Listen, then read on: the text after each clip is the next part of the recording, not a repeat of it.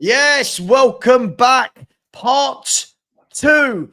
Part two of two, by the way, thank God. So we are now officially over 50% of the way by 12 seconds. So we've got 11 hours, 59 minutes, and 40 seconds to go. Big up to each and every one of you.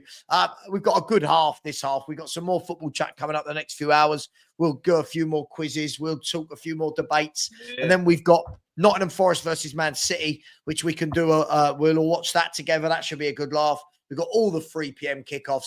Then we've got Brentford versus Aston Villa. And then I'll be saying, ciao, see you later. And I'll be going to bed and having hopefully a nice 12, 13 hours sleep right the way through to tomorrow. So yeah, please do keep donating. Look, thank you very much. In the last few minutes, by the way, the link is pinned, by the way. The link is pinned. Hopefully you can all see that. In the last few minutes, we have got a few more donations. So big up to Daniel Harris, who said, let's be honest, animals are better people than people. Amazing cause, and all my love to Frank and your family, Sava. Thank you very much. I really appreciate that, Dan. Much love to you. Very generous. Another very generous donation from Dixon, who just says, keep up the great work. Thank you very much to you. And Brett, another very generous donation, who has said, sorry for the loss. Yeah, listen, it's hard. It's not fun.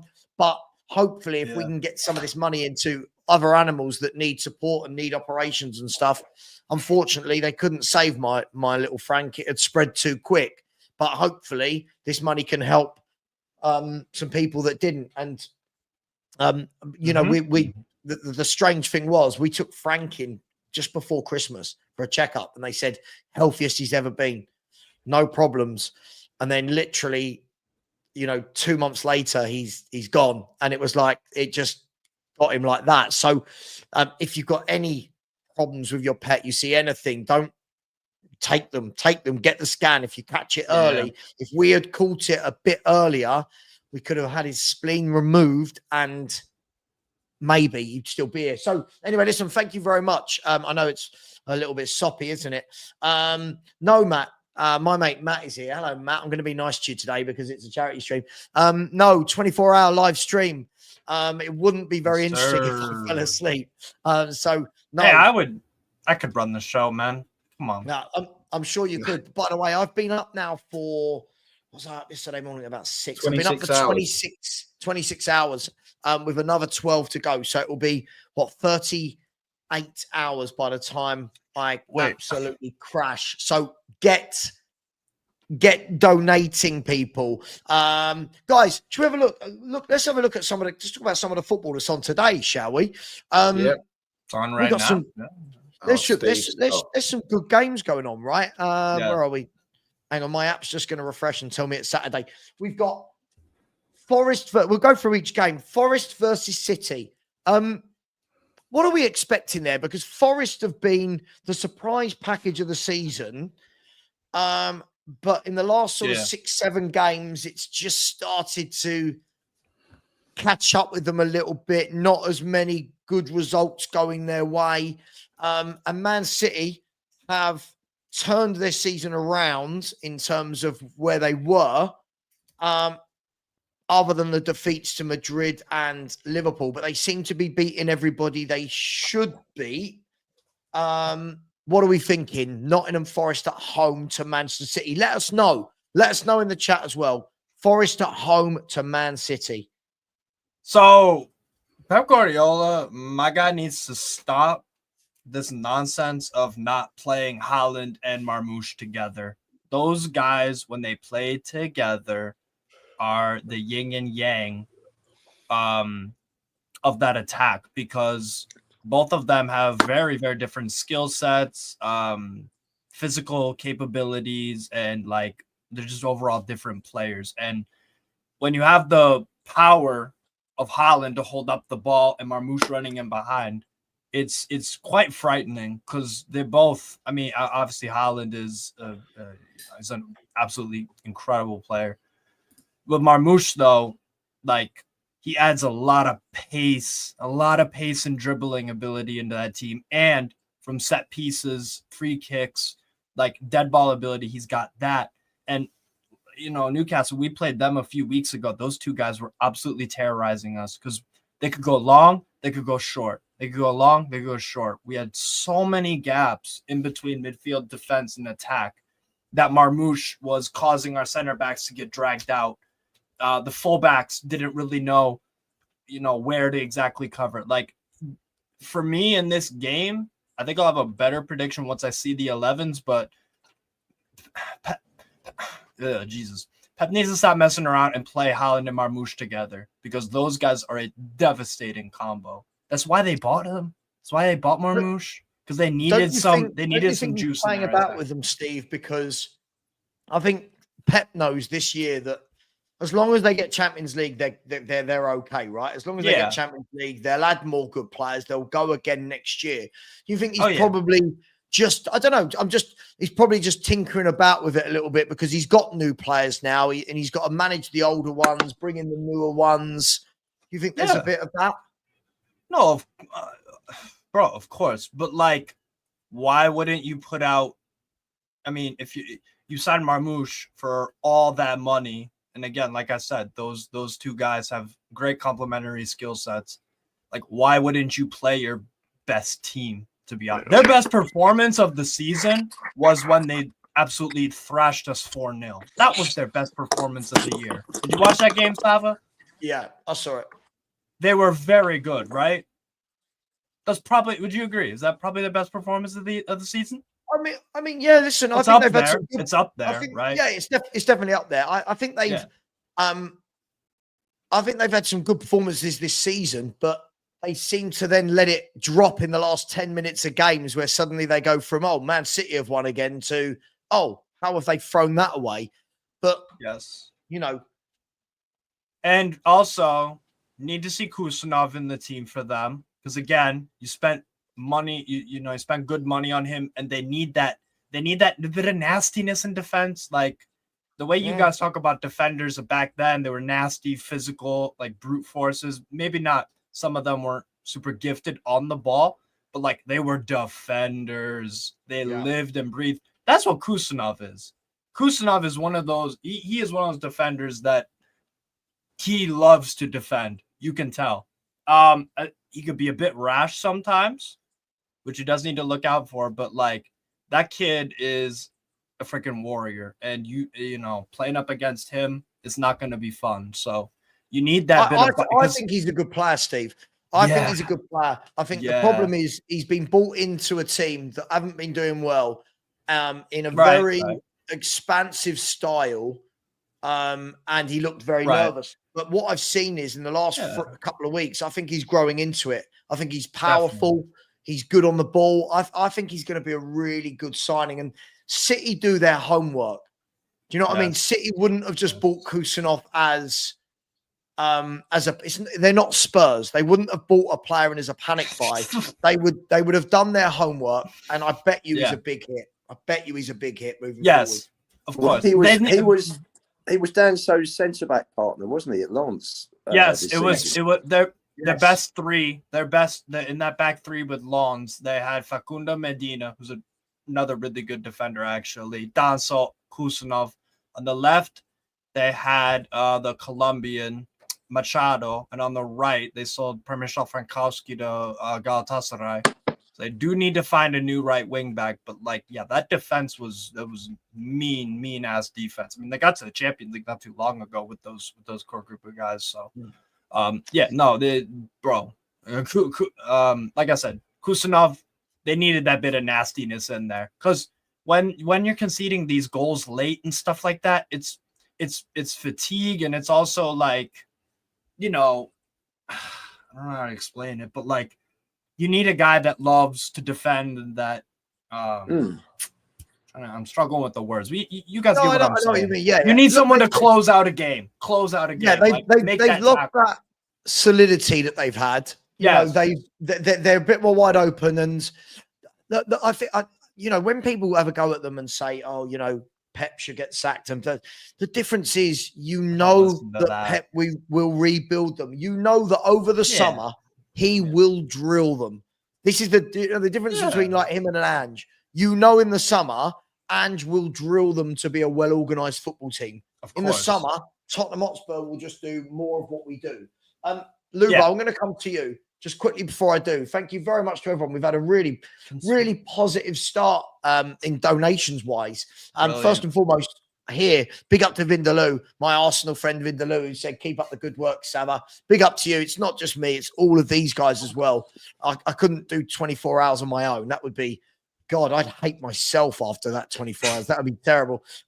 So big up to you, Vindaloo. Thanks for that. But in the Just Giving page, we've just had a flurry of donations in the last 10 minutes. Big up to G, who said, shout out to Frank, sack this manager before. I love it. Shout out to Frank, but straight onto business. Sack this manager before Thursday. Thanks for the stream. Big up to you, G. Thank you very much. Dave O'Hanlon has put in as well and said, good work, Sav. Thank you very much, Dave. Really appreciate that. Singularity said a small contribution. Thank you for helping the animals. Listen, every contribution is a big contribution. Don't worry about that, my friend. Really appreciate it. And yeah, we got to help the animals. They can't pay for themselves. And in a minute, I've got a feeling that there'll be a puppy waking up in my house that will be climbing all over me and joining the stream. Richard Hollis. You're going to love every second of it, by the way. You're going to love every second of it. He wakes up and he gets so excited that little bit of wee comes out. It's that little bit of puppy wee, and you're like, no, go. But you can't be angry with them. Sorry, where was we? Richard Hollis, big up to you. Thank you so much for a big donation. I really appreciate it. That's very, very kind. And you've got the best first name in the world. And then CBEE.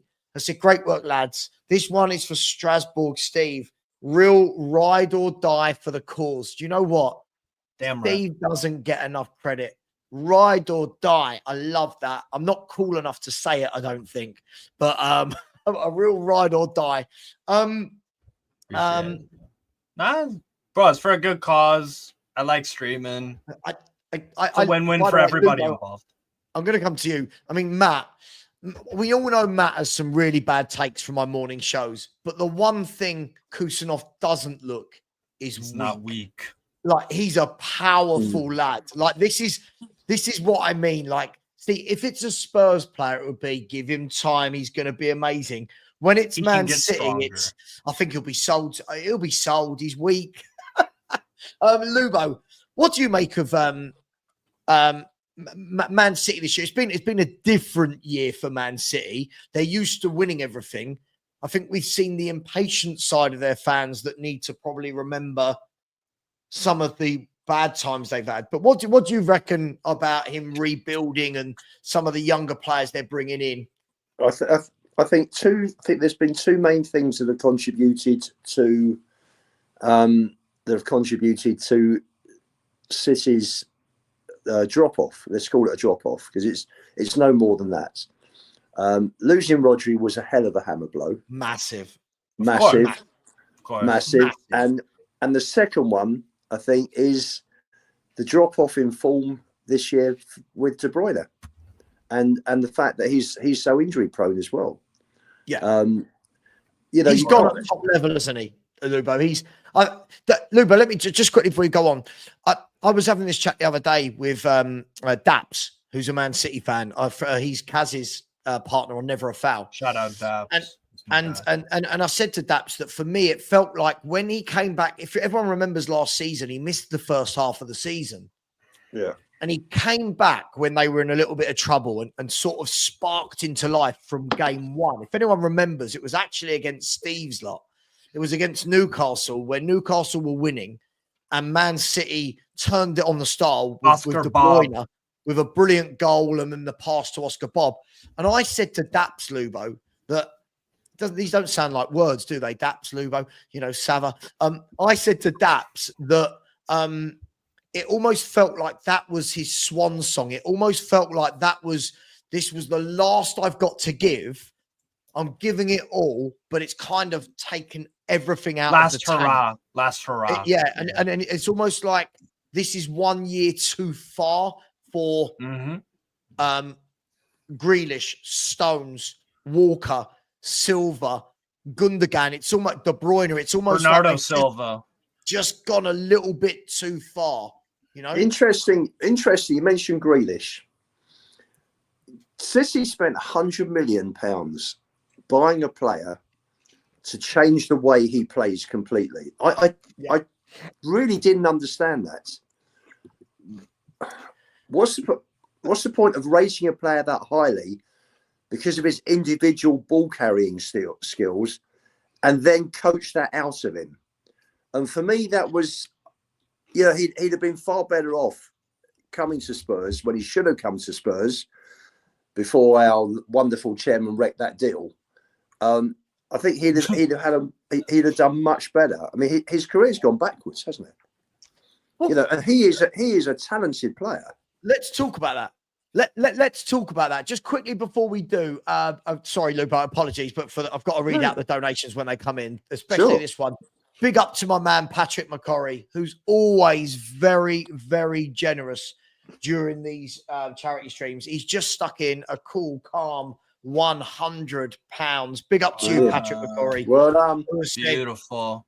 Absolutely brilliant. I said, I wish could you be the chairman of Tottenham? Could you be our chairman? I don't know how much you've got, but if you could, that'd be great. So nice job, Savra and crew. I love your charity streams and have 2 rescues of my own. Happy to see you helping out our furry pals. Patrick, listen, Patrick, thank you very much. Listen, I love animals more than life itself. My wife hates wherever we go somewhere. When there's a dog, I'm that guy that goes, is it okay if I say it? You know, I'm that guy. I'm that annoying person that goes, oh, look, Frenchie or puppy or whatever. I'm that guy. But Patrick, that is absolutely amazing. Thank you. And Well done. I've got to address this, Lubo. Sorry, before we talk about Grealish. Matt, context escapes you. City this year haven't just had one injury to Rodri. By the way, if it was just one injury, it would be an injury to the best player in the world. This is the Ballon d'Or winner. This isn't like us losing Kulusevski.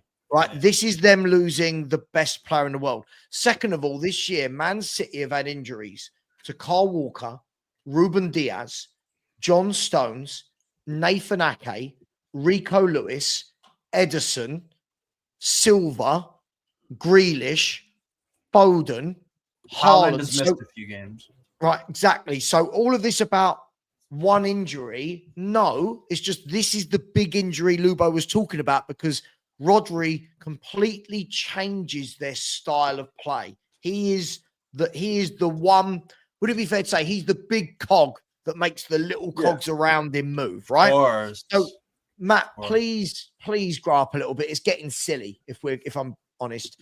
Lubo, Grealish, right? Yeah. There's 2 ways of looking at this. You could say his career has gone backwards. Surely when that man retires, he's going to turn around and say, I had 4 years at Man City, of which the year that I was the most integral, the year that I played the most games in my best football was the year they won the treble. So, yes, we can say he's not the free-flowing maverick Jack Grealish that we saw at Villa, but for his career, he's gone to City, played loads of football, won everything, was an integral part of a treble. And surely I'm just devil's advocate, surely that's a great thing for his career, isn't it? Sad. Listen, it's brilliant, and he'll have medals that Spurs players could only dream of getting. What I'm talking about is current. You know, sure. The question you threw at me was about this season. Yeah, sure. I know. And I was just playing devil's advocate. Sure. So I'm talking about Grealish this season. And for me, this season, he's nowhere at City, is he? He's dropped right down the pecking order. And I think he's got to look, you know, City just, I know they hardly spent any money in the summer, did they? So, you know, people turn around and say, oh, look at the money City have spent in January. But that's relative to the money they've been spending over the past 12 months. Yeah. They'll go again. I mean, what was, you know, Mamouche, I was talking about Mamouche. We were all talking about Mamouche on Johnny's Spaces 12, 18 months ago. You know, no secret. This guy's a superb player, and you look at Frankfurt's results since he left. in the league. That's why I was really impressed with their win at Ajax on Thursday night. In the league, they've won 1, drawn 3, and lost 2. The last 6, you know, they've got 6 out of 18 points. So for me, there's been a definite drop off in the league with Frankfurt because Mamouche was such a massive player for them. To be fair to Frankfurt, though, I agree with you, Lubo. They have dropped. It's been more of a defensive issue, actually, more than anything. They've been shipping too many goals lately. That's been their thing. But you're right. You would miss a Marmouche. Carry on. And you know, City will go again. They'll go and buy another 3 or 4 players in the summer. Yeah. Yeah, and they'll be back up there. I think Liverpool this year also have had the most fantastic injury record, or lack of injuries this year. They've hardly had an injury. You know why? And I think, well, I think that it's 2 big reasons. Number one, the style of play, I think, is not as 100 miles an hour as it was under Klopp. I think it's a lot more. It's a lot more measured. And listen, I'm not being critical of Klopp at all. What a fantastic manager, amazing motivator. You know, I would have liked to have had a Premier League and a Champions League within 2 years. And cups as well. Yeah, and cups. You know, so but he plays a slightly different style to Klopp. There is less pressing. The pressing goes more in bursts rather than the whole time, or most of the time. Yeah, which they played under Klopp. And I think also you need a bit of luck. When Chelsea beat us to the league in 17, they had no injuries. They weren't in Europe. Leicester the same the year before, no injuries. They weren't in Europe. And I think you've got to have years like that. I mean, Arsenal's season when they were challenging 2 years ago went off the rails when Saliba got injured, and that showed you just how key a component Saliba was to that team. Because Lubo, I didn't want to stop you while you were saying that, but Liverpool have had injuries. They have. I think the difference is their fans don't go on about it as much as we do. Like, you think Trent was a massive miss for them. Konate, Jota's been out, Alisson's been out, Gomez, Brad. Like listen, I'm not saying to our level, but one could argue that look at the caliber of player they've got missing. Yeah. Like, look at Trent. He's better than anything we've got. Konate, you know, Jota, he'd walk into our team. Alisson, better than what we've got. You know, I get it, but I do feel like we've been playing this card all season, we're pour us the injury card, when loads of other teams have had loads of injuries as well. I do disagree a little bit, though. I've got to be honest, right? Welcome back, Alex. Morning, Alex. Yeah. No. Just had to chime in. Did you go out last night? No, brother. I'm only going to be here for that long, not that long anyway. So, but big up to everybody who's been here for quite a while, bruv. Because unfortunately, things have to be done on my end. You know, I've got a bench. But anyway, moving on. You know what I mean? But yeah, no. I hear you about they dealt with it really well. Yeah, I hear all you. But the whole Konate thing, I would like to see what he's like without Van Dijk. I would like to see him without Van Dijk, because I think Van Dijk is a major reason why he's looking good at the moment. And again, it's not against him, but for me, Van Dijk is the main a big player for them. Yes, Salah's a big player for them. Trent's a big player for them, but Van Dijk, for me, is a massive player for Liverpool. If he's out that defence, that's where I would say, well, let's see what happens, because I don't think they've got another Van Dijk. Would you say it's another Ledley, Michael Dawson situation, where Dawson looked much better with Ledley next to him? Yeah. Listen, it's nothing against Liverpool. Listen, I'm not here to start having a go at Liverpool here. I know my place. You know me, guys. But and also, well, let's see what they do second season as well. Let's see what they do second season. It is. Listen, again, I'm nothing against Arnold Slot. It's not that. It's just that I ain't gonna do this when I'm well against my manager at the moment, and when everyone was going absolutely over the top about my man. Well, he's not even my manager, because you know my feelings on him. You know what I mean? So, so I'm just putting it out there. That's all I'm saying. Right, Alex, just one thing, just sort of sidetracking from this discussion. So, where are we now? Southampton, Sunday the 6th of April. I hope you're going to be next to me singing again in the march like we were last time. Yeah, I should be. Yeah, I should be. Good stuff. We're going to the game. No, I don't. I can't anymore. I can't do it. No. I don't blame you. No. Sorry, I put myself first. Sorry, I can't do it. Just quickly, does anyone know how many teams at the moment have less injuries than us at the moment? Bournemouth. Less injuries. City. Who's? Do you know what? Let me put it this way: Tottenham Hotspur. Wait, is it a lot of teams? According to the official Premier League injury table, right? At the moment, Ipswich Town have 11 injuries. Yeah. Right. Wolves have 11 injuries. Right. West Ham have 5. Spurs have 5. Southampton have 8. Newcastle have 6. United have 10. City 5. Liverpool 3. Leicester 3.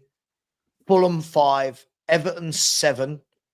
Palace 5. Chelsea 7. So I make it that the only ones that have got less than us are Villa with 2 at the moment, and that is Onana and Barkley. And who's got less than that? 3. Liverpool. Leicester, Liverpool, and then Nottingham Forest. So, who are our 5? We got Dragerson, Kulu, Solanke. According to this, the players that we've got out injured are Dragerson, Kulu, Richie, Ben Davis. They've got Solanke here, but we know he's got a lower back injury. Yeah. So Solanke is added to that list. So we've got 5. Radu, Kulu, Richarlison, Solanke, and Davis. But Charleston doesn't count for me. I'm sorry. Now, I agree. So for me, Ben Davis shouldn't be anywhere near the team anyway. Richarlison isn't a starter. Dragashin isn't a starter. Kulu and Dominic Solanke. Right. So right now, all of these people, like the Mats in the chat, don't really have any excuses now. There's no excuses.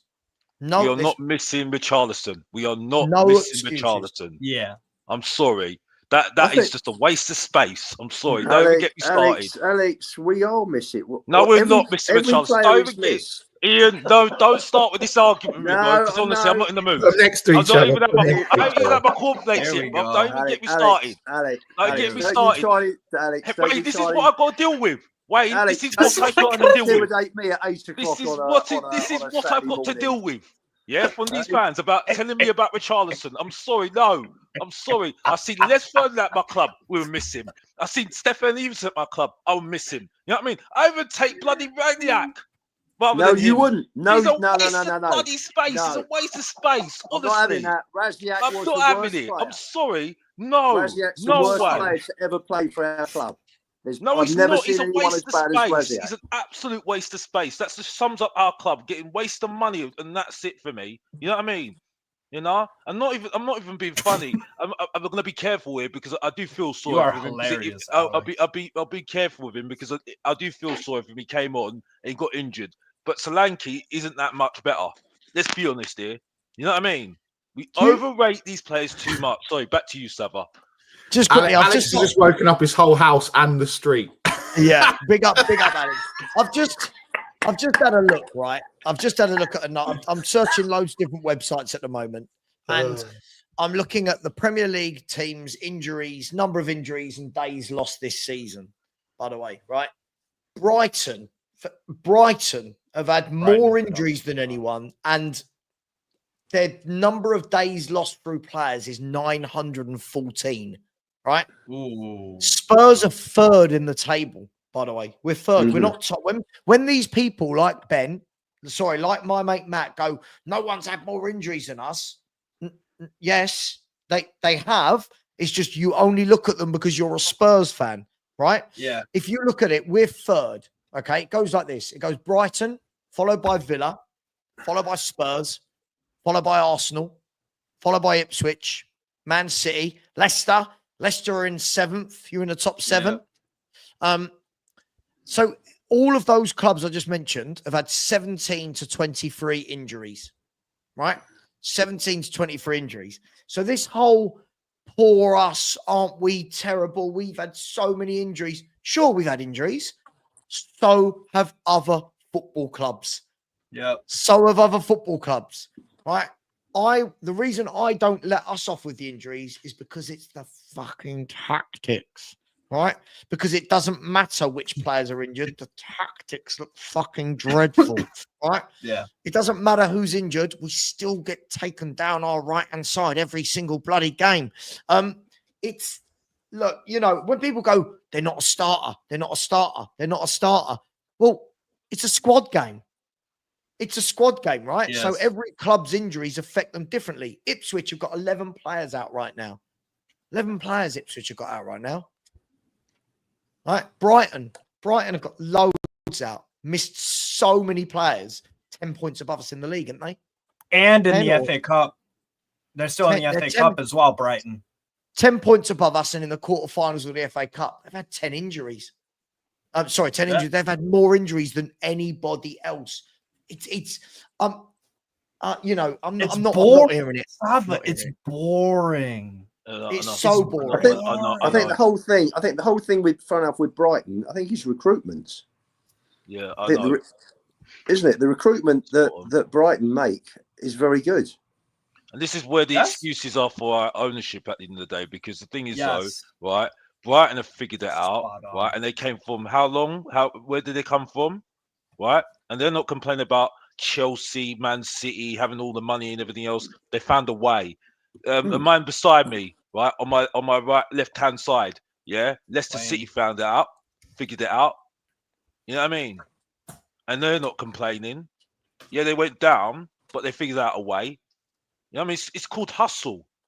Sorry, it's a dirty word, but it's not a dirty word in my way. Yeah, people I know, at all, bro. It's not a dirty word in my end. It's about hustling, and getting it done. And these business guys know how to hustle. So when I'm hearing this hustle, when I'm hearing, oh well, Daniel Levy does this, he does well here. Sorry, no, you're not successful, mate. You're not. He's a bum. He's a bum. And so it's excuses. You find a way. You find a way.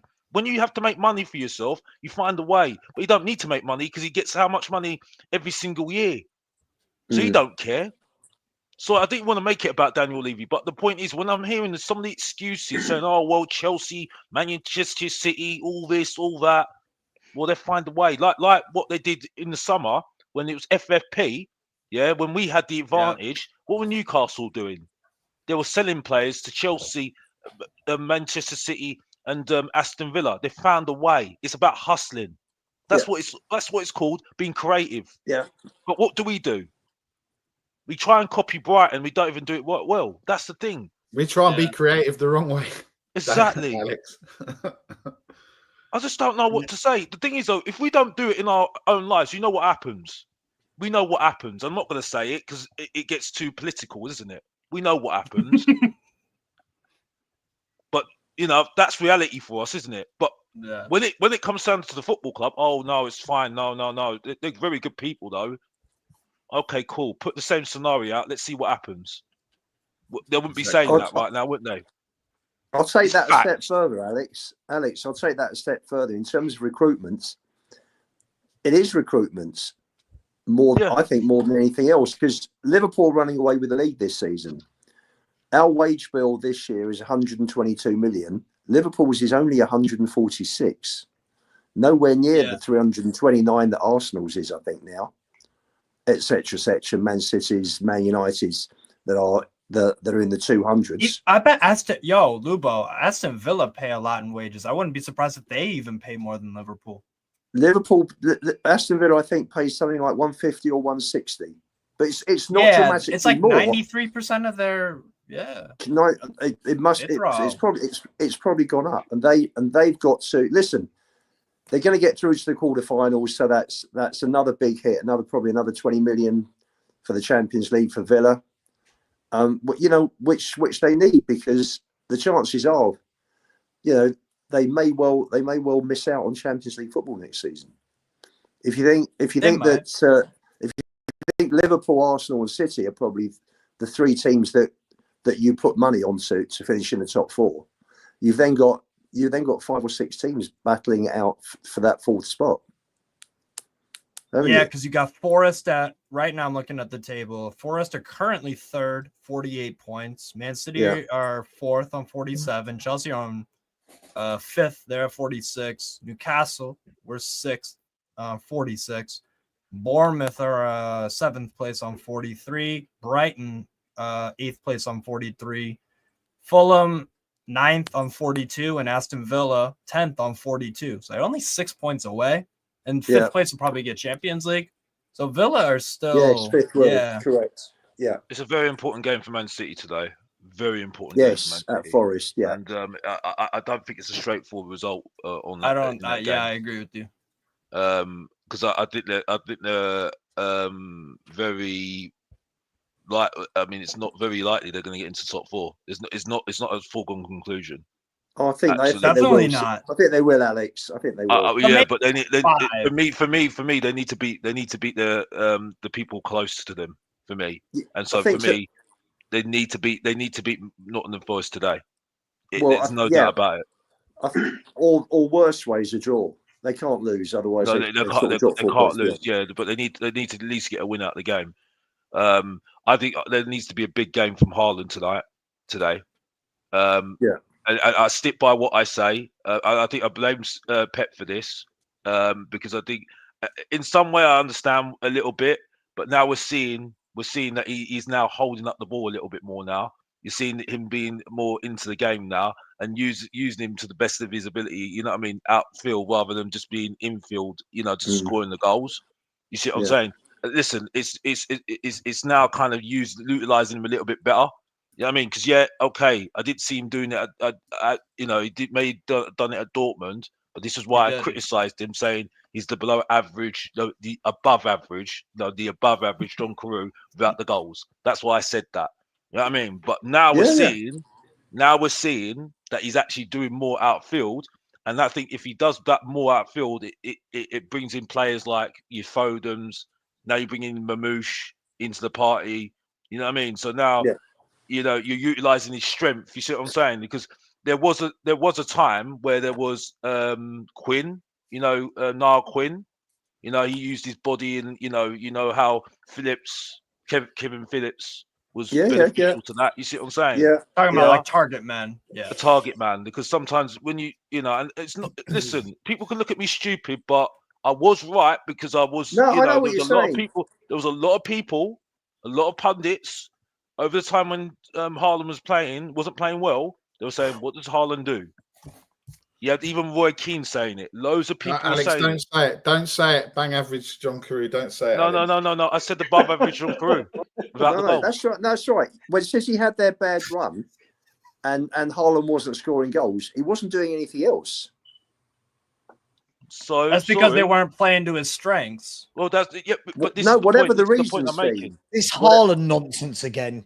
Every charity stream, Alex comes with it. Sava, I'll let you carry on. I need to go for a bit. I got to go and drop Max at football, get a food shop, and then I'll be back. We got Nick. See you, Nick. Good to see you, in a man. bit. Good to see you you in a bit, guys. Yeah, and also, guys, in the chat, keep Donate. donating. There's not been a donation for 24 minutes. Patrick McCorry was the last one. So the link's pinned.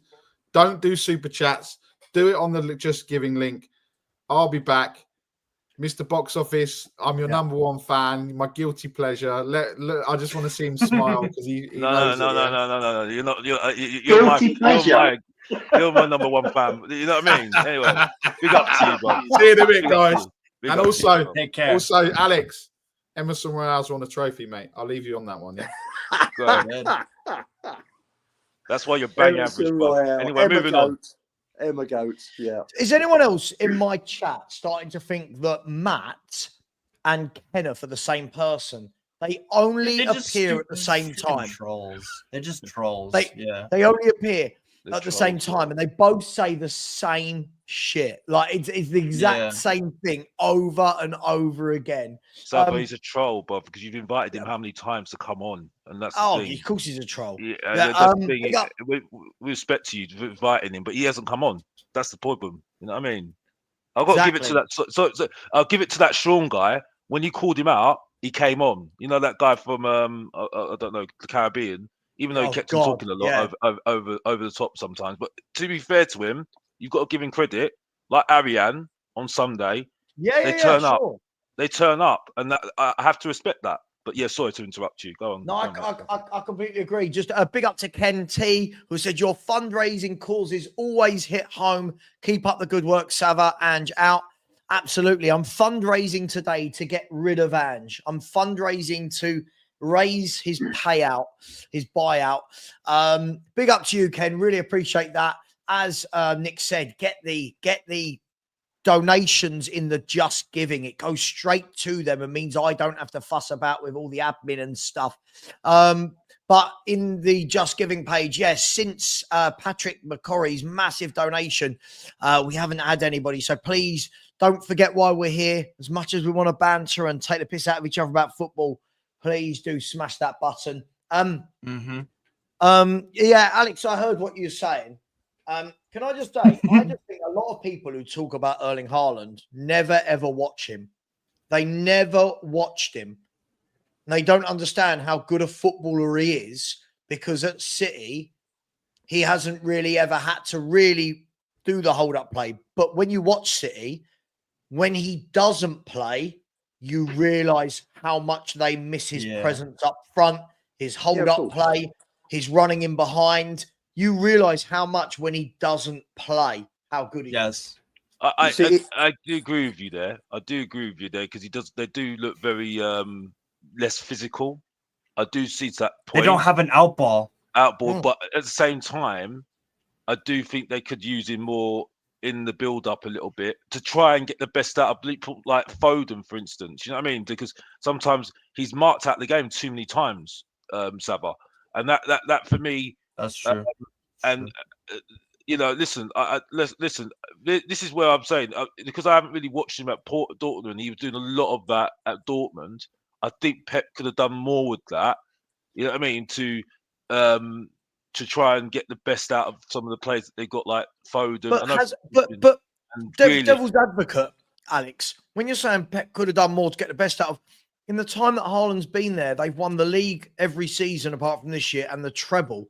So when you're saying he could have done more to get the best out of, they won the bloody treble. And they could still win an FA Cup this year. Yeah, but I'm not talking about this those seasons. It worked really well those seasons, but this season, right, they struggled. Yes, because of midfield. I think it's more to do with midfield and defence. Yes, but they've had when they've been really toothless. You know what I mean, in the big games and stuff for me, and they've had Haaland there, and for me. They could have used him to their advantage a little bit. That's all I'm saying.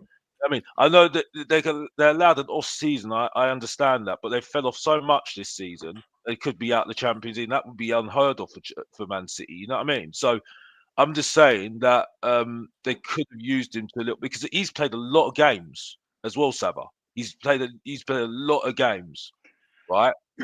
And you know, it gets to a point where it's like, well, you used him a lot. And this guy could get injured, and then you're gonna have a massive problem, aren't you? You know what I mean? So it's really just using him to his strengths and try and get the best out of him to help the other team members out because Foden hasn't been that great this season. Let's be honest. He's been poor. Because he's had the expectations of what I had last season. And you know, you've got attacking players there that can be, be better utilised with Ireland in the team to try and get them in the box more to score goals. You know what I mean? And if you get those players scoring goals there, you've got confidence, haven't you? You know what I mean? So that's all I'm saying. That's all I'm saying. You know what I mean? So, but Alex, I'm gonna give you something. I was talking about this earlier before you hopped on. I was telling Sava and anybody who was listening, Marmoush and Haaland need to play them together because whatever Haaland lacks, Marmoush has, and whatever Marmoush lacks, Haaland has. Yeah. You have speed, power, technical ability, ball striking ability. With those two playing together, like I'm kind of surprised that Man City haven't kind of played a more of a 3 at the back sort of thing, like a 3-1-4-2, 3-5-2, 3-4-1-2, something like that. Because we've seen Pep, I think in the treble year they were doing a 3-1-4-2 or something like that. They were playing 3 at the back with Stones at the above the 3 center backs. So I'm kind of surprised they don't do like a 3-5-2 with Haaland, Marmoush. Because again, I'm telling you, they absolutely smoked us, Newcastle, in the game recently we played against them. Because Haaland would drop deep, get physical, and then Marmoush has freedom. Yeah, He's that's what I'm talking about. Yeah, but it's an important game for them today. It's a very, very important game for them today. They have to. I think they have to win. I think they have to win. They can't lose. They cannot lose today because it's against a rival, and I think that'll give them momentum to go on to just make sure they cement their place in top 4. I think they can even catch Arsenal as far as I'm concerned as well. Still, okay. You know what I mean? I mean, even if they lost today, I still think they'll get top 4. I do. I don't think there's enough good teams to look. This has been a really poor season by their standards, and they're still sitting in 4th. No one can overtake them. You think Man City have lost 8 games this season, and they're still sitting in top 4, 1 point off 3rd. It's crazy. I just don't think the teams behind them are good enough. I don't think anyone's good enough to, everyone mocks them and says, look at the drop off. Sure, they're allowed a bad year. They did. Hey, did you watch them play Plymouth in the FA Cup game? They struggled in that game. Let's be real. They did struggle in that game. I know Plymouth. He did make 11 changes, Steve. He did change the whole team, didn't he? Yeah, of course. But still, you'd expect like Man City. When did they score their first goal? It took them the first. I mean, they went. I forgot they went 1-0 down, and then they scored before halftime. But then after halftime, it took them 31 minutes for O'Reilly, who I think should also be playing as well. I think he needs to get a chance next to Nico Gonzalez. If you're gonna have Gundogan and Nico Gun, you can't have this. That's something else Pep has to stop doing. No more Gundogan and Bernardo Silva midfield that don't work anymore. They don't have enough legs. Nico Gonzalez has legs, and you could have Gundogan as the more forward-thinking number 8. That could be nice and neat and tidy. I think that's something they also really have to get right. And play Nico O'Reilly more. That's what I'd be doing. But yeah, for me, you have to play Marmoush and Haaland. I keep hammering it home because it's so important. Because when they had Alvarez and Haaland, we're seeing what Alvarez is doing this year. They should never sell Alvarez. I've got to be honest, should never have done that. I know. 81 million they got for him. Good money. They got That's really mad good money. 81 million. I know, but still, I think that didn't really help. I think it put a lot of pressure on Haaland. Who's 81 million? I think 81 million was Alvarez from Atletico Madrid. Euros. That's a fire, by the way. Yeah. Would you guys have taken him at Spurs for that price? 100%. Yes. Okay. Yeah. All right. Yes. We've got Solanke. Of course, I would take Alvarez. For another 20, I did. Solanke was 57 and Alvarez is 81. No question about it. Yes, and there's a reason why, right? Yeah. Yes. Like one's a class footballer, one's not. Like it's that simple with those two. Surely we see that, right? Yeah, I don't think a lot of people. Don't tell me now we're going to find a way that Alvarez isn't a top player. No. Definitely much better player. Definitely much better player. I do think Solanke is a decent player. He's one of your players that I think if you get the right manager, he'll get you 15 goals. And then across all comps, maybe another 7-8.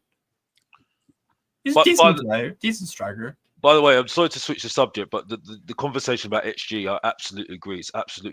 It's an absolute joke. I'm sorry. Oh, boring, isn't it? Some people say to me, I was on a show one time, and one guy came on and said, "Oh, this guy's XG's terrible," and I was like, everyone looked at him like he was so good, and I was like, and I spoke to the host, who's a Man United fan, who's seen the treble, by the way. He's similar age to us, by the way, Saba. Similar age to us, Saba, yeah, and he's trying to justify it because it's a young kid. And I was like, you taking the mick? You taking the mick? If you're looking at Alex, if you're looking at stats, then obviously there's only one stat that counts, but the other stats that obviously count are when you're checking what shots you've conceded and what shots you've made, because that gives you an idea. Gives you an idea of how the game's gone. You'll always get the anomalies like Liverpool that were under the cosh in Paris and nicked a 1-0 win. But, by and large, normally, if you've had 20 shots on goal, then, maybe 10 of them are on target, then the chances are, the percentages are that you've got all 3 points. So, you can see it for yourself as well. But I absolutely agree. Those sort of stats I understand. The stats that that I think count is some of the stats that I've sent in the WhatsApp group. I mean about about the form the Canada year. You know what I mean? Things that Savard puts up, stats like that, real stats, real facts. But when I'm hearing all this stuff, it's like, bro, do you watch the game? Do you watch the game? You're not smart, bro. You're not smart at all. I think that's the key, Alex. Unless you're watching. I mean, how many people will watch football during a week, but watch a full game? Exactly. And you get an idea when you're watching a full game, you get an idea of how your team is playing. You get an idea of what players are homers, what players are better. Stand up on away grounds, etc., which is a mentality thing. Which is where our players are so lacking when we go into Europe, particularly. And that for me, that's you can tell by the eye. All this thing about this data analysis. You've got to go out. These scouts go out in all weathers, all over the country. I remember having a chat with the guy who used to be my physio when I was playing. Was Terry Venables' physio at Spurs, England, Palace, QPR, Dave Butler. And I remember Dave showing me the report, a report that he did on one player. It's terrific. It's so concise, and you cannot get that sort of report just on stats. Mm-hmm. And it went into every aspect of that player. In terms of mentality. Some players are better because it's easier when you're winning and you're on top. When you're up against it, you're under the cosh. Some players fold. So you get an idea mentality wise, and people don't see that. This whole thing. Spurs want to be another Brentford and Brighton with this data analysis. No, we don't want to be Brentford and Brighton. I want to be Liverpool and Man City. This whole thing. No, let's Brighton and Brentford. Yeah, what they've done, what Tony Bloom and Matthew Benham have done for those clubs has been absolutely fantastic. They have, but they also have different expectations. Their history and traditions are different to ours. And this is with no disrespect to them, because I think it's fantastic that they're doing as well as they're doing. It's a real breath, a breath of fresh air. But we want to be like Liverpool, Man City. We don't want to be like Brighton and Brentford. And to get rid of someone like David Pleat, so that guys can punch in figures on a computer, is madness. You're getting rid of all that football experience. For kids who know 1% of what he knows about football. So Surely there's got to be a middle ground before we. I agree with you, Lupo. That, yeah, we do want to be like Liverpool's and Cities, but we're so far away from that. We're miles away. We're These miles other away. clubs have caught us up, if not overtaken us. Like, and I know we always have a laugh about the Villa thing, Lubo, right? Yeah. But if you look at it seriously, what Villa have done in the last 5 years compared to us, it's slightly embarrassing. Of course. For a club that were in the Championship, came up. Within 1 year, they've sold their best player, Jack Grealish, reinvested, and now this is going to be the 3rd year in a row that they finish above us. At what stage do we stop saying now, well, we're better than them, we're bigger than them? This will be 3 years in a row that this Villa team have finished above us, right? They got into the Champions League last year. They're still in the Champions. They're going to make the quarterfinals of the Champions League this year because they're 3-1 up at home with a home game to. I have a question about that, by the way. Club Brugge. They're in the quarterfinals of the FA Cup. Like when you look at that and then you look what's happened to us in 5 years, it's like one's done that, the other's done this. Correct. And that for me is what's completely embarrassing. And the last 2 years, I'm putting that on Ange. The last 2 years, I'm putting that on Ange. Well, I must tell you, Sam, I think we're nearer the Championship than we are winning the Premiership. In terms of every aspect of the club at the moment. Oh, yeah. Agreed. Everything. Agreed. Which is why, for me, if this doesn't change, we will get relegated because the signs are there. All the pointers are there. We are heading downwards at the moment. I agree.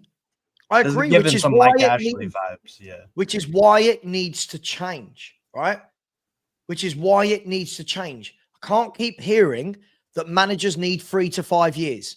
None of these other managers have needed 3 to 5 years to get their team looking like a team. It's only us. It's only Ange, apparently. We've got the only style of football, apparently, in the league that needs 3 years to implement. You know, you wait and see what he does by this time next year. Well, this time last year, Lubo, when I was saying I hate this manager and want him out, I was reassured by everyone. You watch the style change next year. Yeah, Nothing's that's right. changed. That's what people were saying, weren't they? Second season, watch it. Nothing's he'll changed. tweak it. Nothing. Nothing's changed. Nothing's changed. But I know. by the way, look, listen, I get it. I get those people that don't want to be in a cycle of sacking managers. But I'm also of the opinion, and I've grown up in the professional world of business, right? If somebody's not doing well, they lose their job. That's nature. Everyone on this panel at some point has probably lost their job in the real world or been close to losing their job and told to buck up their ideas, right? I don't care whether it was when we were 18 or when we're this age, whatever, right? We've all been there. But for some reason, with a lot of our fan base, this doesn't seem to apply to Ange. It doesn't seem to apply to him. It's this blind faith. Like, look at this guy, Matt, in the chat. He cracks me up. It's this 3 to 5 years line. Give it 3 years. On what evidence has anyone seen that makes you go, you know what? Stick with this guy. This is the guy. This is our guy. No one's seen anything. And we've got fans blindly backing it. And that's why I say, and I know people tell me off on it, they have the club they deserve. They are blindly backing failure, blindly backing it. Because it's not like, right, guys, let's say I said we were 18 months in, or nearly 2 years in now, and the manager was... Sav, use Pochettino. Use Poch as a perfect example. But hang on, hang on 1 second, though. But I was going to go with, let's say we had Unai Emery. Let's say we had Jurgen Klopp, right? If we had one of those managers and we were going, oh, it's not quite worked yet, but you know what? We know what this manager is capable of. I'm cool with that. But we've got a manager that hasn't shown anything ever. And we're sitting there with blind faith saying, give this person 3 to 5 years. Now, I don't know about you guys. I don't want to give him 3 to 5 more minutes, let alone another 3 years to see where he takes us. And the performances on the pitch, Every Spurs fan right now should be utterly embarrassed of what we are putting out on that pitch. I don't mean personnel, what we're seeing tactically, but fans going, no, just give him a bit more time. For what? What's he going to do with a bit more time? Can someone explain to me what's magically, sorry for the rant, what's magically, guys, going to change in the next 3-6 months? What's he suddenly going to wake up one morning and go, right, today's the day I stop the right back issue. Today's the day I implement a 6. Today's the day I stop him. What are we waiting for? What is he waiting for to change? Sorry for the vent. Sorry for the rant. But no one, all of these idiots that keep saying Ange in, they are idiots at this stage. What is Ange waiting for? Stop apologising for ranting, Sava. You're having your unleashing. You get my point, Alex. What is he waiting for? I was told last year that year 2 was the year that he tweaks. It's got worse. Now I'm being told, but in his 3rd year, based on what? His longest tenure at any club is be back 3 in a sec. I've just got to get a phone years. charger, Sav. His longest tenure, guys, is 3 years. So all of this, give him 3 to 5 years. Based on what? He's never done that anywhere. He's never had the 3 to 5 years. He's left in year 3. So where is this coming from? Sorry, I'm so fed up with these. This fan base used to have standards. We talk now, no offense, we talk like we're a newly promoted football club. We talk like we're newly promoted and we should be grateful for Ange crappy Postecoglou.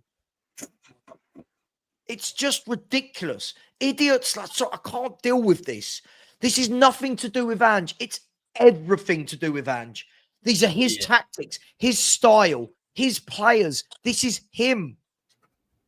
Right? Yeah. And yes, Matt, I will hound out the next manager if he's shit. Yes. Very simple. Yes, that's what football fans do, not Spurs fans. If a manager is shit, they need to go. Stop your nonsense. Stop. You're embarrassing yourself, Matt. You do every single stream, right? Every single stream I hear from you, right? Ange is great. Ange is brilliant. Then when it comes to game day, everybody, what this guy does is go, oh, tough game today. What? Doesn't matter if we're playing Ipswich, Man United, Southampton, tough game today. But this is the manager you love that you told me was great. You've been telling me for 2 years on my channel that this guy is going to change things. What is he waiting for, Matt? Come on, talk to us. What is he waiting for before he adapts? Can anyone on the panel answer this? What's he waiting for? Well, he won't adapt, will he? He's already said that he's not going to change. So you know, it's like you're always. It's like tomorrow. Tomorrow never comes. Tomorrow. That's what your fan base is waiting for. How many times does he have to say, "I'm not going to change"? It's always going to be like this. He's telling us. It's a simple life lesson. When somebody shows you who they are, believe them. Yes. It's as simple as that. When somebody shows you who they are, believe them, whether that's for good, bad, or indifferent. Yes. Do you know what, That's guys? all. I used to work in Malia many, many moons ago, the island of Malia, right? I DJ'd there. I was a lot younger, a lot skinnier, a lot better looking. And you know what? Over my boss, Yanni, loved Yanni, right? We had this big sign above the DJ booth, right? That said, free drinks tomorrow, right? And all the English holiday makers, everyone's drinking, blah, blah, blah. And they all used to come and go, so if I come tomorrow, free drinks. And Yanni would go, yeah. They'd come back the next day, right? And he'd go, free drinks. He'd go, no. Free drinks tomorrow. Like, do you know what I mean? Like the cycle of it's tomorrow. Free drinks tomorrow. Free drinks tomorrow, right? Yes. And that's the equivalent of the Ange fans. That's the equivalent of the Ange fans. It's next year, next week, when the players are back, when the injuries stop, when we don't play twice a week. It's something. Open your eyes. That's what these are. Open them and see that he's shit. It's really simple. Yeah.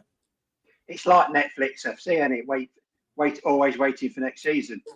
Always. And they deserve it. We're at the stage where these fans go, oh, you're impatient, you're negative, you're toxic. Wayne, these are the toxic fans. Accepting 18 defeats by March the 8th at Tottenham Hotspur. Oh, listen, we're not Liverpool. Wayne, I get it, right? I'm not going to sit here and preach to anybody that we're Man City, we're Liverpool, we're Arsenal, we're Chelsea. But Tottenham are a pretty big football club, right? And we've lost 18 games, Wayne. 18 games by March. And we've still got a minimum of 12 games to play. We're going to lose 20 plus games this season. Is that 18 league? Is that 18 league games? 14 in 27 league games and 18 games in all competitions. So if you've got 11 games left, if you lose, so you could, in theory, you could lose 20 games this year. If you lose 6, because you've got quite an odd running by the looks of it. I've just had a quick look. You've got quite tough running. There's no. Sure. I know you've got Southampton. I mean, you played us twice and didn't beat us. That should tell you everything you need to know. Sorry to keep bringing that up, but that's the reality. Everyone's beating us. You come along. Oh yeah, let's have 3 points. Yeah. But by the way, I want to let people know some interesting information. I'm looking at every EPL manager and the points per game. So I went through the bottom 3. Kieran McKenna actually has a better points per game in his Ipswich Town career. I know it's League One and Championship and all that shit. Having said that, he's lost 43 games as Ipswich Town manager in 162. He's got 81 wins and 38 losses, 43 draws, 81 wins. Postecoglou, by comparison, has, so I said 38 losses. With Ange at Spurs, he has 32 losses. So, Steve, have a look at this. Ready? Are you ready, guys? Have a look at this just really quickly. This is what it is. It's 18 defeats in all competitions. It's 14 defeats in 27 league games. Like that right there is staggering, right? Five home wins in 14 league games. 5 home wins. But what's that? A third? Just over a third. Out of both domestic trophies. Look at this. A 1.22 points per game ratio this season. It's the worst for 20 plus years. He's had 32 defeats in 2 seasons and counting. That's probably going to be nearly 40 by the time we finish. At least 36, 37. yeah. Right? This isn't made up. These aren't my facts. These aren't my truths. Your home record, if you look at the Premier League table just on home form, you've played 14 home games, 17 points. The only clubs who have done worse are West Ham, Crystal Palace, Wolves, Leicester City, Ipswich Town, and Southampton. Everton have gotten more points at home than you guys, and I thought that they'd be relegated. Man United have had 19 points from their 14 home games. And then if you look at the away form for Spurs, you've got 13 games, 16 points. Bro, this guy's a troll. I'm going to block him soon because what he doesn't understand is he's backed Ange so much that now it's failed. The answer is people like me that haven't been wrong about him. Mm-hmm. We want him to fail, apparently. Because he's failed, we want him to fail. Like that's their logical thinking, rather than coming out and going, you know what, I've got this terribly wrong. Yeah.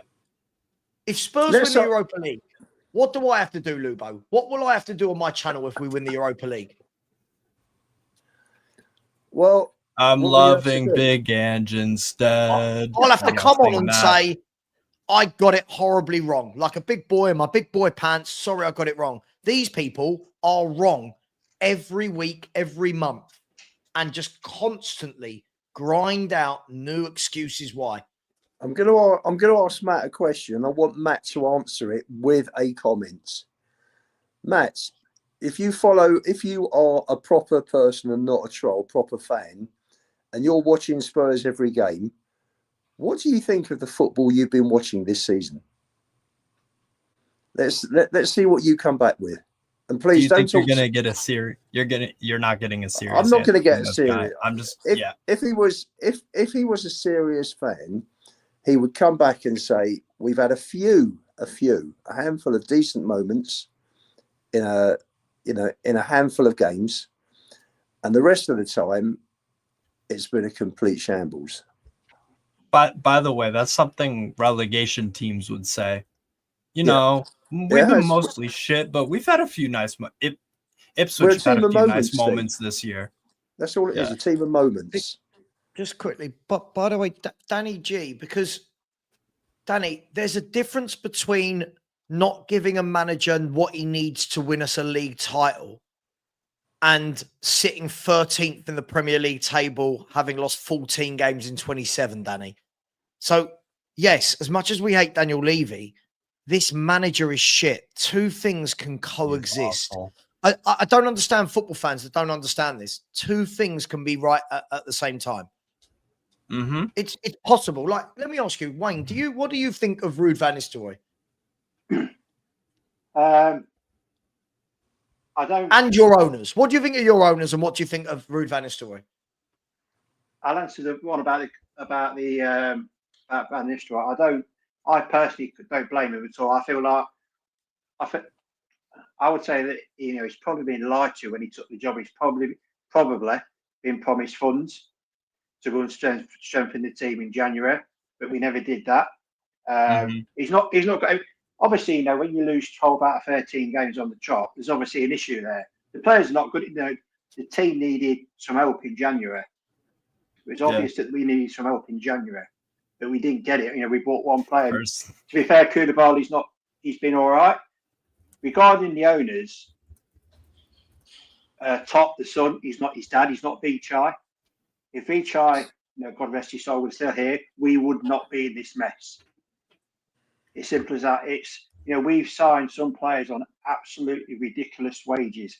For argument, I thought about this earlier. Remember when we beat Southampton 9-0 away? Yeah. That following summer, we went and bought two of those players who played in Southampton's defence. We signed Ryan Bertrand and paid him 75 grand a week for 2 years. He played 3 games. That's shocking, yo. Savvy, you're on mute. The team you beat 9-0, you bought 2 of their defenders. Yes, you bought Vestergaard and Ryan Bertrand. Spursy. It's very Spursy. Spursy. Some of the things that have gone on, I would say to me, you have to ask different Leicester fans. Todd has got a lot. He's got a lot of credit in the bank, but he's also made. He's trusted other people to try and run the club, and in my opinion, they've made a right pig's ear of it. If you said to any Leicester fan at the minute, I would say 9 out of 10. If you said what is the major problem, they would say John Rudkin, our director of football, because he's given out such. I'm assuming he's given out big contracts to not very good players. We let £200 million worth of players walk out the door for free. We spent 200. Tillemans, Soyuncu. I know we got 70 million for Fofana. Some of the players that we had, and we sold them. If you look at, if you go back to the cup, the team that won the cup, you look at that team compared to what we've got now. It's worlds apart. Yeah. Don't get me wrong. It's been great that we won the league. It's great that we won the FA Cup, and I'll always have that. And if we never win another trophy in my lifetime, I'll die an happy man. Yeah. But you know, you can criticise the club when they met mistakes, when they met mistakes. You know, it was, you know, I've not gone to one game this year, and I've not even signed up as a member because, in my opinion, you know, the mismanagement of money by my club. You know, they put all the ticket prices. Some of the ticket prices went up like nearly on 30%. Not the season ticket holders; they're going to get hammered this summer, probably. But you know, you could never ever buy tickets. Never used to go on general sale at Leicester. This year, every game since about the middle of September has gone on to general sale. You could never get a ticket. Now people are now voting with their feet. Yeah. Yeah, you know, it's like when you see the attendance, it might be like 31,500, but clubs always count season ticket holders. You watch our games where the cameras stand opposite the West Stand, there's always empty seats there. There's empty seats in the cot, and there's empty seats in the family stand. There's no way in some games that we've had like 31, 32,000. No way. There's been about 28, 29,000 at the most there. But as you know, clubs count season ticket holders as a seat sold. People are voting, you know, and this is going to sound so bad. I think my club's a mess, and we are. But when I look at Tottenham, I think at least we're not them.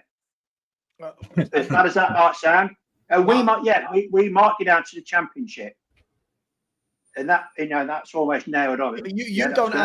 You don't have a 62,000 seater sports complex bringing in hundreds of millions of revenue. Yeah, exactly. So, you know, Tottenham are a much bigger club than us, much bigger, probably twice, 2 or 3 times bigger than us. You know, we're only a small provincial club. You know, we've not got a massive worldwide fan base like Tottenham have. We are where we should be. But what I'm annoyed at the club is they've brought a lot of this, in my opinion, on themselves. Oh, yeah. They've not helped themselves. You could get another 50 Leicester fans in here, and I guarantee you 48 would say exactly the same as what I'm saying now. You can listen to any Leicester podcast, and they'll all say the same. You know, 98% of fans can't be wrong. You're always going to get some fans who back the owner or back the manager. Not so much the manager, but back the owner. But at the end of the day, Toppy's responsible for what's going on at the club, and yeah, he's trusting other people to do it, but they're not doing a very good job. We would never be in this situation if Big Chai was still alive. That's true. You know, it's like when he sacked Pearson, like Leicester fans were like, "What are you doing?" And he just said, "Trust me on this. This is what, you know," and everything he said he was going to do, he did. And it is what it is. You know, I would never call for Top to go because of what him and his family have done for the club. Yeah. But but other fans will say no. He's presided over where we are now. But back to what I've just said. No matter how bad we get, I'd still rather be a Leicester fan than a Tottenham fan, and that's not being horrible. I'm just being honest, because of the size of your club and the money you isn't that worrying to it as a Spurs fan? Isn't that worrying to it? I'm not knocking you for that. I'm not knocking you for that, Wayne. Do you know how many people say that to me that support clubs in the Championship? I've got mates who support Millwall, and they go, "Yeah, we know we're shit, but we know what we are. We don't pretend. Yeah? You lot are a mess." And it's like, this is what I don't get. And Luba, I want to get you in because I want you to answer. Matt did answer you. Yeah, I know. I want to answer that. I want to answer. Fair play Can I to answer him. that now? Yeah. I'm going to bring it up. All I'm going to say is this. I agree with Matt. This is the funny thing. I agree with Matt about stability. I agree with Matt about giving a manager time. But that has to go hand in hand, Lubo, with progression. You have to, in any job, if I hire you, Lubo, and you come in and tell me, Sava, I'm going to do this for you. I'm going to be your salesman, Sava, and in quarter 1, I'm going to make 250 grand. In quarter 2, I'm going to make 500 grand. In quarter 3, I'm going to make 700. If I get to the end of those 3 quarters and go, well, you hit 20 grand in quarter 1, right, 50 grand in quarter 2, and 20 grand again in quarter 3, I'm going to say, sorry, Lubo, you've not, what I'm paying you to do, you've not done. See you later. What we're asking, what some fans are asking for is just the blind faith of it, Lubo. It's that they're not even seeing that. Well, to answer you, to answer Matt, using your analogy, Ange came in and he's done 250,000 in his first quarter. In the next quarter, he did 200. And now he's 7 quarters down the road and he's doing about 5 grand. So that's, Matty, is how I would answer your position. Yes, of course we want stability. This Easter, next month, will be 60 years from the date that I went to my very first Spurs match at White Hart Lane, Good Friday 65. In the first 35 years that I followed Spurs, we had 9 managers.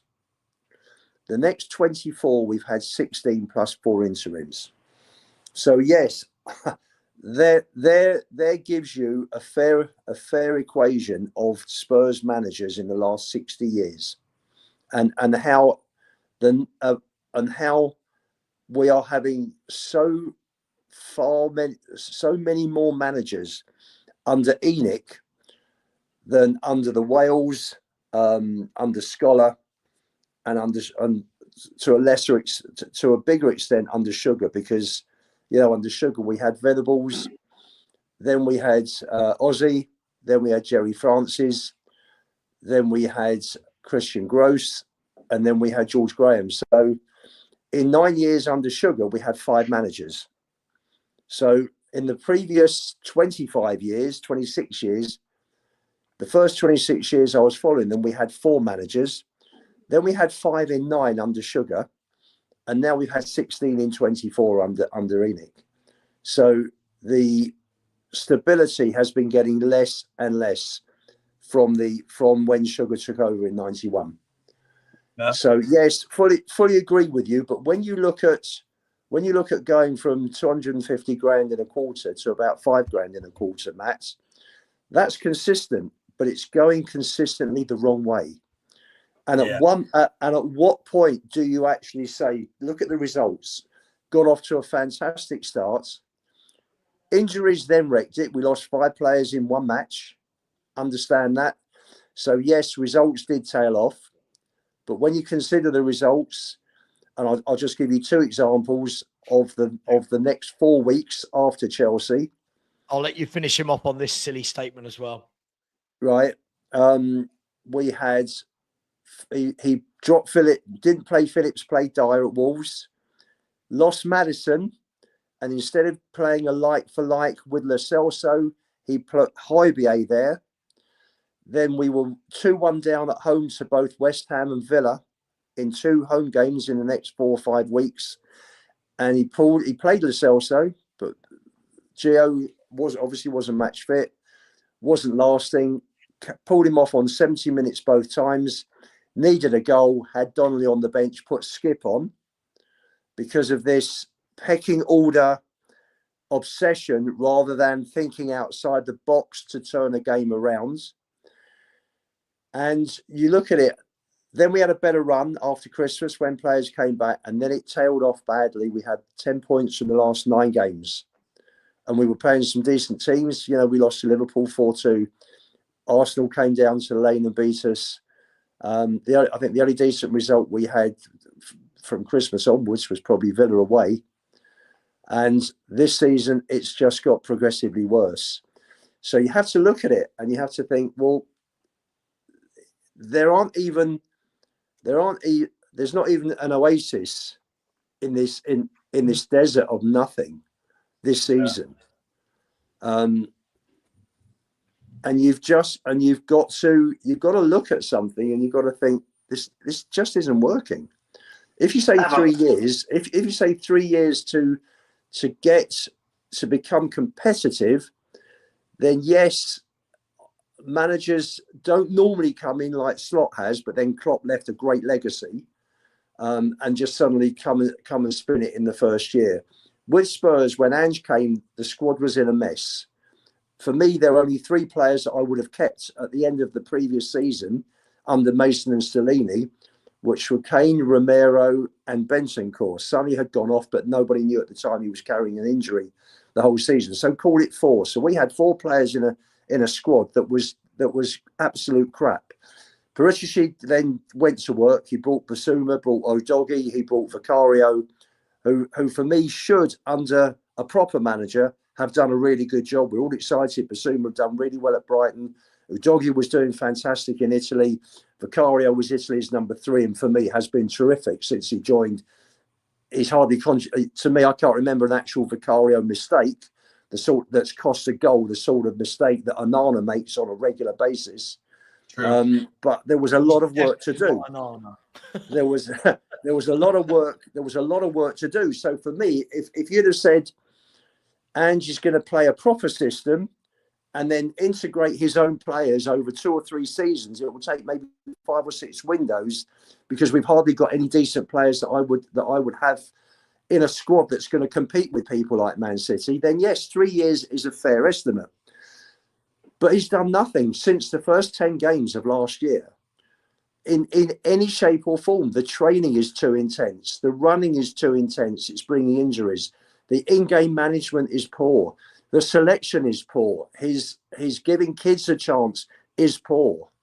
And it's just gone downhill. There are so many aspects to being a top-level manager that he is failing at, that you can't actually say this season, well, okay, you know, he was doing well, but the injuries pulled them back. That's if all the other points I've just made didn't exist, and he was running the team and he was drilling a team like Frank does, like Silva does, like any of them do, to be fair.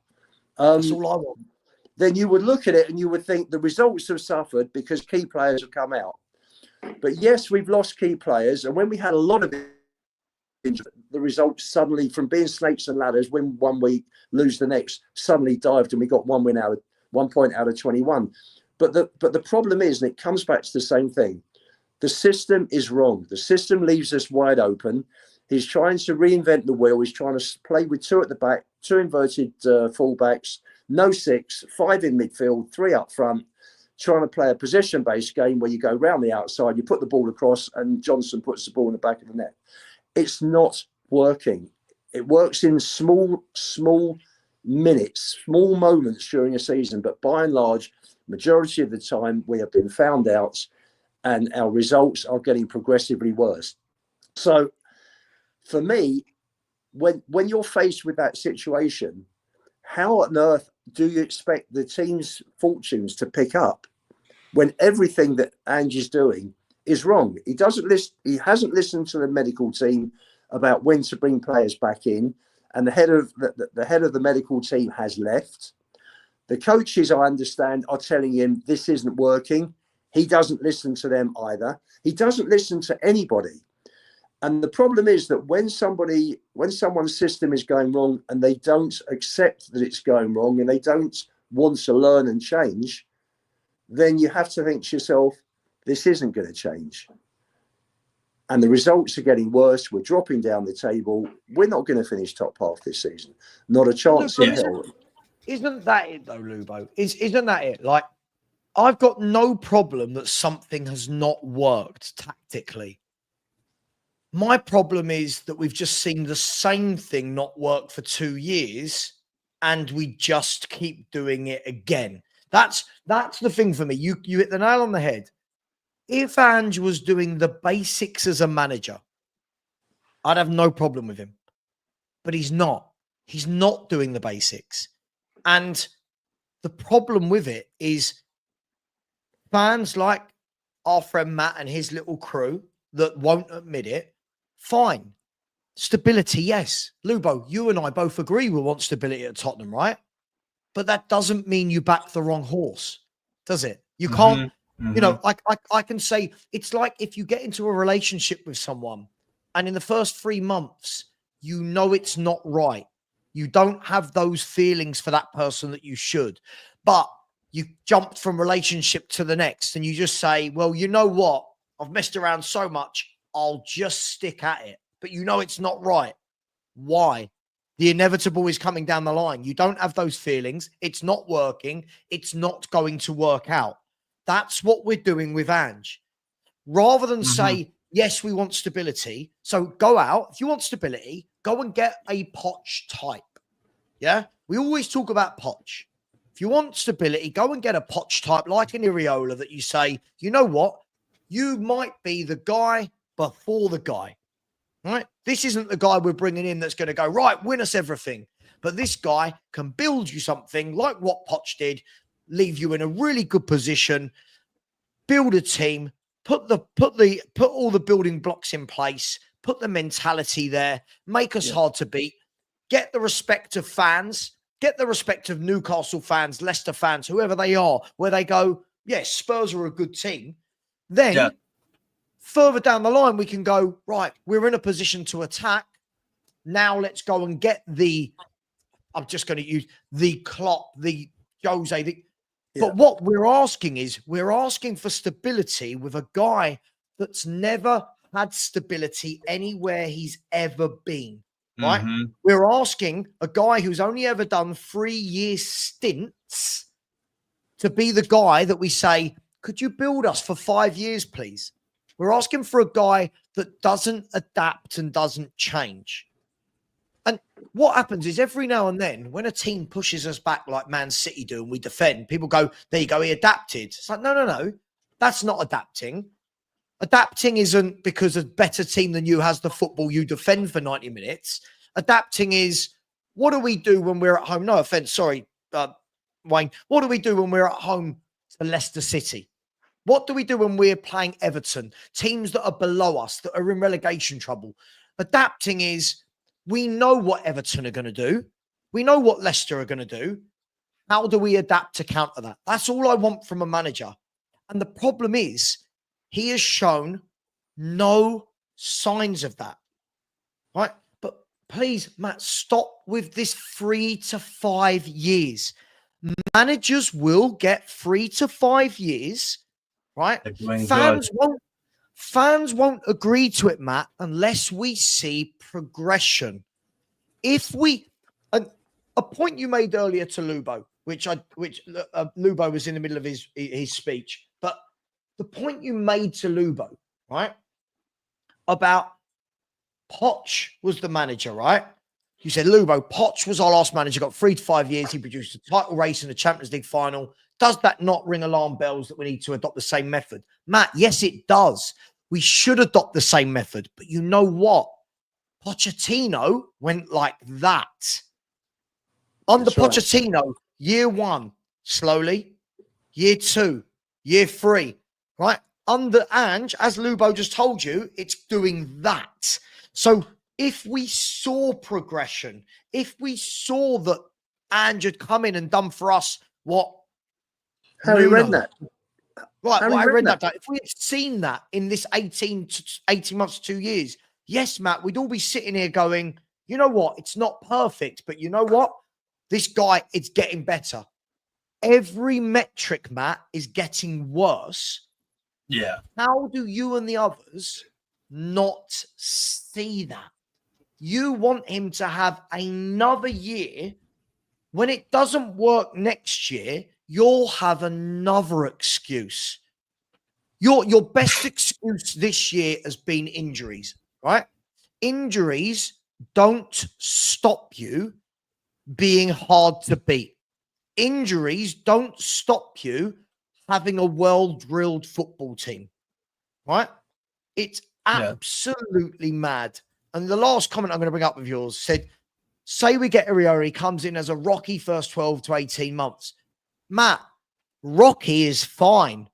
I wouldn't describe guys on the panel. Ange hasn't had a rocky first 18 to 2 years. He's had an absolute horrid first 18 months to 2 years. 32 defeats so far, Matt, in his tenure. He's on 18 defeats this year. That's not rocky. Rocky would be, oh, we've lost 8 games in the league. Well, it's not great, but he's lost 14 Premier League games. That's not rocky. And a lot of them were predictable losses to it's not like I said, I keep going back to the when I said that, like, I wouldn't be surprised if I said Alkmaar beat you. Like, that's how you know a manager, again, that's how you know a manager needs to go. When teams that usually wouldn't be favorites against you, like, you can see, like, clearly, oh yeah, we're gonna get exposed in this game because our manager doesn't do X, Y, Z, and we could be screwed if they convert that. Big up Eugene, by the way. But yeah, like, and another reason why you should know that why it's foolish to back Ange. All the rival fans are just laughing at Spurs, bro. If I'm being serious, I would say you need to sack Ange. But on a rival perspective, bro, keep Ange. This is hilarious. like that. That's how you know a manager needs to go. Yeah. When everyone, when your opposition want you to keep your manager, it's not because they're doing well. Right? Yeah. It's not because they're doing well, is it? Yes. No one's saying, "Oh, I hope Liverpool keeps Slot." Do you know what I mean? Right. Yeah. Arsenal can keep Arteta, right? So yeah, big up to them. Yeah, Arteta in every day. Kroenke's in. Freaking Glazer's in. All of them guys. No, we used to sing Fantastic. when Poch was at the club. We used to sing Arsene Wenger, "We want you to stay," and that's summed it up. You know, because they went to shit eventually, and it was So you know what, Matt? Hey, for them they went to Ange, shit. I'm with you, man. I'm with you. You know, Ange in. But let me ask the question. Let me ask the question. First of all, I'd love Matt to come on, but second of all, let me ask the question: is Iraola doing a good job at Man United? Bournemouth? Amorim? Do you mean Amorim? Wait, who did I say? You said Iraola at Man United. He hasn't got the job yet. All right, guys, I've been awake for a very long time. All right, give me a break. No, guys, hold on. Before we go on, right, I gotta say big up to Steve and Sava. 12 hours. I would have joined you guys earlier, but I had the runs earlier, so I'm like drained. But I'm just hopping on. If I do just run off for a while, you know what's happening, right? So, guys, big up to you guys, and good morning to all you guys in London and the UK. Morning to all you guys, right? It's about 5:37 p.m. here in Malaysia. Right. I want to say, right, I understand all this, what Sava is doing, right? The heartbreak of losing a pet. And to tell the truth, I just recently, my daughter just adopted a pet cat. So, yeah, I know that how it feels, right? And the cat is irritating, but, you know, it's still, you love it. You still love it. Yeah. As a pet. Yeah. Look, I'll bring you in 1 second, just quickly before I do. On the Just Giving page, by the way, across the Just Giving page and the YouTube revenue, we are over 2,100 now. So we were aiming for 4,000. We've still got 10 and a half hours to get there, right? But we do need to see a little bit of an influx. 250 people. If everyone's stuck in a fiver, we'd be all right. But we need to see a little bit of an influx. Even if everyone found £2, that would be amazing. But we're on 2.2K from 14 hours of streaming, which I don't think is a bad effort at the moment. In the Just Giving, shout out to who's donated since we last spoke. Bear with me 1 second. We've got a few. Big up to Andy Fenney. Thank you so much. Really appreciate you. Thank you very much for the donation. Much appreciated. Daz MD has said, I lost my little fella Dobby 4 months ago. Oh, Dobby 4 months ago this week. And this channel has helped give me something to focus on and take my mind off things. So thank you. Nice work, Savern guests. I can't speak. Big up to you, Daz. Sorry to hear about little Dobby. And yeah, listening to me moan should take your mind off things. Big up to Mario, who has said, big up every woof woof. Absolutely, Mario. Big up to you. Thank you very much. Sai Dancer, Hunter, Ariana, and Ezra said, hi, Sava, a little something from my kids. Big up to you, Sai. Really appreciate that. Beverly has said, good morning, Sava. Great work for a great cause. Like you, I adore dogs. They certainly leave a paw print on your heart. They really do. And a paw print on all my clean clothes. But thank you very much, Beverly. Really appreciate that. Big up to Sophie and Mike, family, friends. Big up to Sophie and Mike. Enjoy your day today. I know that my wife's going to be spending the afternoon with you lot while I'm doing this. So big up to you. Thank you so much. Daryl Denton. Big up, Daryl. I think it was like my first ever subscriber, if I'm not wrong. I said, lost my 2 dogs in last 2 years, a Jack Russell Terrier due to old age. Doesn't hurt any less. Been doing voluntary work for charity, shelter for the homeless to fill the void. Being offered part-time. Listen, big up to you, Daryl. well. It's an amazing thing to do. And, you know, these little gits can't talk for themselves, can they? The dogs and cats, they can't talk. So we need to do it for them. Big up to you. Jack Herbert has said, big up Sava and all. Best of luck with the stream. Thank you so much, Jack, for the donation. And Daniel Harris has said, let's go, people, for the animals. Big up to you, Daniel. Really, really appreciate you, my man. Stuart Marcus has just come in the last 2 seconds and said, big up Sava, a great cause close to my heart. I really appreciate every single one of you. Let's go, people. I'm going to set a target. As it stands, and just to show, sorry, Eugene, I will come to you in 1 second. As it stands, to show you that I'm not lying, this is the revenue on Just Giving. This doesn't show the YouTube revenue, okay? This doesn't show the YouTube revenue. I'm not showing you that because it's got a lot of my personal information on it. You can see there at the moment on Just Giving, we're at 1729. It's 9:41. Can we, by 10 a.m., get that to 2,000? That would be 2,500 in total. Can we get that to 2,000, which would show us 50% there, but would actually be more like 60% with the YouTube revenue on top? So I'm going to set that target. Please, please, please, even if it's £1, just get over there and smash that button. And big up to Chinaman XX, Chinaman XX, who's just put in a super sticker. Big up to you. Really appreciate that. Very, very generous.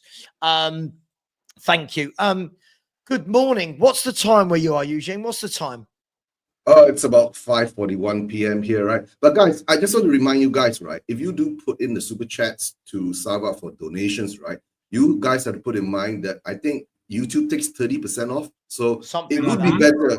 It would be better if you go over to the Just Giving page and put the money there, right? Like what I did earlier, because if not, then you know it takes off 30%, then the value goes down a bit. But guys, I'm doing well, right? It's 5:42. Had a bad night last night, so yeah, I just woke up and just try to eat something, and let's hope my stomach balances out properly. Right? Hope you feel better soon, bro. For real. Yeah, thanks for coming. Hey, thanks for coming on, even though you're not feeling great. No, I wanted to join you guys when you all started, but that's when it all started. You understand? So yeah, that's why I'm 12 hours late. But big up to Sava and big up to Steve, and you know, and Steve and Sava. Whenever Steve is on with Sava's charity streams, right, he hangs on until the end, right? So let's see whether he can hang on until the end this time. Right, bro. But to tell the truth, I'm tired of talking about Spurs because we keep repeating ourselves over and over and over again. So maybe we should just steer the conversation to something else more fun, more light, you know, like what we ate today. What have you guys eaten in 12 hours?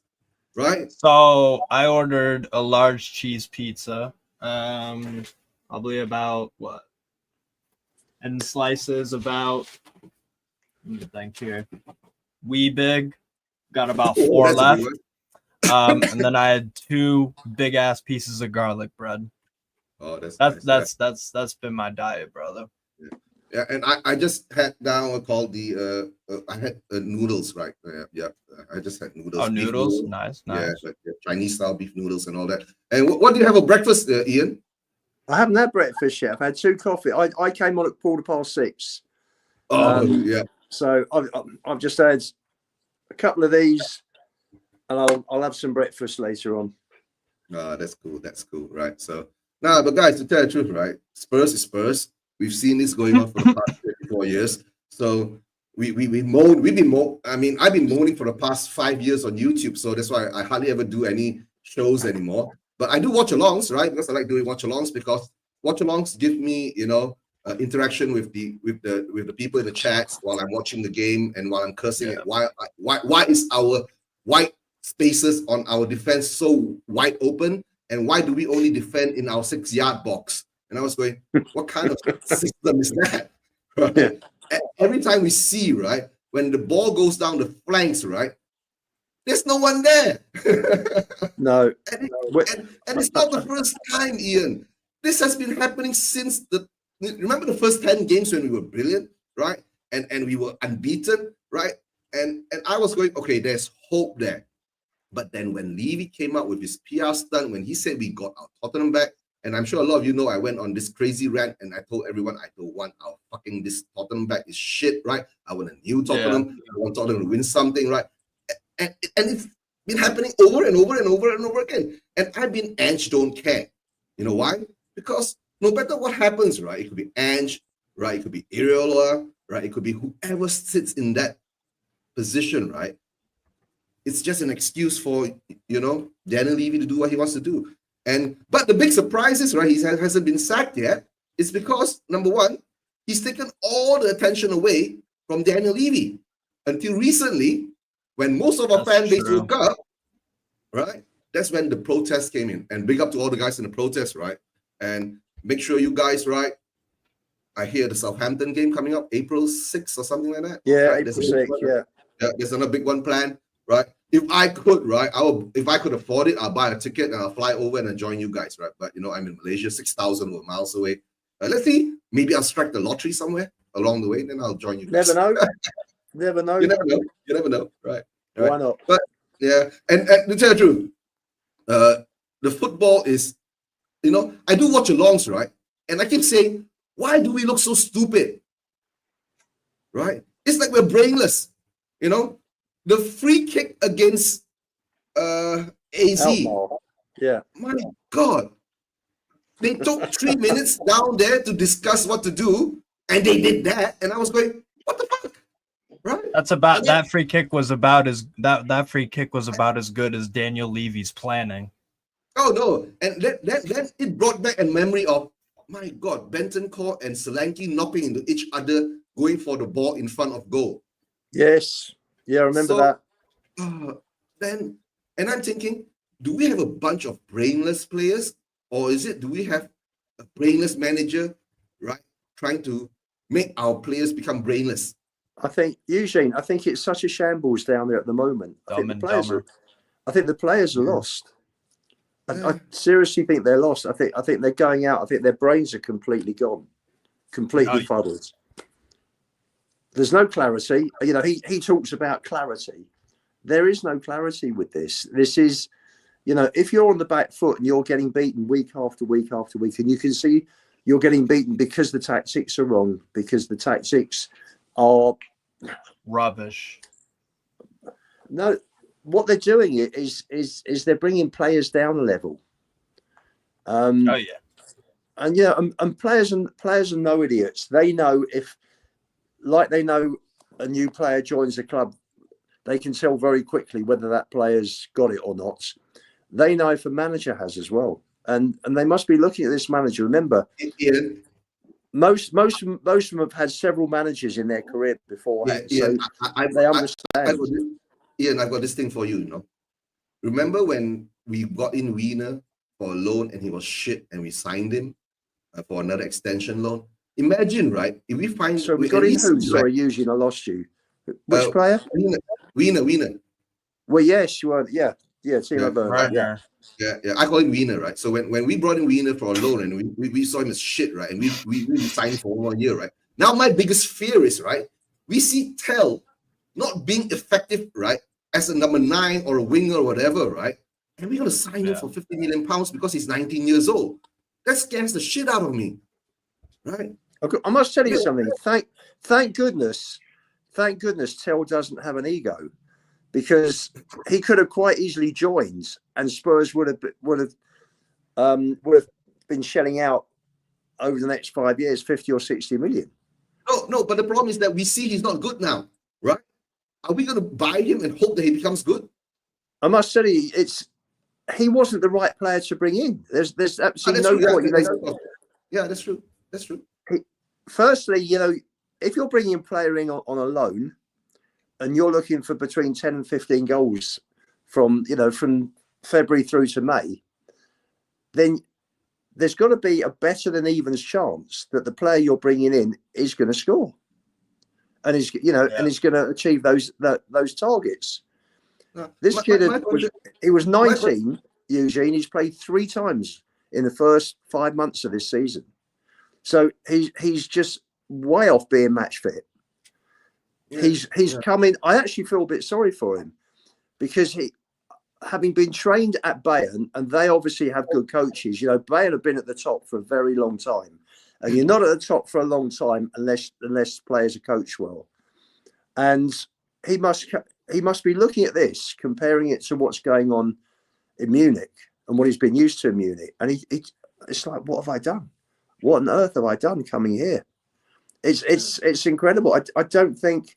Listen, I in all the years I've been following Spurs, I've never seen coaching and tactics like this ever. I know, but Ian, if you look at it, right, whilst we were going for Tell, there were other clubs like Manchester United, Arsenal, all looking at him coming into going to their club too. But with his performances now, right, in our squad, playing the way that he's been playing, right, and he hasn't been able to put the ball behind the net that as often as we need him to, right? I think he scored 1 goal, right, since he's been here. Villa. So, nice goal, Villa, correct, yeah. Yeah. But the thing is, right, do you think the other teams now, after seeing what he's been performing in the Premier League, right, will they still be interested in him? I must tell you something, Eugene, I don't know what Tell's about. And I think it's virtually impossible to make a decision, to critique a player that's come into the mess. And you think about it, how many players have played well since Tell has been playing? Hardly any. So, we're looking, I don't know. No, Ian, you got to rephrase that. How many players have been playing well since the past 10 games Ange has been in charge? Well, yeah, listen. But no, but Eugene, it has got progressively worse over the last couple of months. Ian, you must admit that. Ian, I've been saying this, right? From after the 10 games, right? We've been regressing ever since, right? Yeah. We have not improved at all. And when everyone was telling me last season, when the summer window comes around, right? Ange know what he wants. We're going to get the players that Ange needs, the players that will bring Ange ball out, and we will be well above what we did last season. I was going, guys, wake up, right? We never do things like that in our transfer windows, right? We never buy players to improve our team. We always punt on players for the future. That's why we got in. No. Let me Eugene, let me rephrase that word that you used. They look for opportunities. No, yeah, I know. That's it, and that's it. That is the strategy. That's why I'm saying, right? We don't buy players for the now to bring the football level up. We buy players, right, to punt them as either cryptocurrency. So maybe in 2 years' time, their value goes up and then we sell them. But then the problem with Levy nowadays, right, he doesn't even do that. You get what I'm saying? We hang on to players like Deadwood, right? So that's why I'm so confused with my club. We've got rid of a lot of those, Eugene, last summer. But too late. But Ian, it was too late, right? Well, it's never too late. It's never too late because the club's going to be here long after we're gone. I know the club will be here, but for proper progression, right? If a player comes in, right, and if you're not doing well within the 2-3 years, you're not doing well, you sell, you get rid, you bring in new ones, you refresh, you try something new, right? We've hanged on to Eric Dyer for 8-9 years. We've hanged on to Sonny for 10 years. We've hanged on to what? Ben Davis? Ben Davis. He's still here, right? And people are telling, Ben Davis, right? He's a hard worker. He's this, he's that, but he's not the type of player, right? That will bring us to a level that we will win things. You get what I'm saying? No? Consistently win things, challenging for the league, right? To tell the truth, my aspirations as a Spurs fan, it started like this.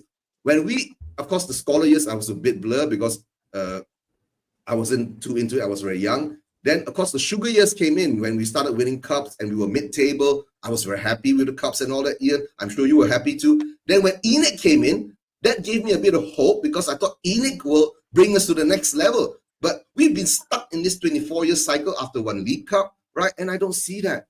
Yes, sir. We are still stuck in this cycle, right? So don't tell me, right, it's going to take us another 25 years after we pay off the stadium, right? And most probably by then I'll be dead, right? Then I need to be challenging for the title, right? So what the hell is it for then? The key is when ENIC sell. Because if not when, if, right? These guys, right? No, they will sell. They will sell. They will take their profits. The Lewis family wants. The Lewis family, I hear, wants to sell. No, Joe Lewis wants to sell, right? Because of his cases in America. He does want to sell. But the problem is that if you put your price up at £3 billion, right, who's going to buy it, right? Mike Ashley put Newcastle up for £200 million. The Saudis came in straight away. If Spurs sold 300 million, 300, 320, 330, something like that. And I think it was initial about 150, didn't he? So he doubled his money. Yeah, that's right. Listen, this isn't a situation like when ENIC bought 29% from Sugar for 22 million. Yeah. And then when you slowly upped it, right? And by the time we're talking billions now. But if Chelsea are worth £2.5 billion, which is what they paid, what are Spurs worth with the infrastructure they've got? But Ian, Chelsea, there's your question. You could make up.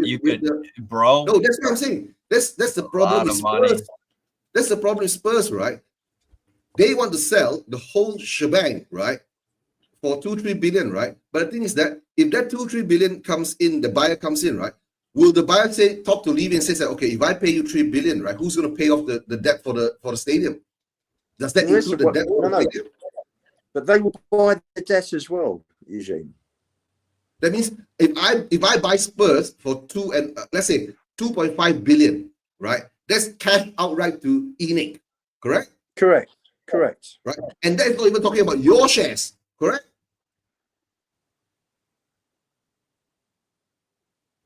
The 30,000 shareholders. Does that include your shares in it? That 13%? Is it the full buy of you guys too?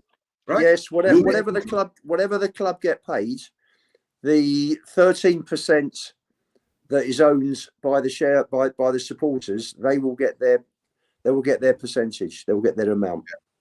Ian, I'm going to tell you this straight to your face, right? What Daniel Levy is going to do, right? In this next 3 to 5 years, right? He's going to dilute your share until it becomes zero, right? Then he'll sell it. Because you guys ain't going to get shit. Watch it, right? That's how I see it. He's been diluting your shares, diluting your percentage from what? The year that he was supposed to pump in 150 million pounds, right? That diluted your holdings. Now he's diluted it again, right? So the next 5 years, if he goes on diluting, right, most probably the percentage of your shares, right, will become zero. Eugene, it's been going on for 20 years. The dilution. Yeah, they started off by buying 29% of the club. They bought 29 out of Sugar's 42. So I think the fans had 58% at the time. No, I think at that time, right, Spurs were a listed company on the stock exchange. Correct, they were. Right. We had to go back to the being listed at the stock exchange, right? It's an open market. So the owner, I think, of a public listed company, right, can only hold up to 33.3% of a shareholding. Personally, one person. But he might have other holdings holding it here and there under nominees and all that, right? So by the time I think ENIC, what they did is, I think they went into the share market and bought 21 or 22% or 20 whatever percent, and that's how they slowly absorb all the shares, public shares, until it left over about 13 or 20%. And then they went to Sugar and said, Sugar, we're going to delist Spurs and we're going to take up your shares too, you see, and offer Sugar an amount. So all I know is at this moment, right, what I see what Daniel Levy is doing, as to me, if I was Daniel Levy, I would do the same thing. Why would I share my if I can dilute your shares and make more money from it, right? Why should I give it to you guys? I would do it, right? If you were a businessman, a greedy businessman, I would do it. But Lewis won't put any more money into the club now. He's done with that. Yeah, they've been diluted. When you consider that they now have 87% of Tottenham Hotspur, and they started off with 29%, with 22 million. They've now raised that. They've now had several share issues, and I think they put in 250 million. Yeah. In total for the 87%. So when they sell the club, if Chelsea's worth 2.5 billion and they need a new ground and they haven't got a training complex like ours, then Spurs has got to be worth something in the region of 3.5 to 4 billion. I was gonna say like 8 billion. You could nowhere near. No, Really? Nowhere near. Wow. Not with the property value of Tottenham Hotspur. You get me? Oh, okay, all right. You get me? If you were saying right, Spurs was based in the land which Chelsea's at, Mayfair. Yes, maybe 8 billion. Oh, right. Okay. Because that is prime property. Spurs is a property which is what Daniel Levy is doing, is he's gentrifying the whole area. It's good for the local community, but it's also bad because when you do that, right, a lot of the homeowners in the Tottenham area they can't afford to live there anymore, right? They get priced out.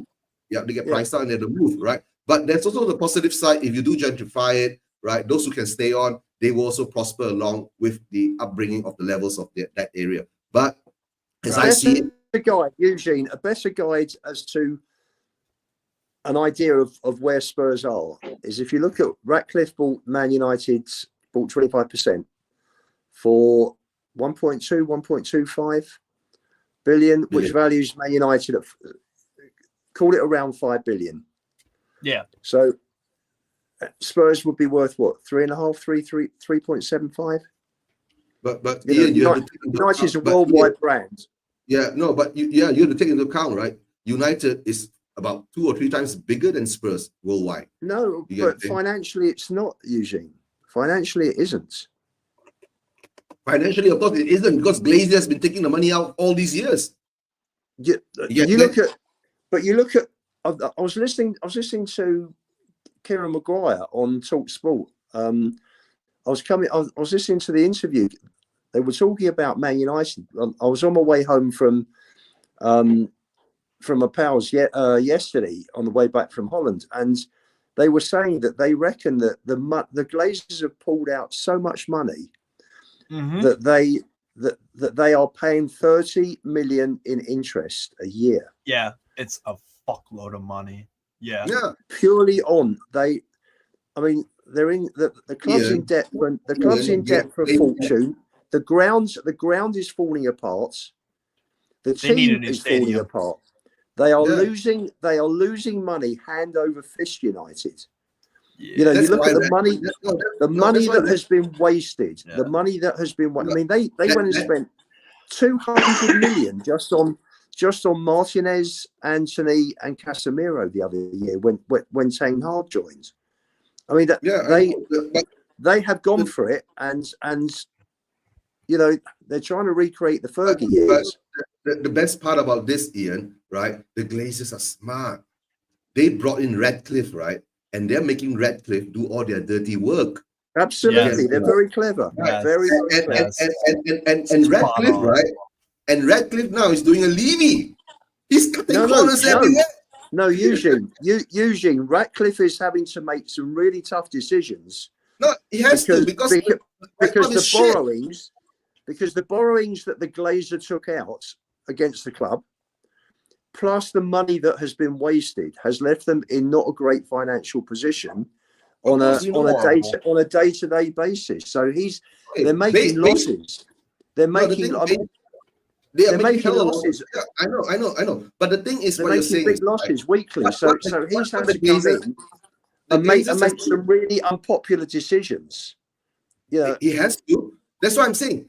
Whatever happens to Manchester United, right? Manchester United is going to turn into Spurs in the wage structure because they've been overpaying their players for the past 10, 20 years, right? Yeah. Look at all their players, right? Rashford, 350,000 pounds a week, right? Yeah. And you're talking about Casemiro, 300,000, 250,000 pounds a week, right? And then when you bring in players like, you know, that's why sometimes we can compare, right? But the problem is that if they had had the glory along these years after Sir Alex, then there wouldn't be an issue. They were paying Sanchez 450. And to all the Manchester United fans who are watching out there, right, guys? If I'm not mistaken, the 1958 the 58 crew, or they're going to have a protest against the Glaziers this coming Sunday or something, That's what in their stadium. And look at their protest, right, guys? If they can do that kind of protest, we must match it, right, to show our displeasure, right? So that's all for sure. Yeah. For sure. Look who decided to come back. Hey, so now he had to go to Sav, good of you to join us. We're doing this 24-hour stream. I'd like to welcome Sava to the stream. Yes, nice of you to join us. Hi everyone. So I needed to freshen up, brush the teeth, see the puppy, change the top, bit of deodorant. You know how it goes. Need to.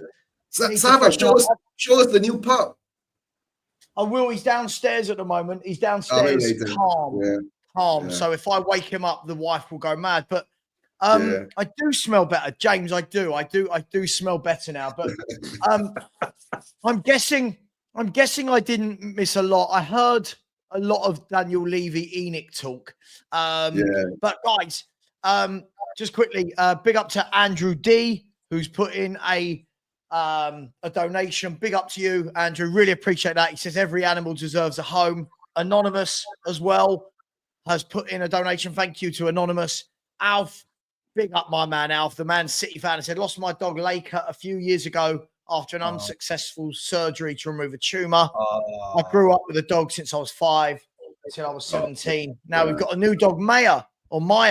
So for good health, big up Alf, big up to you. Sorry about Laker, and big up to Maya. Many happy years ahead. And Mark Tarinda has said a little donation in memory of Lizzie.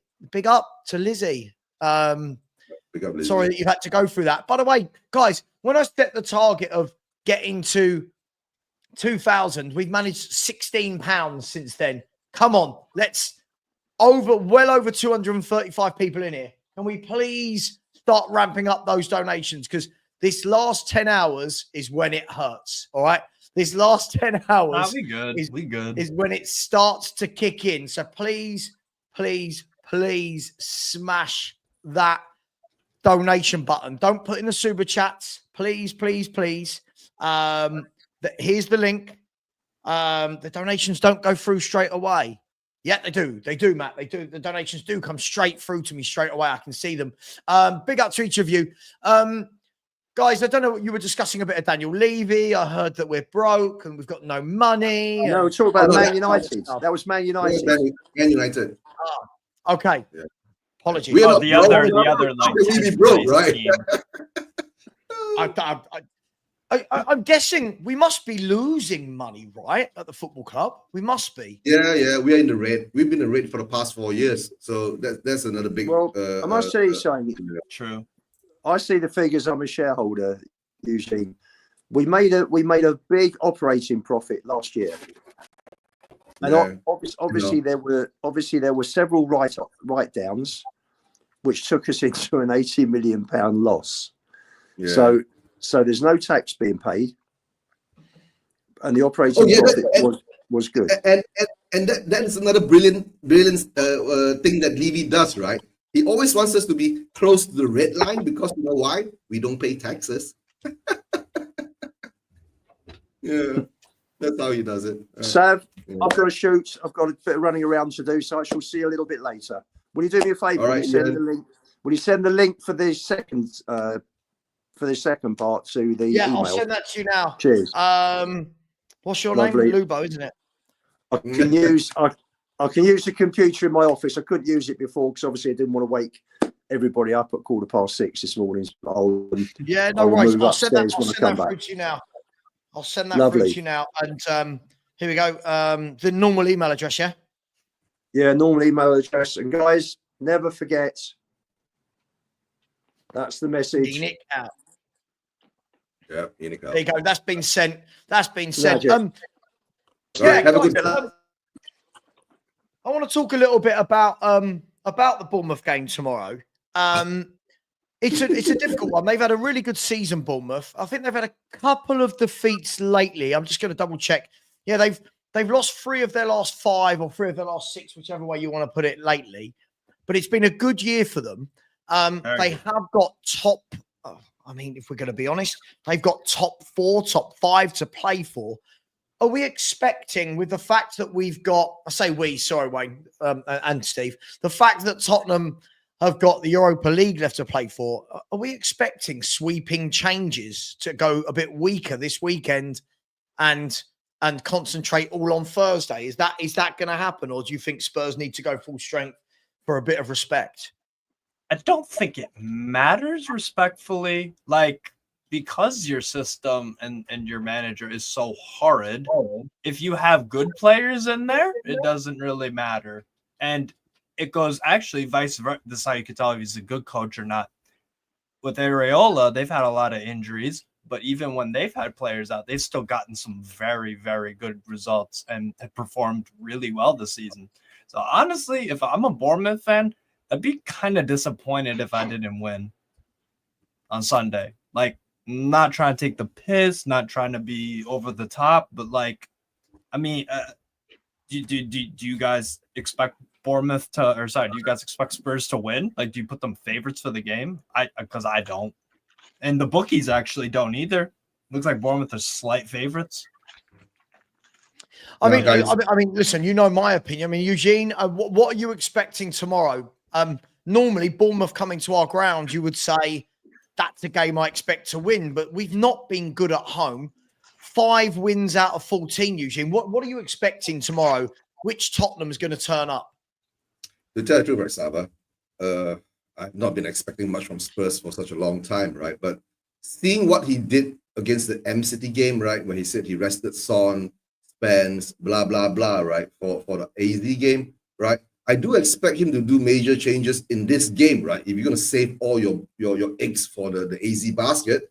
But to tell the truth, I would be surprised if he make a major sweep throughout the squad, but maybe we will see a bit changes.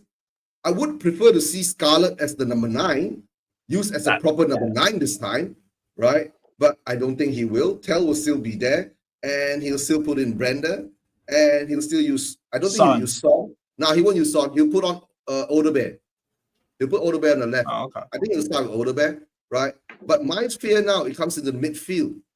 Because if you're going to rest Madison, Benton Core, I think Benny will play because Benny's suspended for the return game, right? Yeah.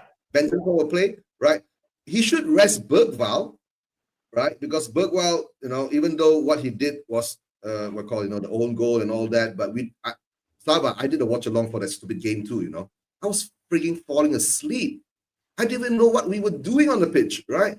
And Bergwall was trying to give his all without any support. And whenever we had a counter attack against AZ Alkmaar, right, we had 5 players running up, and the rest of the other 5 players were sitting behind. I was scratching my head. Where was the support while we're doing the counter attack? And whenever that happens, we let the AZ players come back and consolidate, and we couldn't do anything again. And then we started playing horseshoe football again, right? We do love the horseshoe football. We love a bit of horseshoe.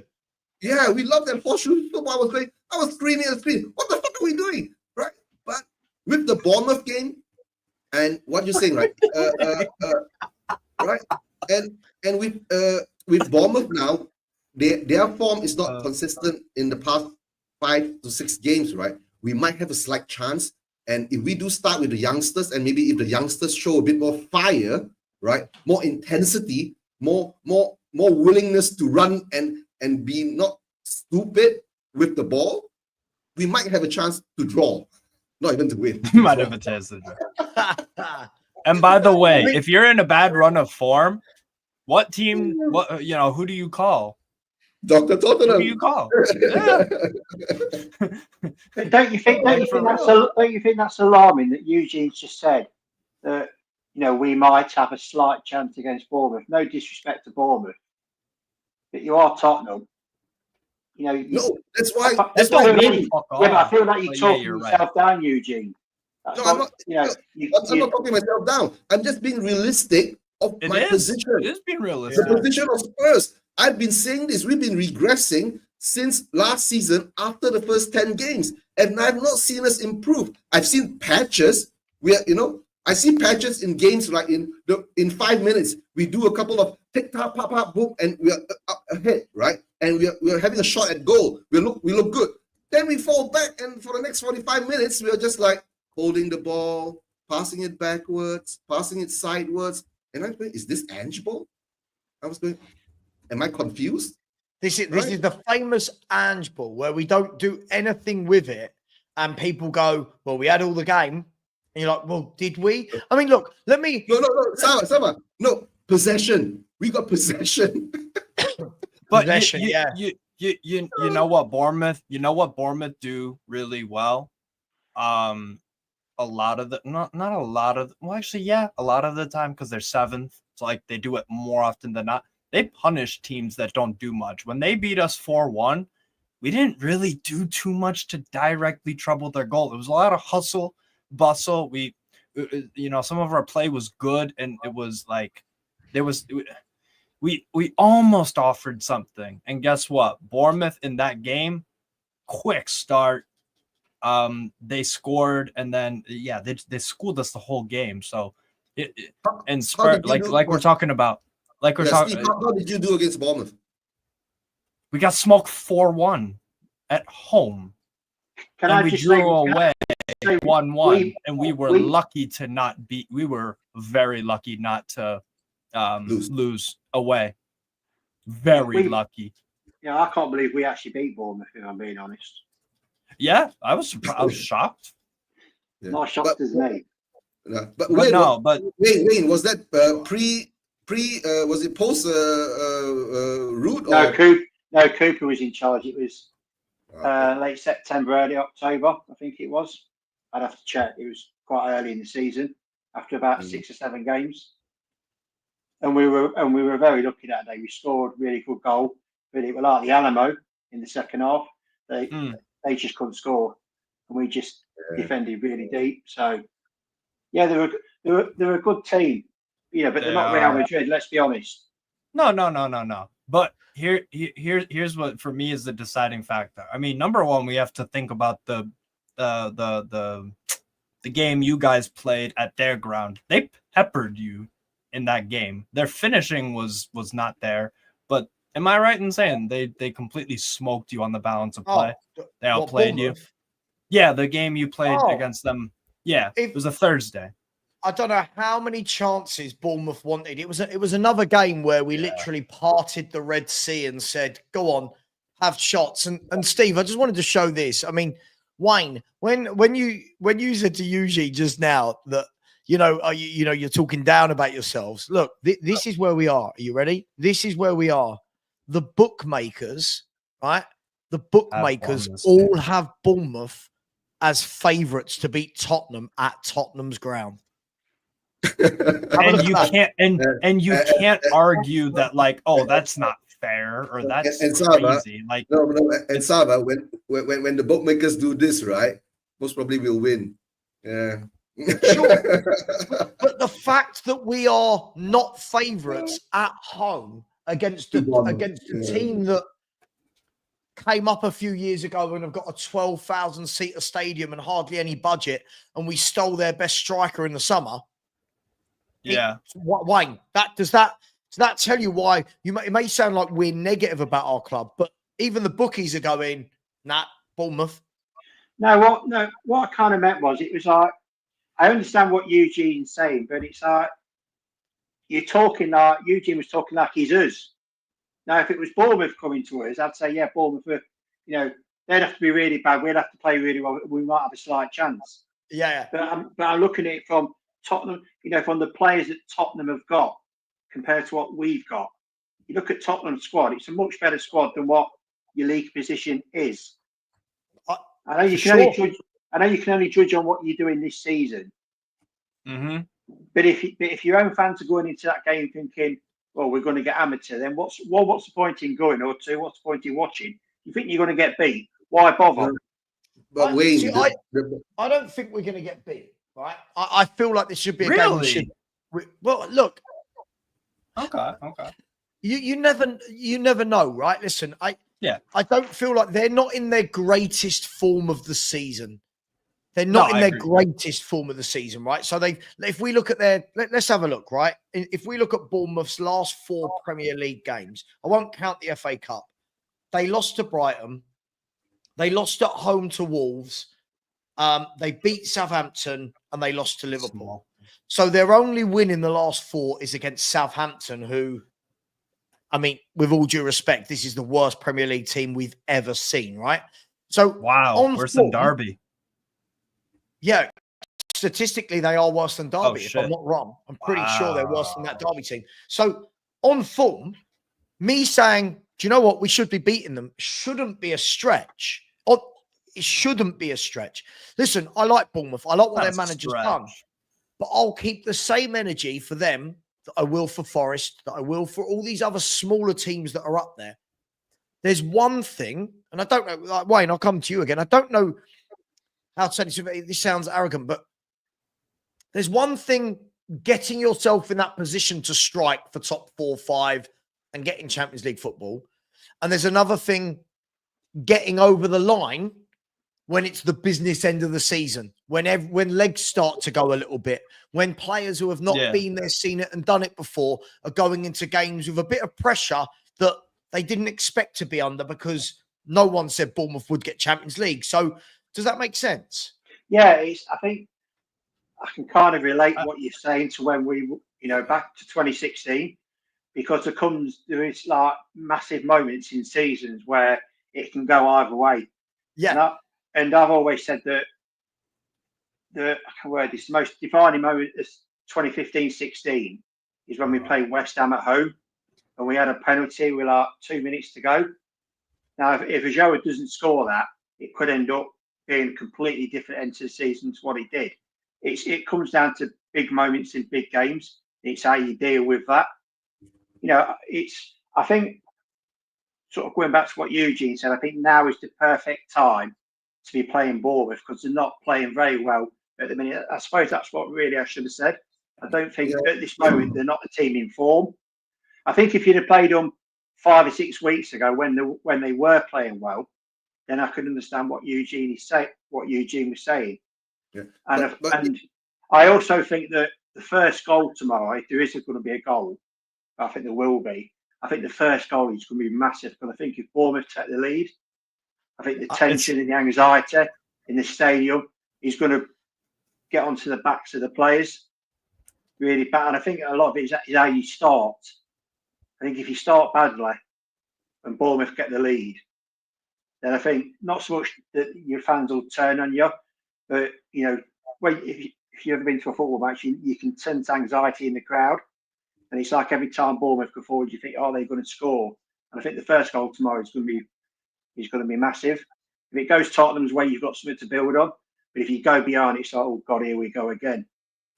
Yeah, it's stylistically, and I know Ian, Bournemouth are. But Wayne, what I got to see first, right? What is the first 11 coming out first? I'm not sure what Ange is going to play. I think you've got to play your strongest team. You're not playing Sunday, Monday. You're playing Sunday, Thursday. It's 4 days to recover. No, but we you play 90 minutes of football. We had 8 days against AZ, and look what we did with AZ. Right, the players didn't turn up. Right, that is my biggest fear now. That's a fair point. But the point, but what I'm trying to say is, play. If you look at Pep, Pep would always play his strongest team. Yeah, if we do play our strongest team against Bournemouth, right, I would have a slight hope that we will be able to beat them. But it comes behind our mind now. What he did against M City, will he do that against Bournemouth? Right? I mean, if he does take off Son and Bergvall and whoever he takes off and put on some youngsters on, right? That might even change the dynamic of the game, right? Maybe the youngsters will come on and have more fire. Put on Mikey Moore instead of Brennan Johnson on the right. They might have more fire, right? Mm-hmm. So can I ask a question though, Eugene? When we're saying put our strongest team out, I'm at the stage with Spurs. I don't know what is our strongest team anymore, because Look, Yes. I guarantee you guys tomorrow, right? Semenyo is going to be their left winger, right? Yeah. I guarantee you Semenyo is going to have fun. I don't need to be Nostradamus to know. Semenyo will see so much of the football because Iriola isn't stupid. He will have worked it out, right? They've now got Evan Nilsson back. Look, I just don't know. I don't know what is our best team. I don't even know what it means to play good football anymore. It's been so... I can't remember this season playing good football. I don't know what any of this means anymore. I just don't. No, the thing is that imagine he starts with Romero and VDV. I think he saves them for Thursday night because his season, guys, and possibly his job all hang on Thursday night.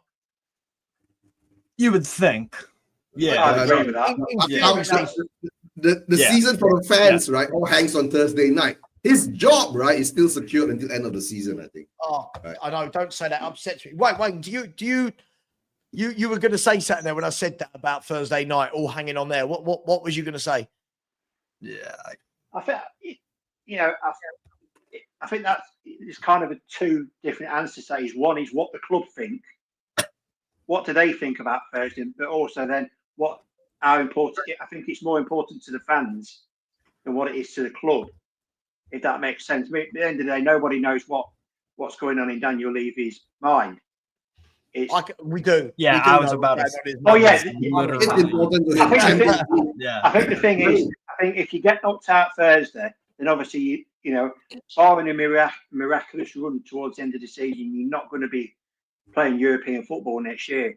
Now, is Levy going to accept that 2 out of the last 3 years you've not been in Europe? Yeah.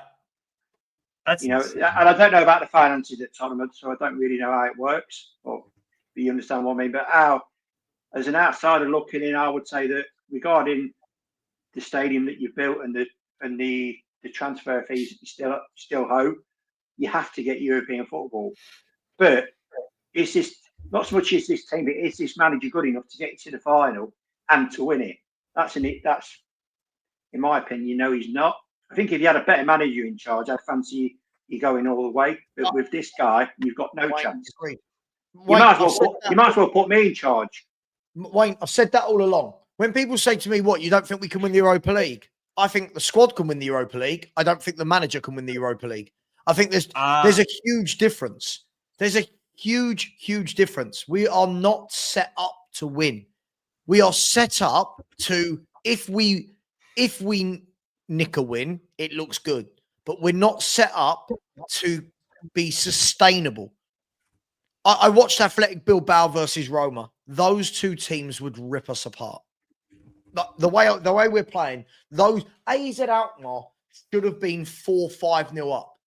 AZ Alkmaar, no offense to them, they're a decent European team, they're right? Decent team. Yeah. Decent, right? Yeah. But let's be fair, the guy they've got leading the line is a kid we gave to them for next to nothing because he wasn't good enough, right? And he should have punished us. Troy Parrott should have punished us on Thursday night. And we should be sitting here. We're very lucky. We should be sitting here 2-3 down going into the home game out of it. But we're not because, like normal, we only lose by 1. And our fans, I thought I saw a really good message. It's on the screen. This manager has normalized expectations of mediocrity amongst the fans. And this is it. We've normalized. Well, we only lost by 1. We're still in it. Sorry, I don't get that argument. You know, when I hear your fans saying, "Oh, we only lost by 1," it doesn't matter if you lose by 1 or you lose by 6. The point is, you still lost. You lost. Simple as that. No, that's not even that we still lost, right? The performance we put out was diabolical. You get what I'm saying? That's actually what I wanted to get onto because I agree. Results wise, I mean, if you're excluding the FA Cup, if you're just looking at Premier League form, like. Okay, what is it? 3 wins out of 5 or something, and the other 3 losses out of 5. But like, let's not ignore that. Like, I don't know if you guys watched the Bournemouth Liverpool game. They played well in that game. They gave Liverpool a good, not quite like Paris Saint-Germain level of like kick their ass, but like they gave Liverpool a lot of problems in that game. They didn't have their shooting boots on, definitely, but like they played well at home against Liverpool, and they scored 2 late goals. I think Bournemouth one of those teams where Steve, if they hit the straps on the day, I think they could dismantle anyone in the league. I agree with Steve. When they played Liverpool, they were really unfortunate. But when you come down to performance, right? I'm saying like if we were playing against AZ on last Thursday, right, and we were down 1-0, right, and we were peppering their goal, and their goalkeeper was doing saves like what Dubravka did against when we played Newcastle 5 years back. When you were oh my God, I remember. We were hammering you, right? And Dubravka was putting out the golden glove kind of performances, right?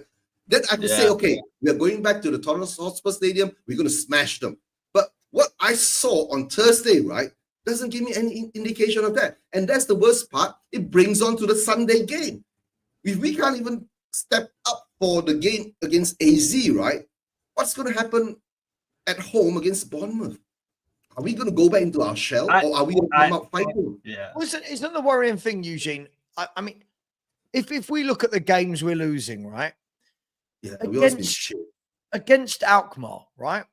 I would expect any team you're going in after that first half, you would think that the manager has ripped into them, made 2 or 3 changes, sent them out there and said, sort this out, right? You would expect their goalkeeper, Alkmaar, to be making 5, 6, 7 saves. We've had one shot on target. And by the way, guys, I love doing this, by the way. One shot on target. Like it wasn't even a shot. We're not throwing the kitchen sink at teams. We are getting into games, losing or drawing with 10, 15 to go. Remember the old days of get that ball in the box, get everyone forward. Pass. And it's like, Ange, throw on, I don't care. Throw on a tall centre-back. Throw on anybody. Throw on Fraser Forster. Stick him up front. I don't care. Do something different to give the defence to think about. We don't even throw the kitchen sink. And I got to say this thing too, right? We always, right, go into halftime, right? And how many times have you come out and seen us do better after that halftime? Very rarely, right? And the thing is that I fear, right, when we are leading, when we go into halftime and then we come out, we play like shit, right? And that's happened so many times that to tell the truth, right? To me nowadays, right, the halftime doesn't matter because Ange doesn't do shit, right? I don't know what he does in the dressing room, whether he talks to the players or not, right? Whether he tries to motivate them or give them some pep talk, or is it that, we go into halftime and then he just sits down there and he just looks at the player and folds his arm. Yeah. I don't know what's going on. First of all, guys and girls, sorry, just quickly, in the chat, I'm seeing this conversation. It's absolutely ridiculous, right? About cloning accounts and all. Stop. Guys, stop. This is a charity event. Talk about football. I don't need all this talk about who's cloning and I'm not blocking anybody. Can we get back to the football, please? Because your conversation is now dominating what should be a chat, hopefully getting people to donate. But guys and girls, we have the donations appear to have stopped completely. We've only had one in 54 minutes, which is Dan Skyline. Big up to Dan, who said, thanks for all your great work. And when will this nightmare end? Really appreciate that, Dan. Thank you so much, buddy. But that's the only donation we've had in 50 minutes. Guys, girls, come on. Man. Come on, there's 218 of you. Even if you find £1, keep us going. Otherwise, we're just people sitting here tired, streaming for nothing. Big up to Corey as well. Welcome to the show, my man. Big up, Darren. Hope you're doing well. How's it going? Eugene, my friend, how you doing? Yeah, hope we're doing well. But Saba, I've got to make a move, right? I'll try to hop on at the end of the show. My is starting to grumble again. All right, guys, take care. Take care, man. Nice to see you. I'll catch up with you later. Right? I'll try to catch up with you later during the end of the show. Right, guys, take care. Darren, thank you, mate. Nice to see you, Eugene. Right, Wayne, take care. Hope, Wayne. Wayne, you know, Leicester, you guys can do a bit better. Yeah, around the way. Let's not go there. Yeah, yeah, let's have a. You can do a bit better. Bloody hell. yeah. All right, guys. Right, have a good show. I'll catch you later, guys. Peace Bye-bye. out, Eugene, my guy.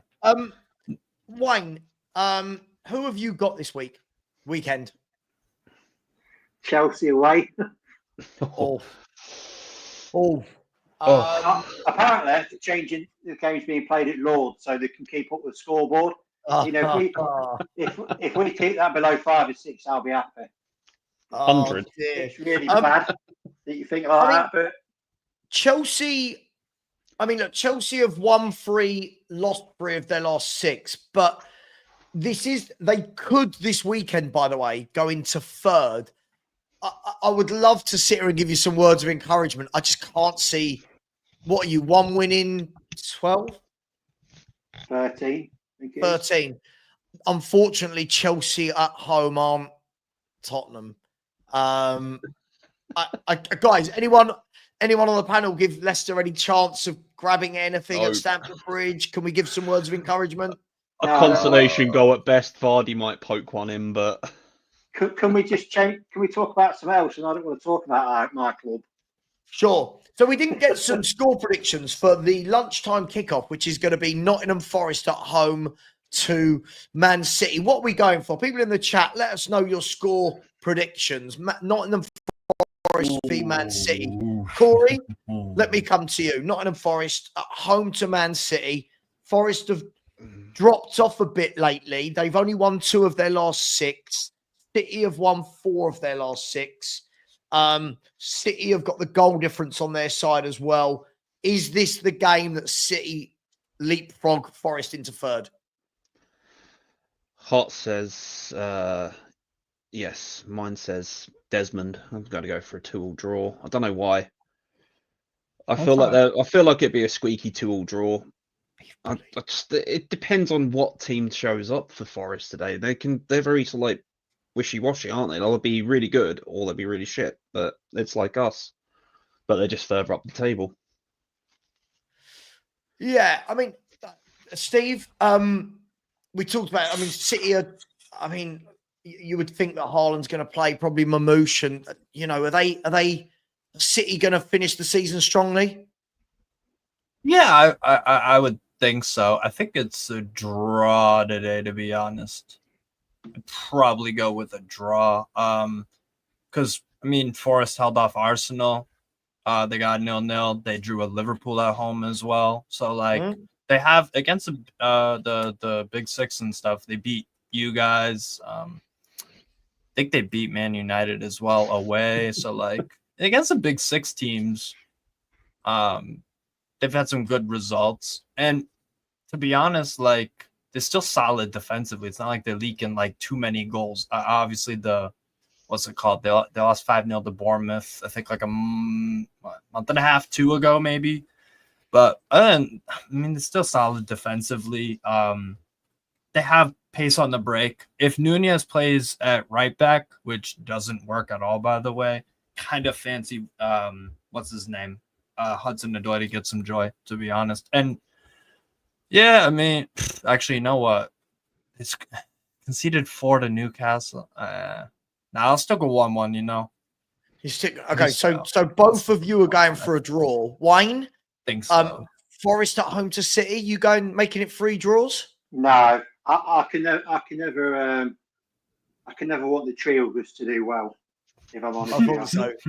But I just think they're hitting their dodgy spell. Yeah. They've not been great for the last. I know they drew with Arsenal, but they've not been great for the last month. Yeah. And I think it's the wrong time for them to be playing City. If that can't, I think City have started to play well.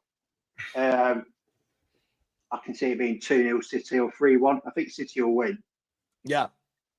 I just think Forest are, and it's only even like the Leicester Forest thing. I just think Forest are not playing well at this moment. Not that they've been found out about. I just think they're having their dodgy spell, which all teams do. So I might be wrong, but I don't think City won't lose. think the worst it will be is draw, but I think they'll win 2-0 or 3-1. Yeah, I agree with you. Just quickly, Steve, isn't it crazy that Man City in what is going to be their worst year for what 8 years or whatever since Liverpool could win the FA Cup and finish third? Isn't that mad? Yeah. Like, this is our worst season. We finished third and we won a cup. Now they might not because they've got Bournemouth away in the FA Cup. That should be a really, really good encounter. They lost to Bournemouth away as well. They did. Yep. They did. That's what I'm saying about Bournemouth. That's what I'm saying about Bournemouth, man. Like they've gotten some superb results, and they played well in that game as well. The difference that's not a great. Like Bournemouth and most of the other teams in the league is their manager has really got them drilled. I mean, they got some damn good players as well. They got some really good players, but then they've got good players to come in if the team's injured. You know, I mean, to go on the sustainability that they had after their 10 injuries and still sit 4th, 5th, or 6th is impressive to say the least. And then you get other teams like Newcastle, man. Like last season, this season, where they had like God knows how many players out, but still managed to finish strong. Yeah, this whole notion of injuries have cost you this in the league or cost you this in the cup, and nothing. It's the manager being able to coach his players properly and to a standard that all players understand. And there are managers around the league, not just at Ange, that don't do it. So yeah, I mean, I've got to sit here and think, like, Bournemouth, their manager has been impressive this year and has got the team playing to a style. All of his players, even goes down to the youth kids, man. Like, it trickles all the way down. So then you compare that at other clubs. How many other clubs play the same as what their first team do? So Wayne's gone for a City win. I've gone for a City win, and you two have gone for a draw. So nobody's giving Forest the win. The 3 o'clock games. Some interesting matches. Let's get the easy one out the way. I'm saying the easy one. Maybe one of you will shock me. Liverpool at home to Southampton. It's top v bottom. Southampton all season have won 2 games in 27, have conceded 65 goals, only scored only scored. Hang on, what am I doing here? Lost. Yeah, sorry. They've lost 22 games, scored 19, conceded 65, 9 points. Liverpool are 13 points clear at the top. Does anybody see any way at all that this isn't a very comfortable scoreline for Liverpool? I'm saying 5, maybe 6 to Liverpool. I can't, like, they've conceded the most in the league and scored the least. Like, I mean, you're not going to get nothing past Van Dijk. The guy's a human unit at the moment. The defence at Liverpool was strong, so point to me one player at Southampton, I'd be able to break that line. I just can't see it happening. And I can tell you now, if I'm going to say this, if Southampton at least get a goal, when I get paid on Tuesday, I'm going to stick 30 quid into the kitty for the charity. If they get 1 goal, I'll stick 30 quid in the kitty. I don't get paid till Tuesday, but what if they win? I second that. What if they win, Corey? 50. I'll stick 50 in. I'll do 50. If Southampton win, I will stick 50 in the bank. I'll tell you what. Then. Should we see what the odds are? Should we see what odds you can get? Dude, it's like -9. That must be at least 20 to 1. It has to be. You know what? I'd even go and stick a cheeky tenner on that just so I can pay the 50 quid. Right. Here we go. Liverpool versus Southampton, right? The lowest you can get Southampton is at 17 to 1. Ooh. You can get Liverpool, right? Who's this? Sky Bet have got Liverpool at 1.08 to 1. So what's that? Put on £1, win back 8p. Is that right? Okay. Yeah. If I put $10 on a Southampton win, I get 210. Listen, I mean, Astounding. I don't know. But it's a coupon buster, isn't it? I say it's a coupon buster. I don't think anyone will be stupid enough to put Liverpool in it because you're going to have to pick another 6 or 7 teams to bring the odds up. because it's Yeah, such, exactly. because they're such. You can only see that being 3-0, 2 or 3-0 at the very worst. Yeah, that'll be a good result for Southampton. Surely, Wayne, Southampton win. I'm going to shoot the only thing myself. that Southampton fans will be clinging on to is that Liverpool have got a tough game Tuesday night. It will be Tuesday, won't it? Because it reverses. So they've got a tough game at home Tuesday night, PSG. But realistically, Liverpool should have enough out there with whoever goes out there to beat this Southampton team, right? Even their U21s beat Southampton. What are we talking about here? 3-1. Yeah, Liverpool 2-0. Because I think they'll like take it easy. They'll do like more than enough to win. But like, bro, this is what I'm saying about the Premier League. Oh, anybody can win anybody on their day. Yeah, well, the odds don't think so, my guy. You know, it's like the odds may forever be in your favor. Yeah, right. Can I ask you a question? Would this be? Maybe I'm being dramatic here. Would this be the biggest Premier League upset of all time if this Southampton, who are bottom and the worst team we've ever seen in the Premier League, beat this Liverpool team at Anfield? It would have to be up there. It would have to be. Remember Norwich a few years ago? Do you mean based on one game? I was going to put the Derby game down. Sorry, Wayne. Do you mean that based just on one game or as a season as a whole? If it's on one game, then in the Premier League era, I'd probably say yeah. Because I don't think there's ever been such a difference between the top team and the team at the bottom. So I would say on a one-off game, then it'd be. I can't think of another occasion where a team is, not being disrespectful, bad as Southampton, have gone to a team as good as Liverpool and beat them at Liverpool. They're 58 points above them, Wayne. And Liverpool have lost one game all season, and Southampton have won 2 games all season. Like this is David v Goliath in every. I mean, we went to Southampton's ground. We went there and won 5-0, right? Like Spurs. Yeah. Or was it talking about David and Goliath would be slingshot? They're going to need more than a slingshot, then, aren't they? Yeah. Oh, for sure. Yeah, look, Salah will be the 6th player to score 5 goals in a Premier League match. I mean, I wonder whether he'll play. Liverpool have got, guys, it will be a tough game for them on Tuesday night. Yeah. PSG are a good team.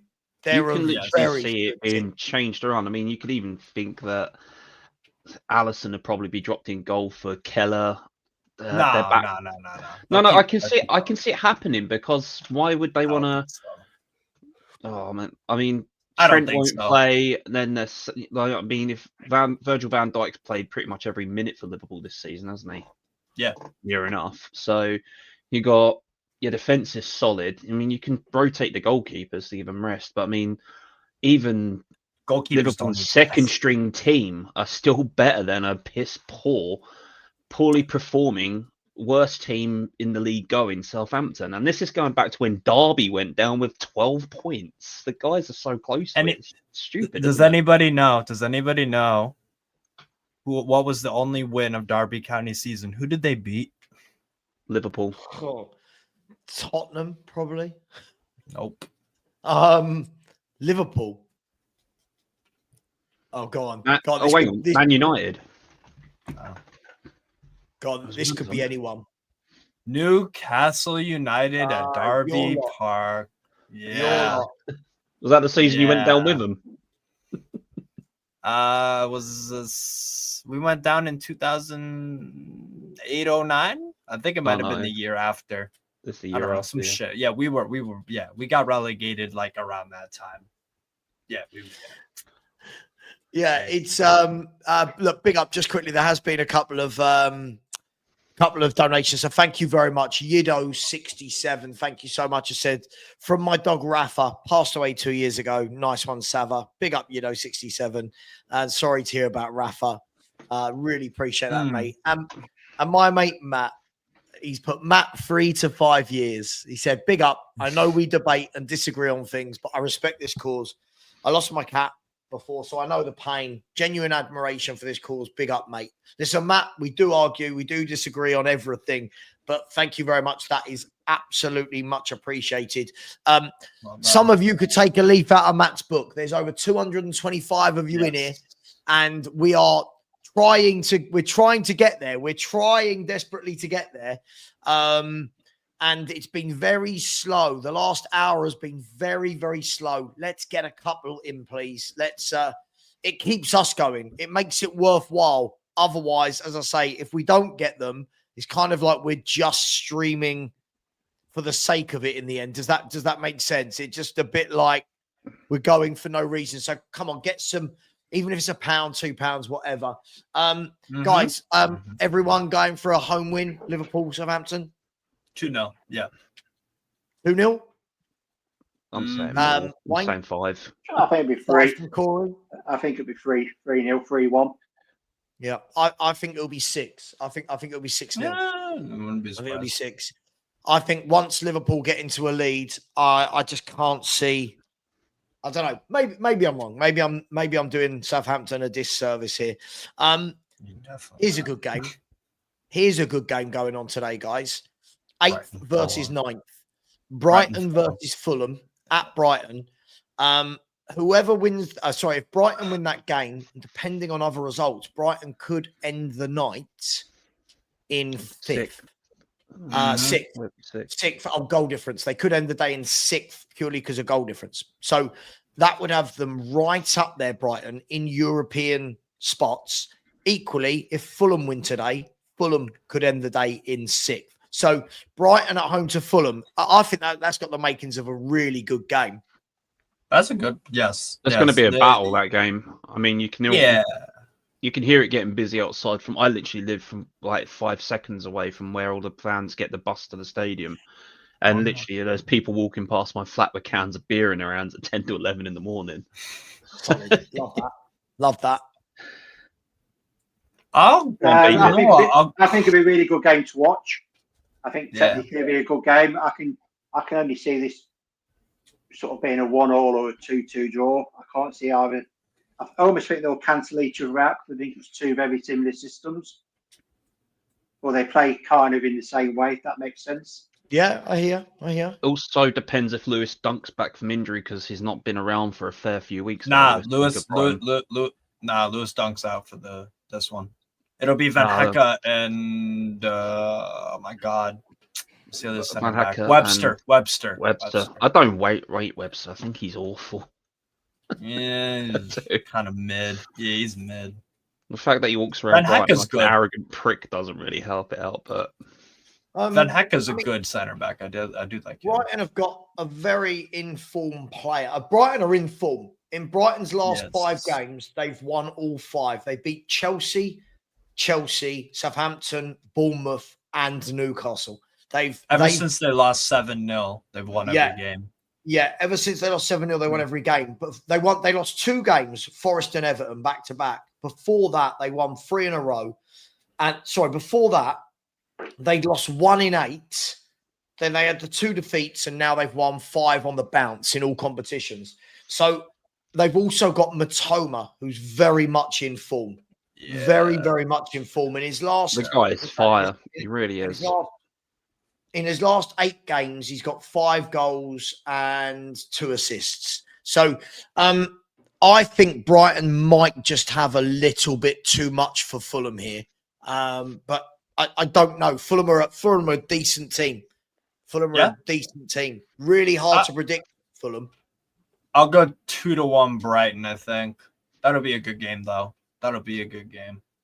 2-1 Brighton, did you say? 2-1 Brighton Seagulls. Yeah. As a Brightonian that supports Spurs, I'm going for a 2-0 Brighton win. Just because I hate Fulham. Just quickly, just before I come to you, Wayne, big up to my man Sanctuary 7, who's gifted a Football Heritage TV membership. And do we all know who got it? Matt. It was Strasbourg Steve. Thank you. Big up, Steve. They're all picked at random, but big up to you. Thank you so much, Sanctuary 7. Sanctuary, tell some of these people they need to donate to make this worthwhile. I I can't go another 10 hours if we're not going to get donations. Otherwise, because I'll get to 15 hours and go, yeah, I'm actually, we're at 15 hours now, aren't we? I'll get to about 16 hours and be like, oh, do I need this? Come on, guys and girls. Where is the kindness? Where is the humanity for all these animals that need Let's our do help? it for little fellas like this. You know, I lost my puppy last year to some sicko throwing dodgy treats around. Do it for little guy. Oh, hang on, you can't. It's too bright. Why is it not so bright? Hang on. Do it for little fellas like this. That was my puppy Apollo, man. He was the cutest little pup. Took him out for a walk, and there was some sicko around here going around throwing out dodgy treats, leaving him on the floor. My dog found one, and we didn't get a chance to say goodbye to him properly. That puppy, with my son being autistic, brought my son out of his shell, and then we lost. You know, there's nothing they could do to save my pup. There's animals out there that need help. They really do. So out of your kindness of your heart, people. I mean, I'm sticking to my word. If Liverpool conceded today, 20 quid. I've already said to Sav, when I get paid, I'm going to put some money in. But it's just the fact that these animals need you. And animals, I mean, dogs are better than people. So seriously, I'd rather have a house full of dogs than have people in my house. Yeah. Look, RIP to Apollo as well. And look, you know, there's some very generous people. There has been some brilliant people over this last, what have we been going? 15 hours. We've got 9 hours to go. If we could have a push, you know, this is the phase. Sorry to sound like a broken record. This is the phase where, you know, when your team's not playing well and the players need a little bit of a boost from the fans. Yeah, that's where we're at now. We're a bit leggy. We need a bit of a boost. Come on, people. And big up to Philly, who became a new member. Big up to my brother from another mother, Philly. Really appreciate you, my man. Thank you so much. And Alfia said, how long is the page staying active for, Sava? Is it staying open after the 20? Yes, it stays open. I believe YouTube keep it open for a month or so, I believe. I know it's not instant. It's not instant that they take it. They allow it to run for a bit. Yeah, so it's going to stay open. So come on, guys and girls, hands up. Who's going to support? Who's going to donate? And whilst we wait, Wayne, Brighton versus Fulham. Did you give a score prediction? Yeah, so 1-1 or 2-2. Oh, 1-1. Okay, and you two have both gone for a Brighton narrow win. Was that right? 2-1 Brighton. Corey, was that right? You went for a narrow win? I'm going for a 2-0 win, Brighton. I just think Brighton have got more in their tank. They've got better players, and quite frankly, I hate Fulham. Yeah, can I just ask, why does the Tottenham fan hate Fulham? I can sense it in your voice. You really hate them. I've an angst from playing against them as a kid in the youth divisions. My friend, they always seem to nick a win past us, and it'd always be the match where I got injured or not. So you're not carrying a grudge then? Oh no, I think I've got more of a grudge towards Palace. When people say to me as a Spurs supporter, who do you hate more, Palace or Arsenal? I'm always Palace, because it was a Palace player that took my knee out. So I've got that angst. It's not because of the A27 derby, because that derby doesn't really exist in my book. If you want a derby for it down here in Brighton, it could be Brighton versus Whitehawk for all I care. Yeah. Big up to Ant, who's just stuck in a donation as well, helping us creep up. He's helping us creep up. And really appreciate that, my man. He didn't leave a message. He literally just stuck it in. What a trooper. What an absolute trooper. And just to show you where we're at, ladies and gentlemen, bearing in mind, we've got another roughly 400, just shy of 400 in the YouTube payments. This is where we're at the moment with Just Giving. Hopefully you can all see that. You can see, so we've got 1781 plus the 400. So we're just over 400. So we're at just over 2,240, something like that. Come on, guys. One last push. I say one last push. We've got 9 hours. One mid push, a big mid push. All right. Yeah, let's not wait till the last 10 minutes of the game. Let's get a goal back and put ourselves in a position. Don't do an Ange. Don't sit on your hands. Exactly. Look at, if that little face of Frank there as a puppy and then as an older dog doesn't make you go, oh, I should donate. then there's something wrong with you, and I'm guilt tripping. For Guys, charity. the next It's all right game. when it's for charity. Sorry? It's all right when it's for charity, man. Yeah, Guilt yeah, tripping yeah, for you charity, guilt of trip. course. Yeah, yeah. For real, for real. The next game is an interesting one. Crystal Palace versus Ipswich. And the reason that's interesting is Ipswich is interesting for where you are, Wayne, in terms of, you know, you got to make sure that you don't let them get above you. And from our point of view, Crystal Palace are above us, Corey. Crystal Palace are 3 points above Tottenham. If they win today, that gap grows to 6, and we're getting even more detached. Can anyone see anything other than a Palace home win? Ipswich haven't won for about 3 months, I think it is now. Hell no. Anyone talk to I me. feel like this, Tractor boys. I feel like this might be the upset of the day because Palace, like, home form ain't all that, to be honest. You know what? I might just go for the Ipswich 2-1. There's gonna be an upset this weekend in one of these freaking games. Like, I've been there, done it's that. Stamford Bridge. Yeah, maybe. And you're asking a Brightonian what they think on Palace. Yeah, I can see this being 2-0 Palace. I just can't see. I think Palace. They don't have Mateta. They don't have. They don't look the same without Mateta. Yeah, No, I understand, but you know, I Like think Palace are Nketiah. probably, after Liverpool, they're probably the informed team in the country at the minute, from where they were 3 months ago. I think they've done. You know, I think Glasner's a top manager, and I think it's only. I think it's only inevitable at some point that he will go on to sort of Hopefully one of the not bigger Spurs. clubs. Want Ipswich to win simple. I just can't see Ipswich getting anything, and that's even taking my Leicester goggles off. I just can't see them getting anything there.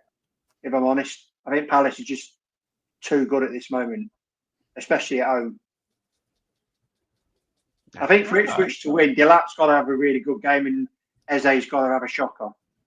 I think To when be Eze honest, plays well, I've not been Palace win. impressed with. I have not been impressed with Eze this season. I have not been impressed with him. He's stood out in a few games here and there. I'm very underwhelmed with him. Very underwhelmed. Kind of feel like he's at Palace at 26 for a reason, kind of thing. Kind of giving me those James Madison sort of vibes. Like nobody's broke the bank for him. Like Eze's a good footballer, but like it's like it's like the same thing with Joao Felix. Like I know you're a technically good player, I know, but like, do you impact the game enough? Do you really like? I can't disagree anymore. I could not disagree more with you, Steve. I'm sorry. I think he's a top player. And the reason he's not at a top club is that Palace wants 65 million for him with 50 million pound up front. Yeah, let me finish. That's the reason. You know what top club? You know it's a lot of money to fork out, and with this, the financial fair play now, I think he will go in the summer. I think he'll have a good. I think Palace are going to I think you're looking at City or Arsenal. Eze would walk into any, probably apart from Liverpool, I think he walks into any midfield in this country. Not with the way he's playing this season.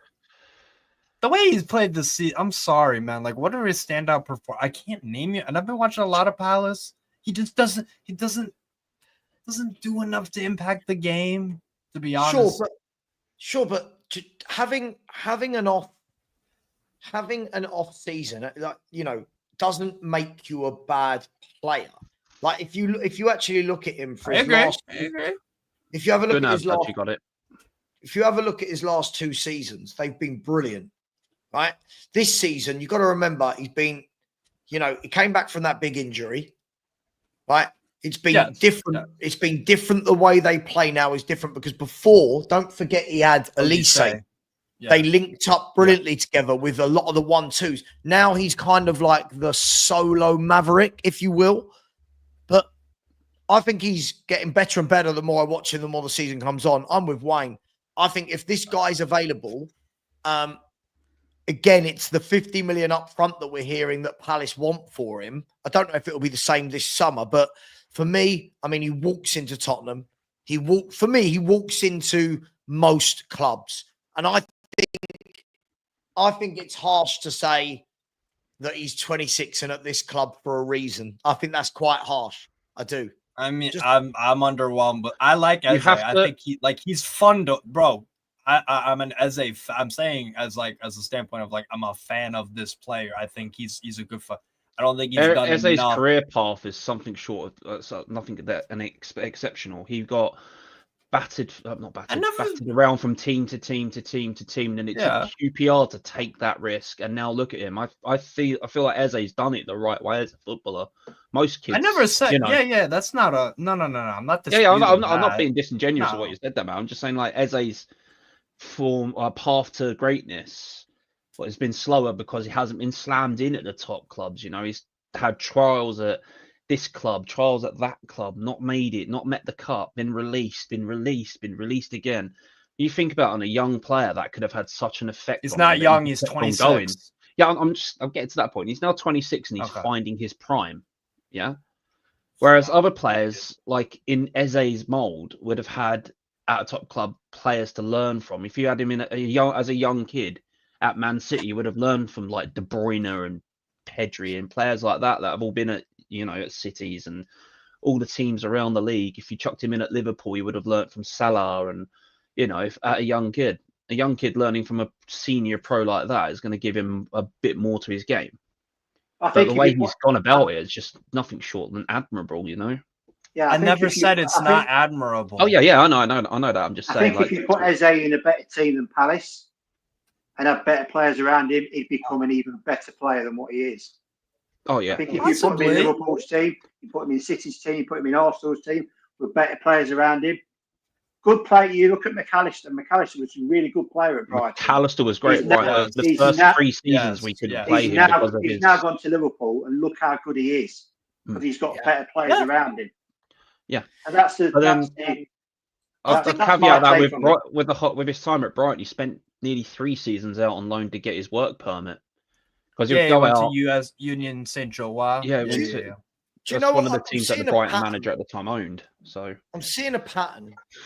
When you get playmakers, when you get mavericks, when you get creative types, they're always judged so much more harshly than run-of-the-mill midfielders.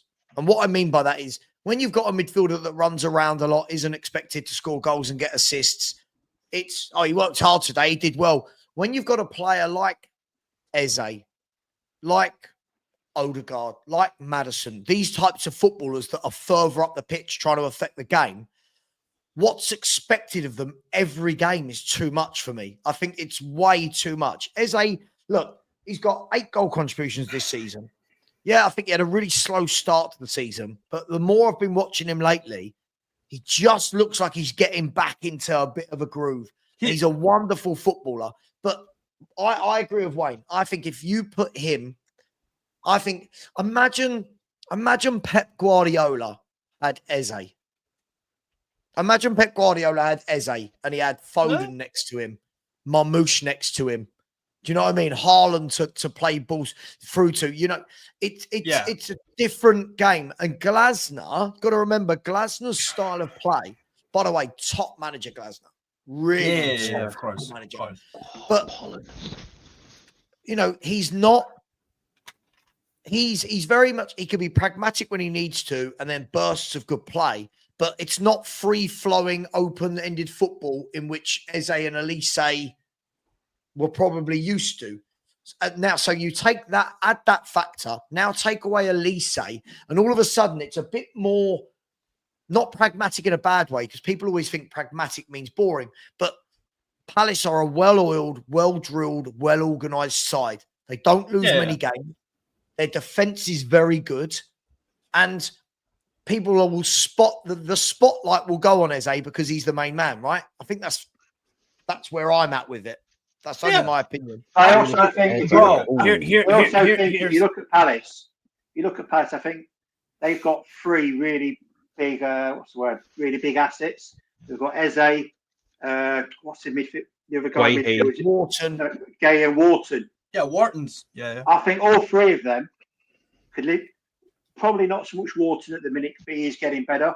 But I think Gay and Eze could walk into any team, and include Liverpool and City in this, and they instantly become better players than what they already are.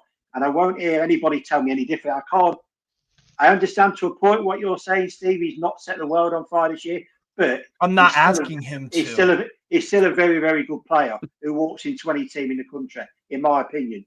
Yeah. And by the way, I have the same criticism for someone like Foden. I rate him super highly. He's not been good this season.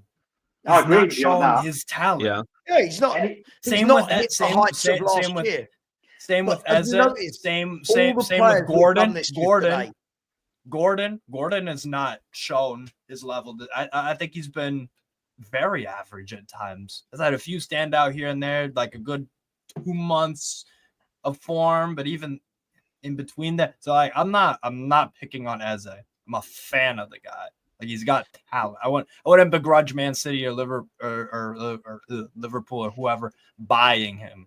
I'm just saying my man can do more. I know what he's capable of. Do you know the he was good against Villa. He was good against Villa. Savo, I've got to shoot off, mate. I'm sorry. Mate, no worries. No worries. Thank you. But thank you for having me on. Good, brilliant effort again. Thank you. Thanks for coming on, mate. People don't realise how hard doing this is, especially for 24 hours. I've done 12 hours with you on your first stream, and yes. I was beat for days. I only done half of it. So massive respect to you, fella. I'll speak to you soon. Take care, Corey. Nice to speak to you. And you, Wayne. Take care, Steve. Big up, Wayne. Good to see you, everyone. Bye. Good health, mate. See you later. Thanks, Wayne. I think when you look right, again, Phil Foden, another one we're talking about that, had an absolute magnificent season last year, and he's wasn't he in Ballon d'Or contention as well last year? It kind of fits in with City, I don't think anyone at City we'd turn around and go, they've been brilliant this year. It kind of all fits in, but with what they're building, with De Bruyne leaving this summer, I think we've got to remember Foden's only 24. Like Foden's been brilliant for years and years and years. His stats are getting better and better and better. Had a bit of a dip this year, but we always judge these creative types so differently to other players. We really, really do. I think like I've seen, not you, Steve, you didn't say this, but loads of people this year said to me, oh God, yeah, Foden, not as good as people think. And you're like, well, hang on. Last year, he was the Premier League player of the season. Yeah. Right. That doesn't, you don't turn into a bad player over the summer. You might. Wait, Sava, because you said Rodri, because last year Rodri won Ballon d'Or, right? Yeah. Do you think Rodri should have got Player of the Year for City last year? Listen, I think Rodri, because you say he's the best in the world, right? Yeah, by a mile. Head and shoulders.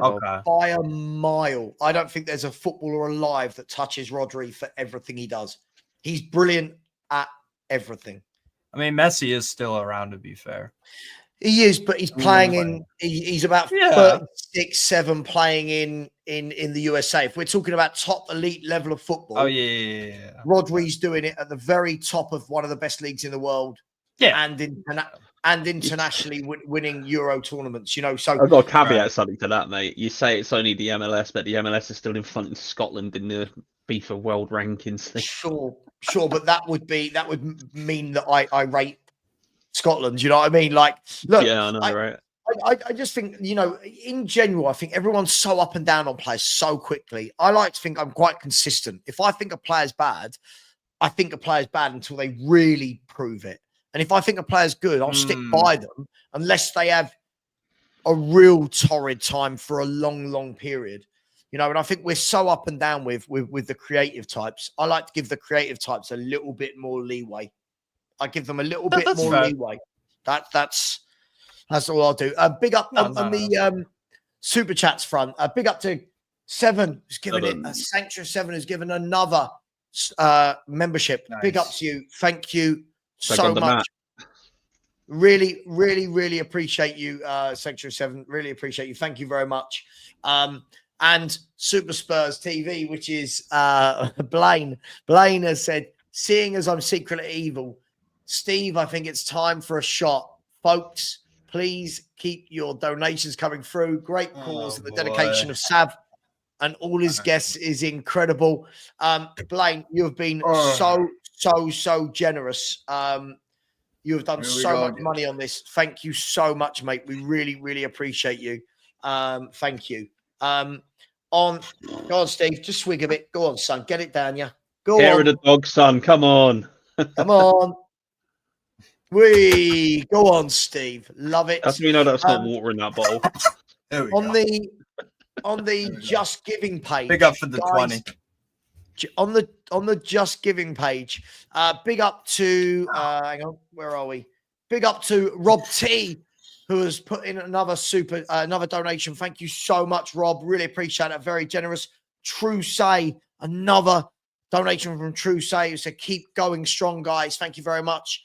Jez Giles as well was stuck in $50 and said, great stuff, Sava. Keep it going, chaps. That's really generous. And then Patrick, who put in 100 an hour or so ago, has put in another £50 and said, keep going, lads. Come on, peeps, chip in a little. Come on. If people like Patrick and Blaine, who have done about 500 quid between them, surely we can get a couple of fivers here or there. So big up to you guys. Really appreciate that. Thanks, Patrick, for everything. Defender of the Bridge has put in a nice, generous super chat as well and said a donation. So big up, Sava. And to all of you guys for the marathon stream. Thank you very much, Defender of the Bridge. And George has said, hope this helps. Thank you for your effort. Great cause. Thank you so much, George. Thank you to every single person. Let me show you where we're at now, guys. Okay. We are now 1911, right? Which when we had the 400 from YouTube, we're now at one. My maths has gone absolutely out the window there.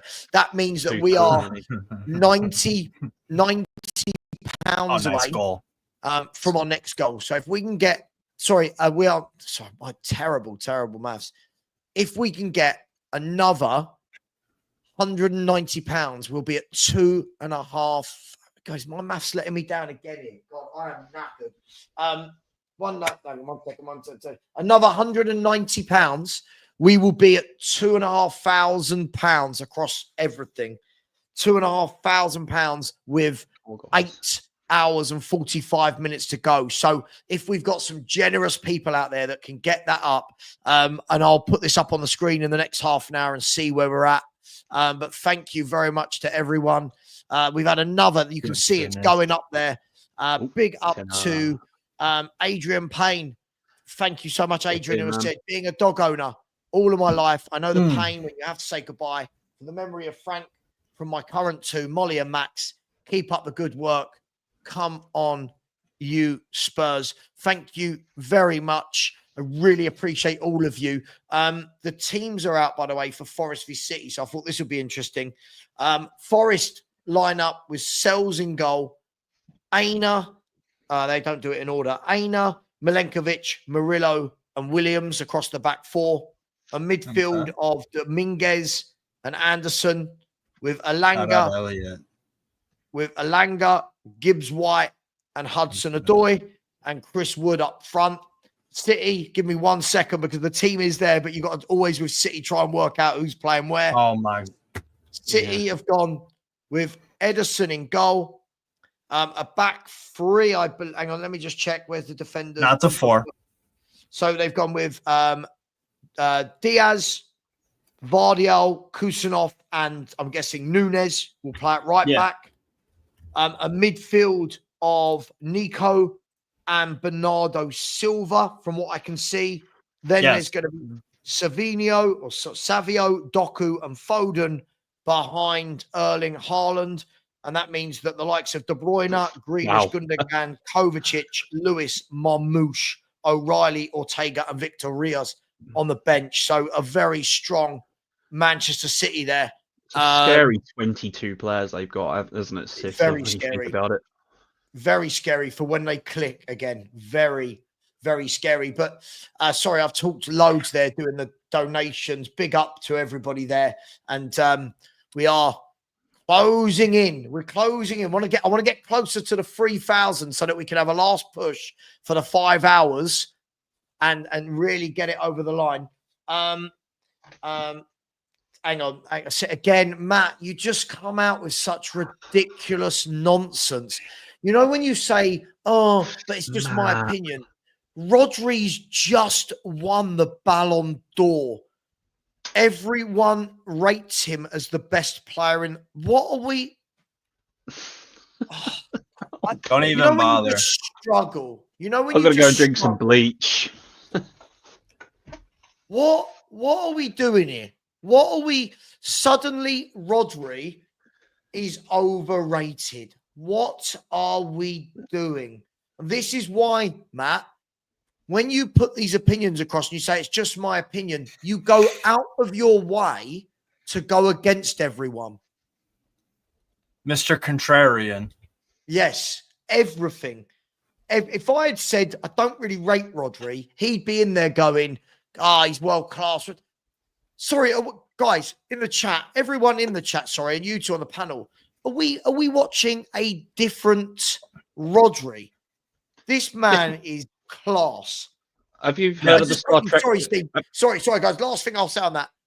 Isn't there a stat with Rodri for Spain and Man City haven't lost a game for something like 100 games or something? Like something. Yes, there was a stat. There was a stat before the FA Cup final last year, which Man United won, that it was something stupid like 60 or 70 odd games unbeaten.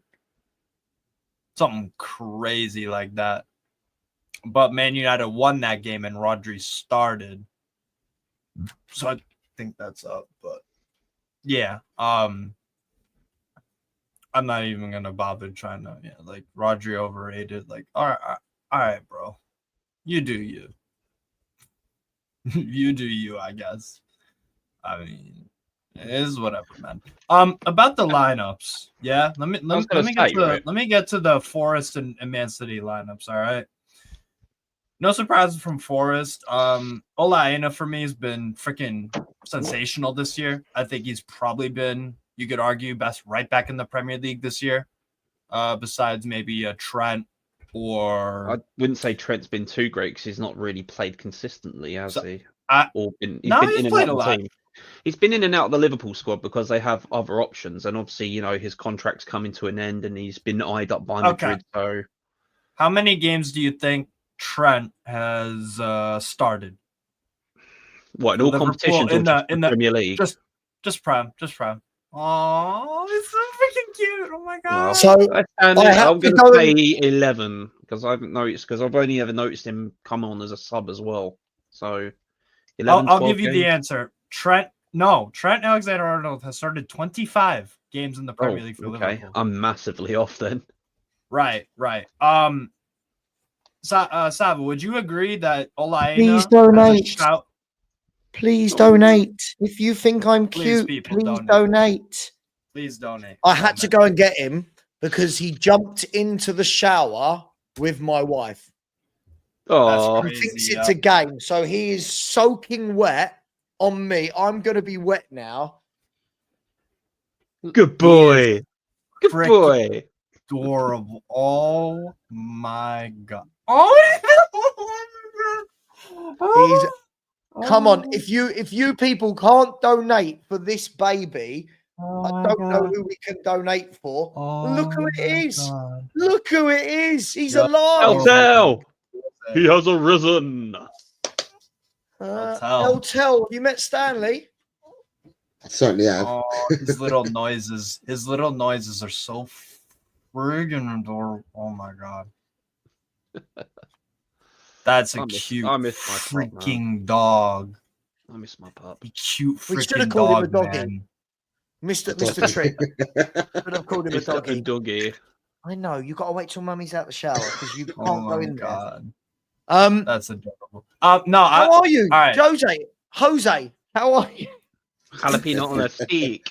I'm feeling better. You feeling better, yeah? Yeah, I've been really rough, but I'm better now. Yeah, feeling better this week. Yeah. As the week's gone on, I felt a lot better. Last week, horrible. So you're back to full fitness, or just slowly getting there? Well, I played football last night, so I think I'm all right. So you weren't out as injured as long as Romero? No. But I'll never. Yeah, you can never stop me from playing football. Car shit. What is it? Is it like a 5-a-side or goals or something like that? 9 side. 9. Yeah. Where do you play? What sort of player are you? Where do you play? I played centre half the first half, and then I played up front the second half. Yeah, I was going to say, you look like that destroyer type. Baller. I play would one you- position. Who would you liken yourself to? Don't say Bentaleb. Ben Davis? Oh, Bit of Ben Davis? Nah, you're joking. I'd probably be someone like. Here we go. I don't know. I don't know. I mix it when I play centre half. I mix it. You can be cultured with the ball. I can come out with the ball and play football. But then I do like to get stuck in as well. So I do let the centre forward know who I am, and the centre forward Show him gets who's sent. boss. Show him who's boss. The centre forwards do get sent up to the moon. Vidic or Yap Stam, there you go. And then I mean, and up front, I'll probably set up. I'll probably assist more than what I score. Okay. Oh, can I ask? You know, assist the dream team that we picked last night. Did Peter Schmeichel manage to make it in the team before I went to bed, or? Dude, I've had. I can't remember a few things. I can't remember how many shots I've had. I can't remember who was in that friggin' EPL team that we made. I can't remember anything of significance. I'm sorry. You know what would have made that? You know what would have made that a little bit more of a battle, bro. No, hold on. I think Petr Cech made the team. The wrong Peter. I could be wrong. The wrong Peter. I could be wrong. But I think it's it whatever. is. But what would have made that game more fun is one nation, one club. So you can't just have like 6 Man United players. Then it would have been a little bit more. Shearer would have gotten the freaking team, maybe. Yeah, true.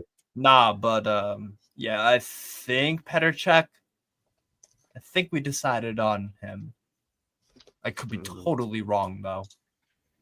But You have to look at Peter Schmeichel saves to Petr Cech. I think it was Petr Cech you decided last night. I think it was too. Could I tell you any of the other players? I remember I think we was I think there for hours trying to debate who was up front. Henri, Henri, Ronaldo, Aguero or something. Yeah, it was Aguero. I know Roy Keane was in there. I know because he got brought. Yeah, I guess so. Who was the other midfielder in there? I couldn't tell you. I think it was Vidic Stam. It was Laurent. It was Robertson. It was. I couldn't name you the other 2 midfielders. I'd be real. It was Scholes, Kane. Oh, it was Scholes. The most critically underrated midfielder in the Premier League history, just because he had to go through the same time as Lampard and Gerrard. Right. Gerrard, yes. Lampard, overrated. Sorry, I'm saying that now. Whoa, 177 goals. All right.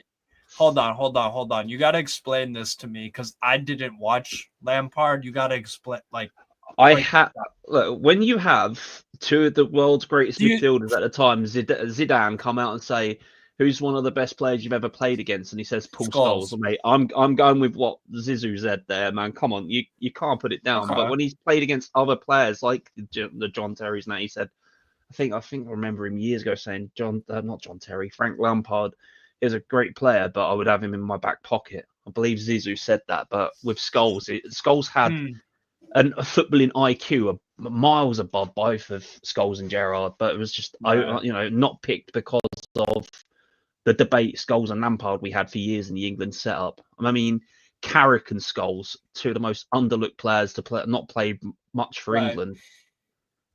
And I'm still sitting here thinking of an old school midfield that would have had Carrick and Scholes in, and we probably would have won more with Carrick and Scholes instead of Lampard and Gerrard. You know, that's just my opinion. Right.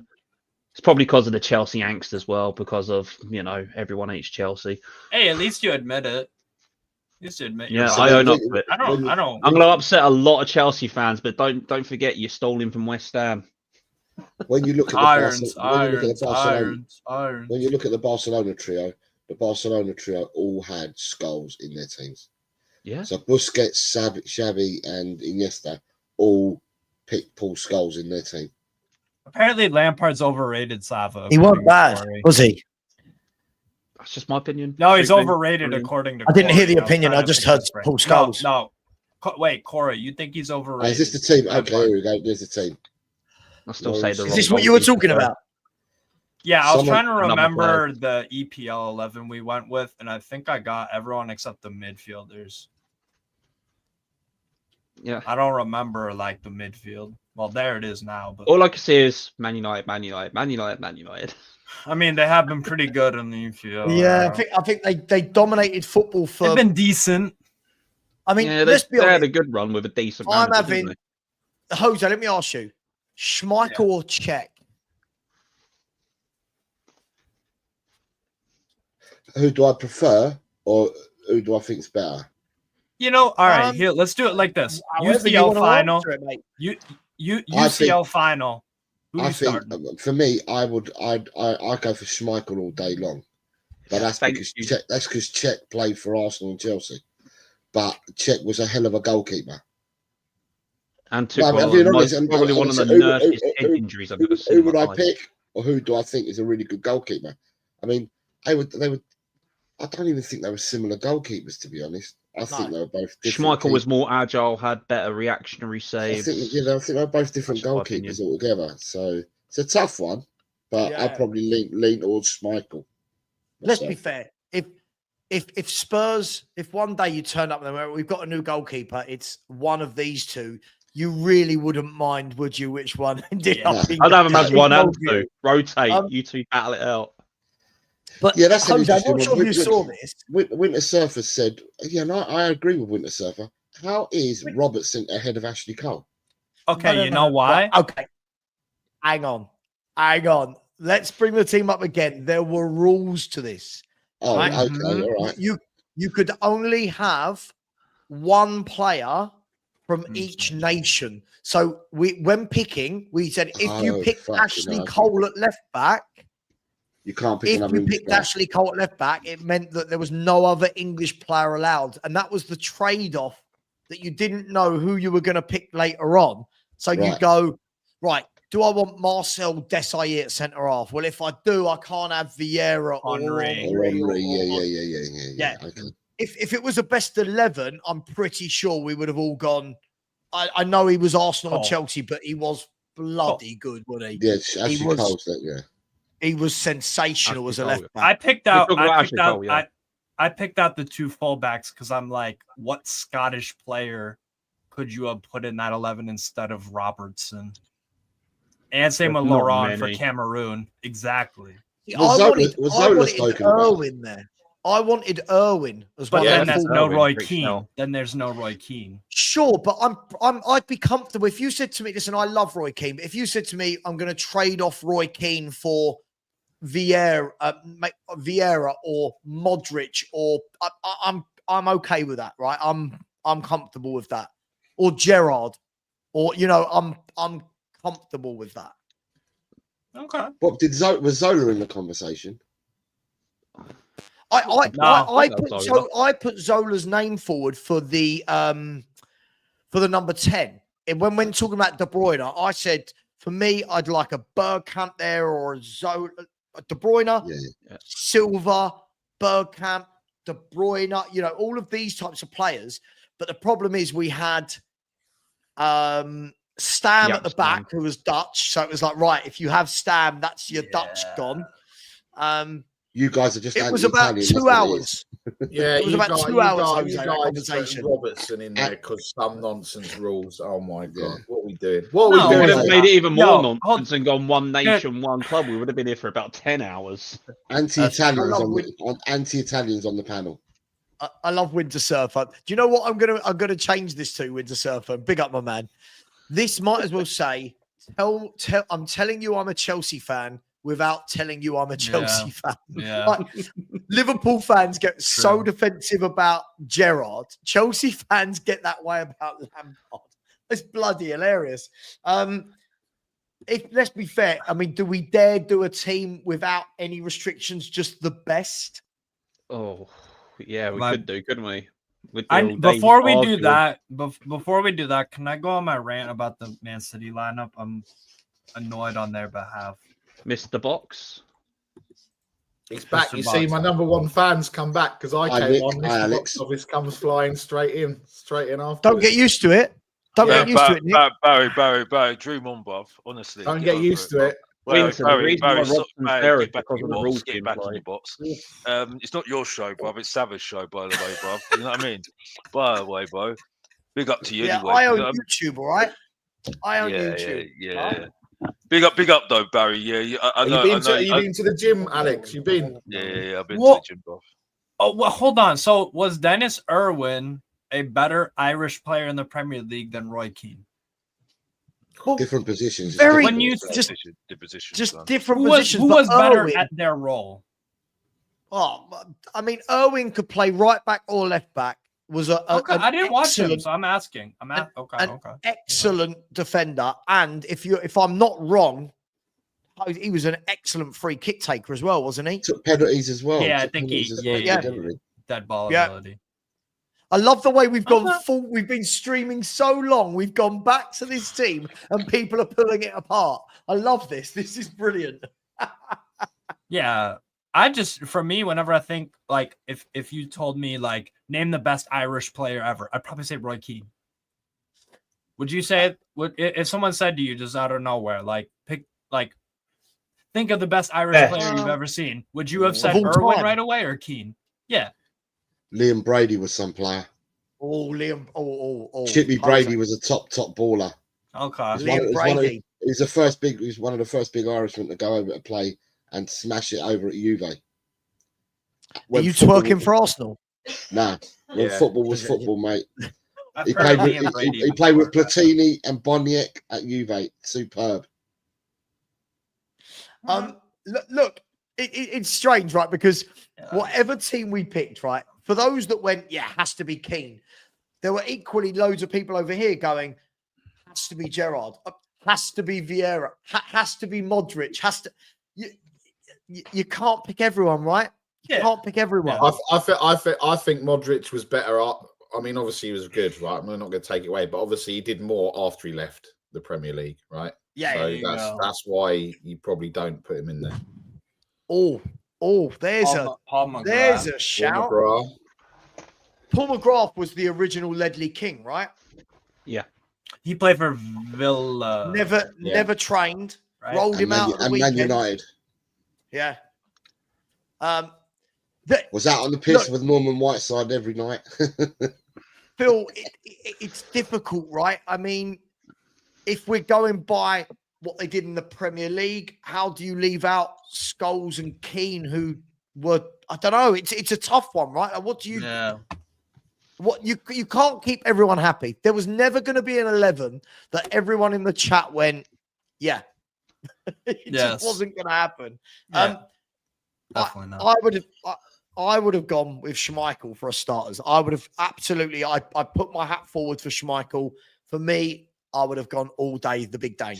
For me, Fairs. I hear.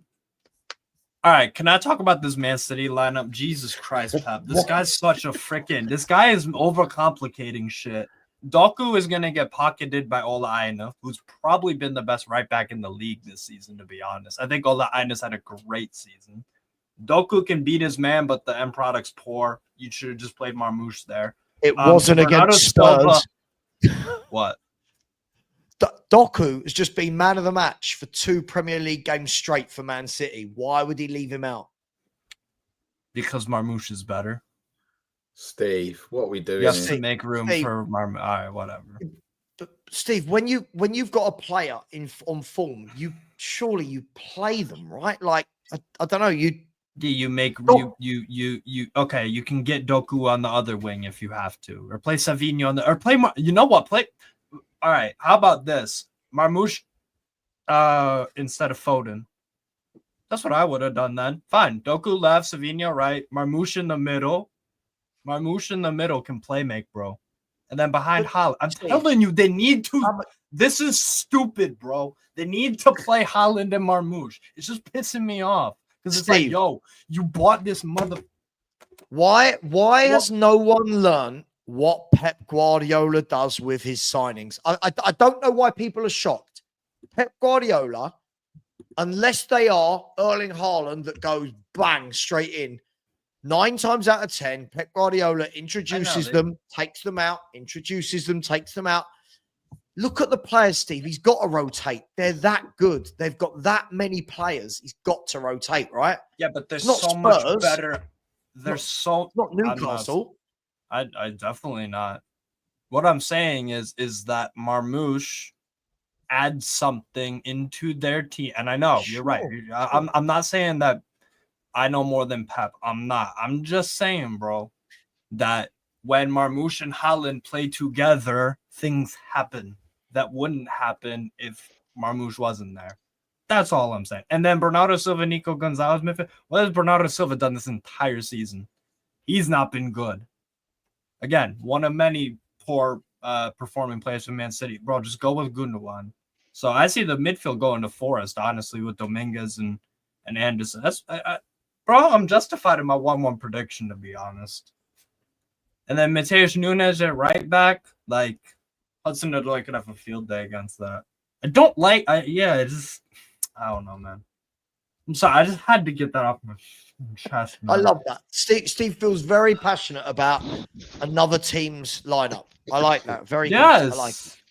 I love this game. Like Pichis ever said, man, I love this game. I love watching Marmoush. Going back to the 11, is there anyone else in there that anyone's got a real issue with? Like, is there anyone where you go, how? Like, not all could have been, but like, why? Yeah, Robertson for a start. Check. That's just me. Check. Lauren. Okay, why? But you know why Lauren and Robertson were in there, right? Yeah, we do. That's the thing. But that's the difficulty. You're asking us a question, and it's hard to go against what you've said because of the stipulations you've put in to pick this lineup. Now, if you were to say, do you know what? Let's pick a best 11, full stop, in the Premier League. This team may look slightly different. Oh yeah, 100%. Very different, yeah. For me, it was. With the stipulations you put in, it's quite difficult to argue when you say you can only have one player from each nation. It is subjective, but it's hard to argue with. Keane over Kante is criminal. Criminal. Roy Keane isn't Roy Keane the most decorated captain of the Premier League era? If I'm not wrong. 10 Premier Leagues. So this was one we looked at. And if I'm not wrong, Ivanovic didn't go in because isn't he the same country as Vidic. Serbia, yeah. Right. So we did look at that. We also looked at stipulation now because Serbia and Montenegro are now 2 completely different FIFA recognized teams now, aren't they? We could have gone down that route as well. That's true. Could have gone down that route. You know what? Corey, I like the way you freaking think, man. That's a genius point, yo. I didn't even think about that. Okay, so then we put Ivanovic in Serbia and Montenegro. But like Vidic, I'm pretty sure Vidic and freaking Matic and what was the guy's name? Ivanovic. I'm pretty sure they've all played just for Serbia. I remember Serbia a few years ago had a pretty decent striker. I can't remember his name now. Mitrovic. No, there was one before Mitro. There was a kid that come through and then got injured. Oh, Luka Jovic. Luka Jovic. What a player he could have been, man. Dom, we've got the centre-back is Jaap Stam, who is Dutch. We went with Jaap Stam over Virgil van Dijk. I don't agree with all of it. My 11 would be very, very different to that if there were no stipulations. But I mean, hey, you got Stam over Virgil van Dijk. Yeah, I mean, I think the difference. Awesome. Again, the difference is for me, Lord Rodney Trotter, why I would have Stam over Virgil van Dijk is Jaap Stam came to the Premier League, had 3 Premier League seasons, won the Premier League every year he was there, won the Champions League, won the World Club Cup, won PFA Team of the Year every year he was in it. And the difference for me is, and again, this might be a bit for the older ones, the strikers that Stam was defending against week in, week out was superior to who Virgil van Dijk is defending a gap. Who's the last time Virgil van Dijk had to mark a proper top striker? Harry Kane. He defended against Kvaratskhelia, Dembele, and a centre forward. A centre forward who, like, when Stam was playing, Isak. Yeah, Isak. But I mean, if you think about it, during Stam's time, he was up weekly against Robbie King, Henry, Fowler, Owen, Sheringham, Sutton, Cole, York. You know, it was every week top forwards. And I just don't listen. I love Virgil van Dijk. I think he's a Rolls Royce. I do think he's got it very, very easy. I know that sounds sorry. That's just me. But he can't control that. He can't control that. I didn't say he could, Steve. I didn't say he could. Yeah. But I've seen Stam and Vidic and these boys, Desai, Tony Adams, Rio Ferdinand, John Terry, Sol Campbell. Sorry. We've seen these boys week in, week out playing against strikers after strikers. I think now it's just a bit different. That's all. Ryan Giggs, did he get a mention? Because I can see he's not on the list either. Giggsy. I put in a little mention and no one wanted to entertain Ryan Giggs. They wanted to put Gareth Bale at left back. I know why people are saying that. Didn't put Ryan Giggs in there. I know. I can't say. You can because of his brother. Because of his Mr. Yeah, I didn't want to go there. I didn't want to go there. Yeah, but you're looking at go there with facts rather than allegedly, Alex. Yeah, what I want to know is why is there no Brazilian right back in there? No one was there when you were doing this. No one was there to back my boy, was he? Hey, what chicken royale? Did you have a Brazilian in there? No. So Janino never made the cut. No, another one we talked about. Love Janino. Let's be fair. You could make about 10 teams over, couldn't you? Like, there's so many good players, but you'd have to do it, Savvy. You'd almost have to do you'd have to do like the 90s, then the noughties, then do you know what I mean? To be able to get the right kind of mix that people would probably want. I reckon it should be done by those decades as well, 90 to 2000. So you pick those players from that bracket, pick a team from that and put it in there. Then you go 2000 to 2010, go from there, then 10 to 20, 25, because then you could have so many different players. Like, you'd really be thinking outside the box of the Premier League best 11 then when it first started. I'll tell you what, do we dare pick a formation and do the best Spurs Premier League 11 and see if we can agree? Oh, when the Spurs come marching because in. when I put Sol Campbell at centre half, some people are going to lose their mind, aren't they? I would. I would bite the bullet and still stick him there. I would always have. I know this. I wouldn't because I know everyone would get upset. Campbell King, you ain't getting past it. Well, I'll put both of them in. Yeah, that's what I said. Campbell and King. I'll put Sol Campbell in. In a heartbeat. I don't care. How much better were they compared to Vertonghen and Alderweireld? Miles. Much better.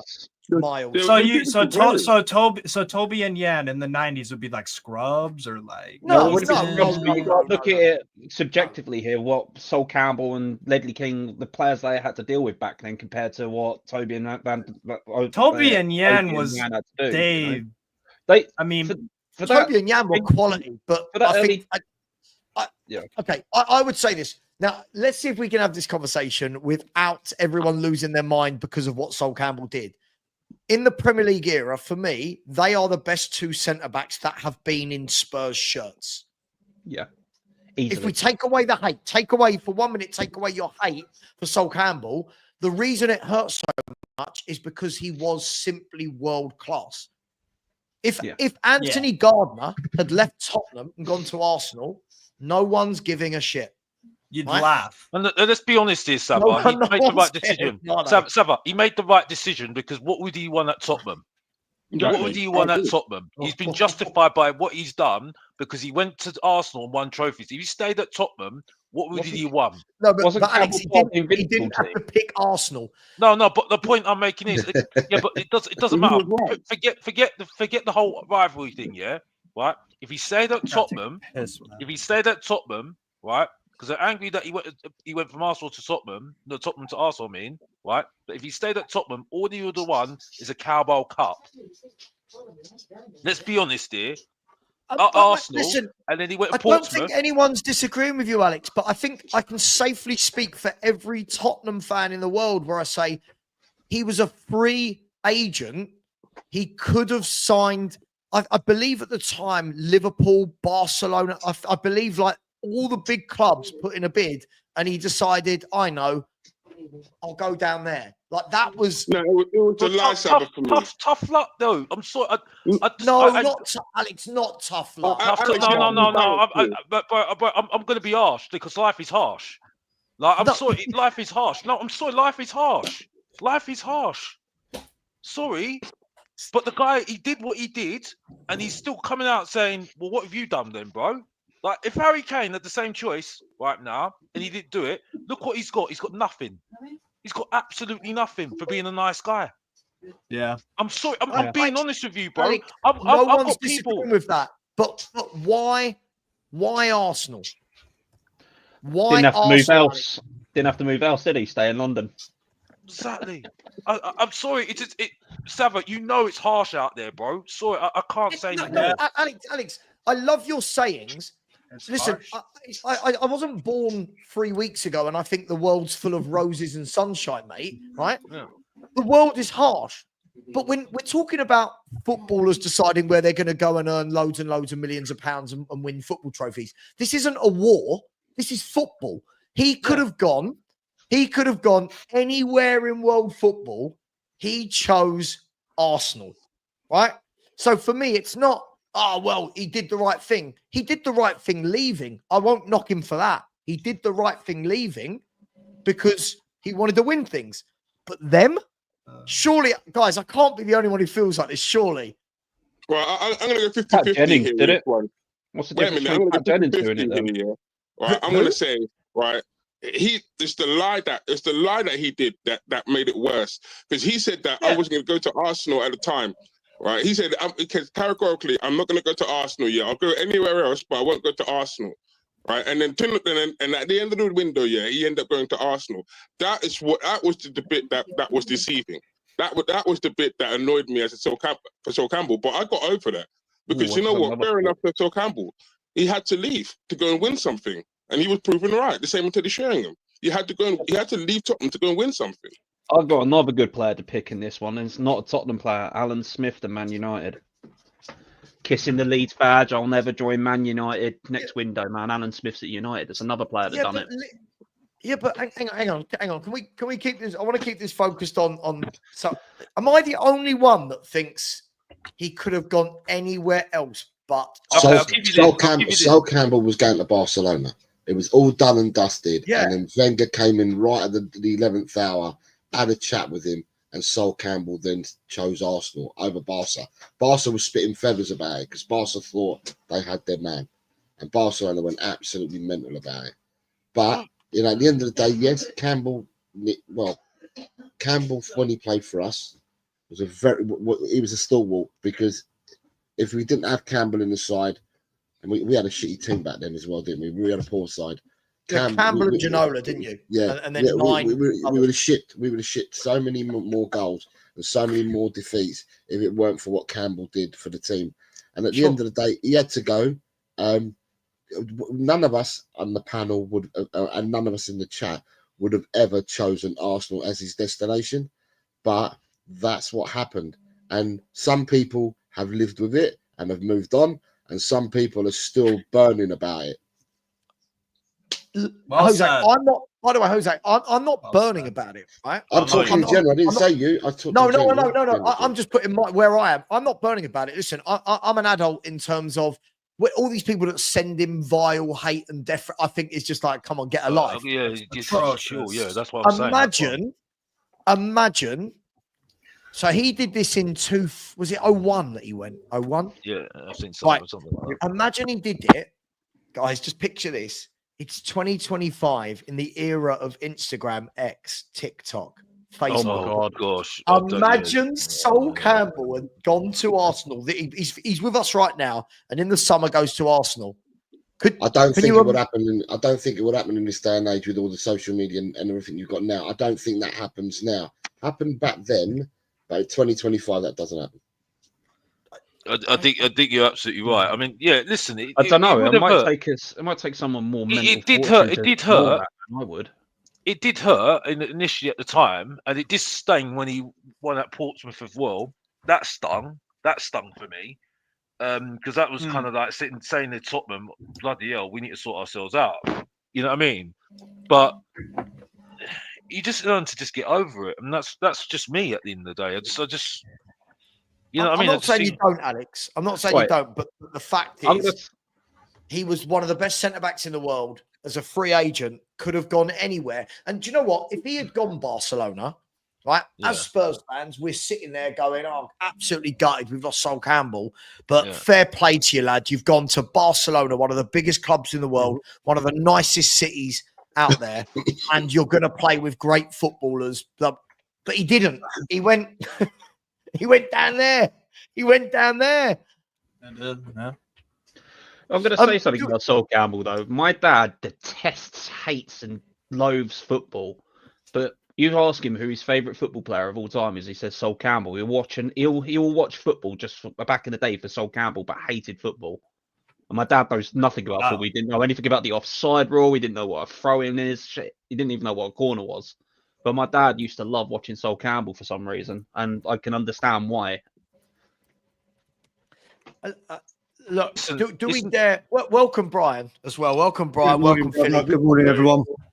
Did we just lose someone? Nick. Oh, Nick went. Yeah, that's only Nick. Don't worry about him. I jest, of course. I jest. Do we dare? Do we dare? I mean, Brian, we put a team together that was the Premier League. I was watching. 11. I was watching. Do we dare pick a formation and go for the Spurs 11 of the Premier League era? Do we dare? It could descend into utter carnage, chaos, and we bloody love it. Yeah, you mean just another thing to bitch and moan about and argue? Yeah, why not? Yeah, let's do it. Brian's there. Why not? When I fill out application forms now, it says occupation, full-time arguer. Like, it's not even a proper word. I just argue all day long. Full-time debater. Full-time debater. Forget argument. For a headline, do you go, what are we doing here? Or do you go, this is yeah. Or do you pick one of your description? What are we doing here? Are we being serious? This goes into the interview. Context. Goes into the interview. Where do you see yourself in 5 to 10 years' time, moaning about Tottenham still? Yeah, listen, I'm never going to not moan about Spurs. My last breath will probably be to my wife, and it'll be something like, leave it out. You know, something like that. It will be like, it won't be like, I love you. It'll be like, leave it out, or drop Brennan Johnson, or something. I don't know. Depending when I die, doesn't it?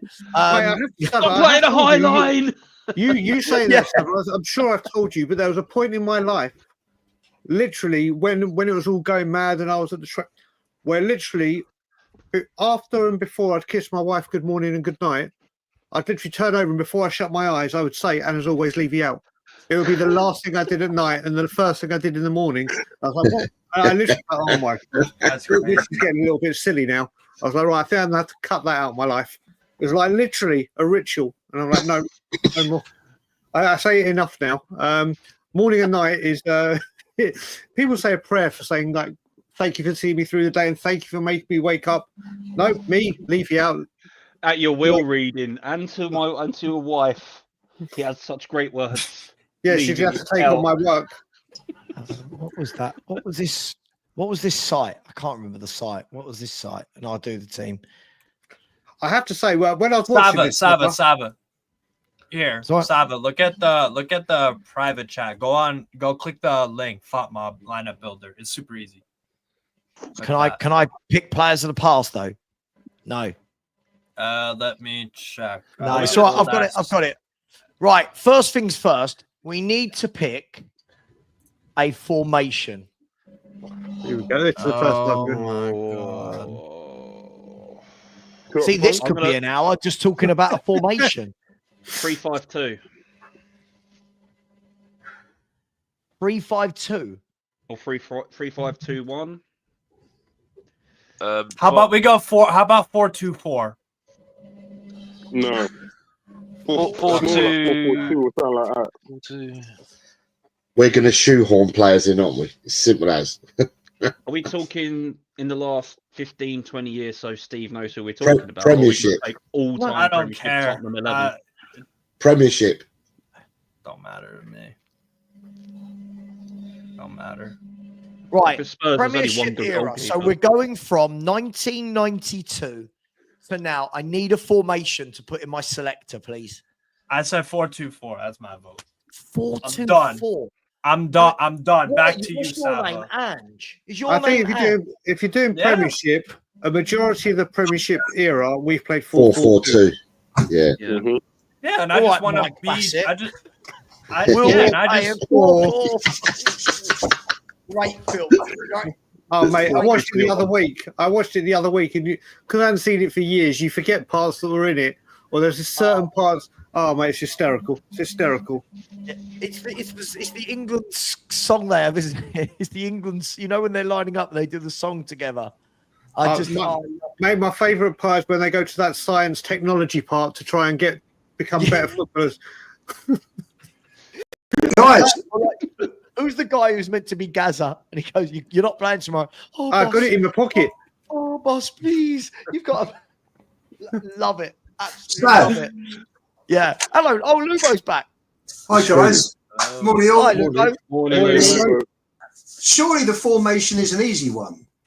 What's the best team we've had since the Premier League started? There's your formation. It's got to be Poch's team, surely. 4-2-3-1. Got to There be. you go. Nah, There I you don't go. like 4-3-2-1. That's shoehorn. Why That are we means missing I out take Harry my players. Redknapp's era? Yeah, Why are we missing out Harry 4-2-3-1. Redknapp's Because Poch's team was much better, Alex. It really is going to take. I don't think it was much better. better, but didn't Redknapp play the exact same formation? Yeah. Oh yeah. No, Redknapp played 4-4-2 because he had Lennon and Bale on the wing, Parker and Modric in the middle. But he had Van der Vaart in the hole, didn't he, as a playmaker? Yeah, 4-4-1-1 behind Crouch, wasn't he? Which you could play here. You could play here with Teddy behind. In fact, you need two because you play Teddy behind Klinsmann and Kane, wouldn't you? Really? I'll play 4-3-3. So Lubo has had the final say, gentlemen. We've gone with a 4-2-3-1. All right. If you don't like it, sod it. You don't like it. This is not real. It's never going to happen. We're never going to see this lineup. And when we finish this stream, no one gives a shit. Right? That's right. Let's go with a 4-2-3-1. Can I just say to Rob T? Because he's, you can see his comment up there. Archie's on the bench. Sorry, mate. He won't make the. He won't make this. Archie's going to make the bench. Just quickly before we do that, then let me say, George, big up to you, my man. He's given out a Football Heritage TV membership. I think that's the 21st membership that's been given away in the last 16 hours we've been going. I can't believe we're into the home stretch. 8 hours, by the way, but the home stretch. Ange Postecoglou's on my screen. Football Heritage TV membership. It upsets me.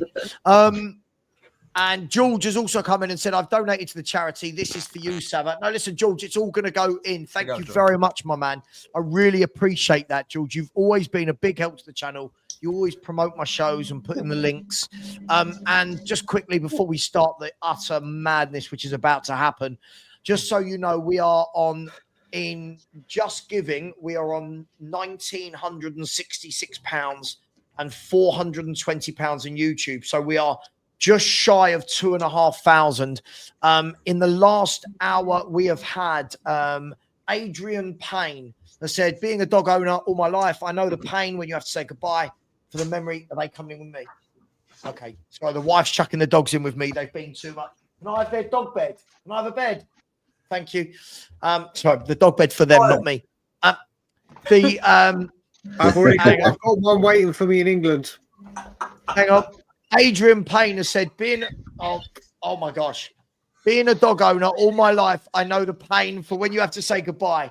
For the memory of Frank, from my current to Molly and Max. Hang on. Oh my God. All right. Come in. Yeah, I've got the first match with the wrong date on. Sorry. All right. Sorry. All right. Richest man has come. Sorry, Phil P. said, big up Sava, Steve, and the panel. Was listening in while I did park run. Check me out. Amazing work. Phil P. You are a credit to us all. You human Phil Army. Phil Army. Big up richest man who was putting in a big donation as well. Thank you so much. I appreciate you. Anonymous with another donation. Thank you to Anonymous. And Defender of the Bridge has said another cheeky little donation to help you get to the 2.5K. Never been a dog owner, but have dated plenty of them throughout my lifetime. Keep up the good work. Just quickly, you've dated dog owners or dogs? The other thing. Big up to all of you guys. Please do keep donating. Please, get you all right? Please do keep donating. Oh God! All right, mate, calm down. All right, go in there. Go in there. Dude, his dog is the cutest damn thing on this freaking earth. I swear to God, Sava, you're so damn lucky. Guys, we'll start this team thing in 5 minutes. Talk amongst yourself. All right. The sky's blue. The stars are out. So I'll just give you the list of goalkeepers before we start that have played in the Premiership era for Tottenham. Paul Robinson. Eric Torsvet. Ian Walker. Neil Sullivan. Casey Keller. Paul Robinson. Aurelio Gomez. Hugo Lloris. And then you've got the goalkeepers that we have at Tottenham now. They are your Premiership goalkeepers. Just to give you a list. Before, so you can start getting the old juices. Before we get the, I'm just gonna kill the argument before we even start. Paul Robinson, reason why? Not because he's my favourite Spurs goalkeeper. Look at all that list. How many of them have won a trophy? How many of them have actually? I'm biased. I'm biased already. Mine's Eric the Viking. He won a trophy, so you can't say that. I got Eric. No, he's not Premier League. He's not Premier League. He played up until 1996. Oh, okay. I mean, my two favourites. Oh, that's okay. Remember, he's Torsvet, Walker, Sullivan, Keller, Robinson, Gomez, Lloris, and what we have now. Didn't we have Brad Friedel at one point? Yes. Yeah, we did. He's not coming up on the Tottenham all-time list. What? America. He was quality in goal, Brad Friedel. America. Is he the best American? Is he the best American goalkeeper in EPL? It's between him or Tim Howard. Tim Howard was brilliant for Everton. Yeah, but you have to have Keller in that as well. Yeah, no, you don't. Keller in that as well. So there's no, three, you don't. It? You don't. I would never pick Ian Walker. Friedel and Howard were levels above Casey Keller. So is there not one goalkeeper in there that's levels above everybody else, guys? Paul Robinson. No. The only two you can really pick are Hugo and Robinson because they both consistently played for their country as well. One's won a World Cup. There you go. Peace out. Yeah, but Eric Torsvet played for Norway. And that Norway team beat England as well. So you can't say that. Eric Torsvet was the goalkeeper for Norway when they knocked England out of the Euros before they got to 1992. So you can't say that. Ian, who's your pick? By it's not even a debate for me. Lloris is miles ahead of everybody else. Miles. Just miles. I mean, it's just that's for me anyway. Listen, everyone has their own opinion, but for longevity, Lloris, I think it was just brilliant. He's a World Cup winner as well. It's not like so just to add to the flow. Torsvet played 218 times for Tottenham. Walker played 313. Sullivan 81, Keller 85, Paul Robinson 175, Gomez 130, Lloris 447 times.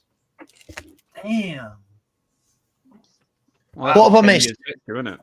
I just go with the goalkeepers. It's me and Corey think Paul Robinson because he won a trophy, and then Philly put in Eric Torsvet, but Ian thinks it's Hugo Lloris. So that's three of us in. For me, it's hard to choose between Paul and Hugo, really. They're both, in their day, infinitely quality goalkeepers in the league. Torsvet. You're going to go Torsvet, yeah, I mean... it's hard for me to pick between Hugo being a goalkeeper. It's hard for me to pick between Paul and Hugo. They're both at their times the best goalkeepers around in the league for their clubs. I think Lloris was with us for 12 years. Forget the last three. I think the last one he didn't play, he was away, and the previous two he was off. You know, you could see he was on the way down. He had 9 fantastic years for Tottenham. In your chat, some sick people in your chat. Yeah, 9 brilliant years. Look, we had someone last night say Levy in last night for donations. Come on, Brian, just for a donation. Who was the better keeper for me? I was a huge fan of Torjvet. For me, Lloris did not command his box enough. He had too many frailties. Good keeper. I knew you disagree with me. Huh? I knew you disagree with me. Who did you say? Lloris. I don't even think it's a debate. I just think he is so much better than any of the other keepers.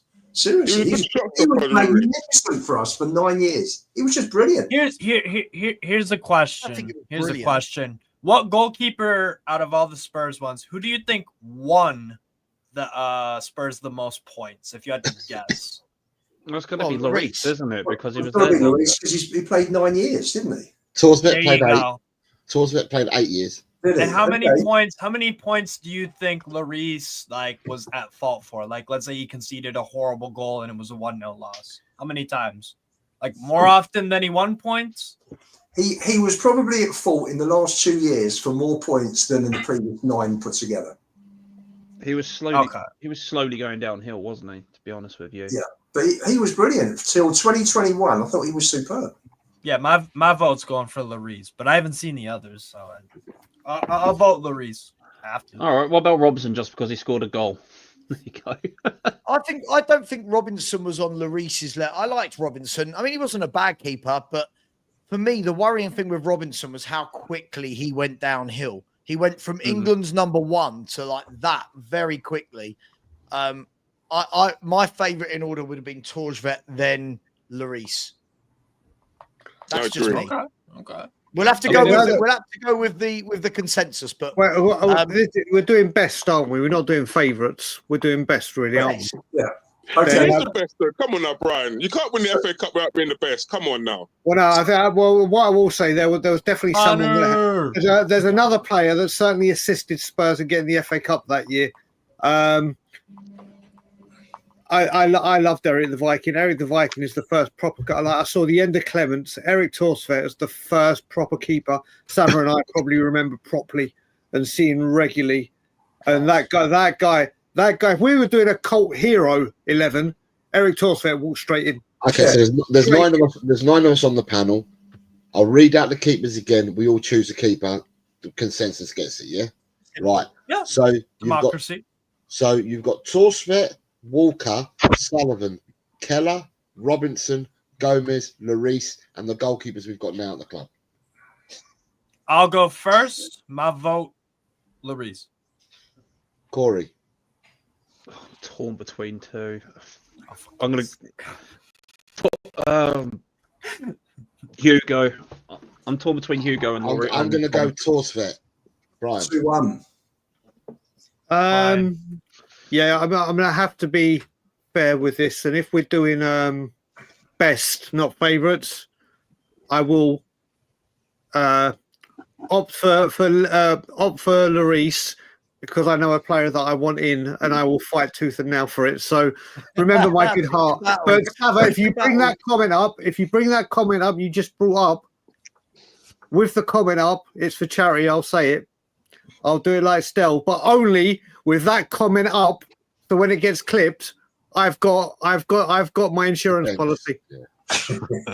Okay, ready? You've got receipts, lads. Hang on, Alfred. You've got to stick by your word, my friend. And this needs to stay on. And I'm doing it because of for Sava, for Frank. No, bring it up for charity. Levy and in just for charity. Done. I need all caveats, mate, because that'll get clipped and sent. Now, once more with conviction, sir. Corey, how about you shush? Relax. Tell you what, it's amazing what you can do with an editing tool after this. It's amazing what we can do. I can clip the bottom of the screen off and remove the bit where it says charity Listen, thank you, Savile. I'll now just clip it so it's there. Brian's gone for Lloris, so that's 3 Lloris, 1 Torjvet at the moment, is it? Alex, yeah. I'm literally clipping it now. Lloris. Philly. 4-2. Sava. Torjvet. 4-3. Lubo. I'm just going to have to do a Harry Kane, put the ball in the back of the net for the winner, and it's 5-3 Lloris. And Connor, do you even care who the best Spurs goalkeeper is? Well, it makes it ironic, because I'm Arsenal fan, innit? So it makes it ironic. Listen, I'm a young fan, innit? Just to make us feel a bit better. Well, listen, I'm a young fan. I'm 21. I've only really ever seen, obviously, Lloris, so I've got to go for Lloris on that basis. That's what I was waiting for him to say. Pat Jennings. I'm in the same. Wow, and just quickly, guys, sorry again. I mean, Blaine, ridiculously generous, has gone for another. He's given away 30 memberships today on his own. Insane. 30 memberships, and he's posted about £300 worth in donations. Plus about £100 in memberships. So, Blaine, thank you so much. Let me just quickly see if I can see who those have gone to. Those memberships have gone to. Where are we? Here we go. They have gone to Phil P. They've gone to Dean S. Hamish Conlon. SD Flips, Howling Mad Murdoch, Mets VR, Surge 71, Thomas Kavanagh, Ryan G, and Tony. So big up to you, Blaine. So generous, mate. Absolutely brilliant. Blaine, save this money and me and you go away for a week somewhere, man. Just pay for us to fly somewhere and we'll have a holiday together. Big up to you. Yeah. So can I just say there's a few comments coming through. Wolves F1, Gus, 1 or 2 others talking about goalkeepers from the past. This is just from Premier League. For me personally, it was Jennings 1, Clements 2, Lloris 3. So, but this is just Premier League. But Jennings 1, greatest of all time, definitely. And just to confirm that Brian is Levy in. So just to slip that. Yeah, most definitely. Why not? Why not? Sure. Sure. When you turn up, Brian, when you turn up in April, people are going to go, look, there's Levy in. Yeah, I'm joining that guy that had the thing at the front. I'm joining him. You're going to need Corey. You're going to need Corey as your minder, mate, when you come. No. My minder's on the other side of the row I'm in. Phil P, the original minder from the NFL days. I have all of that covered. If I was to say the Levy out minder, it's definitely Phil P for his efforts on NLD day. NLD day, NFL day. Just quickly, so big up. Thank you very much, Blaine. Really appreciate that. Sorry, pull up my comment, Sava. Pull up my comment. What comment do you want me to pull up? Just as a reminder for Brian. Brian, don't forget. Oh, mate, I'll never forget. I'm like an elephant. I'll never forget, mate. Steve, what comment am I pulling up? This one. Next donation of at least £20, and Steve's going to do another shot. He's going to be. I think I'm on, bro. I think I'm on. You know what? There's times when I watch Steve doing this, and I think, Sava, can you imagine if you and me were still drinking? We'd be doing like £2 a shot. Just give us £2. We'd be off our faces. Oh, dearie me. Your liver's going no. My liver's in wonderful condition. Lovely. Guys, having a party.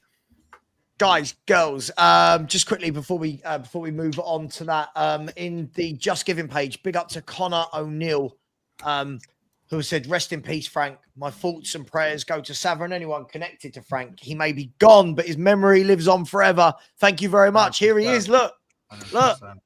And he always looked that miserable, by the way. He always looked like a miserable old git, but my miserable old git. Guys, so Hugo Lloris is the goalkeeper in our 4-2-3-1. I mean, can I just chuck out the 2 right backs that everyone's going to debate and have that debate and tell me if there's anyone I'm missing? Surely it's Walker or Carr, isn't it? Sure, like I can't David think of any other. I'm joking. Right. I'm joking. Chorluka? I didn't like Chorluka. I really didn't like Chorluka. No? No, there's just something about Chorluka. I thought it was wildly overrated. Oh, According to the Spurs website, because of the players that played the more games. The only ones that they've got a right back in here is Stephen Carr, Pascal Jimbonda, Alan Hutton, not good, Carl Walker, and then it goes up to. We go to 15. Can I just ask, is everyone going to go for Carl Walker? Can I Yep. just ask? Walker. Is anyone going Got to just you got Dean Austin and Kieran Trippier as your last couple of right backs. So is anyone going for anyone other than Walker? That would be so much easier to do, right? Is anyone Walker? Next. It sounds like a slam dunk. Is it nine Carl Walkers? Yeah. I mean, for me, the best right back in the Premier League era, full stop. Yeah. Just putting that out there. But yeah. All right, Carl Walker. Okay, so left backs, you've got Justin Edinburgh. Rest in peace. Christian Ziege. Love him. Love. Great. Love him. Underrated as well, Ziegler as well.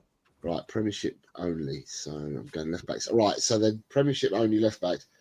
Lee Young Pyo, Benoit Asu Akoto, porn star, Danny Rose, model, and it's actually got Ben Davis in there as a left back. As well. Mate, Spurs icon, mate. How many games did you play for Spurs? Like 350? Yeah, Spurs icon, mate. Jose, I'm going to chuck a name in there. Right? And if anyone realizes why I'm doing this, Gareth Bale. I'll put another name in there. I know why. That's terrible, Jose. You know, I'm sorry. Where is Eric Edmond? Because he was a left back as well. So why is he not? Yeah, but he wasn't very good. Was because he hasn't played. Oh, come on, man! His volleyball against Liverpool was legendary. Come on. Yes, but I'm not picking my left back on 125-yard thunderbolt, am I? Like, you know what I mean? If I'm doing that, I'm just putting Christian Ziege there. There's a bit more than 25 yards. That's the So is everyone poo-pooing my idea to put Bale there? No. Yes. Yes. Well, what's the formation we're playing? Think about it further down the line. Think about it further down the line. People are getting you're going to go like Gazard, Ginola, players like that are going to crop up into your forks. People will get shoehorned. Shoehorned, brilliant. As long as we shoehorn, I'm okay. Yeah, people are going to get shoehorned. It doesn't matter how we're going to do this. People will get shoehorned in. Okay, you make a good point there. Cheers, but then, okay, are we making our choices? Yeah, we can include Gareth Bale in if you want as a left back, but I think Gareth Bale will be included in a lot more conversations. I agree, Jose. Danny, Bale was not a good left back, particularly at Spurs. I thought Danny Rose was on a completely different level as a left back. In there. It's not why I want in there. Christian Ziegler though is so underrated. I put him. Again, I agree. Do you know what? If this was a favourite Spurs 11, this would be so. Christian Ziege would be Christian Ziege was magnificent, absolutely magnificent. But I don't think you can look past. If we're doing the best in the Premier League, you can't look past Danny Rose. You just can't. Yeah. I like Danny Rose. I do think he's massively overrated. I feel like he's not Walker. Like, Walker was sensational. I thought Rose had a couple of very solid years, but I don't feel like he's... Oh, you left one out, actually, Jose. You left out Benoit Asu-Akoto, didn't you? No, he didn't. Okay, sorry, my bad, Jose. So who are we going then, boys? Okay, start with Steve again. Steve, who's your left back, mate? Oh, Gareth Bale. Gareth Bale. Corey. Come on. I'm saying Ziegler because I'm saving Bale for up the pitch. I'm going Ziegler as well. By the way, it's Christian Ziege. Ziegler was a Swiss. Retro Ziegler was a really poor Swiss midfielder. Yeah, Ziege or Ziegler. Yeah, are we putting very different players? Ziege from Germany. Brian. Ziegler. But mate, if it was my favourite, it would be Christian Ziege because I love him. But as we're doing best in the Premier League era, I don't think you can look past Danny Rose. But I completely agree with what Savage just said, that Carl Walker was elite in that position. Danny Rose is just the best one we've had in this position. Alex. Justin Edinburgh. Yeah, good shout. Really? I'm going to say Gareth Bale. Actually, FA Cup. Do you know what? Actually, do you know what? Justin Edinburgh has the 2 trophies. He's got. I'm changing. I wanted to say no. I've got Justin Edinburgh's got two trophies. I'm switching. Justin Edinburgh. Yeah. Okay. You know what? Yeah. 2 trophies. Good player. Yeah.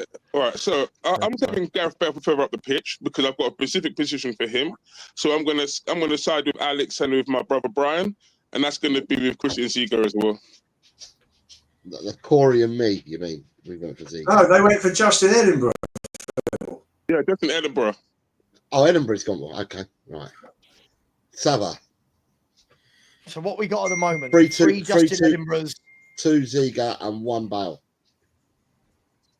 I'm gonna go with a steady left back. Listen, I would put Bale there, but if we're shoehorning, as long as we're shoehorning, because if Ginola does not make this 11, there's something very wrong with all of you, right?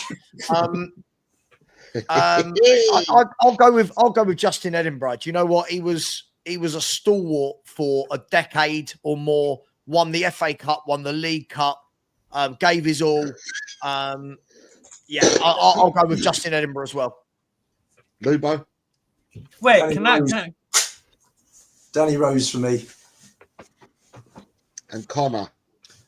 Again, from what I've seen, obviously I see mostly Danny Rose. But like Sava said, it would be criminal, obviously, not to have Ginola and Bale in the same team. So it's like, do you put Bale at left back because you're going to put Ginola up front, maybe with Son as well. But based on what I've gone off, actually, yeah, because at that point alone, I'll go with Gareth Bale just based on the fact you can't not have Ginola, Bale, and not in the same team with each other. You know what it would give the team is the ability to go 3 at the back, Walker, Judas, and what's it called? The other, oh my God, Ledley King. You can go 3 at the back, and then Bale can just freaking go kill. So I'll go with Bale. Yeah. So who Edinburgh. won? Edinburgh. 4 votes. So Edinburgh wins that, yes? Yeah. Yes, Edinburgh got 4 votes. Yeah. Edinburgh's left back. Okay, right-sided centre back. From what we were talking about earlier, we were talking about amalgamating 2 centre backs in one go, whether they played right or left, didn't we? And I think I'm going to stick with the 2 that we were talking about earlier. King and Campbell. I'm going to stick with King and Campbell. No. Here comes the one where I was said, right, I'll let go of Robbo.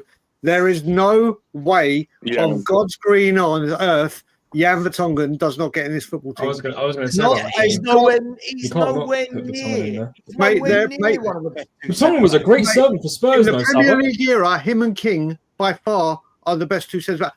You got to remember, Campbell was great for us, but what he did mainly was at Arsenal, and that was at Arsenal, not at Spurs. Mate, Jan Vertonghen every single day of the week. I don't even think Jan Vertonghen wasn't even as good as Toby Alderweireld. Oh, don't get no. We're not doing this. No. This is like I'm with Toby you. Was a Rolls Royce. Look what happened.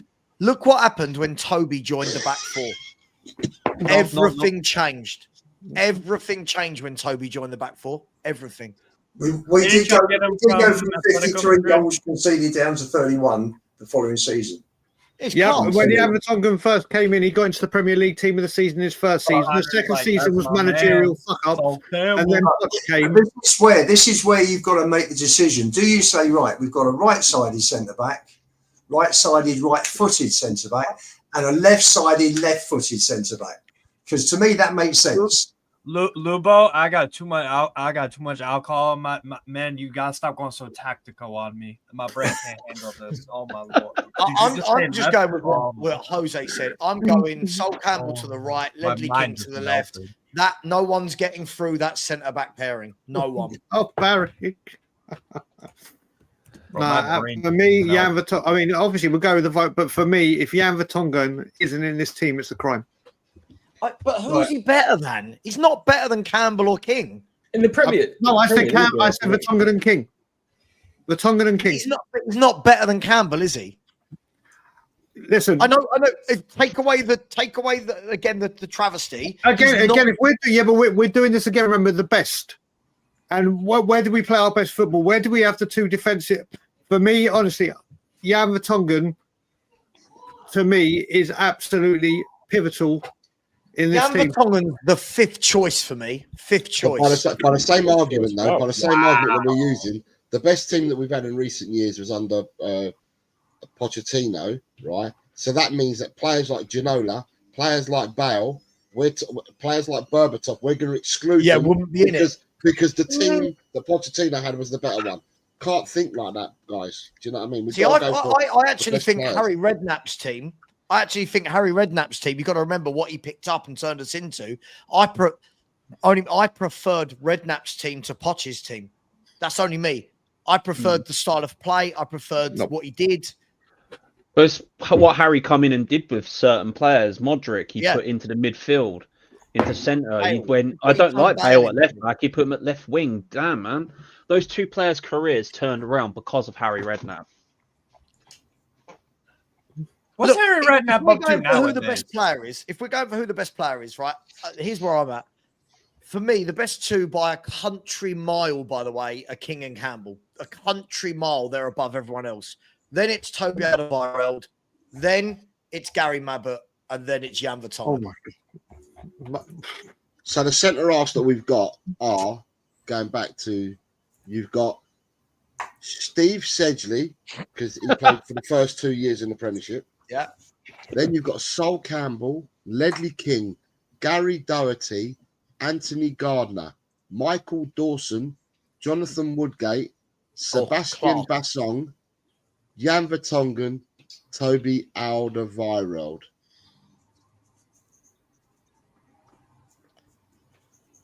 Romero. Davinson Sanchez, Eunice Cabal, Chris Perry. You could knock Calderwood. Jose, surely we can knock most of them out of the park, right? I'm just trying to give a reminder of what we've had in the Premiership years. Right. Can I ask you a question? Saver insists on Romero. Okay, we'll let you have that. Oh, gosh. Archie Gray next to him.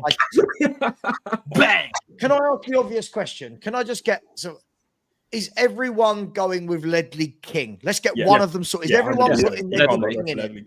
I'm saying Ledley and Sol Campbell because. No, hang on, no, Corey, hang on. Is everyone going Ledley? Yeah.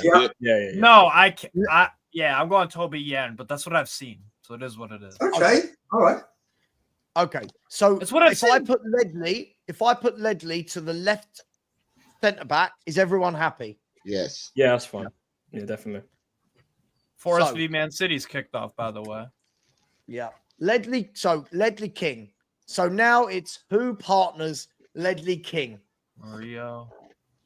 It's got to be Sol Campbell. I'm sticking. I'm putting all that aside. Campbell is for me as well. I'm putting I'll put that aside. Campbell. He was one of the best centre backs the Premier League's ever seen. For how many seasons? It was only a brief time at Spurs. Then he went off over to the filth. Right, Brian, are we going? I know where Connor's vote is going. Are we talking about a player's performance while he's at Tottenham, or a player's performance generally during his Premier League career? That's the question. He was brilliant at Spurs. I'm not disputing he was brilliant at Spurs. He wasn't great I've got to tell you, Sam, he wasn't great during Jerry Francis' years. He wasn't fantastic. He got when better. George Graham came and then he left. It started to get much better, and then you're right, and then he left. Exactly. If you're basing it on Premier League era and every other club they play to, then Campbell walks in. But I do these things based on what they did at Spurs. Correct. That's why I put Justin Edinburgh ahead of Danny Rose, because he won 2 trophies. I'm doing this for the time they did at Spurs, and Jan Vertonghen was at Spurs. Sol Campbell won a trophy, Jan Vertonghen never did. So your argument's in the water. Yes, but I'm saying for longevity, and he went on his best form and most consistent form was at Arsenal. Unfortunately, and it pains me to say it. Jonathan Woodgate won a trophy. He played centre half. Yeah, that's true. But Yeah, but he played about Woodgate was 60. like He played about 16 Michael games. He was Dawson. injured. Yeah, that's a problem. So did Michael Dawson. You could say that. Dawson and Woodgate won a trophy together. There you go. Yeah, but Woodgate's difficult, yeah, because Woodgate was injured all the time. That's the problem with Woodgate. I would have loved to see him if he was So was fit, but he was Ledley. never fit. So was Ledley, dude. Ledley was always out. Was Woodgate better at Newcastle or Spurs? I would have said he played more at Newcastle. He's probably his best years were probably at Leeds, to be honest. Okay. Yeah. Because he was injury prone, right? After he left really Leeds, he good. became injury prone for the other clubs that he played for. My deepest, darkest fear in my heart is the off subject. I fear Botman might be a Woodgate case. I'm worried about his injuries. So freaking worried. That guy's good, Botman, but I don't know, man. Ooh. So right. So Steve, we'll start with you. Who's your centre back, mate? We'll start with you. Or who's partnering King?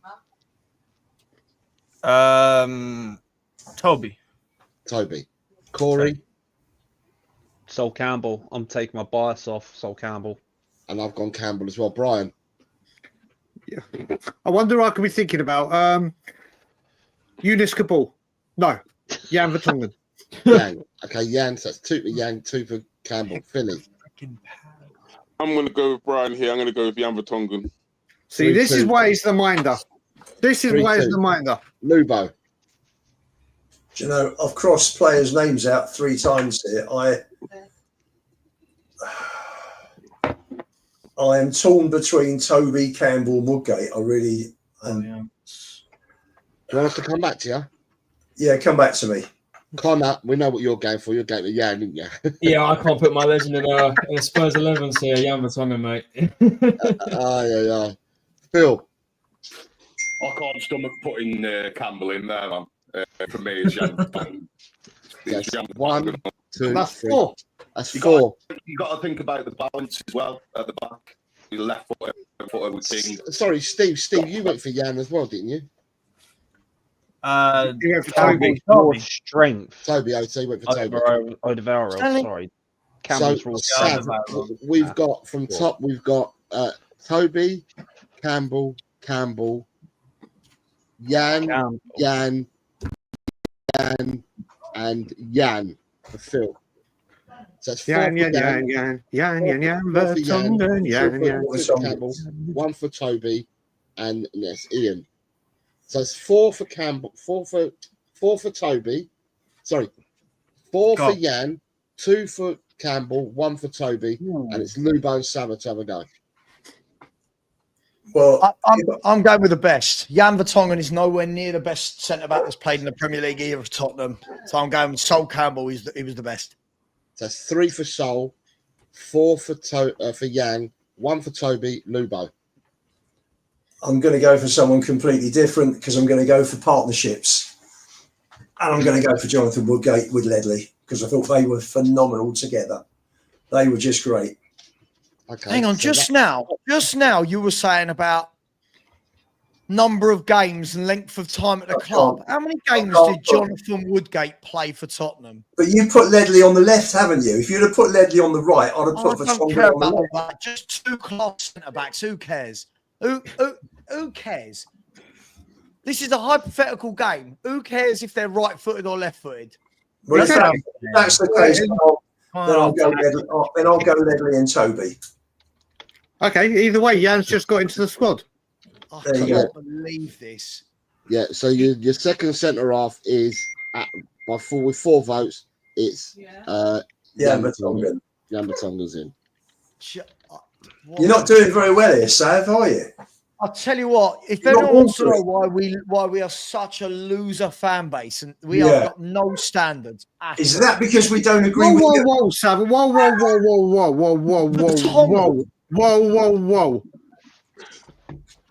Mate, over Toby and Sol Campbell. You know what? The day that I thought you and me would get like this, but I never thought it would be over Jan goddamn Vertonghen. 2 years in a row, the best partnership in the Premier League under our most successful era, Premier League wise. He was a phenomenal defender. Phenomenal defender. Look at this. All I can say, how good is this? We've come on to Sava's show and he's being outvoted, eh? And that's it. I've just no idea what you're all watching. Sol Campbell's superior to all of them, even Ledley King. Go on, Sav. You got to say it. What you got to say? Percy's favourite line. Come on. What are we doing here? What are we doing? If we're going for partnership, I'd go for Toby and Jan. If we're going for partnerships, it worked well together. I would go for them too, to be honest with you. Okay, sure. Yep, Jan. Right, what have we got in midfield then? So, how many midfielders? What are we playing? A 4-3-1. Okay, so we're now looking for 2 centre midfielders or two people into midfield. Is it Dembele goes straight in. Is it 4-2-3-1? No, I'm gonna throw a curveball in this one, and that's Mr. Wilson for me. Mr. Wilson or Mr. Wanyama, either one of them, has to be the DM for me in the middle of the park, and it allows the other midfielders to get forward. But it has to be a destroyer for me, and it has to be either Victor Wanyama or Mr. Wilson. Mr. Who? Mr. Wilson. Mr. Wilson Palacios, my friend. Oh gosh, Phil. Joe, in Philly's defence, and he's defended me.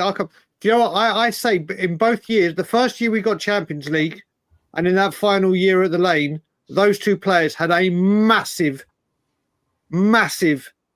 part, especially Palacios against the Champions League, because that's when everyone was buying these DMs. That first season that Palacios was there, he was absolutely immense. Missing out Carrick as well, though. No, Carrick's a great shout. Carrick's a great shout. I agree. Carrick is a very good shout. But for me, when Harry Redknapp came back here, the first signing he made here, one of the first signings he made here was Wilson Palacios here. That shored up the midfield for Tottenham and it allowed the other players to get forward. 100%. That's when football was changing to having this DM become such a vital, like the Makelele role. And that's what we were. I remember when we were going for Craig Bellamy with Man City. And Man City said, we'll go Bellamy because we want him badly, and we wanted Palacios. Mate, Palacios was immense. And like until Vokovs just said, until what happened with his brother, he was immense for Tottenham. And the team that we were in. What's his first name? What's his first name? Wilson Palacios from Honduras. I never heard of him before. Okay. Right, just got to remember, guys, we've got to find 2, 3, and a 1. Shoehorning must surely begin now, because otherwise we ain't going to fit 6 players in. No, Finn and Rob T, you are absolutely spot on. Spot on. There are for me, there are 2 that stand out. Yeah, those 2. Modric and Dembele. Should we have those 2, and then just to mop up everything, we're putting Benjamin Stambouli. How's Gaston going to fit into this team? Yes, Stambouli. Stambouli. One of the worst players I've ever seen in my life. Spurs game, Modric, Dembele. With the two, is everyone in agreement Dembele is going to be one of the 2? Yeah, Dembele's in there. I'm going to say at the risk again of stating the bloody obvious, which was ignored in the centre backs. I don't even think this isn't a debate, is it? Isn't it Modric and Dembele by a country mile? I agree. Yeah. I just don't. I'll wait till you lot vote, and I'll just vote at the end. I'm so disillusioned. I'm so disillusioned now. That's where you start. I'm with you on that one, Sav. Sav, you're coming around to my way of thinking. This is a watershed day, Sav. It's a watershed day. That's a big word, yo. You're agreeing with me. Well, let's get Stefan Freund in there. Let's get Stefan Freund and Stephen Clements in midfield. Should we just get some Stefan in? We'll put Everson in as well. Sav. Rule Fox can go out on the right. Yeah, sod it. Oh no! The next four are going to be more interesting because that's more of a. But no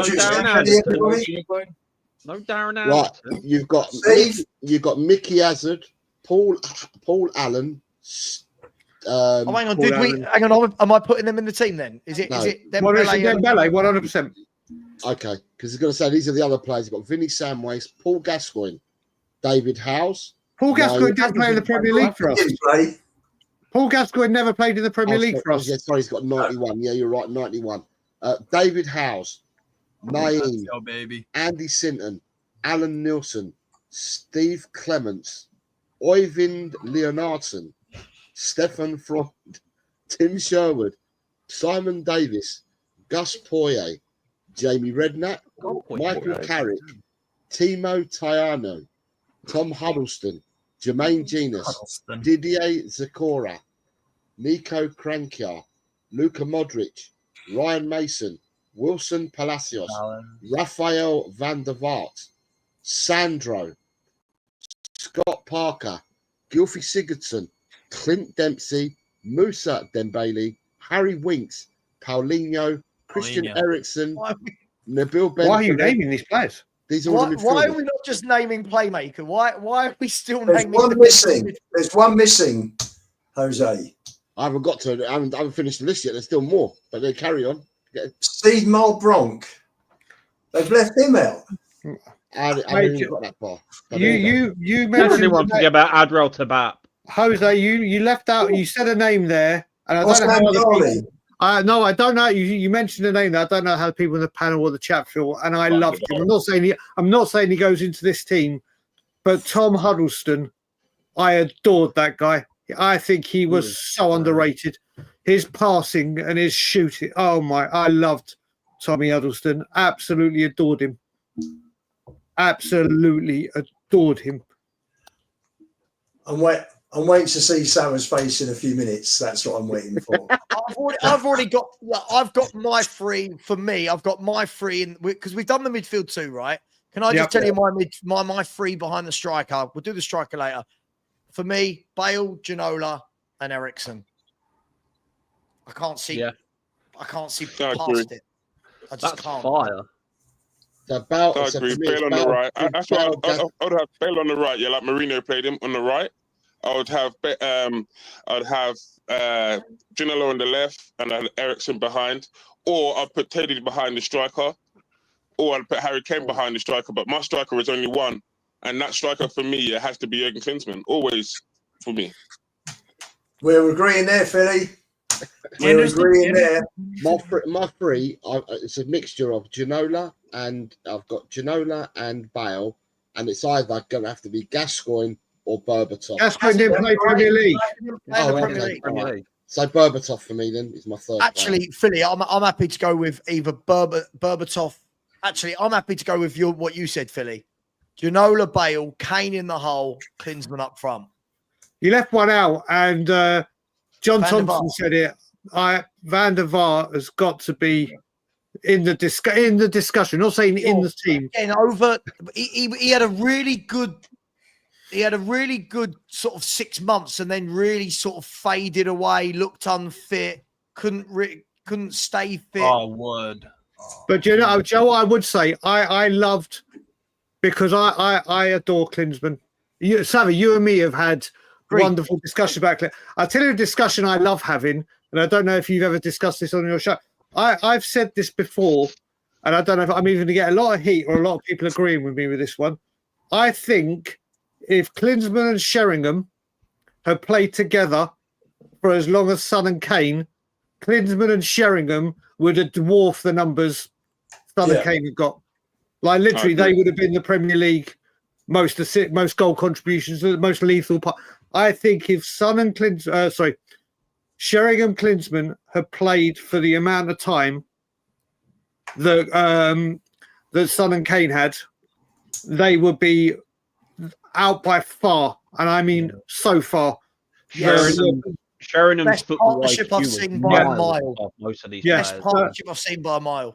So if we're doing this and we're talking partnerships, if we're having I would do Sheringham in the hole, and Sheringham was just on another. He was incredible. I don't know what people think. I honestly agree. No Harry Kane. I agree. No Harry Kane. No, not Well, really. How can you that sounds crazy to me, just for me in general. That sounds a mad. partnership, Yeah, but as Connor, a you're partnership, Sheringham and I'm Klinsmann. a young fan, innit? I'm a young fan. Yeah. The front four has got to be in whichever way you want to configure it. Bale, Sheringham, Kane, and Klinsmann. Ginola, sorry, Sav, Ginola doesn't get close. No, stop it. Doesn't get close, mate. Here we go. Bale or Ginola. Ding, ding. Come on, Round. Bale or Ginola. I mean, you've seen both of them. Sorry, we're truly saying in the Premier League era, We're talking ability, not hairstyle. The guy that won double player of the year for us in an era of top players all throughout the Premier League doesn't get in our best 11. No. Oh. No. Bale in front of Ginola every time. Every time. Yeah, but the thing is, Bale Luca, can play. Bale and Ginola could play right or left. They could go anywhere. They could go anywhere. Look at Bale under AVB. He played from the right, from the centre, from the left, up front.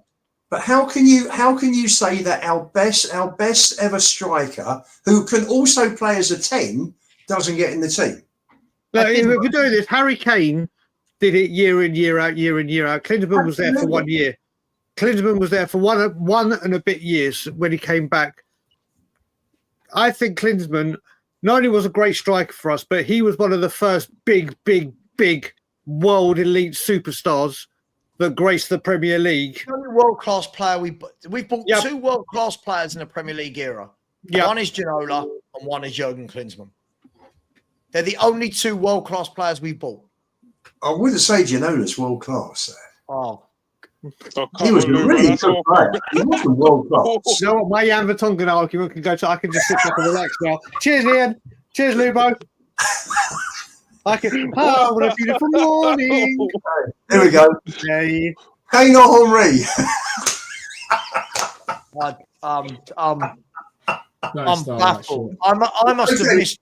Let's put it to the panel. Let's put it to the panel. Okay, Steve, who's your front four? I call it front four. Well, okay, 1 and 3, 2 and 2, 3 and 1. Lubo, but you're not consistent. You tell me, Bale over Ginola, but then you pick 3 centre forwards to play in your front. You've got 2 of them that can play as a 10. Kane, Klinsmann, and Sheringham. No, Kane and Sheringham can drop off. They could drop into midfield. Sure, you know that. Come on. Sure. So who was your? You had Kane, Sheringham, Klinsmann, and Bale. So you've got 1 left-sided player and 3 centre forwards. No, I've got 2 that play behind Klinsmann, with Bale marauding down the wing. You've got Modric and Dembele keeping it nice and tight. So no one on the right. Kyle Walker. Yeah, absolutely. Kyle Walker will be introvert system. Ian, can you stop going into the sunlight, please? It's snowing here in Toronto, and you're making me very jealous. There you go. Stay there. Stay there. I have no idea how if David Ginola was left out of this team, I don't know what has happened at all. This is mental.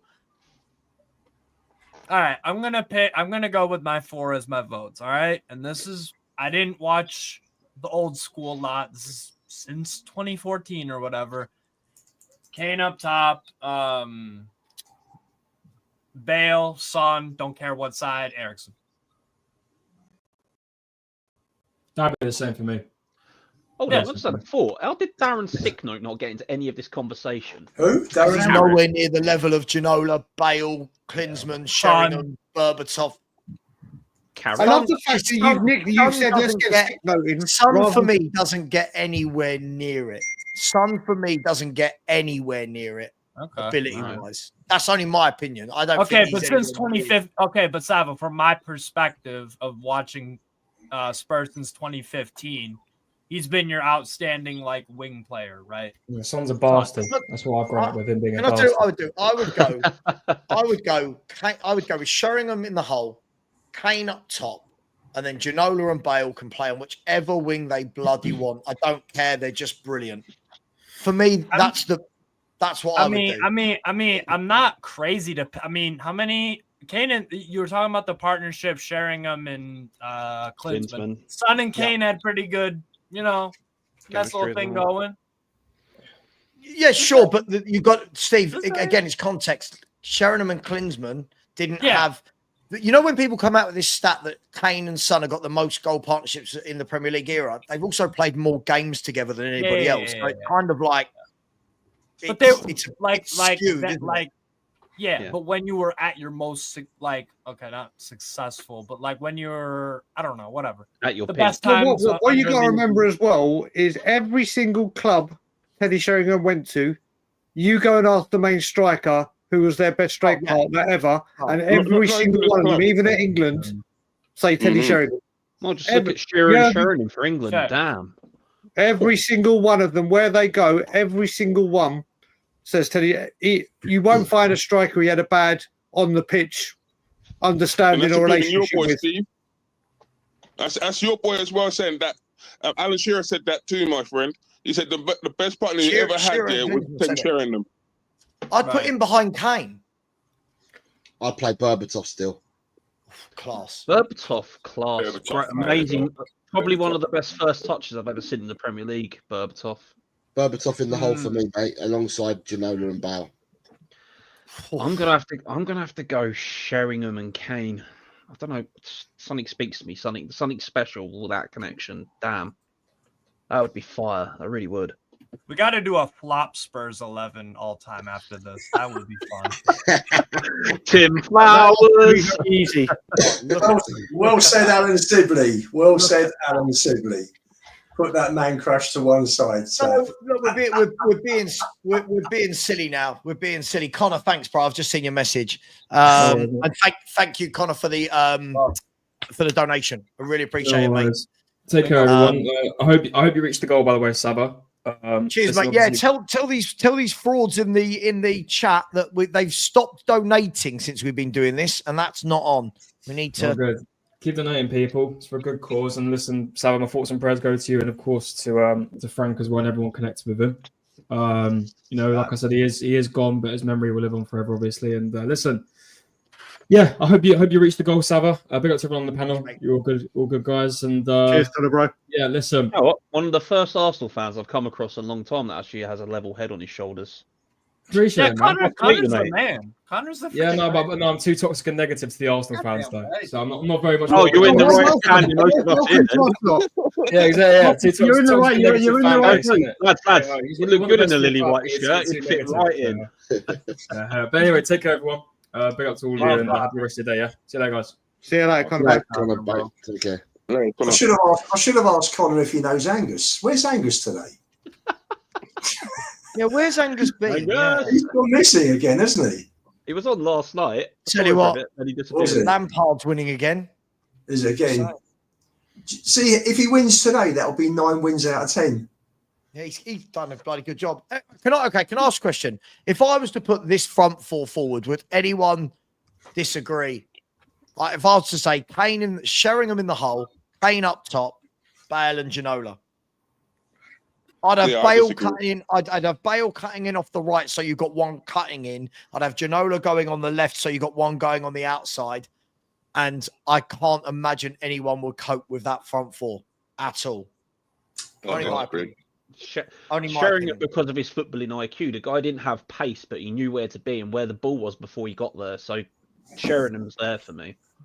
Kane, definitely. I'd love to put Robbie Keane in, but then I can't disagree with you, Saba. I can't disagree with you, Saba, because I loved Defoe and I loved Keane purely because of he was a good personality. He was a good footballer. And his celebration was iconic as well. The cartwheel. I think they were brilliant, Alex, weren't they? I just think the problem that Keane and Defoe had is they've got players like Berbatov, Klinsmann, Sheringham, and Kane in front of them, right? Yeah, that's the thing. Yeah, I agree with you. It's difficult. That's the sad thing for them. It's just amazing how bad how it's fallen with the strikers. Oh, has it? Just, you know what I mean? Because like the strikers that we had back then. Bloody hell. Alex, you got to look at it across the board, mate, in the last 6 years, really. Forget about what we had back then. In the last 6 years, the recruitment has just been dog shit. Yeah, I mean, I don't want to go into it too much because we're doing the 11, isn't it? All time 11 of the Premier League. But I'm just reminiscing. I'm just like, where has it gone wrong? Bloody hell, where has it gone wrong? Yeah, that's the worst thing about these things. Yeah, it makes you realise how far we've fallen. Yep. Yeah, listen to the strikers we're all naming that aren't even getting near the squad. And now look at the forwards. Clint Dempsey. They'll get into the side right now. They'll definitely get into the side right now. We're getting this guy. Alex, you say where has it gone wrong? All I will say to you is it's never really gone right. But managers like Martin Jol, Harry Redknapp, Maurizio Pochettino, and Harry Kane to an extent, because he carried Spurs for many years, have got Levy out of trouble, and his luck now has run out. Yep. That's why you're seeing the shambles you're seeing at the moment. Because he's got away with it. He's got away with it. He hasn't changed the way that he runs his club.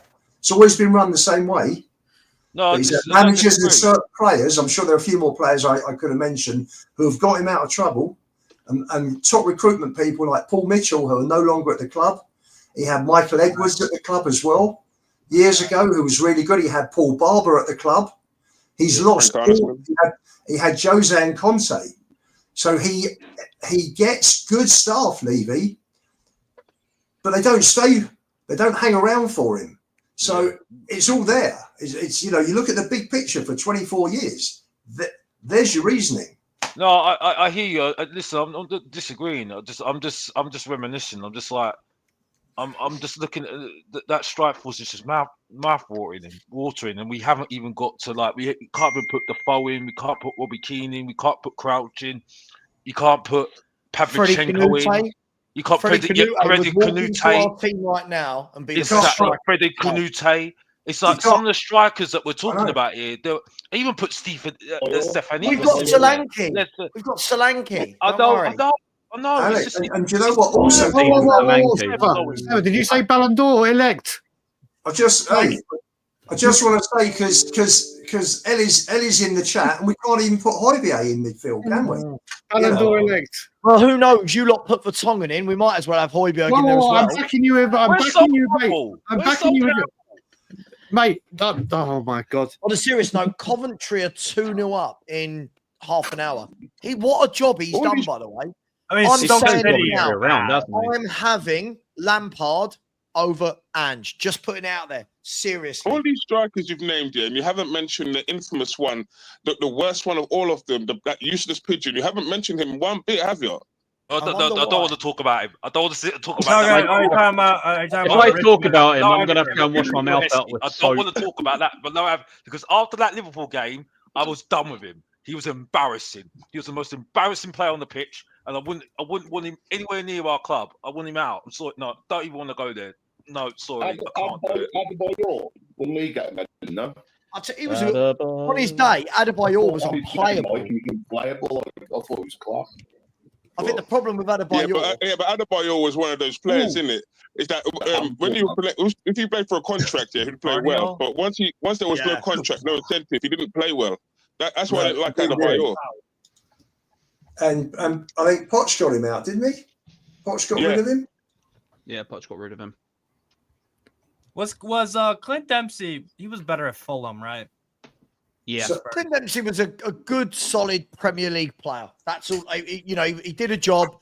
I don't think he lets you down. But when we're talking about these players, I know. So how do we finish off with the last four players? I'll agree with everyone but Ginola. I love Ginola, but then. Well, I don't understand. Who's the debate with not that I'm saying Ginola or who? Yeah, this is what I don't get. But Sava said Bale, Ginola, Sheringham, and Sheringham behind Kane. And I'm saying Klinsmann instead of Ginola.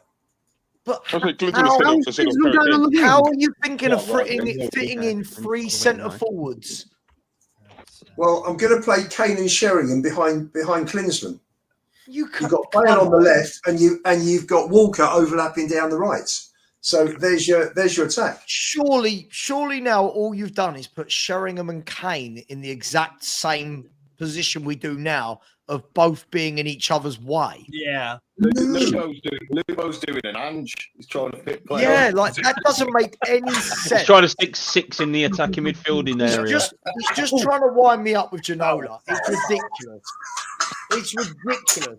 This coming from a man that thinks Archie Gray's a good player. Like, this is where we're at. This is where we're at with this, right? Lubo, I'm 17 hours deep, right? And I'm about 30 hours deep with no sleep. Just... Hey. Oh. Quick, someone start playing lullaby music. Yeah. Why wouldn't you put Bale where AVB had him, Ginola on the left, Sheringham behind Kane? That front four is banging. It is banging. I'm just trying to think who's better than Ginola, and I can't think off the top of my head right now. Do you know? Listen, do you know that season we won the Worthington Cup. That season we won the Worthington Cup. I don't know. David Ginola was untouchable. Oh yeah, he was absolutely. He was single-handedly. God knows what would have happened without him that season. He just failed his last season. Brian, yeah, Brian, he missed half the games. Graham left him out. He was in and out the whole season. Not the season we won the Carabao Cup. The next season he was. I remember the infighting. I remember Graham Taylor, George Graham and Ginola having problems behind the scenes. I remember that spilling out into the public of the fact that George Graham didn't want him. Phil, he was like Johnson, He wouldn't track back. Yeah, but I think there's a big difference to why they did it. He had more quality than Johnson going forward. That's the thing. He made up for it. That's sacrilege, yo. Sacrilege. This has just got really silly. Go on, Freddie, you can wind him up now. Go on. I thought we were having a proper football conversation, and we do it. Well, we're not. You've got Corey going, I can't find anyone better than Ginola. I'm racking my brain. If you can't find anyone better, there's a reason for that. Like, what? Berbatov over Sheringham, though, for me. Berbatov. Ben Swarakotto, there we go, shove him out. Berbatov was devastating. Berbatov was absolutely incredible. And I think I heard you saying it during last night's bit or early hours of the morning for you guys. Berbatov's first touch was unbelievable. I've never seen a first touch like literally. I remember people remember there's a game against where he's playing for Fulham where the ball literally it just goes absolute up and under. He just traps it on his foot like he's got glue on his foot. Like Velcro. He reminds me of Ibrahimovic as well. Because Ibrahimovic's first touch. How about a compromise system? Let's have Oz's system. Let's keep Dembele as the one midfield, and then you got the front five. You could have Ginola and Klinsmann and Bale and Kane and Sheringham. There you go. What a front five that is. Fucking hell. What are we doing here? Right, no midfielders, 2 up top, 5 behind there, no midfielders. Yeah, there we go. Yeah, I think Sheringham was just different. With Andy's system, you'd only have 2 at the back and 7 up top. Can I just say, by the way, from the front four we just picked, like I said, Bale, Sheringham, Ginola, and Kane. Do you know the only one there who's not won Player of the Year? Kane. Just saying. Just hashtag just saying. Hashtag I wouldn't just have saying. I wouldn't have Kane in my lineup. I wouldn't have Kane in my lineup, and that's because I've seen him go to so many finals and semi-finals, and he disappears in the games. And for me, that's a massive faux pas for me. So I'm not having Harry Kane in my squad. In my team, I would have Jurgen Klinsmann over him every day because Jurgen Klinsmann has won a World Cup and has stood up in moments here where you've needed him to stand up. He's been there and got teams over the line. So Jurgen Klinsmann wins them. You know what, Billy? I've got to say the one reason Klinsmann's my favourite Spurs striker I've ever seen, ever. That guy was sensational. It was the first season I went all the time. I went to a lot of his away games. I went to a majority of his own games. Then had my season ticket the next year. If I have said with the whole Vertonghen Sol Campbell, it's because I think Vertonghen stayed longer and was more successful in the Spurs team that was going. I can't put Klinsmann over Kane. I can't. Kane was there for years and years and years, and the goals he racked up. I still stand by the kind of subtopic I said. that if Son and Kane, or sorry, Sheringham and Klinsmann had played the same amount of seasons as Son and Kane, they would have absolutely dwarfed. They would have blown. But then Brian, here's where I go against you because Jurgen Klinsmann forced his way out of Spurs. He forced his way to Bayern Munich. He told Spurs, I would stay with you, but the one club who will come in for me, I will leave, and that is Bayern Munich. Now, Harry Kane, Harry Kane is many things. A brilliant goal scorer he is. But one thing about Harry Kane is that Harry Kane was too comfortable. He stayed at Spurs for way too long. He should have left. He should have gone up and said to Daniel Levy, I want to leave. And I don't care how you do it, I want to go. Because this is what held him back as a football player. He's been there so long, that now that monkey is on his back. Even at Bayern, he's still not got over the line yet. So I just can't see how Kane doesn't get into this. I can't. I can't, and it kills me not to put Klinsmann in the team. Kills me. I think Klinsmann was better than Harry Kane, but longevity puts Kane in there. Mate, if we'd had Klinsmann for the amount of time we had Kane, then again, I think we're talking.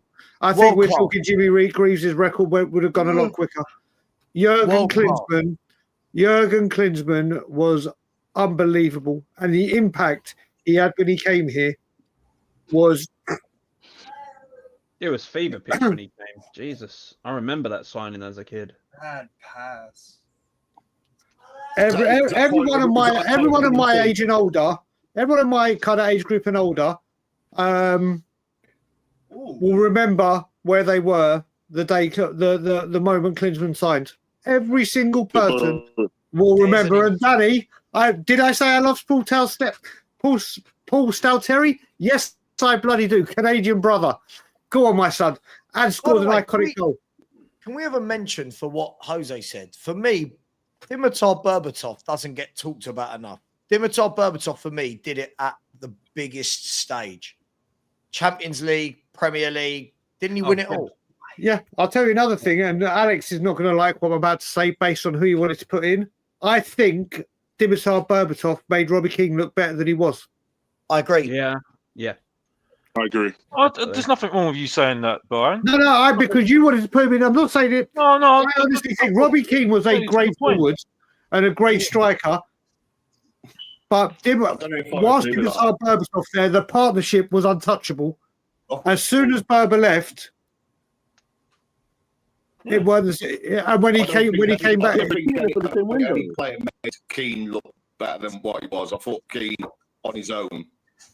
Won games on his own. I don't dispute that, but I think Berber made it. Please, mate, if I had to choose, if it was my team and I had to choose between Keane and Defoe, I'm choosing Defoe every time. Are we on to Keane or Defoe now? No, I'm just saying, if out of those strikers, I think Defoe. I don't like you today. I don't like you today, Lubo. Sorry? I don't like you today. Okay. I'll just say one thing, just tracking back a couple of minutes to when I was last in this conversation. I watched a 2-minute video yesterday of Kane's highlights against Leverkusen on Wednesday, and that just showed everything we are missing. He is just pure class. He's class. The passing, the touch, even tackling back, winning. I'm just everything that we haven't got in our team. And the guy's 31. Just getting back next season or the season after. No, that's me. Get him back. I don't want him back. I don't want him back. You don't want him back? No. Move on. Go forward. I'm not going backwards. I want to go forward. This is the problem with the football club. Instead of going forward. Really, he would stop us going backward. You don't think we're going backwards now? We've had 10 years of Harry Kane. We've had 10 years of it.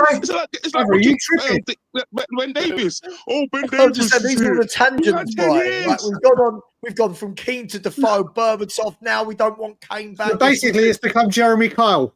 The Jeremy Kyle Spurs show. Let's be fair. We forgot about with Jeremy Kyle. We all need to be missing teeth for that. Absolutely, Ghost. We went backwards when we sold him. Absolutely. Couldn't agree more. Can I just say one thing? If Harry Kane re-signed for Spurs, the person I judge is Harry Kane. Yes. Mm-hmm. Why on earth would you come back to this shit show? I wouldn't. And Doku, by the way, Doku's unplayable right now. Is that a good? Is that a good game? Is that a good game? Why? All top 11. He had that nice little sneaky ball that nobody wanted to crash the box in. How is he unplayable? They still haven't got through yet. No disrespect, but I'm watching him right now. Alex, why are we in this era where for a player to be unplayable means they have to have scored or assisted? Like, no, I'm just saying at the moment. I'm just saying. Okay, he's unplayable. Look what he did against Liverpool. Look what he did against Spurs. And today, he is giving these fullbacks a nightmare. He's every time he's had a shot here. Yeah, he's had a shot here. It's one thing I would say at the moment, they're not getting Haaland in the game because I don't think Haaland's touched the ball. Because they're not. I'm not even gonna bother you.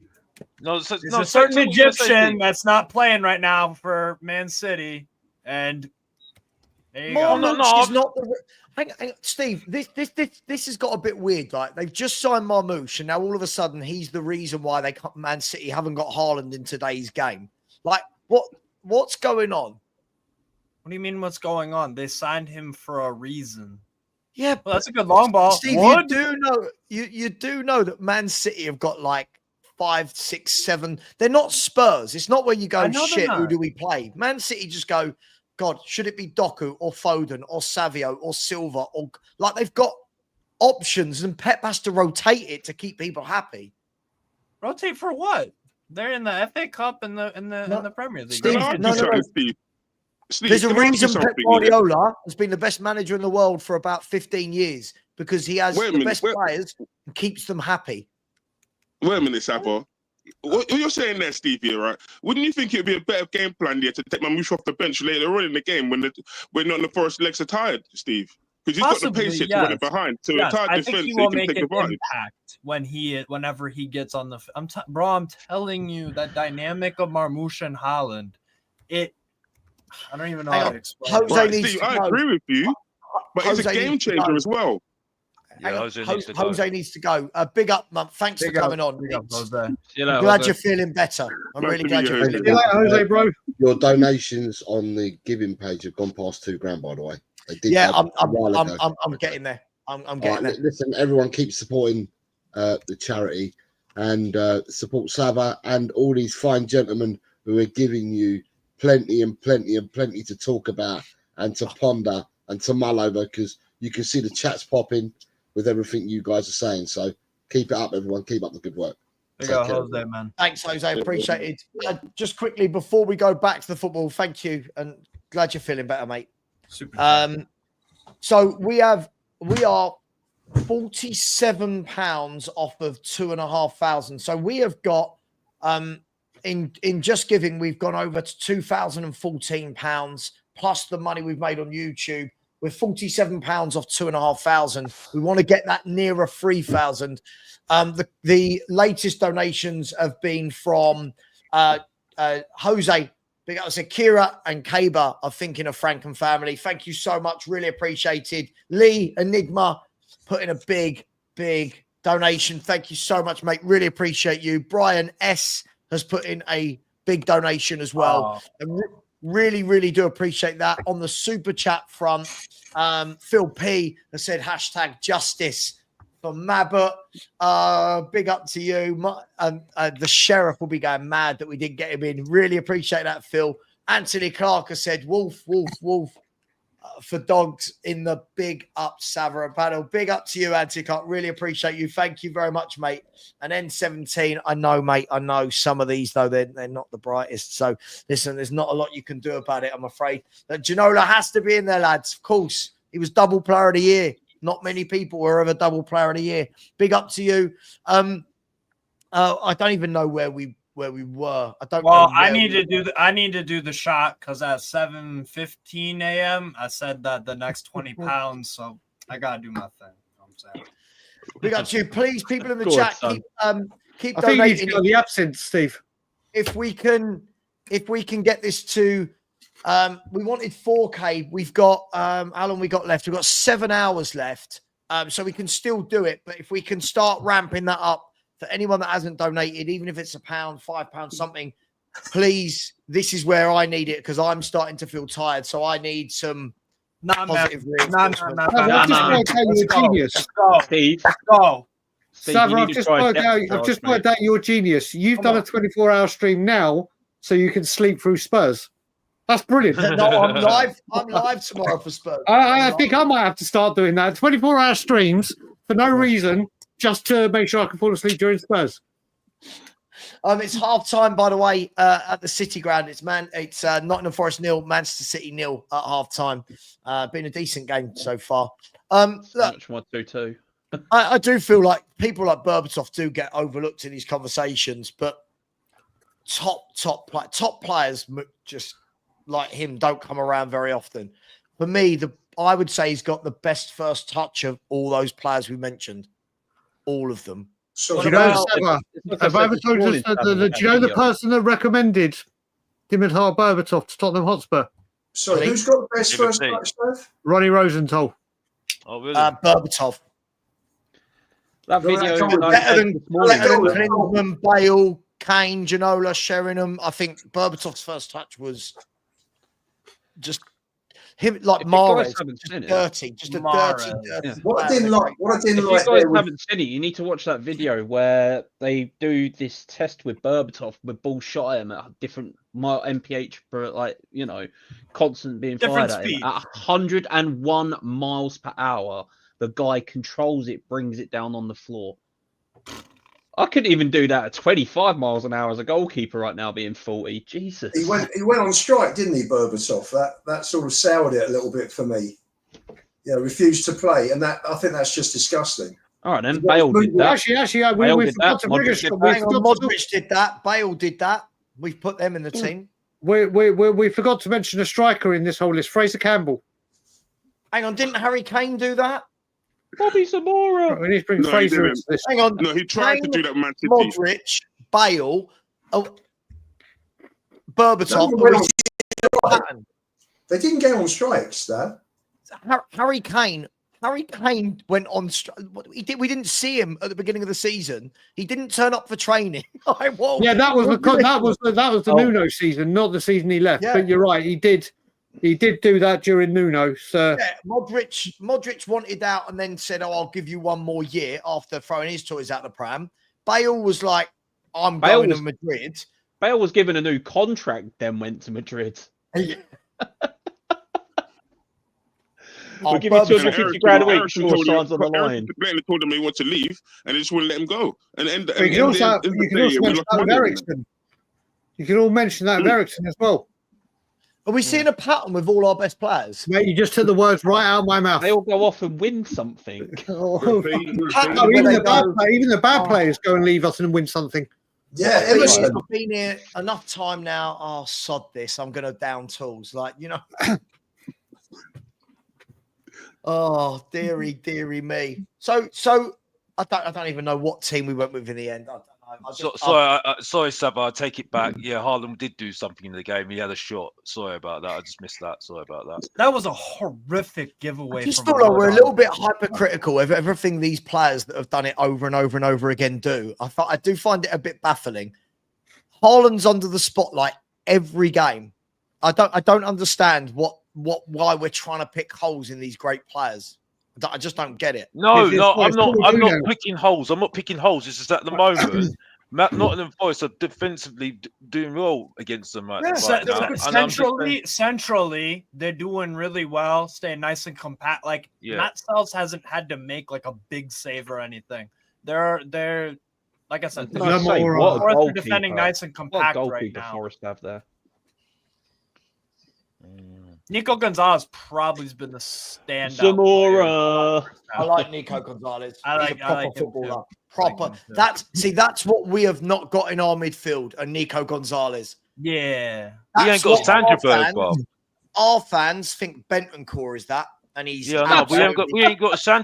We ain't got Sanderberg. Bentancur is absolutely pony. By the way, he is awful. Well, what do you think I call him? What do you think I call him? The Juventus reject for a reason. Reject. Juventus reject for a reason. Do you watch him? How many times a game does Bentancur give the ball away? Yeah, I think awful and might he doesn't get mentioned by anybody. He's an average player. He's an I wouldn't say average he's awful, midfielder. like, Yeah.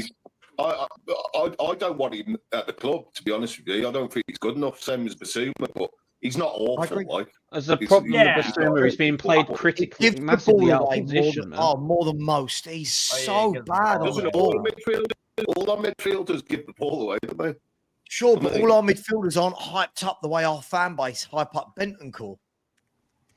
Yeah, I don't know why you take Sava. I'm trying to figure this out. Like you say, like Spurs, like it bothers you so much when Spurs like overrate the play, but like you know damn well their level. Like why does it? Why like Sure, why does no. it? It doesn't bother me. I just like to point it out and Right. Okay. I just like to point it out. I've said this for years about Bentancur. Said this for years. Yeah. Before his injury, he showed up against all the shit teams and he ran games. I remember he was sublime against teams like Leeds and Everton. Never did anything in a big game. When he got injured, we had this revisionism of, oh my God, our best player's out. I was never. The thing is, when you've got players like Modric and Dembele, you compare them to them, they're nowhere near. It's not. Of course, I don't compare. They couldn't even lace their boots, man. They couldn't lace their boots. This is how far we've dropped as a club. Do you know what I mean? With players like Bentancur and Basuma in our midfield. Do you know what I mean? So. Oh, give me Tabat back. Give me Tabat back. Just give me Tabat back. There you go. Phil Harvey. Go. Let's be. I don't like you, There's the Phil. shout. I don't see you a lot nowadays these days, Bob. Where have you been, Bob? Man, you know what I mean. You're terrible, Bob. You know what I mean. You don't turn up, Bob. You know what I mean. You're on mute. You're on mute, bro. You're on mute. Phil, you're on mute.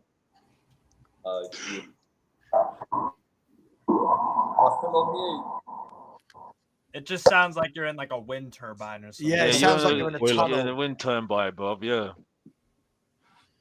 Yeah, your sound's If not good. If you don't know, get to know. Back to you. Can you hear me now? Can you hear me now? You're on I can't mute hear again. you. I can't hear you.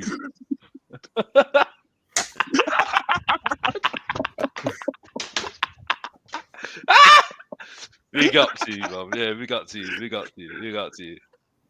We all love you. Sort out your sound, Bob. Sort out your sound. Bloody hell. Go get a better computer. The leader of the Phil army. See, that there was about as good as we get from Bentancur. Pops in, buggers off. The way you link things, Sava. The way you do it, so quick like that. That all-time Spurs 11. He's a wordsmith, isn't he? Sava's a wordsmith. Can I ask? Here's a question. Like, guys, okay, this is what we've got so far, right? Let me know if you guys want to. Hang on. No, ignore that. No, it's not what I downloaded. No, ignore me. Yeah, no. Vertonghen. What? I didn't know he had a brother.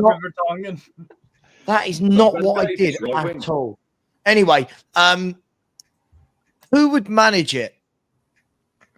Obviously, you know, Harry. Big Ange. No, I've got Harry. I've got one in my mind. We'd have two managers. We'd have Harry and Maurizio. I've got one, and it's neither of those two. Same here. If you had that team, I don't want anyone other than Jose Mourinho managing them. That's a good shout as well. I don't want Jose Mourinho. No, When it comes to I wouldn't want one of the greatest managers that's ever lived either. Yeah, of course. Yeah, sure. I don't want him. Yeah, winners. No, Who I don't wants want him. winners? Who wants No, winners? I understand it. I understand that. But as far as I'm concerned, I'll take big ups, Phil. By the way, big up, Phil. I hope you sorted out your sound. Actually, You're still on mute. Still no sound. I have to say, Sava, I'd call someone different to you as well. What is it, Phil, Bob? No, Come on now, Bob. Mine is completely, totally, and utterly the very reason I am leaving out.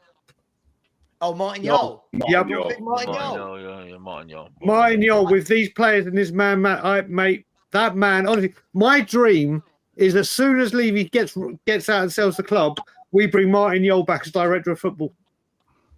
I love that man. For me, Martial. Yeah. I can't see past Jose. He's in the Premier League era, pound for pound, he's the greatest manager we've had. Well, I don't think he is the greatest manager we've had because he didn't really do nothing, didn't he? Really, in the end, didn't he? But Alex, again, context. that's Look at wicked, the Alex, man. squad Jose Mourinho had. Look at every time Jose Mourinho's got a top squad, he wins. He wins. There's no arguments. Every time he's had a good team, Jose Mourinho wins titles and Champions Leagues. Well, George Graham won with us. And look what he did with That's why I want him. That's why I want Mourinho. Ramos won with us. So I'm sorry. But Alex, you're forgetting that Mourinho got us to a cup final, but was sacked beforehand. So exactly. But he didn't do it. Unfortunately, my point is he didn't do it. He didn't. Yeah, but it was not his fault that he didn't do it. What? He didn't win the. He didn't win the trophy, didn't he? Because he was sacked before the final. I know, but that's how could you? That's how it lies. That's how it lies. He's not lying. Look at the squad he had, though. Look at the squad Jose had. Look at the squad he got to the final. Yeah, fair enough. The man deserves a trophy just for that. He had. If we look, right, during Jose Mourinho's tenure, his centre-back options were Sanchez, Dyer, Rodon, and Davis, right? Rodon, yes. His full-back options... And Romero. He never had Romero. Who, Jose? Jose did have Romero. He had Vertonghen and Alderweireld. No, hang on. He had Vertonghen and Alderweireld as they were. Jose came in under Nuno because they were bloody old, right? Jose came in like 2019. Romero came with Nuno. Romero came with Nuno, did he? Okay. Okay. His fullbacks, he had the option of Aurier or Doherty and Sessegnon. Like what? Like that's awful. He had Winks, Skip, Sissoko, Ndombele, and Lo Celso. Other than Kane and Son, this man got us to a final. And in 18 months of being a manager, by the way, when Alex is saying he didn't do it, only 3 teams in the country over that 18 months got more points than Jose Mourinho. He done a bloody good job. People hated him because he's Chelsea. I don't agree. I think you made some good points, but he still didn't win the trophy. It's a fact. That's not. Yeah, no, but he didn't win the trophy though. Didn't win the trophy though, didn't he? He was. Yes, sure. Alex, football was raw.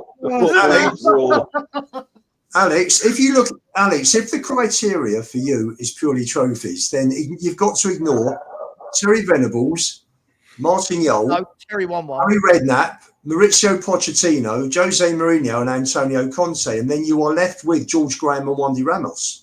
If you're going for trophies only. So which manager are you picking, Alex? Won a Coke trophy as well. Which manager are you picking, Alex, for that 11? He's going to pick Poch. He's going to pick Poch. No, he can't. He can't because he didn't do it, did he? I can't. Can I? So which one are you picking, Ramos or Graham? Oh, no. Yeah, okay. Shot your load a bit early, didn't you? Yeah, no, I didn't. No, I didn't. You talked yourself into a corner here. But I You're digging more than Ange Postecoglou in a press conference. I disagree with that one. I disagree with that one, Saba, because I'm sorry. Like, yeah, he didn't have a good team, right? And he worked with the players that he got. Yes, 110%. But I still don't look at him as Alex, like, put Haaland as manager. Sure, put Haaland as manager. I'm giving you a few facts, right? In his 18 months as manager, he got to a final that he wasn't allowed to play, and was the 4th best team in the country for 18 months. Right? 3 managers had more points than Jose Mourinho, and look at the squad. Yeah, people will go Kane and Son, sure. But look at the defence and midfield he had. It was dog shit. And he managed to get us 4th over the form table for his tenure and to a cup final. What more would we want from that man? Are you talking about the form over the year? You're saying? I'm talking about the form from game one he joined us to him being sacked. Only 3 managers got more points than Jose Mourinho. One was Klopp, one was Pep, and the other one I always forget was somebody else. But 3 of them got more points than Jose Mourinho. Tuchel, maybe. Possibly. It was one of the big boys. One of the big boys. He was 4th over 18 months. That was better than Conte's tenure. It was better than Conte's tenure over that time. It's been better than Ange's. It's been better than nearly all of them. So what did he not do, Alex? Just put Harry in charge. Listen, I would put Harry in charge, or the 3 that I liked, Martin Yole or so your analysis of Jose goes out the window when you pick who you want. Right? Yeah. I know I'm biased on that one. I have to be honest. I'm biased on that one. But you do listen, Sava. You make some good points. Don't get used to it though, because you're not going to get the best out of me on that one. I'm sorry. There's no way that. But you got Alex, me on I that hate one. to tell you, you've dug a hole and there's no ladder for you to get out of it at the moment. The best thing we can all do is just stay quiet and see what he says. That's the best. No. Sit back and watch these 2 fight it Saba, out. I gave it to you. I'll give you that one. Yeah, because from what your points you're making, you make a good point. It kind of makes it try to make sense of it. Why did we sack him in the first place then? You know what I mean? It's maybe because it was so toxic. Maybe that was the only reason. I would never have sacked him. I never wanted Jose sacked. Jose, for me, with what he had, done a phenomenal job. But the problem was, right, for me, half the fan base never wanted him to start with because of the Chelsea connections. And second of all, I think that whole kind of Amazon Prime documentary thing, blah, blah, blah. But look what he was trying to do with players like Dele Alli. Look how he was trying to raise him to be a winner. Didn't he have Bale as well? Yeah, but Bale was injured when he came back. He came with regular. He had an injured Gareth Bale on loan for most of it, Not only, Alex, we're talking about the strikers now against the strikers then. You can say the same about the manager as well, can't you? Look at the managers we had in this Premier League era. I disagree with you though, Saba, I didn't want was it Jose Mourinho because of his Chelsea connections. I just looked at him. No, sure. I just didn't want him because I just looked at him as a manager. I thought him and Daniel Levy were just not the sort. We had Pochettino, and I just thought we're just going completely away from what we were doing with Pochettino. Alex, are you saying that because he was a football manager that he couldn't work with the chairman because no football manager can work with the chairman? Yeah. This is why I miss you. Why I miss you, Phil, because you come up with something good. Shout out, Alex came up to me at the protest, and we hadn't seen each other in a while, and he was very full of love and praise. And I missed you too, mate. But I've not gone anywhere. I'm still there. It's just I'm not online as much, right? Because I'm living a life. I'm raising two children in London. As Spurs fans, we've got to watch our backs. We've got to watch our backs on these streets. Yeah. True, anyway, Phil Army all day long. I'm hopeful that when I see Mr. Daigle, when he comes over, that I might finally get to meet the other Phil P. This is a dream that I'm trying to kindle. This is the only thing that we've got left to look forward to this season, along with this charity stream. Yeah. Just quickly talking about charity stream, we just had a massive donation of just before I let you go, Philly. 1 second. Big up to where do we get to? Big up to Lord Rodney Trotter, who's put in another donation. He's been very generous today. Thank you very much. He said, been scratching around the sofa and penny jar. Found a few more quid I can donate. Big up to Sav in the panel. Thank you very much. Really appreciate that. Reezy, my man Reezy. He has put in and said, big up from Reezy and Ange. Big up to you, not to Ange. Big up Kia Horpan as well. Kia, God, he won a shirt from me and I had to send it all the way to Texas. Cost me more than the actual shirt, I think. So big up Sava. Big up Sava and great panelists. Keep up the good work. Big up to you. Thank you so much. And Blaine Dev come in with another £100 donation. My good God. Final donation of the day, Sav. May as well make it an even 500. Blaine Dev has spent 500 a day, and I can't, mate, absolutely phenomenal. Thank you so much. We need to get Blaine Dev to buy Spurs. We'd have the best of the best of everything. Just so you know now, that does now take us over. We're nearly at 2,600. So thank you very much, Blaine Dev. Let's get that to 3K now, people. And it does beg the question, though. We will be what doing the a rest shirt. of us doing, Sava? Huh? If Blaine's put all this money in, what are the rest of us doing? Do you know what I mean? Exactly. What are we all doing? What are we doing here? What are we doing here? Good luck. Yeah, so listen, Philly, I know you need to jump, but thank you very much, mate. I appreciate you coming on. You're very welcome. Thank you for having me on. Nice to meet you. Brian, we are going to meet up in April. Phil Damn Peter, right come we to are. that point. Right. Damn right Corey, we are. we're going to meet up soon. Alex as well. Sava, I'm coming hopefully to I'll meet see you you in with Brian. person soon. Lubo, you know it's always love between us, man. Right, and Steve, my broski, big up Lazio, man. Don't forget our other team in it. Hala Madrid, brother. Take care, Phil, is that last season's Archie Gray shirts? Nah, you wish, What is bro. that? Real Madrid. Phil Army.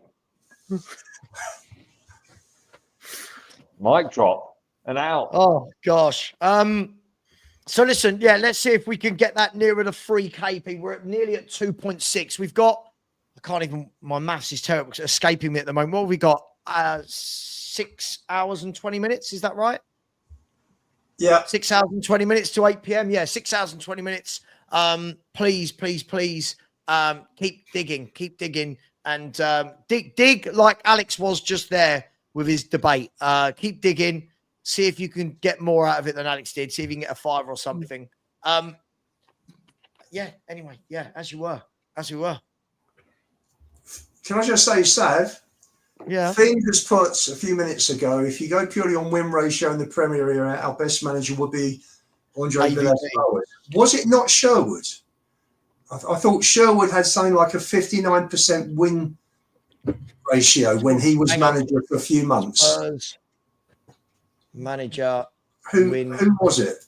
I thought it was Sherwood. Yeah, but Lubo, I think at least part of his tenure was handled by another guy in a gilet. Do you remember he pulled some guy out of the crowd that was giving him sticks? That's right.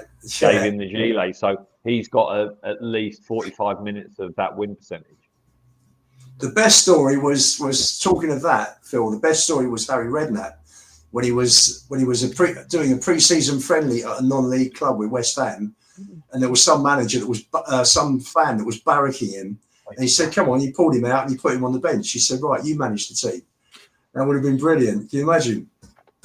Right, Super. give me a manager and I'll give you their win percentage. I'll tell you what, I'll do this.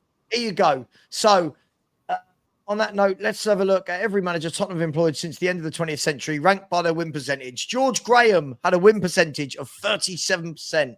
Santini, 38.46%. Yeah, he was only there for 6 games. One day Ramos. Was it 10? 10, I think it was 10. One day Ramos, 38.8%. Glenn Hoddle, 39.4%. Big Martin Yole, the head coach, 45.2. Nuno, 47.06. 6. Oh, boo. Ange Fraudacoglu, 48.7. Harry Redknapp, 49.4. Sir Tim Sherwood, 50%. Jose Mourinho, 51.16%. 10. Antonio Conte, 53.9%. 11. Maurizio Pochettino, 54.2%. Andre Villas-Boas, 55%. Bring back AVB. Talking of people that we want to bring back, here's Danny Kiriakou. Shout out Mambo Gang. I thought I might get a bit more of a choir thing going there. Like I thought we might get some. Can we try that again? Or no? All right. Everyone's, I think, just out of it now. How are you, Sav? I'm good, man. I'm good. I'm actually feeling sprightly at the moment. Just the 6 and a bit hours to go. Yeah. There might be too many good-looking Greek blokes on this panel now, though. That's the problem. Ryan Mason. Ryan Mason. Jesus Christ. Dan, is your bed not made? Is that why the camera's all blurry? No, bed's made. Bed's made. It's always Why made. is the camera blurry? What are we hiding? I don't even know why it's actually blurry because I haven't actually changed any settings. There we go. See? Bed's made. He's hiding Angie's body. That's what he's doing. Oh, Danny, were you doing some OnlyFans business overnight? Is that what's going on? I was Phil. Send me the link. I will send it to you. I'll give you a discount, all right? We've done a best Premier League 11. How about a worst Premier League 11? Oh my gosh! Now listen, Alex, the only reason I've come on is to say Mabbott needs some respect. Where's the respect for Mabbott, Mr. Tottenham? I put him above the face on the line. No, Phil, Bill Nick's Mr. Tottenham, mate. Come on. Super young. Yeah, of course, but in that era. Holland. I love young. Alex is the manager. Say again. That's late, you know. Ooh. Alex is the manager. What, me as manager? No, I don't waffle, manager? bro. I don't waffle, brother. You waffle too much, bro. You talk too much, bro, man. You know what I mean? Alex will just go up to the players and he goes, "You don't know, get to know. You're a striker, You know have what I a mean? score. Sorry. You haven't scored, get the score." See, look, because I've been on point most of the time, bro. You know what I mean? You know what I mean? That's sad news. Oh Jesus! Where's that sad news? That's not good. What? What happened? Oh my gosh! Welcome to Canada. Bloody hell! Where? I blame Brian Daigle. Yeah, it's me. It is all Speedy recovery, Psycho. Speedy recovery. I've got to say, Stuart Pearce was one of my favourite players of that era. What a player! Mate. Dominating games from left back. Stuart Pearce health. Here you go. Stuart Pearce health update after England legend fell ill on a flight to LA, on LA flight, forcing it to make an emergency landing. Oh, that's not good. No, on the camera. Okay, but he's in. Okay, so Sam Matterface said, I spoke to him yesterday. He was in great spirits. He isn't 100%. That is definitely the case, but he's in the right place. They're dealing with it. He's a little bit disappointed about not being here today. Okay, so he's up until he's talking, right? So that's good at least. Yeah. So we're good. Wow. I don't know how old he is. 62. 62. What a legend. What a and legend. would still be a better left back than Destiny Udogie. Hashtag just saying. Hard as Awful. goddamn nails. Awful left back, by the way. Awful footballer. I'm just putting it out there. Awful. Awful. I mean, he's not a left back. Destiny. He's a wing back. Just an awful footballer, though. Passing. He wants 15 minutes on the ball when he gets it. Not for me. Not for me. Not for me. There's a lot of players that are overrated, though. Yeah. Sorry, Boxy. On a lighter note about Stuart Pearce, search out. There's clips and shorts on YouTube about a story of, because he was an electrician back in the day. He had to work. You're going to say the iron. Wow. Basically, but his dad and his brother carried on like the business after he was playing for Forest. But he used to advertise in a Forest program, and Cloughie basically said, we're not paying you enough. You still got to keep your business going. And I don't think we're charging you enough to advertise in the program, young man, and all that sort of stuff. So it's classic Cloughie, but really good of Psycho too. So obviously wishing the big man well. Hope he gets. He's a real player, man. He's a real player. Proper player. Proper player, Phil. I mean, when you say that, it shows you that. You know what I mean? He had to work as well. You know what I mean? And that just shows you he's come from the ground up. You know what I mean? Showing again hustling. You know what I mean? So yes, there's a lot of respect for this guy, man. A lot of respect. It just puts things in perspective, really. These things just happen unexpectedly, don't they? They just catch you out, and that just caught me out a little bit there. I've got to be honest. So hopefully he does. Hopefully he's well. Yeah. Daigle, I think you need to get down to the hospital, mate, for some sort of vigil. Yeah, I don't know. I don't know if you realise this. Now, let me just give you. Canada's a pretty big place. Yeah. It's a pretty big place. And if you say to me go, it doesn't say if he's in Toronto or if he's flying from LA. There's a very good chance he's in Calgary or he's in Vancouver or he's in Vancouver, whatever. Yeah. There's quite a few hospitals to hit in Toronto. Yes. Brian, can I just say something that I would say to our illustrious chairman if he was here and giving us these sort of excuses? I want results, not excuses. I'm on my way, mate. Let me just get changed right now. Get the training ground protest outfit on and get down there. Probably, if he was in Toronto, it'd probably be pretty easy actually to nail down because he'll be landing at Pearson. And then I just need to do a bit of geography, so it's not going to be... Actually, it'd probably be pretty easy. How many of the guys here are going to make the protest next month? I'm so excited. I can't wait. I cannot wait. Danny, you turning up for the protest? I'm mute. You're on mute, Danny. Is it in April? The one in April? Yeah, 6th of April.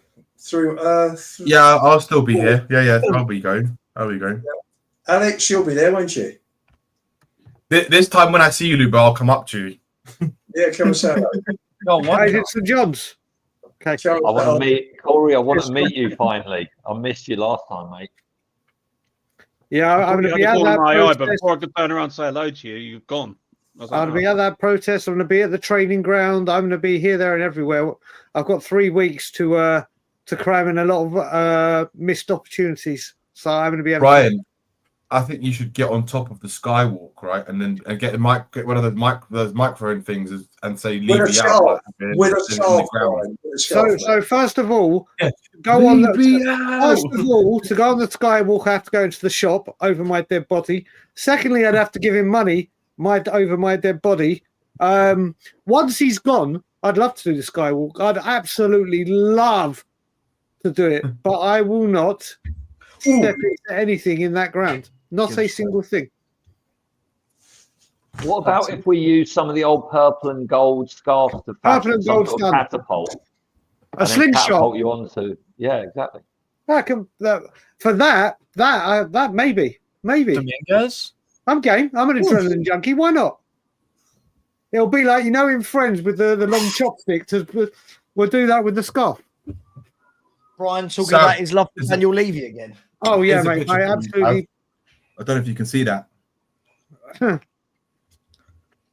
That you and Ginola? Yeah, but you know what? I mean, wait, Danny, I'll tell the story. You're going to be extremely jealous of this. So, Danny, myself, Ben, loads of us went to the Ginola night. There was a sit down and one of those Q&As, and we were both still smoking cigarettes then. So you had to go outside to have a cigarette. It was on the second floor. And after a little while of going up and down, they said, no, listen, there's just a fire escape just there. Rather than going downstairs, just go and open the fire escape, have a cigarette there. So Danny and I sneak out and have a cigarette. We are just having a cheeky little cigarette. And all of a sudden, the doors open. It's like stars in their eyes. And David Ginola walks out and has a cigarette with us. Yeah. And then it was with one of the security guys, right? And there was no one else. And they didn't really want to let anyone else on the platform because it wasn't a big space. So they just kind of didn't want anyone else. So me and Brian were sitting there having a chat for about 15 minutes with Ginola. It was fucking mad, as if we're like best mates. It was crazy. Yeah. Well, after most of you left him out of the 11, I don't think you deserve it.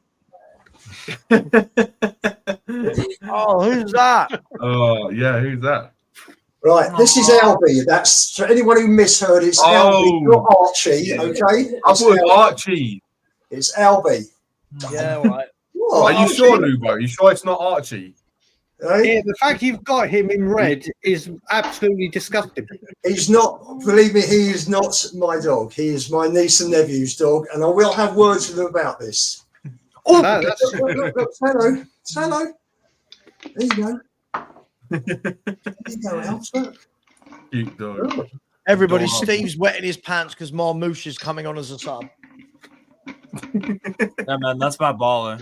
For real. He's a great player. Watch him get the winner. No, but Sava, do you agree with me? Man City right now lacks someone in their team with elite speed, dead ball / free kick ability, and goals, plus playmaking. Mate, I think they lack a lot. What? I think they lack a lot. Yeah, they lack loads. But you know, you've got when you've got that many players at your football club, how do you keep them all happy? That's what he's mastered the art at, hasn't he? Keeping them happy. I really, do you know, I'm so jealous. I so want to have a dog. I've never had a dog. I've always been surrounded by cats. I will have a dog, but my dream dog is a big dog. Wow. So it's not happening here. I want I've my been looking at Rottweiler. getting another dog. Yeah, I want another Rottweiler. I want my Rottweiler. I'm obsessed with Rottweilers. Have you had a Rottweiler before? No, but not personally. But when I lived back in Israel, one of my best mates had one, and I lived with them for a hell of a long time. So I've been around them, been with them, absolutely obsessed with them. And one of my mates had one as a kid. He traded so well that he went up. Do you remember when it all broke out with the pit? Like Savile, remember? And when it first broke out about the pit bulls and everything going mad about them, like years ago. Yeah. When that all happened, my friend brought his Rottweiler around to our house, and he goes, "Do this to it." I was about 10 years old. I was like, "I'm not doing that to a goddamn Rottweiler. It'll fucking eat my shoulder." He goes, "Trust me, just do this." So I did that. He just got up on his front legs and just hugged me and started licking my face. I was just like, "That's it, Rottweilers, obsessed." Yeah. I am obsessed with them. My dad's what Dan said, Rottweilers are the most loyal dogs. He's right. Because we had a Rottweiler. Dan was speaking about Rottweilers. We had a really fucking big one. It was like 13 stone, 90 kg. And it literally, my dad couldn't even walk it properly because it was so strong. Used to walk him, not the other way around. Yeah. I love Australian Shepherds as well. Australian Shepherds are beautiful. Beautiful dogs. Mate, we're not getting on to the Ange debate again. Come on. Okay, if Ange was a dog, what Say dog no would he to be? Australian Shepherds. Chihuahua. Little brain, nothing. Forrest has just hit the post. If Ange was a dog, what would he be? How far behind are you boys? I'm at 66, 41, 42, 66. 44. Man City. I've got to go, my friend. Massive love for all your efforts. Love you, Phil. All those watching, Cheers, Phil. please dig deep because it's not easy. And Sava and the gang and his missus have been through a lot. And you know, big up to Frank. I know he's watching down and probably giving us all the side eye, which obviously was his way. But it's a big thing when you lose a young friend. But I'm going to tag out and I'm going to let the voice of reason, Danny, come in and tell you why Kane is better than Henri. Angus is here. Yes. Angus is in the chat. Phil, you've got to give us a wall. You've got to give us a wall before you go. I mate. will, but firstly, I'm going to say I've always had a dislike for Henri because of obviously his allegiances, but also as I'm half Irish, what he did to the Irish players after blatantly handballing it to get to the South African World Cup, going around consoling the players after he blatantly cheated. At least Maradona had the good graces to go around giving it the big one and saying it was the hand of God. He didn't go to the English dressing room saying, "Sorry, chaps, you know, sorry you didn't make it, sorry we knocked you out. I didn't handball it, honest." So, Henri, if you ever get to see this, we're watching and Ireland remembers, mate, and I've got a very, very, very long memory. So you can stick it. You're not getting anywhere near the Premier League team. And Ryan Giggs can medal you off any day of the week. And he left his wife. You left your wife. But he did it with his brother. So he's much better than you at everything.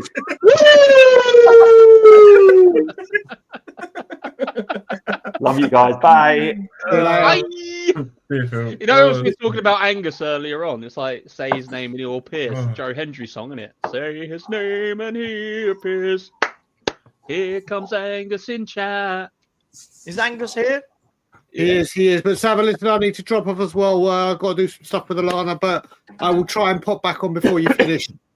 Much love, dude. 6 hours. Much love to you all, everyone. See you later, brother. Everyone, a good day. And I had to say something really, really stupid before, so I'll end with always. Levy out. You could edit that bit, right? You can change to Levy in. I'm going to edit that to him saying Levy in without the comment. Yeah. Yeah, that's perfect. Yeah. That Edison save just was class. Wow. Yeah, good save that by Edison, wasn't it? Angus, you've done nothing, mate. We've just been wondering where you've been at all day long. Now you're here. It's like the world has come back to normal. Angus is home. Oh, I'm so hungry. I've just had to have a sandwich, but like trying to eat when you've just had a tooth out is like torture. They're like, oh. What did you try Go to and get pizza. Go and get pizza, Saba. Cheese sandwich I had. I'm not really. And it's grated cheese with some mint yogurt sauce. There you go. Mashed potatoes good for you, Corey. You just burger.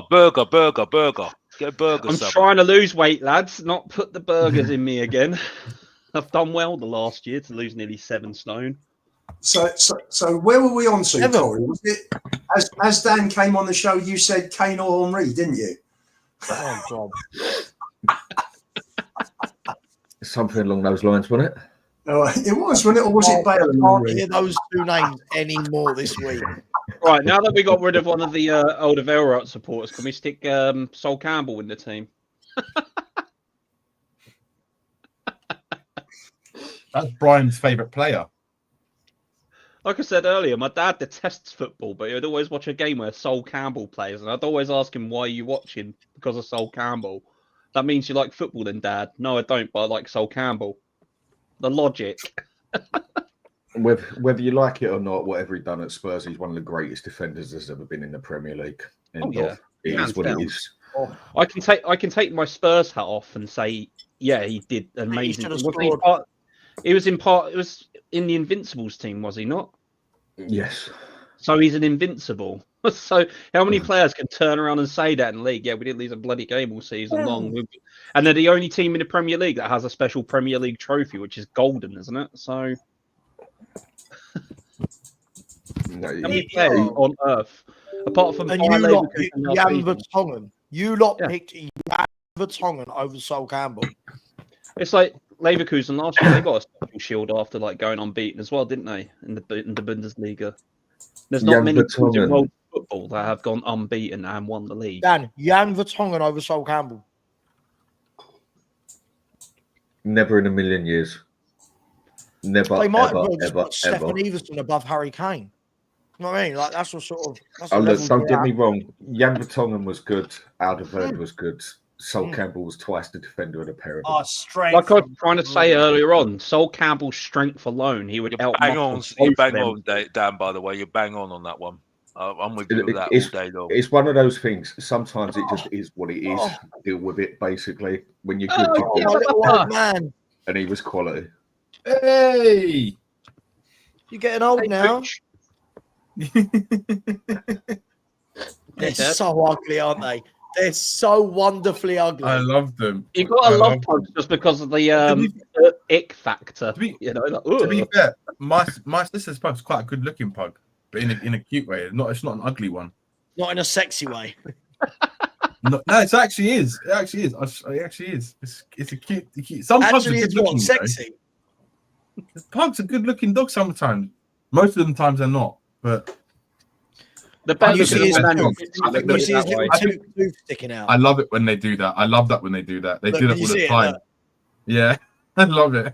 I hate my nan Shih Tzu. When my nan Shih Tzu yawns, it looks like Predator. You're on camera, mate. You've got to look. I mean, the other mad thing about dogs, it's always the little ones. They got small man syndrome, isn't they? Blatantly got small man syndrome. Dan, do you know what we've got over our garden? Over our garden, we've got the flight path from City Airport. And every time a plane goes over, and we're talking like every 7-8 minutes, this one thinks every plane is his enemy, runs down to the end of the garden and just howls at the plane until he can't see them anymore. Like ultimate little man syndrome. He's protecting his territory, so Sam. That's what it is. Yeah. From what? EasyJet.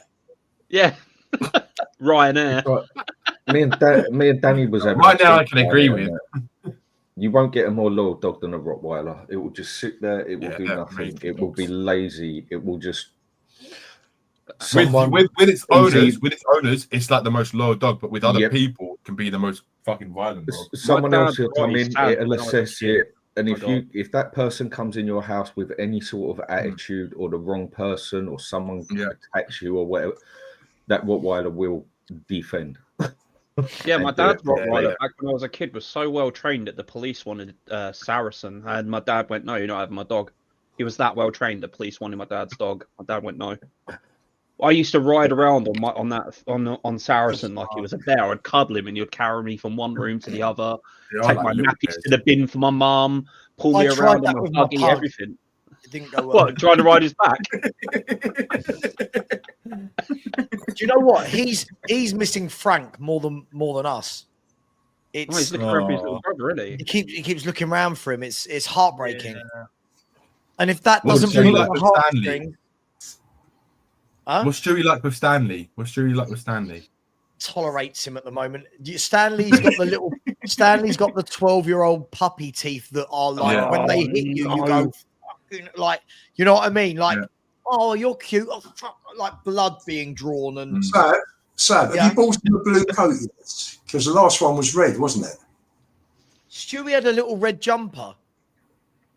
You can't have reds. Sam. You know that. I do know when my wife bought him a jumper from Pets at Home, she wasn't thinking like we do. She didn't go, "Oh, that's Arsenal." She went, "I bought Stewie a cute coat." And me being an adult, I didn't go, "Oh, take it back, it's red." Oh, oh. Why not? Why not? No, it's in the relationship. It's just the hill you die on. Savage went, I'm tired. I'm overtired. I'm overtired. City have got a dangerous free kick here. City have got a dangerous free kick. Yeah. Kevin De Bruyne is over it. Should be Marmouche. Have you got a man crush on Marmouche? Is that what's going on here? He does. Yeah, It is fine. Everything should be. They've got a throw on. Marmouche should take it. Should be Marmouche. They're putting the corner flags down for the pitch. Mamouche should be doing that. Mamouche. Who's cutting the oranges at half time? Flag. Here's a good one. Biggest disappointment as a player in the Premier League for Tottenham. Archie Gray. Just for Tottenham. I was going to say, if it's all time in the Premier League, it'd be that guy that conned his way of saying that he's George Weah's nephew to play football. Anyone in our current squad? Yeah. What, including Vicario and Spence, the only two that seem to actually play? What a freaking I attempt! thought Spence was poor the other night, if I'm honest. No, but take away that one poor performance. Yeah. Does anyone else think Spence is a better left back than right back? Yes. Yeah, because he can cut into I've not been impressed in the games he's started on the right. I feel like he's better on the left when he's driving through. Yeah, with his pace, with his pace on his right foot, running down that left wing and getting into the middle, he's second to none. He does it better than Dogi does. But then again, that's a damning indictment of what Dogi has done. What happened? What happened? Hi, Dad. This is. There's your shower for the day, Sav. Oh, he's got the fucking thing again, isn't he? Look. Don't you squeak at me. I don't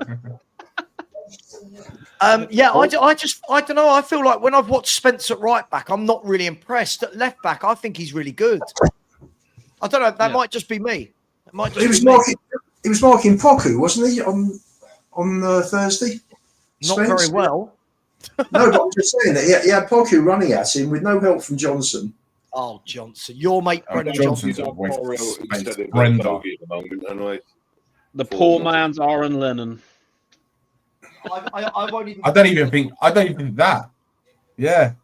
Lennon was superior in every way to Brendan Johnson. I would rather have. Who's that winger that tormented us from Tamworth? Than Brendan Johnson. Yeah. Was he the guy that worked in the library? Wasn't it? Didn't he work at Zara? Wasn't it? Yeah, Zara. That's it. Zara. Yeah. That's it. I mean, Brendan Johnson looks like he could work in Zara. It's been a season. It's been a season. Zara was a line manager as well, wasn't he? I wonder if he had to book the day off work or just phone in sick. We've got to wait and see if this year finishes up the worst year in the Premier since the Premier League started. Because in 93-94 we did finish 15th. So let's see if we can beat 15th and finish 16th or 17th.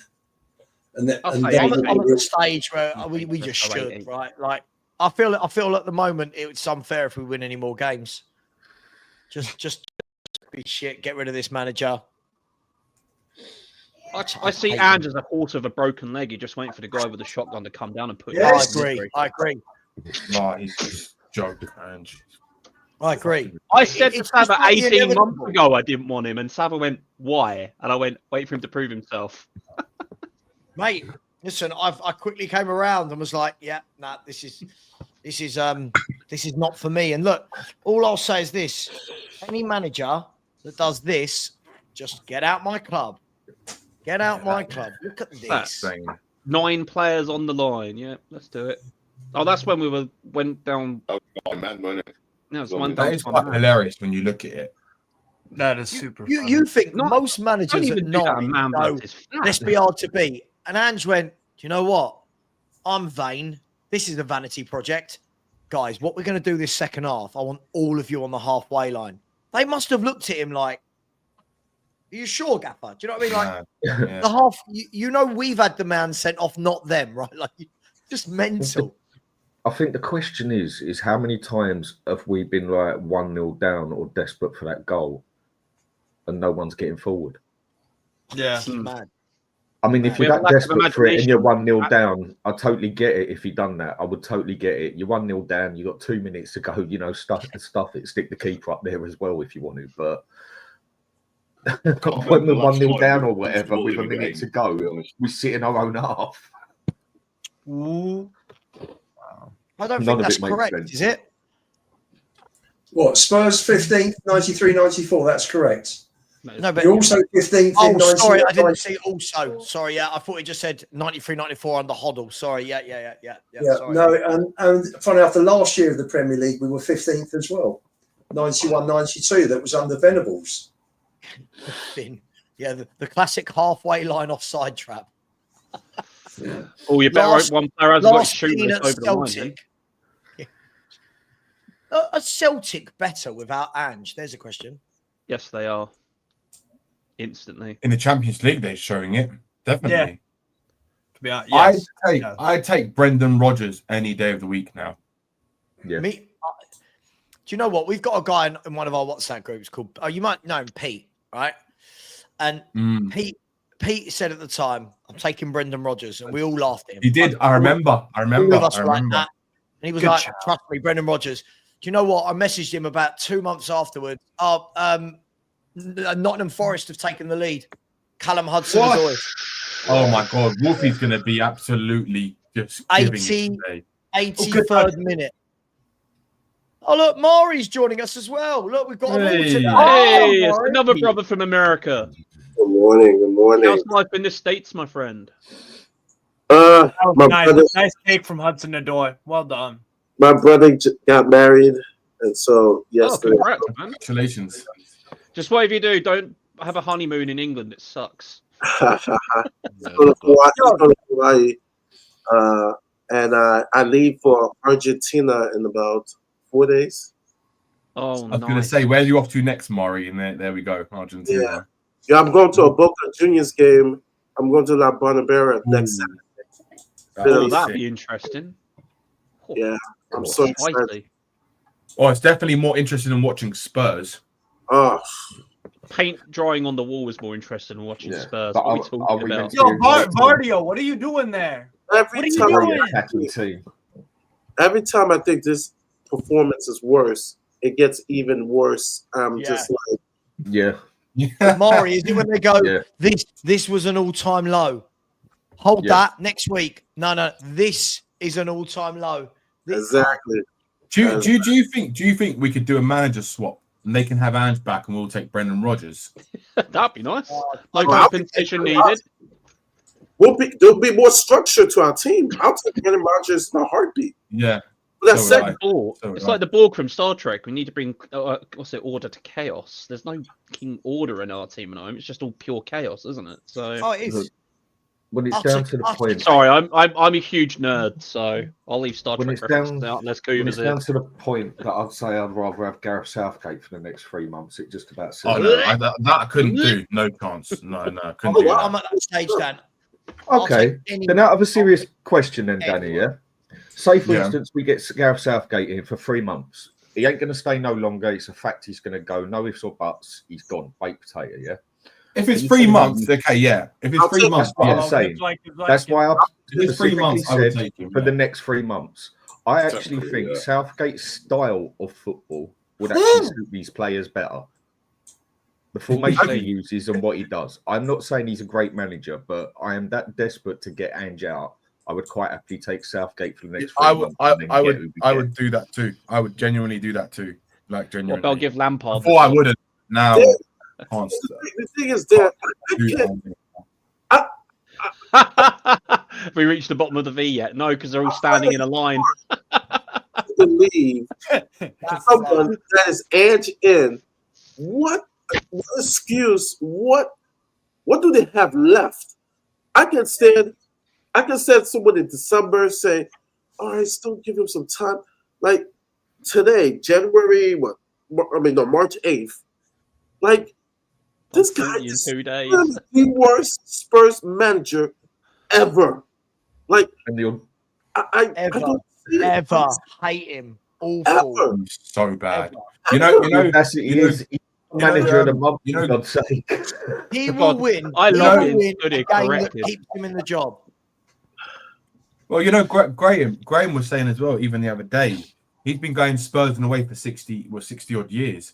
And he was like, by far, Ange is the worst manager he has ever seen at Spurs. He is. There's no question. Yeah. We had some poor managers. Terry Neal wasn't great. Christian Gross wasn't great. But this guy, seriously, is the worst. At least with Terry Neal and Christian Gross, they had some sort of system that they put in place. They didn't execute it very well, but there were systems there. I want Daniel Levy back. Seriously. That's what I said. Where's Levy when you want him? Where is the sackable Daniel Levy? Like Levy sacks people for fun. I'm sitting there thinking a year ago, yeah, this guy hasn't got long. And he's still here. He's still here. They're trying to find Ange in a Where's Wally book, and Daniel Levy can't find him on the first page. That's why we're still stuck with him. Daniel, he's in the middle. Daniel, he's in the middle. Look in the middle. Look in the middle. Sava, can I just ask you, why are Man City trying to score the perfect goal? Why can't they just try and shoot outside the box or something like that? Because I mean, it's just like they're trying to get through, but I've got to be honest, Spurs has really been good. They deserve it. If they hold on for the win, it's deserved. They've honestly been the better team the second half. They've been the better. They've defended. I mean, they're defending well, and then I think that because they've been. I think since Gonzalez has gone off, I think it's kind of they're starting to counterattack Man City, Forest. Since Gonzalez come on, and he brought on what is it, Kovacic and I forgot his name now, the young player, Nico Lewis, yeah. And they've been trying to just get in. They've just tried to walk it in the net, and I don't see anything from Haaland at the moment. They're not. The thing that annoys me about it is that is everything Haaland. Well, no, it's just like because they've got a big specimen there, and what they could do is try and drag Haaland to hold up the ball a little bit, and then try and get them out a little bit. That's what I'm thinking. They're so deep. They're so deep for us at the moment. They're defending so deep. Of course, they've got 10 men behind the ball. That's what Forest do when they're 1-0 up. 10 men behind the ball. Yeah, but when they were 0-0, when it was 0-0, that's what I'm talking about. Yeah, listen, City aren't at the races this year, are they? I think everyone seems to think there'll be a game where suddenly they go, but City aren't at it. City need what everyone thinks we're doing. They need a rebuild. They've started signing a few players. He'll continue doing it in the summer. But I don't know why we're shocked. This is not Man City of last season or the season before. This is the season that they could have played Ekrevechi. There's a kid who, boy, this kid is the only kid to score a hat trick on Brazil. Something that Messi and Maradona has never done. This kid has done it. Helped Argentina to win the U18s. Man City signed him. This kid is going to unleash with Pep Guardiola. Ekrevechi.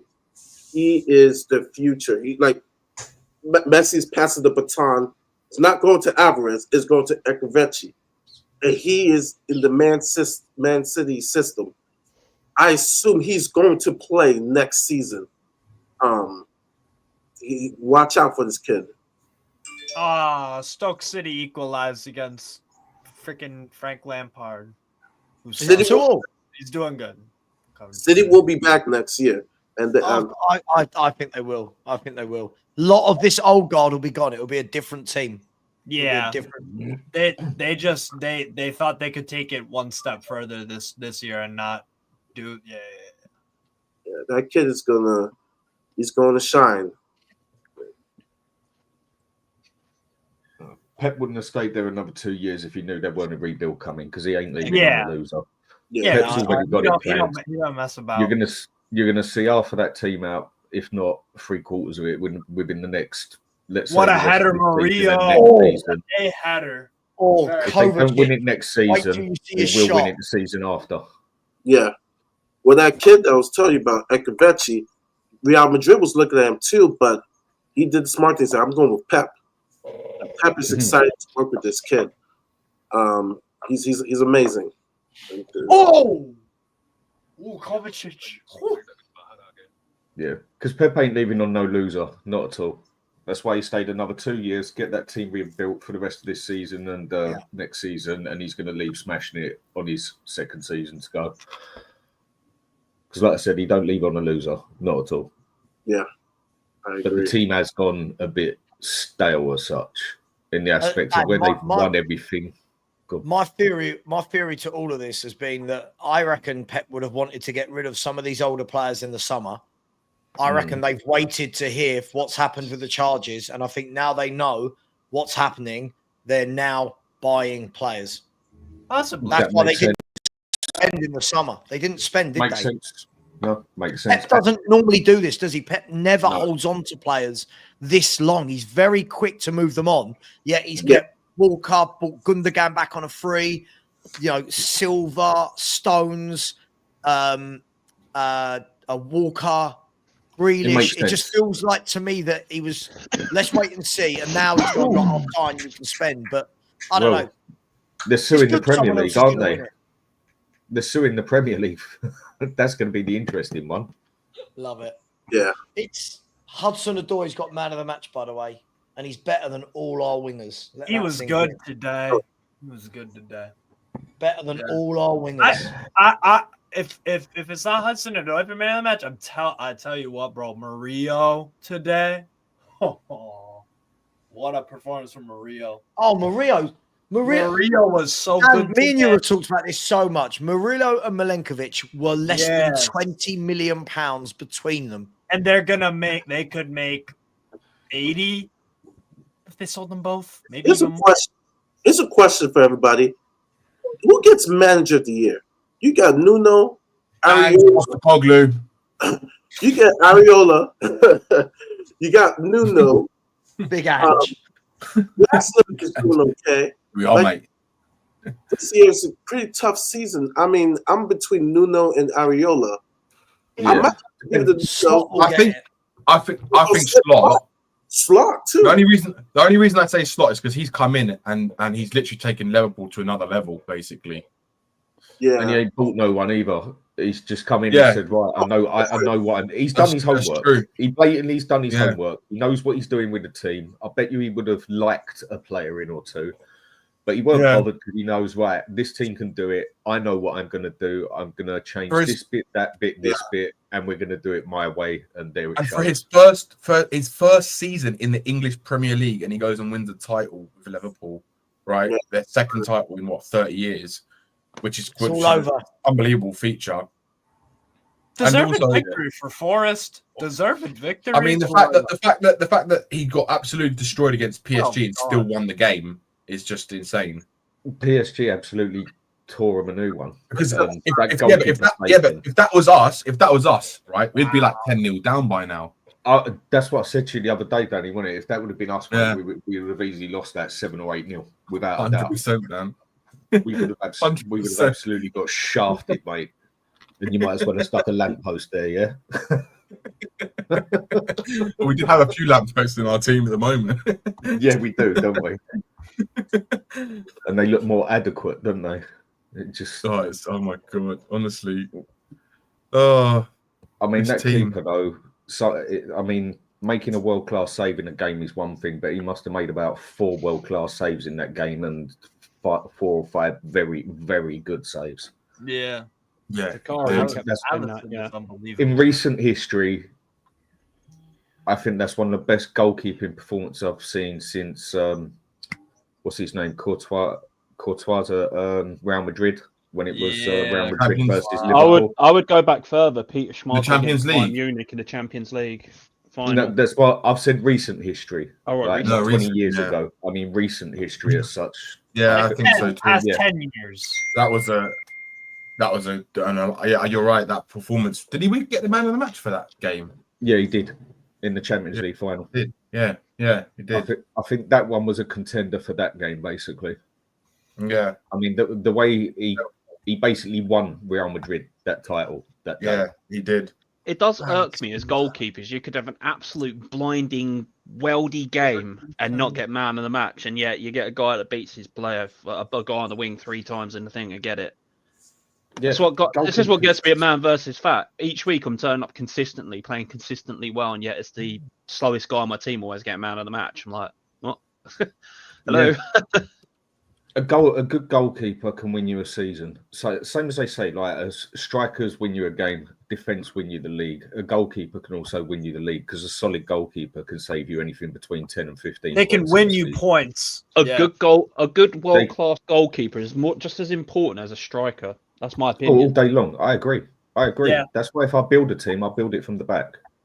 And then slowly Look how much build up better. to it, Look basically. how much better Liverpool became once they got rid of Mignolet and brought in Alisson. Yeah. Look at I know Van Dijk. They also And got Van Dijk. but like Jesus, just Yeah, Alisson goalkeeper. alone. Like If you take out Hugo Lloris in the last 10 years, Alisson and obviously the Man City and Liverpool goalkeepers, Ederson. You take those 3 out in the last 10 years consistently in the Premier League, who has been a consistent goalkeeper that's kept this team in it? Martinez would be one. I'd pick. Martinez is solid. Do you think Lloris was that good as a goalkeeper? Yes, I do.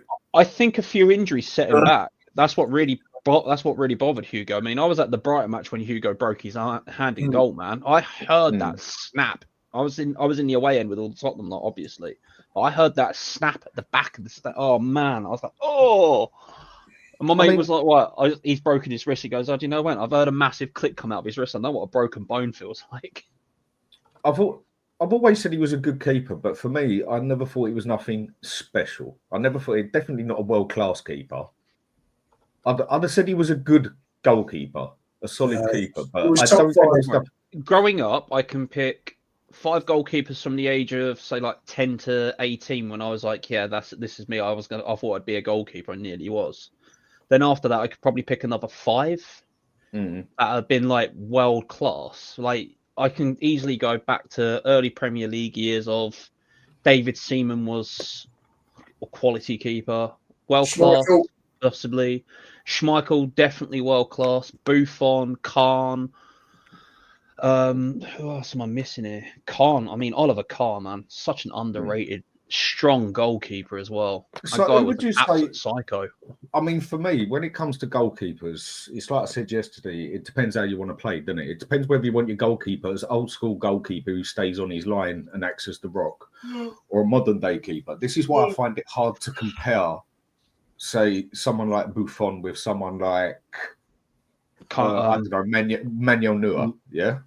Two distinctive type. Excuse me. Very two very type of different goalkeepers, aren't type they? keepers. Exactly. One was the Well, old. you got you've got to look at it within the last 25 years. That's when goalkeeping kind of really changed. Because when I was a kid, I was taught the old style of goalkeeping, but always to fixate on the penalty spot and use that as my angles to close the ball down if it's coming in the box and stuff like that. Make yourself big, all that stuff you get drilled and coached for. Nowadays, they have to be sweeper keeper, come off the line, act as a fifth defender. I'm not like that. I need to be in and around my 6-yard box, or at least just before the penalty spot to make a save, because I've closed and narrowed down that angle, you know. Whereas the modern day goalkeeper, I see them running off the line. They're not good with their feet. They're getting chipped. They're getting tackled, and goals are going in easy. I mean, I'd just give me the old style goalkeepers of Khan, Buffon, Schmeichel. You know, but in modern day, would that work with the way football is now? I think it could, especially. Definitely. You can't deny the talents of Schmeichel. If Schmeichel was around now, in his time, Schmeichel was the most agile goalkeeper in any league. Portray it this way, though. Legends. Portray it this way. A lot of teams do have the defences push higher than they ever have done, yeah? Not like us. But if your defence has pushed up that much and your goalkeeper is on the line for the way you say you'd want a goalkeeper, the ball comes over, that goalkeeper is screwed. Well, if he's quick on his feet and he can get the ball, then yeah, I can understand it in the modern game. This is why modern day, you need a goalkeeper to be able to push to at least the edge of the box, basically, to cut that line sometimes. That is why it is just what it is. I'm an old-fashioned goalkeeper. I want to defend my 6-yard slash But penalty these spot. days, you go and stick a David Seaman in goal, who just stayed on his line, basically, or a Peter Cech. I don't think it's going to succeed too well. Just by the way modern football has changed it. Not by the skill. Dan, I think it's going to change. I think it's going to change, but I'll tell you why. To me, we're behind the goal Thursday night, and Thursday was typical of every game this season and last season. And Vic gets the ball, passes to Gray or Danso. They give it back, and you're shitting yourself, and you think, shit, we're starting an attack. The aim of the game is to win. You only win by world class. Sorry, hang on. James, who's not world class? Peter Schmeichel. Because if so, man, Jesus. Are you guys sticking to Premier League, or you look at globally? All right. I'll let y'all know what I got going on. Bundesliga just kicked off. Leverkusen, Werder Bremen, Bayern München, Bochum, Borussia Dortmund, Augsburg is on my screen. And Como Venezia. Whenever the Hola. Bueno. Just finishing off. It will change. It's far better. It's far better if you hit the ball long. You've got a target man who can win the ball and lay it back to a midfield player, and you're 50 yards from the other team's goal, rather than you're messing about with the ball in your own area, 100 yards from the opposition's goal. Ian, that's old school football, mate. That's done and busted. No, but Dan, yes, it is. Name me one team that don't play out from the back. It will swing back. It will swing back. I'm telling you, it's too big a risk. Risk or reward, and how many players? Seriously, I grew up with too big a risk. I'm sorry, it's the maddest tactic. Yes, but until the generation of football changes, Ian, and you're talking about old school football. It doesn't make sense. Hang on, Steve, hang on. It doesn't make sense to put yourself under pressure and risk losing a goal in your own box. Why does Pep do it then? It's going to swing. It will swing. Believe me, it'll change. And the next every team does it now. That they didn't really play that sweeper keeper type. Like they were in the box and they did their job. Right? As much as I hate Kahn for Germany, I grew up with Taffarel, Chilivert. These guys were like world class, and they didn't. There wasn't a big emphasis of bringing up the ball from the back like that, like we have now. And so that's why I feel like the keepers back then were much more solid. They didn't have to really worry about that. Like take Chilivert.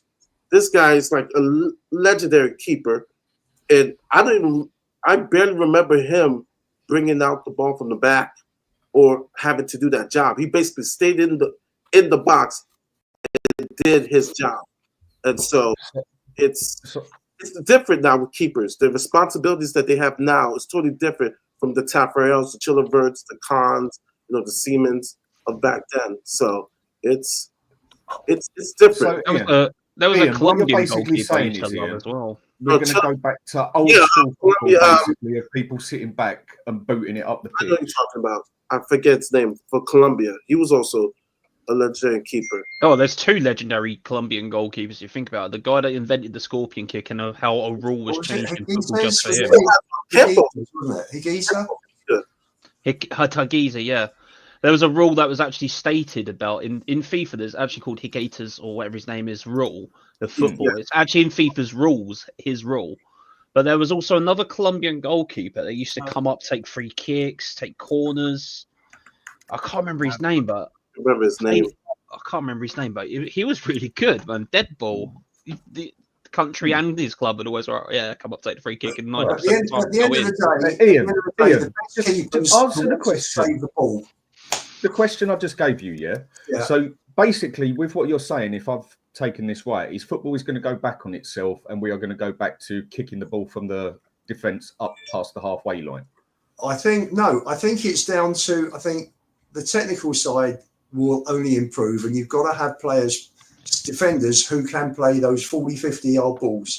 You know, we pick out people like Alderweireld, who hits so many great passes, you know, and because he's one of the few centre-backs over the years that we've seen at Spurs that could do that.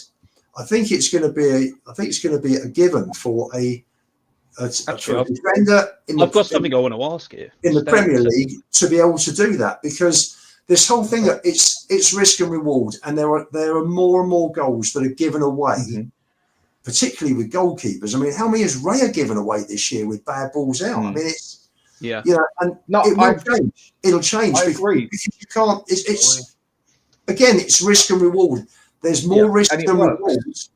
I'm going to ask Del about this. It works. Look at the best teams that have won everything and that, yeah? Risk and reward. It's more reward for them the way they do it. Do you think they're really going to go back to an old way of sticking a goalkeeper on the line? He stays on the line. Then they can't push their defence up. Then they can't push up as much. I'm not saying stay on the line. Dan, no. Okay. Lloris never stayed on his line. Lloris was on the edge. Lloris most of the time was on his 18-yard box. He wasn't like 25, 30 yards. That's what a sweeper keeper. That's what a sweeper keeper defender does, Ian. That's what a defensive sweeper keeper does. You've said they're going to go back to old school, and to me, if I've interpreted that right, that's back where the keeper stays as the block on the box on his line. Sweeper keeper is when you come up to the edge of your box, then you're a defensive sweeper keeper. Come out a bit further, and then you're a supporting one. Come out further, like Manuel Neuer did, and you're an attacking sweeper keeper.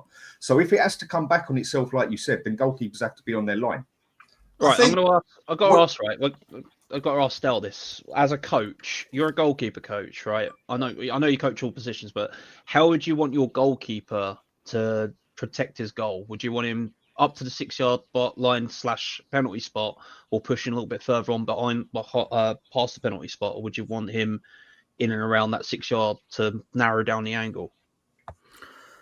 Depends on the scoreline, depends on how many minutes left in the game, depends on how big the game is. It depends on how my defense is lined up to play in the transition. There's no. So I'll just share what I was taught, and then you can make your own minds up. I was told there's no wrong or right way to play football, as long as you're developing the team and the final outcome over a long period of time has got to be to win. So you might take short-term hits, but over the medium to long term, it has to be to win. So there's no right answer. You know, you look at Nottingham Forest today, mate. Defensively, they were absolutely superb, and they don't really play out from the back too much. They play a lot more long balls. So there's no real wrong. There's no right or wrong answer. With Leicester City won the Premier League playing with 35% possession all season. Yeah. So if you want beautiful football, possession based, tippy tappy, then play it up from the back. Goalie's got to be a sweeper keeper, but you need really technical players that can play 1-2 touch football, and you need to be able to play it at a very fast pace so that the press doesn't intercept the play. Not many teams can play out from the back with pace consistently No, they can't. Week in, week out. You know, that's why you need elite level football players to do it. You can do it once in a while. You can have like patches in a game where you do it, where the other team maybe drops off a bit or they're a bit tired. But one inaccurate pass, one underweighted pass, you're caught. And the worst thing is when you get caught close to your goal, which means they're already in shooting range. So if you're going to play it out from the back, the way a lot of teams try to do, you need to be 9 out of 10, 10 out of 10 at it, which most teams aren't, which is why you see such poor defensive play in the Premier League at the moment. And managers that can adapt and counter it are going to be the managers that I think. I think I agree with Ian. Football comes in phases and cycles, right? I think we're now entering a phase where the new age of manager is going to be Arne Slot. He hasn't got a style, but he can adapt and play different systems, depending who he's playing against and what the score is. And what I you think need in a manager. I think that's going to be the next wave of manager, the adaptable manager who's got 4 or 5 ways of playing football and can play it at any given moment, and his players can adapt to it. I think that's where it's going to end up going because defensively, can anyone defend anymore? Like, can anyone actually defend anymore? Atletico Madrid. Yeah, they're probably Simone's your best manager for defensive football. But Steve, 100%. Best example of what Stell's talking about. By the way, well done for keep going. By the way, I thought you lot might give up halfway, but fuck me, you're still here. We never give up, man. Obviously, I had to go and take a nap because the anaesthetic was kicking in last night and the pain was coming in. I was like, Sava, you must be fucked, man. Steve, you two must be fucked. At least the damn thing's out now, still. Still, it was a bit dodgy if Ginola wasn't going to make Tottenham's best 11. Oh, good God. I think Sam was going to turn it in if he hadn't have made it, but he got in. Yeah, man, I'd pay a tenner to get Roy Keane in that team. I'd pay a tenner to put Keane in there. Sava, I need to say something to Sava. A couple of weeks ago when we were doing YouTube, we were discussing whether or not Forest will be here come into the season. I said, do you know what? I think Forest, there's still 10 games to go, right? It's they're doing well. I hate that they're doing well because of Wolfie. I hate that they're doing well because of Wolfie. Other than that, I've got nothing against them. I've got nothing against them other than Wolfie.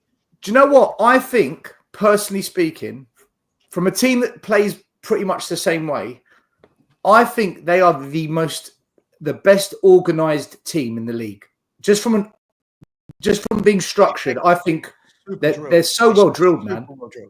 Yeah. Do you know what? Isn't it refreshing to see a back four actually be a back four for once? I agree. Like the right back and the right centre half are within talking distance to each other. Same with the left back and the left centre half, and the two centre halves are perfect together. But I said, like Dan, we talked about this ages ago. Well, Milenkovic, 12 million euros. What's that?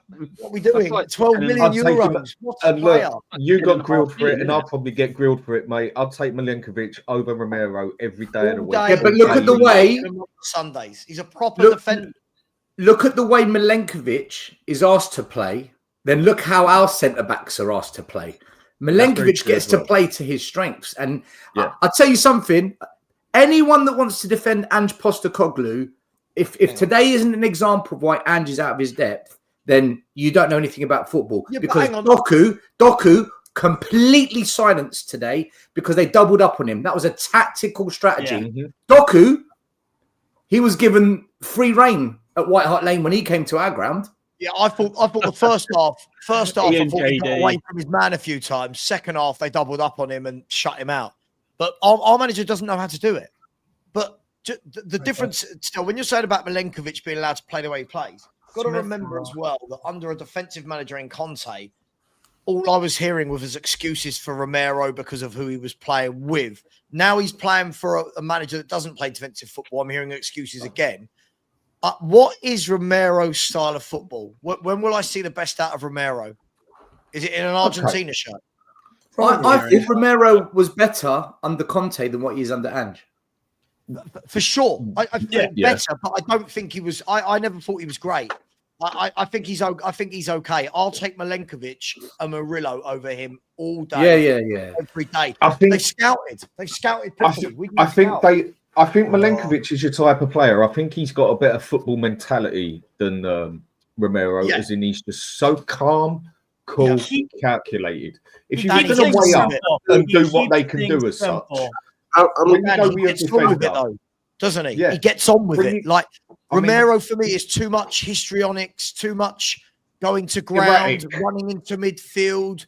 It's like I've said this before. For a person who's seen basically most of Romero's games, especially for Argentina, and we don't have this at Tottenham, is where there is a strict structure. Please now, where when Romero, let's say, goes off, like if he goes into I'm a CDM mode, whereas his players, right, Rodrigo De Paul, Kuna, they will back him up.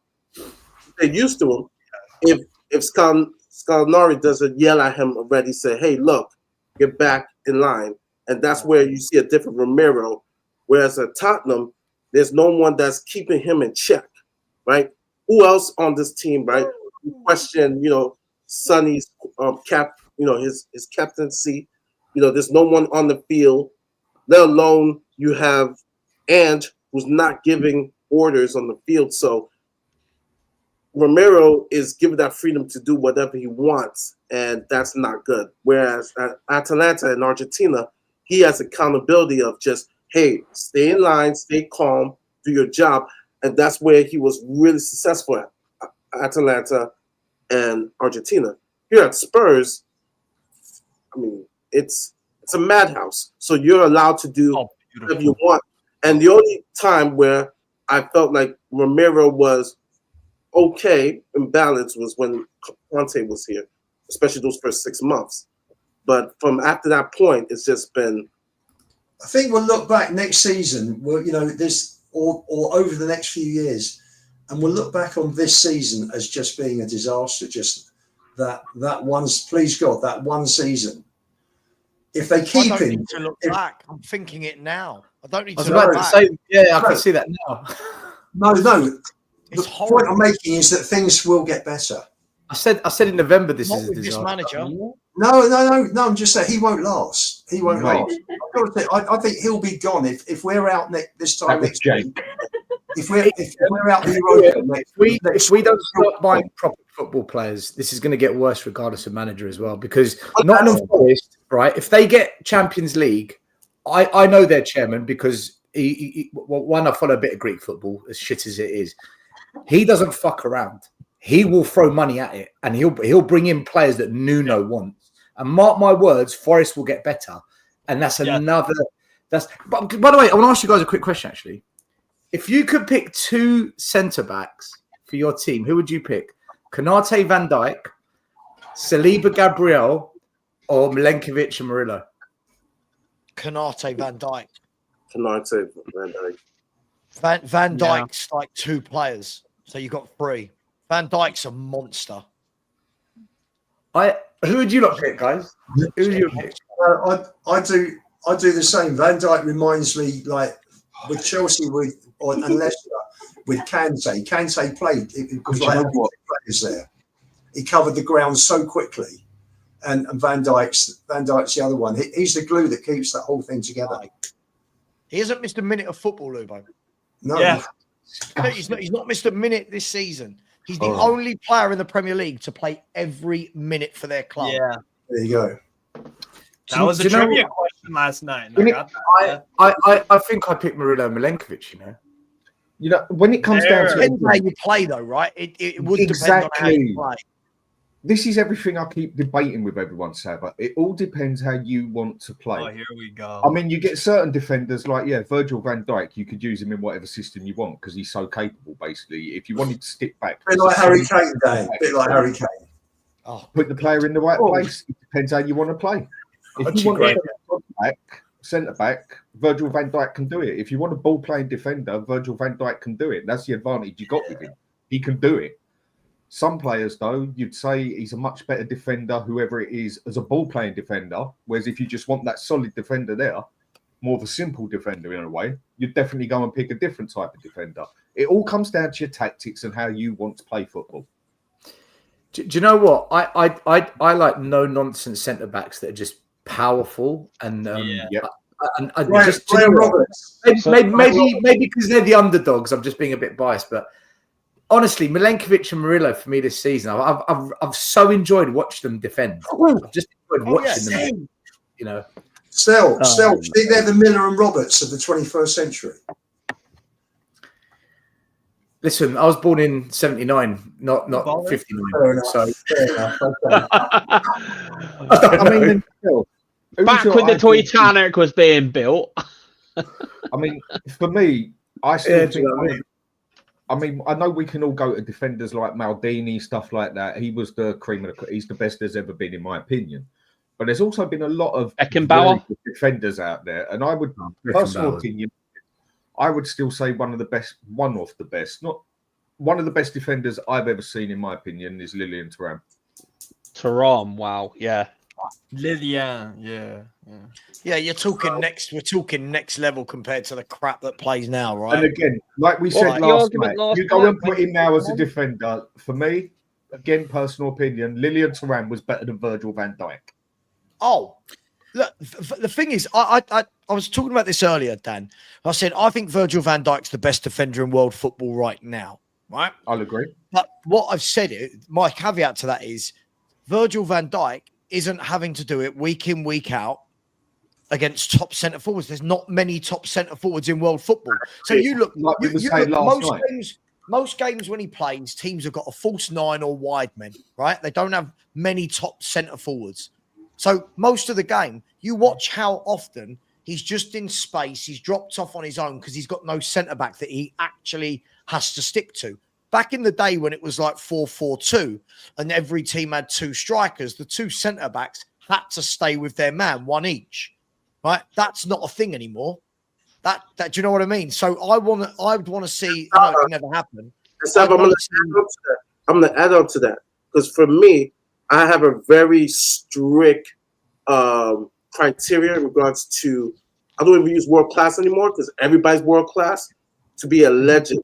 For me, and it may be controversial, for me, Virgil van Dijk domestically has been amazing. His CV international, for me, I'm not impressed because I've seen him turn over one-on-one for the Dutch national team. And for me, that's why I put Puyol. I love Puyol better than Virgil van Dijk for club and country.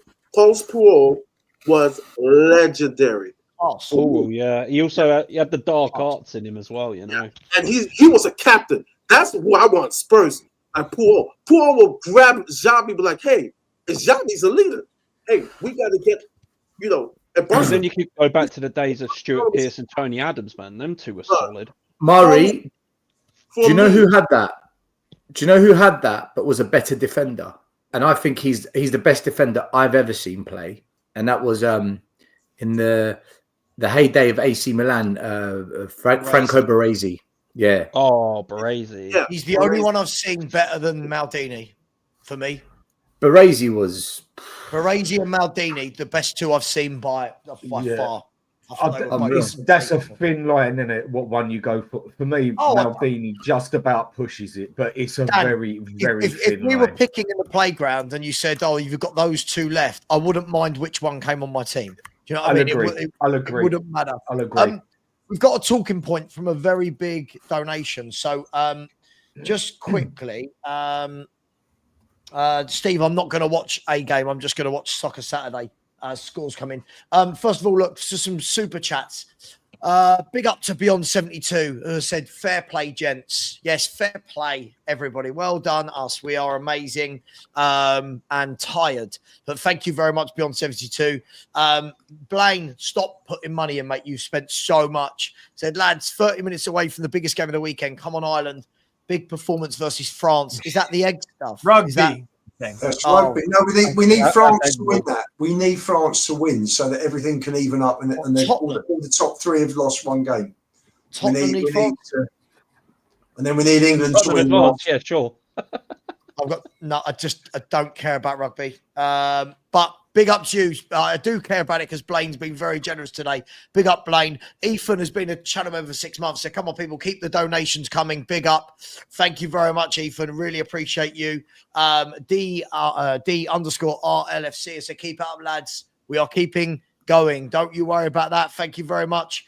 And Michael and Dukan have said, if we get 5 players, what positions would you fill? We'll answer this in just 1 second. After the next question I'm going to answer. In the Just Giving page, we're now up to 2,220 in the Just Giving page, plus a further 500 on the YouTube. So we're up to 2,720. So we can get to $3,000 very, very quickly if we can get another quick maths, £280. That would be amazing. In the Just Giving, we have got Mr. Box Office put in. Big up to you, Alex. Thank you very much. Really appreciate you. Josh Herbert put in. Thank you to Josh. Merovingian 1980 said, all I can spare, but massive animal lover. So little I can help. Listen, every donation is brilliant. Mark Taylor has said, keep going, pal. Few hours left to go. Thanks, Mark. Yeah, just the 5. Rob Frank said, here's another tenner. I don't have much, but it's for a good cause. Big up, Sava. Rob, really appreciate you, my man. And Glenn Hoddle 11 has stuck in a £50 donation and said, can you please discuss Nuno's performance as Forest manager and how do you think he'd have done at Spurs if he was given a 400 million budget like Ange? Discuss. Yeah. Who's that? Sorry, I missed. Nuno would have what you said there. If Nuno had stayed at Spurs and been given 400 million, whatever it is, 380, what's free? I don't know. Like Ange, how would he have done? Is the question. I'll be honest. It would have been solid football. Would it be entertaining? So most of our fan base would have hated it. He would have got players to fit his system. Basically, you probably get Forest, which is. I was about to say that you get what you got at Forest now, dude. But our fan base is always the question: do you want to win or you want to be entertained? And so, for me, we will be doing much better than we are doing now. But it would probably be for some fans boring football. To be honest. Yeah, but sorry, Maury. You know what? I don't know how boring it would be though, because what's more boring, watching Hudson-Odoi, watching Odebert, watching Mate Pape Sarr or Morgan Gibbs White? You look at their players, the ones that pull the string. Chris Wood. Right? I mean, you look at their play. You know, no disrespect to him, but Archie Gray at centre back or Murillo, Danzo, or no disrespect, he's playing out of position, but. When you look at the key players at Nottingham Forest, are they less entertaining than what we've got at the moment?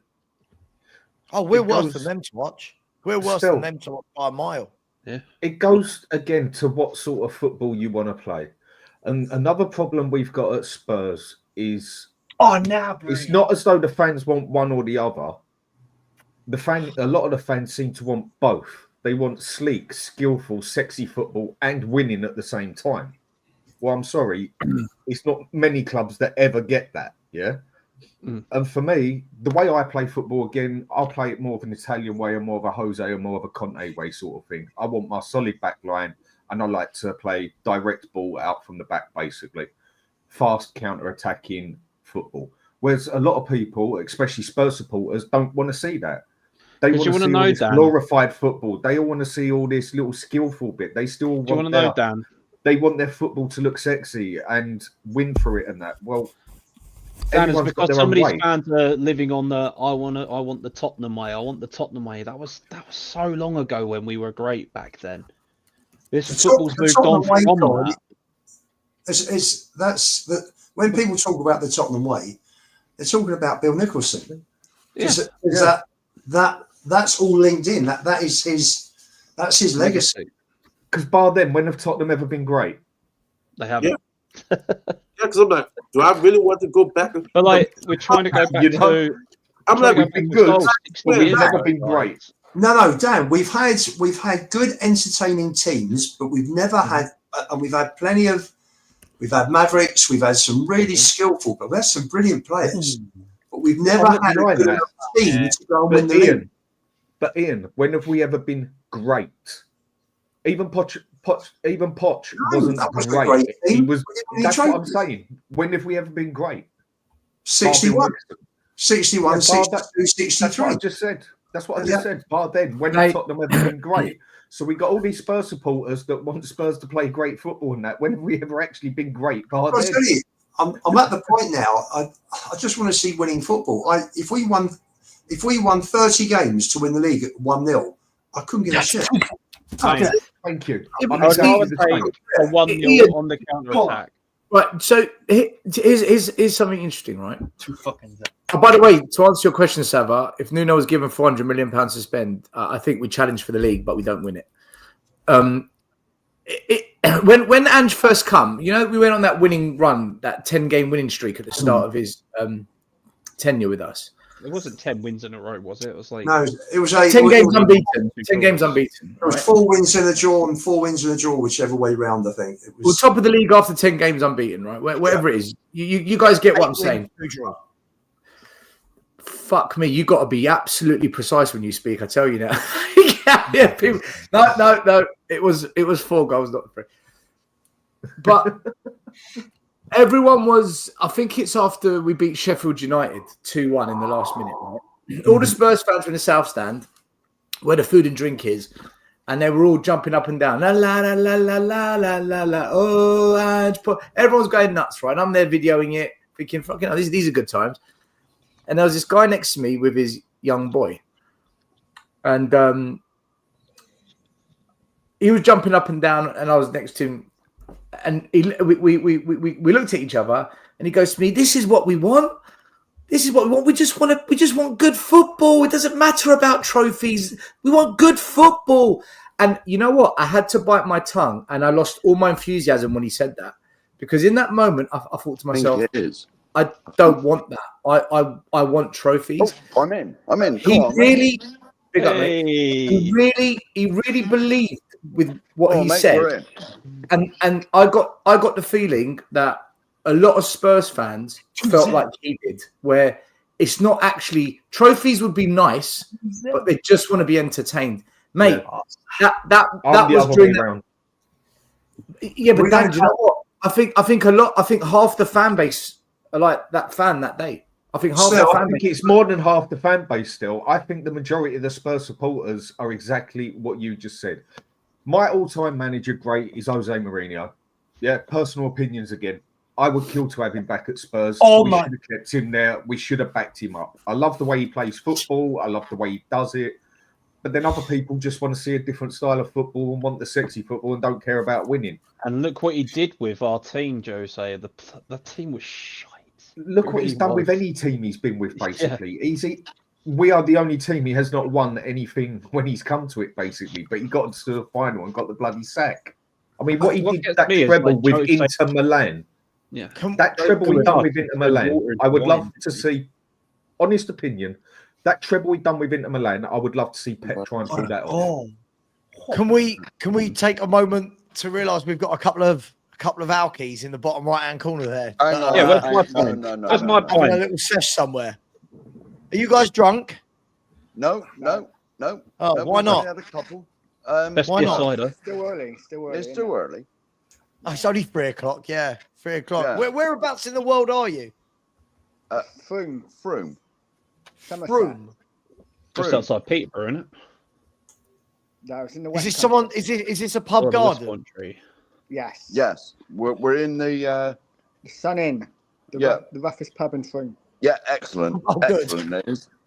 I mean, Brilliant. that just equals up to cheap pints, pissheads come here. That's what the roughest pub means. Is there any other Spurs fans in the pub? There will be. I'm too scared. I am too scared to even mention I am a Spurs fan. I'm too embarrassed, to be honest, to say I'm a Spurs fan. That little layoff was nice. Oh, so go on. No, I was going to say, lift your phone in the air so we can shout Yid Army through your phone. Oh, it looks lively. Looks lively. Yeah, there's absolutely nobody else. No. We're the only ones. We're out in this fucking smoking area. It looks like Tottenham's defence. Well, yeah. Loads of space on there. But I can report it's £5 for a pint of Becks. £5. £5. £5. That's not bad. We live in London. I'd love to pay £5 for. I'd love to have paid £5 for a pint. I'll tell you what, I was actually pleasantly surprised when I had that pint with Perchy at the Coach and Horses last month after the protest. £8 for 2 pints cider. Cider for me and whatever he had. Down here in Brighton, a pint of cider is £7. But there was no mention of £5 lovely long time. That's the thing I'm disappointed at. Cider. Are you two out on the pole? We are the two Southwest fanny magnets. We are the two most batch. Fanny magnets. Sorry. Did you just say we are the two Southwest fanny magnets? Yes, of course. Good job everything's plastic these days then, isn't it? There's a lot Why is there fireworks going on? And I've got some blue pills on me. Oh my god. Damn. So your neck's going to get nice and hard, but your cock's going to stay limp. Jesus Christ. Keep it. Come on. No. Sorry. I apologise about this. I'm saying quiet. Yeah. That's it. I just want to say to everyone watching, please give to this amazing cause. Yes. We've all got pets. We've all got animals that we love dearly. So please give generously. I'm half animal myself. Sorry, Finn. Oh, good gosh. Oh well. So boys, talk to me. Confident about Bournemouth tomorrow? Certainly not. Okay, good. No. Good. It's all on Thursday night, isn't it? Yeah. Well, allegedly, I think the treble still on, isn't it? Big up on the win. Big up on the win. I thought y'all draw. It's definitely a JD day today, lads. So you're having JD. These two fanny magnets are having cider or what, Becks or whatever they're on. No. Well, yeah, Becks. And blue pills. And blue pills. Yeah. Oh, Big up the NHS. Big up the NHS.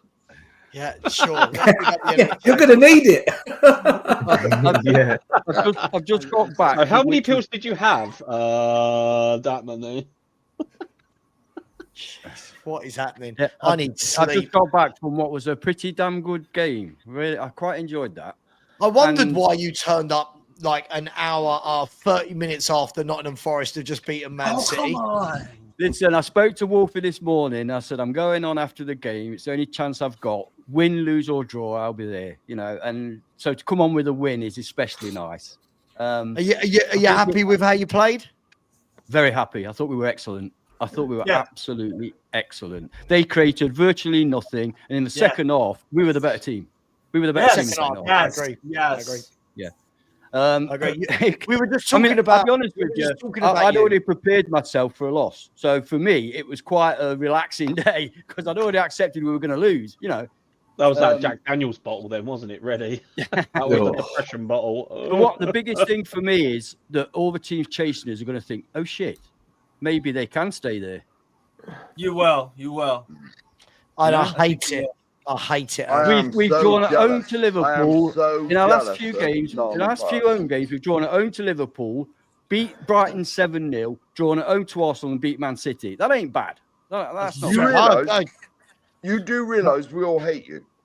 Yeah, I do. No, I don't. I don't go. No. Listen, love or hate us, it's better than being irrelevant like we were for 25 years. I can tell you that. It's not. You know, it's not you, Ant. You know, it's Wolfie. You know, it's Wolfie. Yeah, You've always known it's Wolfie. No, I do know that. Can you just talk to us? We were just talking about your back four. How good are Milenkovic and Murillo as a partnership? Honestly, they're up there, aren't they? They're up there. I'm not going to sit here like some people and say they're the best in the league, but they're definitely up there. They complement each other so well. And the beauty is, I mean, Aina was fantastic as well. Nico Williams has really come to the party this season. And if you count in Matt Sells as well, who I think you'll agree has had an absolutely outstanding season. I think he's leading contender for Golden Gloves right now. Wow. They cost us. I mean, Nico Williams was the most expensive at 17 mil. Sells cost us 5. Aina was 3. Milenkovic cost us 12, and Murillo cost us 11. We paid more than all of them for Archie Gray. Yeah. So whether you think they're the best, I think they're the best. I think they're the most pound for pound the best. Pound for pound. I mean, that scouting is brilliant. The scouting. Milinkovic. Yes. It's quite amusing, is one of the because when you biggest think skills how ever, much mate. stick we got for our scouting system when we first came up, deservedly so. You know, we signed a few duds, but they've turned that round incredibly. The last sort of season, the signings have been. What about your Chelsea reject on one wing and the Man United reject on the other? They've been superb for you. Yes, it works. Hudson Odoi, man, I don't know if any of you guys have seen any of the highlights or whatever, but before he scored, the game. He hit the post with one of his trademark shots. Great save by the goalie. Great save. Yeah, it was a great save. Yeah, it cost us. Man, he was expensive. He was £3 million. He was. You know, so unbelievable. Gibbs White as well. Elanga, we went mad on Elanga. Paid 15 million for Elanga. What is going on, mate? The pass by Gibbs White to set Hudson free was quality, man. Nobody at Spurs can make that pass other than Maddison. I think nobody can do it. The thing about Gibbs White is he is within a game he'll be inconsistent. He will do some amazing stuff where you think, wow, what a player, and then he'll try too much. You know, he'll dribble when he should have passed, things like that. So like first half, he shanked the shot real bad, and I was like, oh my god, I remember that. Yeah, he shanked top of the box, and he just shanked it. I'm like, yo, connect with that, my man. Yeah, he does. But I mean, I don't think Holland had a shot. Oh, sorry, he did. I'm thinking I was in a trend head, so he did in the first half. He hit one wide. He dragged one wide, but I thought your defenders did a great job on him. But other than that, he wasn't a great influence. And I think Aina lost one sort of one-on-one. Or Aina is one of the best one-on-ones you'll ever see. Honestly, I'm not. You know me. I don't gaslight people. Numbers on all. He one-on-one. I'm never worried about him. He's so tenacious. It's unbelievable. Do you want to swap him for Pedro Porro? No. Ola Aina's probably been the best performing right back in the league this year. Sorry? Ola Aina for me is probably EPL team of the season at right back. I'm always careful what I say because I'm aware that people think I'm gassing my own players and stuff. No, I'm serious. Ola Aina. What about Livramento? Livramento's had a good season. No, he's not compared to Ola Aina. No. But Aina's played more games. Lubo, are you okay? I'm absolutely good. I'm just seeing Harry Kane's 11 points clear at the moment. I was talking about your first love, Leighton Orient, just going 1-0 down at home. Oh, again. Oh, we've lost our 4. That's bad. Yeah, it's like 5 on the bounce because you haven't texted in the group about Jamie Donnelly for about 5 games. So I know. Not winning. And you're going to be in Europe next season. You're looking forward. If it's either going to be Champions League or Europa, you're going to do it. I think you are. You've got to be happy. I feel after today's game, today was the last of our super tough games. Yeah. In our last 10 games. Hang on. You got Spurs in 6 weeks at the Lane, remember? Guaranteed 3 points. Guaranteed 3 points. Spurs won't score against us. Out of our last 10 games, I think 8 of them in the lower half, and that includes Spurs and Man U. We've got Man U at home. I mean, come on, 3 points already. We've got the 2 tough ones, Villa away, and we've got last day of the season, Chelsea at home. I fancy us against Chelsea, if I'm honest. What you've got at Forest is basically something I keep saying to a lot of people. You haven't particularly got any spectacular, special players as such. What you've got is a good set of players, all played in the right formation, all played to what they're best at, playing the way that suits all of them, and you've got a good team looking like a extreme. You've got to give credit to Nuno, haven't you? 100%. This is what happens when you go and get good players and put them in the right way, play them the right way. You can turn a good team into an extremely good team. Or you go and get a bunch of players that are world class, play them the wrong way, they will look bang average.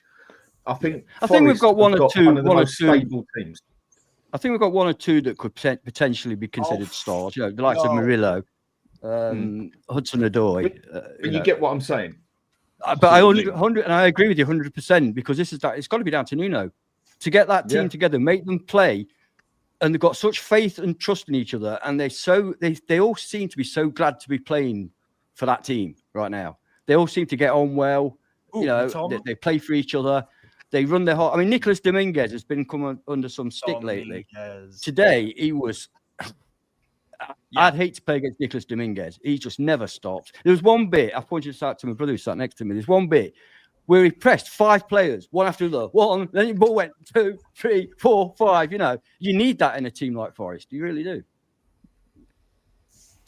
Can I ask, are you... Sorry, because Philly said Spurs underage and easy game for Forest.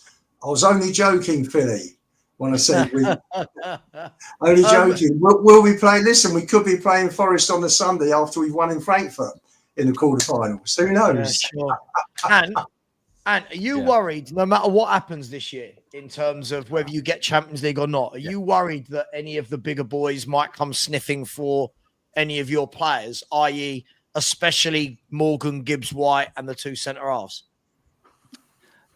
There's always that possibility. Of course, I'm not an idiot. There's always that possibility. But I do see, I don't want to come across as a, no, go for it. Battered Forest fans, but I do feel that there's something building there that the players are happy with. Morgan Gibbs-White, I really, again, I hesitate to say, but I really feel that Forest in his blood. He loves the club. He loves the whole thing. And to be honest with you, I don't know who'd come in for Morgan Gibbs-White because I don't rate him as highly as everybody else. You know, we'll have him. Maybe that's because I see him every week and I see the flaws in his game. Most people only see occasionally, and you notice the highlights, don't you? He gives the ball away too much. He tries to do tricks and flicks when he should play it simple. There's these things he needs to iron out his game. That a bigger, I won't say a bigger club, a wealthier club might. We could say big on Newcastle bigger. We've had this. I'm used to having this chat with Wolfie. By the way, just quickly, in the 13th minute at Bristol City, João Pedro scored for Hull. In the 14th minute, João Pedro got sent off for serious foul play.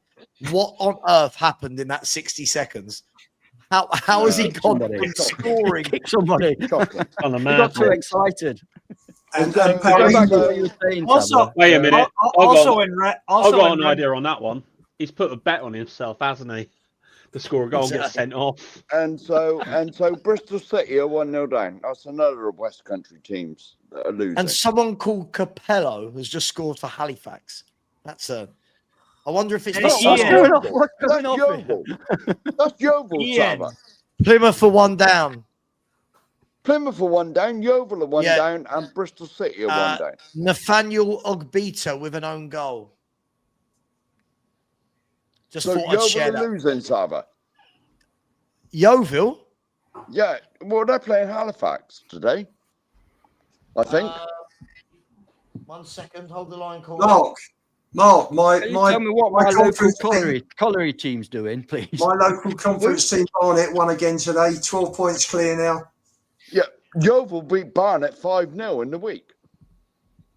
In the week. Damn. Yeovil are 1-0 down to Halifax. Who was your team, man? You wanted me to find out? Well, I was just kidding, that's mate. Disgraceful. That's all the West Country teams. Well, we're useless down this part of the world. Honestly, aren't we? We're bloody useless. Yeah, but look at all the women in that pub you're in. It looks like you're going to have a great night. Heaving. Absolutely. Oh, yeah. Well, I brought a shitty stick up for Nige to beat him off with. Nige is a ladies' man. Whenever I speak to Nige, he's always going on a date or coming back from a date, aren't you, Nige? Yeah, but this is what they look like, Sava. Well, there we go. Put a wig on him, some lipstick. You've got beards anyway. That's right. Barnet beat Yeovil 5-0 on Tuesday nights. I said this, Lubo. Yeah, 5-0. I know they did. You worse than us. I'm going to make a plug here. I was on Sava's Big Up Tuesday night. I was on Sava's Big Up Tuesday night. Everyone subbed to Sava's Big Up and that, you know. And I saw it when Barnet were 4-0 up. And I chose to ignore it after that, but Yeovil lost 5-0. Useless. I don't know what anybody's talking about. I've lost it. Oh, these guys, it's not bad enough they support shitty Tottenham. They all support a really shitty team in the lower leagues as well. So it's lots of defeats. Yeovil in the semi-final of playoffs for the third Division 1 it's now called, a few years ago, knocked us out. And we'd gone 2-0 up away from home. And we were there. We were there. 2-0 up away from home, first leg.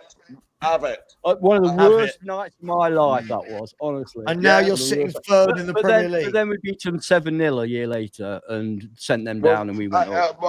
I never mentioned that. But Yeovil was in the Championship. We got Cohen and Aaron Davis off them. They played that well in the game against them. We bought them. Well, that's because Yeovil are crap, man. So hang on, that was 2 years ago, Anne. No. That was 20 years ago. Oh, so I was going to say, it's not quite that long ago. If you've gone from 2 years losing to Yeovil to being third in the Premier League while we've lost 14 in 27, there's just something seriously wrong with our football club. Yeovil got in the Championship for one season about 10 years ago. Probably was that with Johnson?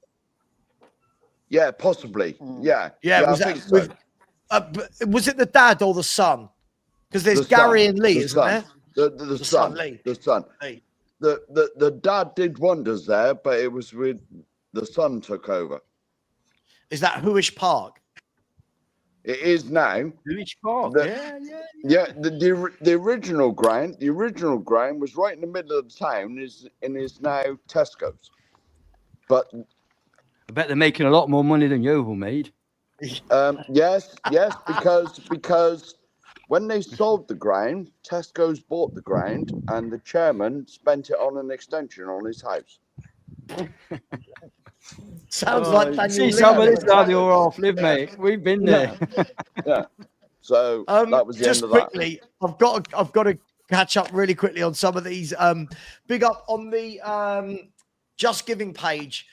We're nearly at 2,300 on the Just Giving page and nearly at 600 in the YouTube chat. So we're nearly at 3,000. We're not far off 3,000. Ian JD, thank you so much for the donation. Really appreciate you. Stu Boy has said, all the best, lads. Good work as always. Come on, you Spurs. Big up to you. Thank you so much, Stu, for the donation. Alfie Hall has said, big up panel and chat. I lost my dachshund 3.5 years ago. He had spleen cancer, and then a few weeks later developed internal bleeding. And was a horrendous time for me and my family. Alfie, that's exactly what just happened to Frank. He was it was told he had 3 to 6 months left to live, and then 2 weeks later he was internal bleeding and had to be put down. So yes, sorry to hear that. I really am sorry to hear that. And on the super chats, big up to Dean Law, who said, big up Sava and guests. Thanks for the great content. Well done. Yeah, listen, I'm sure there's been something for everyone over the last, quickly add up, Sava, 19.5 hours, maybe 19.5 hours. Big up to you, Dean. Really, really do appreciate that, my friend. Lee Richards has become a new member. Big up, Lee. Hope you're well. And if that wasn't enough, Lee has come in with a super chat and said, belated condolences about Frank Sava, and thank you for your excellent coverage of the club we love. Enoch out. Yeah, I'm just twerking for Spurs. I actually support Arsenal and Aston Villa. So I'm just moonlighting. But thank you very much, Lee. I really appreciate that. I really, really do. I'll tell you what, Sava, I put the I got up this morning, I put it on, it was 9:15. I thought, oh, let's see what we're talking about. And I swear to God, I put it on and it was you moaning about Ange Postecoglou. I thought, they've probably been talking like that for the last 14 hours. I will moan about Ange Postecoglou even if we win the Europa League. I hate this manager, not personally, as a manager, so much. Yeah. I genuinely am embarrassed that we watch what we watch. Genuinely. freezing. I would rather go watch a pub team than Tottenham. Fulham? Oh, good header. Like, look how well organised your team are, Ant. Now watch Spurs, and you'll see everything you do. We do the complete opposite. Everything you do, we do the opposite. It's you did right, because I was thinking, can you imagine Ange putting a team out that could do a performance like that? No. Look what happened. City ripped us open. Yeah. There's this thing, isn't there, where, and it's going on with Amorim at the moment. It's like, do you admire for a manager for sticking to his principles, or do you think, well, a good manager adapts his team to cope and bring in results whilst he's And it seems that Amorim's getting a pass at the moment because they're all saying, well, he plays 3-5-2. I don't think he's getting a pass. I don't think he's getting a pass. But I can't see that getting better because Man U can't afford the players they need to install. They just need to smart scout. Yes, they need to scout smartly. That's what they need to Cheaply do. as well. They're gonna have a lot of departures this summer, and they need to get in players specifically for like. And would you trust their board to do that? I mean, Ineos are not serious. Like I don't think Man United are gonna win an EPL title. Serious about money. Yeah, they are not intimidating. Ineos are not serious. Like I don't take them seriously. I don't. What's happening with this protest tomorrow? Evidently, they've got a big protest going on. Is that going to make any difference? Who's that? United? Spurs. Yeah, big protest tomorrow, run by the 1958 Society, or whatever it is. Oh, yeah. And Goldbridge's backing it and saying, I don't want the game called off. No, he does. Sorry, he does want the game called off because he's shit scared of Arsenal. But yeah, it's supposed to be a big protest tomorrow. Do you really think that the Glazers give a shit about protests at Old Trafford?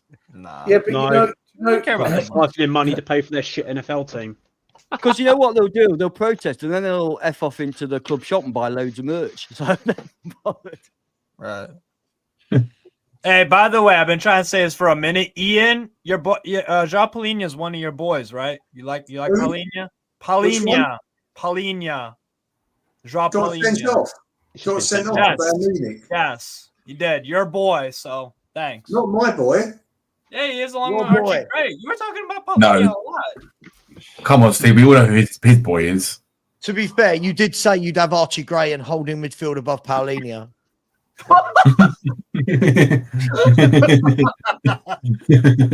Hey, did you see that kid got voted Young Player of the Year over Nanwiri?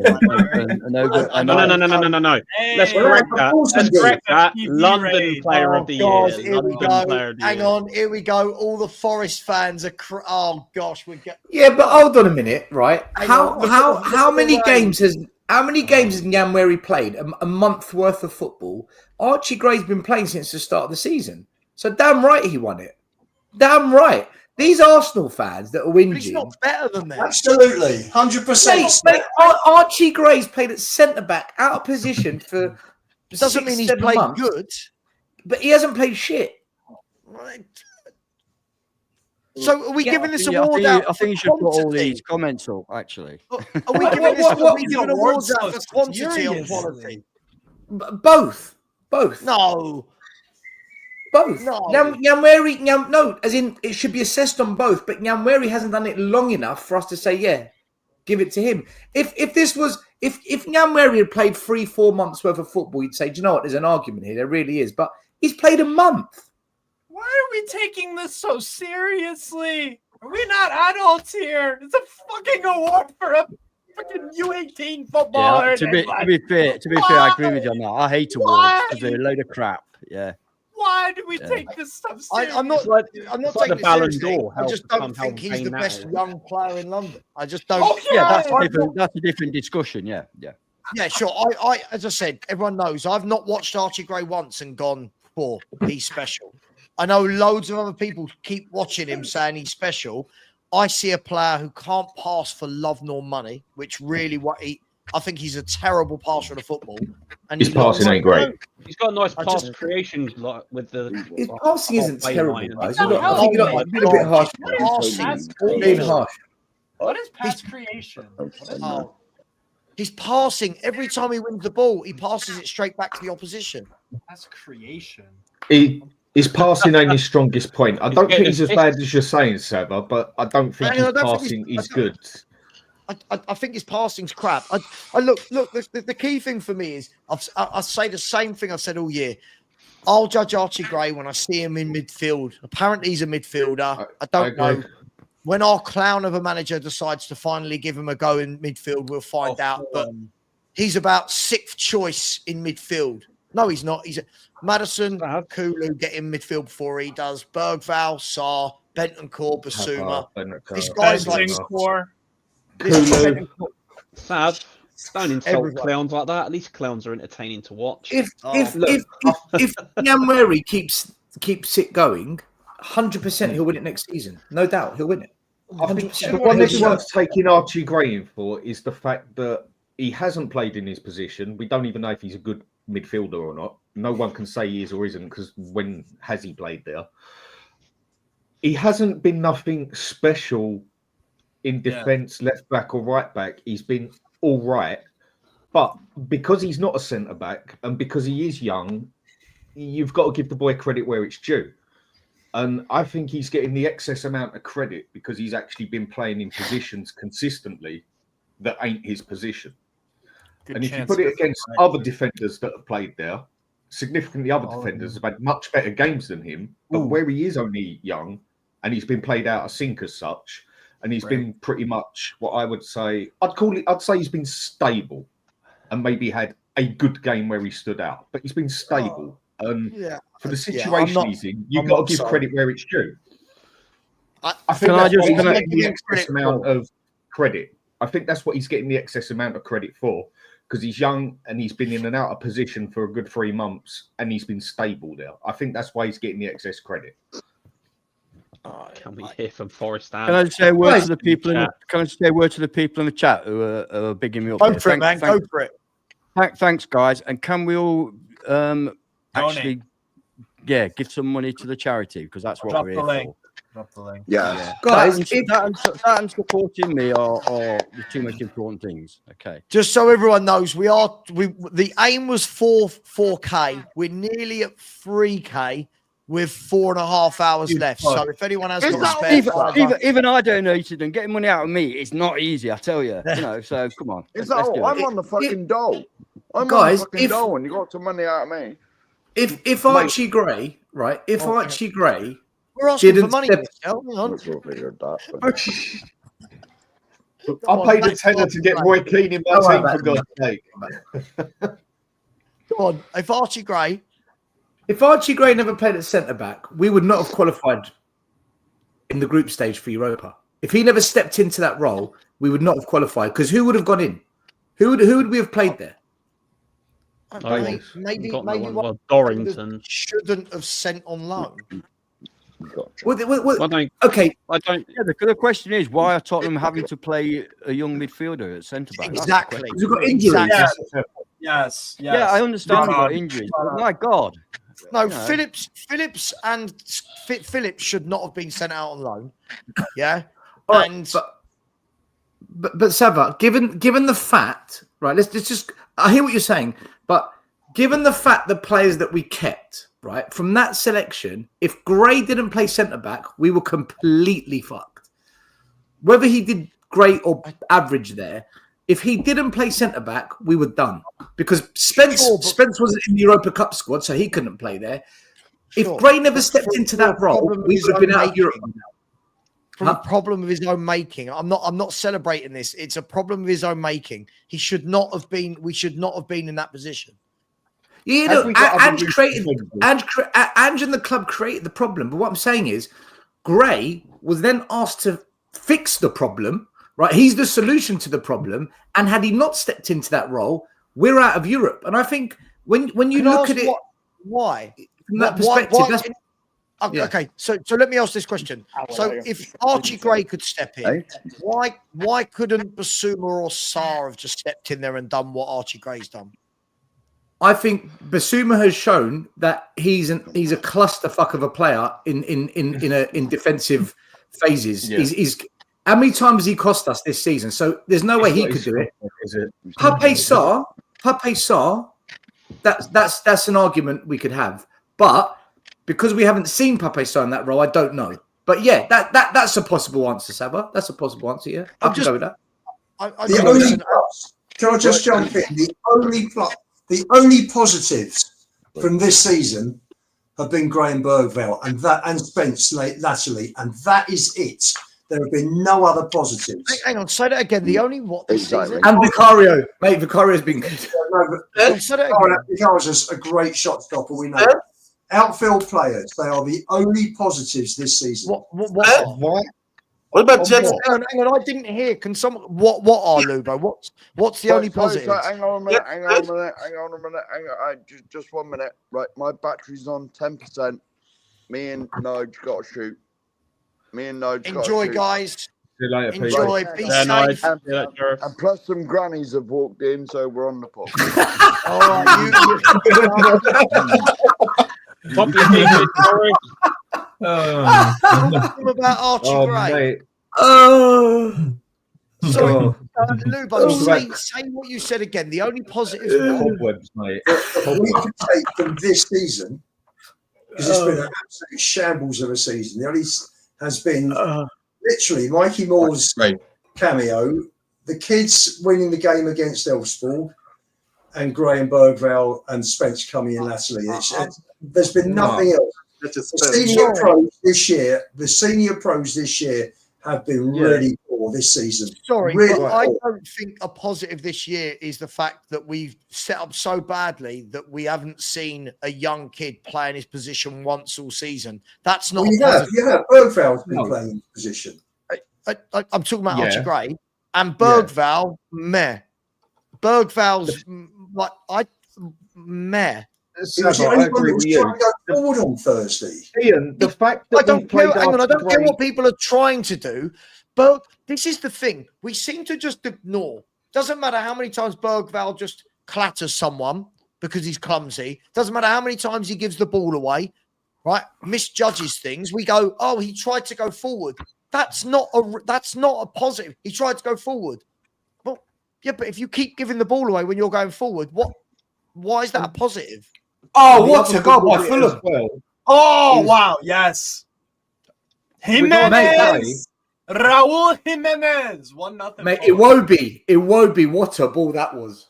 What a ball. Unbelievable. Mate, that is a pass and a half, I tell you. Ian, with Archie Gray, I just played him out of position because we've had to, and he's been stable in defence. No two ways about it. Very much. Why is that a major positive? Yeah, because he's been stable. If he just stood out as a defender, I would have found out that we've actually got a very good right back or centre back now. I get you, but he's been stable. No two ways about it. But that's nothing special for the season. That's nothing great. It depends. It depends how you judge him. If you're going to judge him by how I see him play, no. If you judge him, you got to judge him for where he is in his career and his age. I'm sorry, you can't. You can't expect him to turn out like Declan Rice. I've not seen anything. The fact that he can't get into judging him on his age, and I've not seen anything that makes me go, "Cool, that's a special player." I'm judging him and going, "Thanks for stepping into other positions, but can we please get our players back and let's see if you'll actually break into midfield?" I don't see this special player in him that you guys do. I don't think. I think his body shape is all wrong when he's doing everything. His passing is not good. It's funny actually. An ex-pro I spoke to actually said that if you look at Bergvall, Gray, and Spence, their body shape when they're running is much better than most of the pros in the team. And this was told to me by an ex-professional. If you have a look, if an ex-professional said it, it must be true. If we're going to go by what they know more than me, they know more than me. So I'm happy. I don't go along with that. Watch Archie Gray open his body up and pass. He doesn't open his body up properly to pass the football. Watch, honestly, watch him. If you've got a video, if you've got a recording of Thursday's game, if you've got a recording of Thursday's game, watch the first 60 seconds. Literally the first 60 seconds. When they cut us open, Gray made 5 yards up on their player, came away, dummied, and played a nice ball down the line. That's the Sorry. What about the 15? He was quick. He was quick. They cut us open. Spence was nowhere. This is in the first minute of Thursday's game. Sure, but you always pluck. The problem is, Lubo, you always pluck. Steve, mate, can you stop commentating on the game while we're having a conversation? Sorry, dude, I can't. Fulham were playing some beautiful football along. Honestly, I know it's going off point. Iwobi putting a cross, David Beckham levels, and the touch by Jimenez on his chest to control it and shoot was Batistuta-esque, man. I'm not even joking. And then Fulham right now on the touchline. Bro, it's beautiful. Sorry. We always go. Spurs aren't beating Fulham. Spurs aren't going to beat Fulham, man. We always go to one example from a game of, did you see what he did in the 3rd minute? Like we do it with Galatasaray. Did you see his pass for the goal? Sure, but do you see the 15 passes after that where he can't pass to a Spurs player? That we just conveniently ignore this. The number of times. Have you seen the lack of movement from our players, son? Hang on. I'm sorry, it's just dreadful. For all of them, Dan's both well. They don't give options. Lubo, you're doing it again, right? I'm talking about simple 5 to 10 yard passes that he has to make out, gives it away, and we go, no one's moving. No, these are simple passes. This isn't difficult.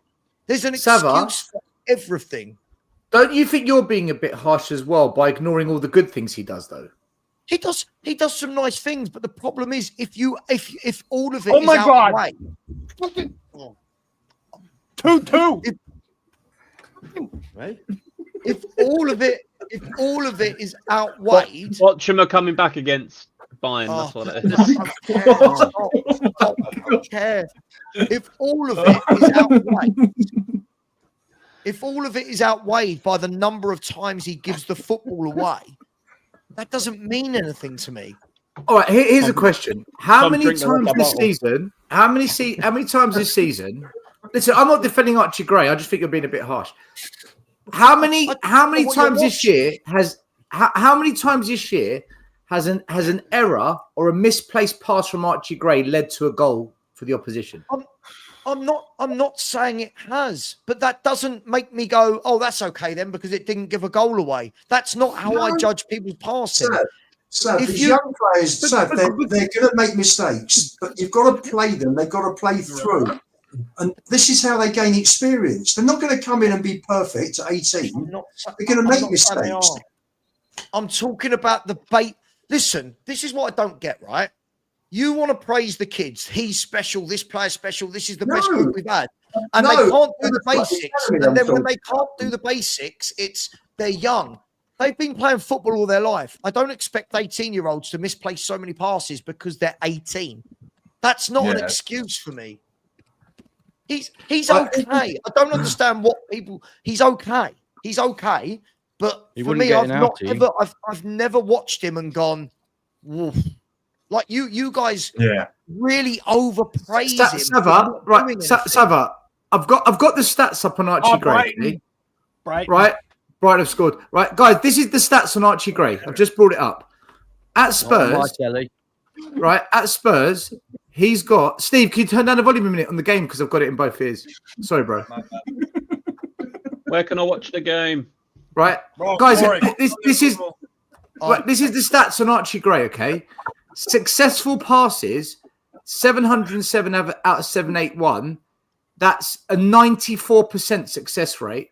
Pass completion rate is 90.52. Key passes, 1 successful cross, 1 out of 5. So his passing is up there as one of the best in the team. Okay, and now here's what's wrong with stats like that. And Sava, dribbling, 83% percentile.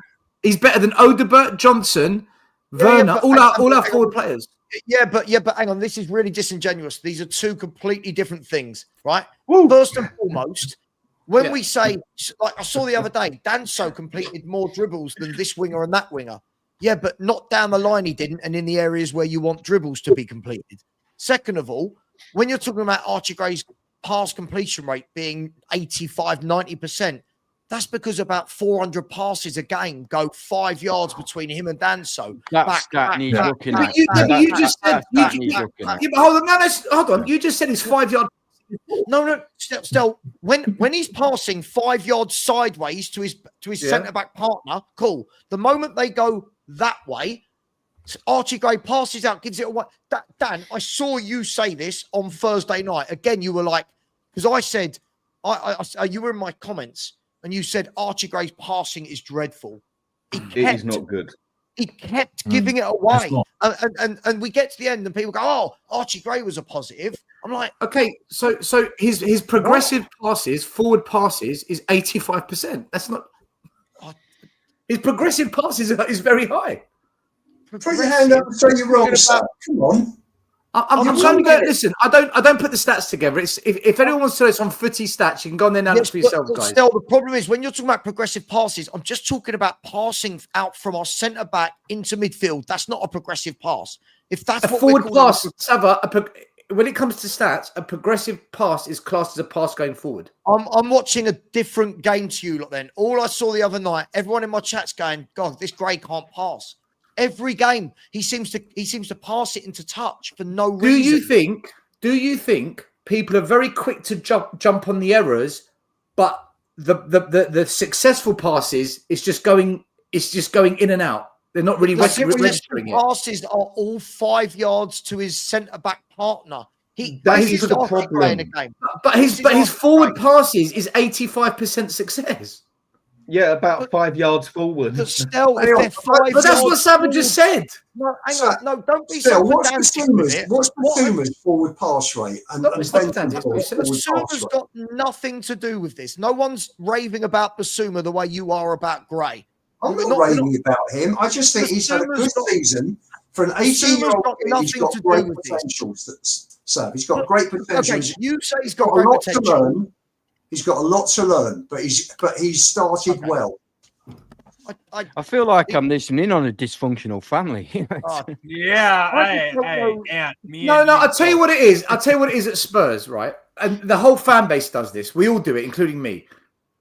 When stats suit what we want, we like them. When it doesn't quite go with what we want, we don't like them. And we all do this, by the way, including me. I'm the same. Hang on. But the stats totally go against what you've said, Sav. I'm just presenting the stats. I'm not defending Gray.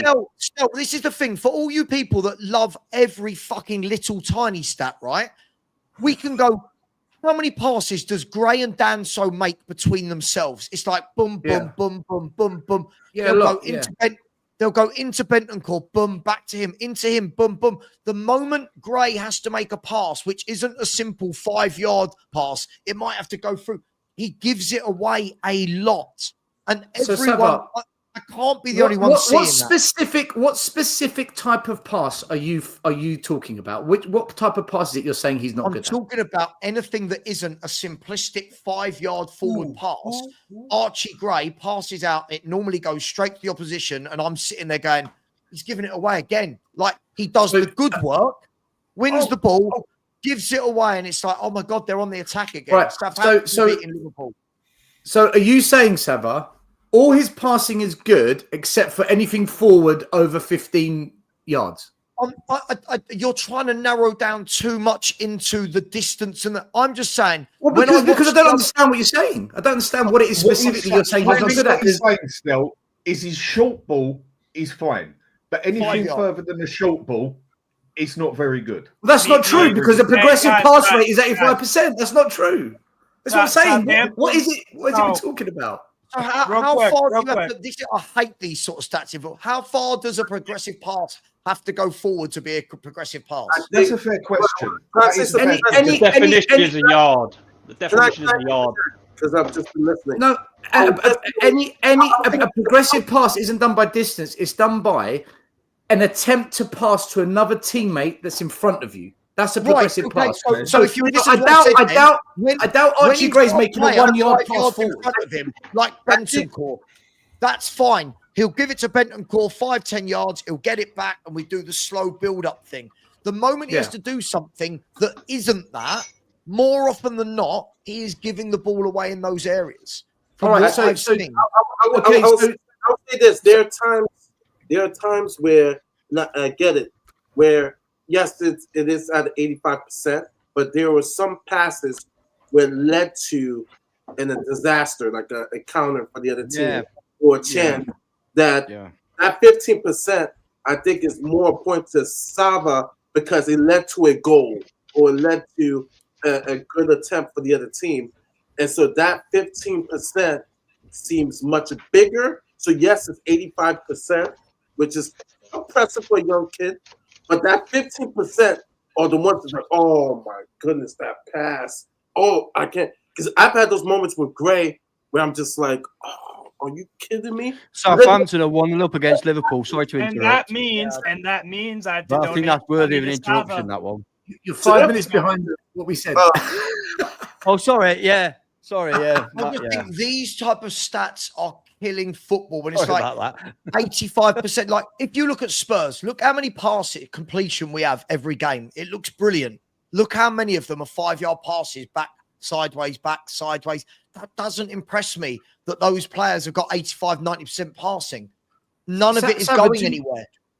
Do you know what I see with my eyes? And I think the stats back it up. I can't break down the stats in depth enough to confirm it. This is when I see Archie Gray, this is what I see. I see a player that's very comfortable on the ball and has got a good short range selection of passing. Sorry, Steve, can you turn the volume down again, bro? It's gone up.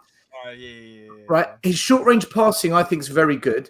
When we're in tight corners trying to play out from the back and up the line, I think Archie Gray is actually very good at that. I think his long range passing to set our attack is pretty decent. Where I think his passing is lacking massively, and I think that's what maybe you're zoning in on, is when he carries the ball out of goal and they're saying, right, release the midfield, so many times he loses possession. I think that's what you're talking about, because I see that. That's exactly what I'm talking about. I don't. But all his other passing is very good, though. All his other passing is quite good. Yeah. The short range passing is absolutely fine because it's not going anywhere. So when teams aren't pressing us, and we've got, as I said, watch a Spurs game. I'm not saying you don't. Watch a Spurs game. How many passes do we have to have between Danso, Gray, Bentancur, Spencer, Dogie, back? And we're going, oh, look at our pass completion rate. Pass completion's 90%. I learned this a long time ago. Most players will have a pass completion rate, something like that, because of the sheer volume of pointless 5-yard passes going around the pitch. I'm not worried about that. I'm talking about too many times for me. I can only go by what I see. I've seen it all season, by the way. I've got no reason to not like him. I just don't think his passing's very good. Everyone in my chat the other day was going, Gray's giving it away again. He does quite a lot where he passes it into touch still. It kind of goes out for a throw for no reason. Like they had no. I don't know. He's done nothing to impress me. Two things. Can I say, as somebody that's slightly older, right? We never fucking bothered about stats when we were younger. You used your eyes. You could tell. All stats do, they can back up your argument. So you could say, oh, he was brilliant. And then you could say, oh, look at his stats. But I tell you, Kevin De Bruyne, I think we all recognise as one of the best midfielders the Premier League's seen. He gives the ball away more than anybody. But the passes he makes are creative passes. They make goals. They make chances for goals. So you don't mind how many times he gives it away. When a player's playing in defence and he's giving it away, it's a little bit more critical than if it's a midfielder in that respect. So I get sick and tired, quite honestly, with all this stat. This stat says this stat. This stat that. Because there's not enough context within the stats to be able to make a relevant point with it. So, Ant, 1 minute. Based on what you've just said, then would you say that Kevin De Bruyne isn't actually a good passer? Then he's not actually that good. He's a magnificent passer, but he tries passes that a lot of other players wouldn't try. But if he gives it away a lot, how can you say he's so then he's not a great passer of the ball? But he is. I understand the point you're making. If you're trying, like Morgan Gibbs White's got this outside of the foot pass that he does, and when it works, it's fantastic. It takes out 4 defenders and puts the player through. But it doesn't work every time because they're very difficult passes to do. But he's the only one on the pitch that could probably do that pass. Yeah, so if it takes him 10 attempts to get one right, that means you're not actually that good. I didn't say 10. Well, how many then? 3. This is where you got to analyze it. So this is the issue we've got is Haaland, right? People criticise Haaland because he only has 6 touches in the matches, but he scores 3 goals. I don't give a shit how many touches he has. He scores 3 goals. Agreed. Too many stats to kill football. 1 minute. You're trying to diminish stats. I'm not. I love stats. They're the best. I think you've got to look at all data and collate it together. But to dismiss stats is incorrect. To dismiss stats I is didn't wrong. say dismiss it. I said it can back up your argument. If you see a player that's giving the ball away a lot, and then you look at the stats, and he is giving the ball away a lot, then the stats are correct, aren't they? So they could be used in that. Then they could be used. So if the stats show that Kevin De Bruyne's pass completion rate is low, then it backs up what you said. So you just I just find it ironic. The passes he makes. I just find it ironic that we're having one of you. Whoa! Sorry, 4 people are talking. I can't hear. If a player needs to make 6 attempts, I'll give an example. If a striker needs 5 shots to score 1 goal, or another striker needs 2 shots to score a goal, on average, clearly one's a better striker than the other. So Chris Wood is better than anybody else in the league because he's got the highest conversion in the league. This season, yes, and this season, he's a better forward than Haaland or any other forward. What your data there doesn't take into account is if one striker takes 5, another striker takes 2. The 5 and the 2 chances aren't going to be exactly the same. The guy that took 5 chances might have had 5 half chances. The guy that took 5 chances might have been a more difficult angle. The guy at 2 chances might have had 2 tapping. So this is that's why you look at the XG. The difficulty of the God, I'm not looking at XG. God, no, we don't. Because that's how you answer your question, Sava. That's how you answer it. The XG tells you. No, it wasn't my question. I just think there's too many. This is the problem. There's too many stats. When you come off a pitch, do you really need all of these stats to tell you if so and so had a good game? No, I don't. Pretty good point. No. Yes. Sometimes, but Dan, most of the time we can come off the pitch the other night. Mm-hmm. Did you need stats to tell you that Bentancur had a shit game? Not at all.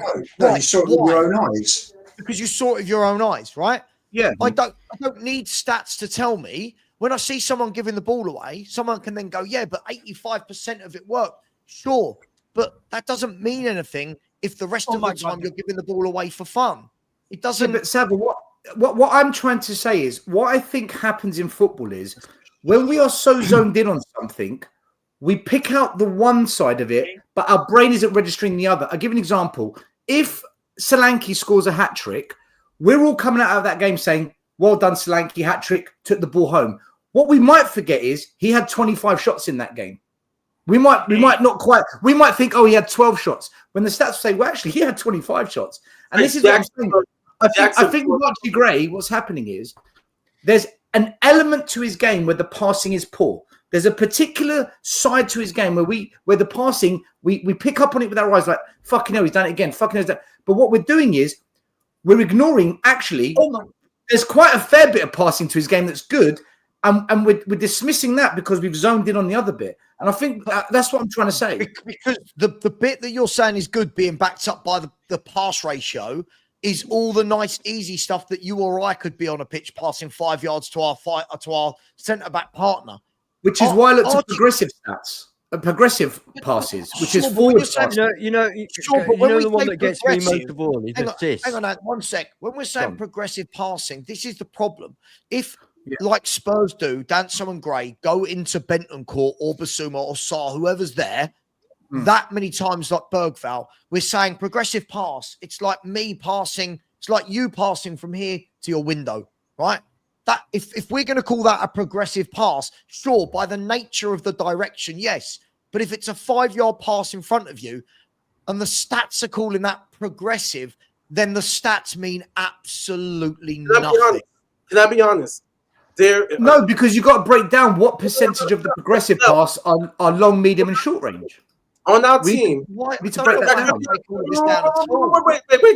So we can answer the question. That's why.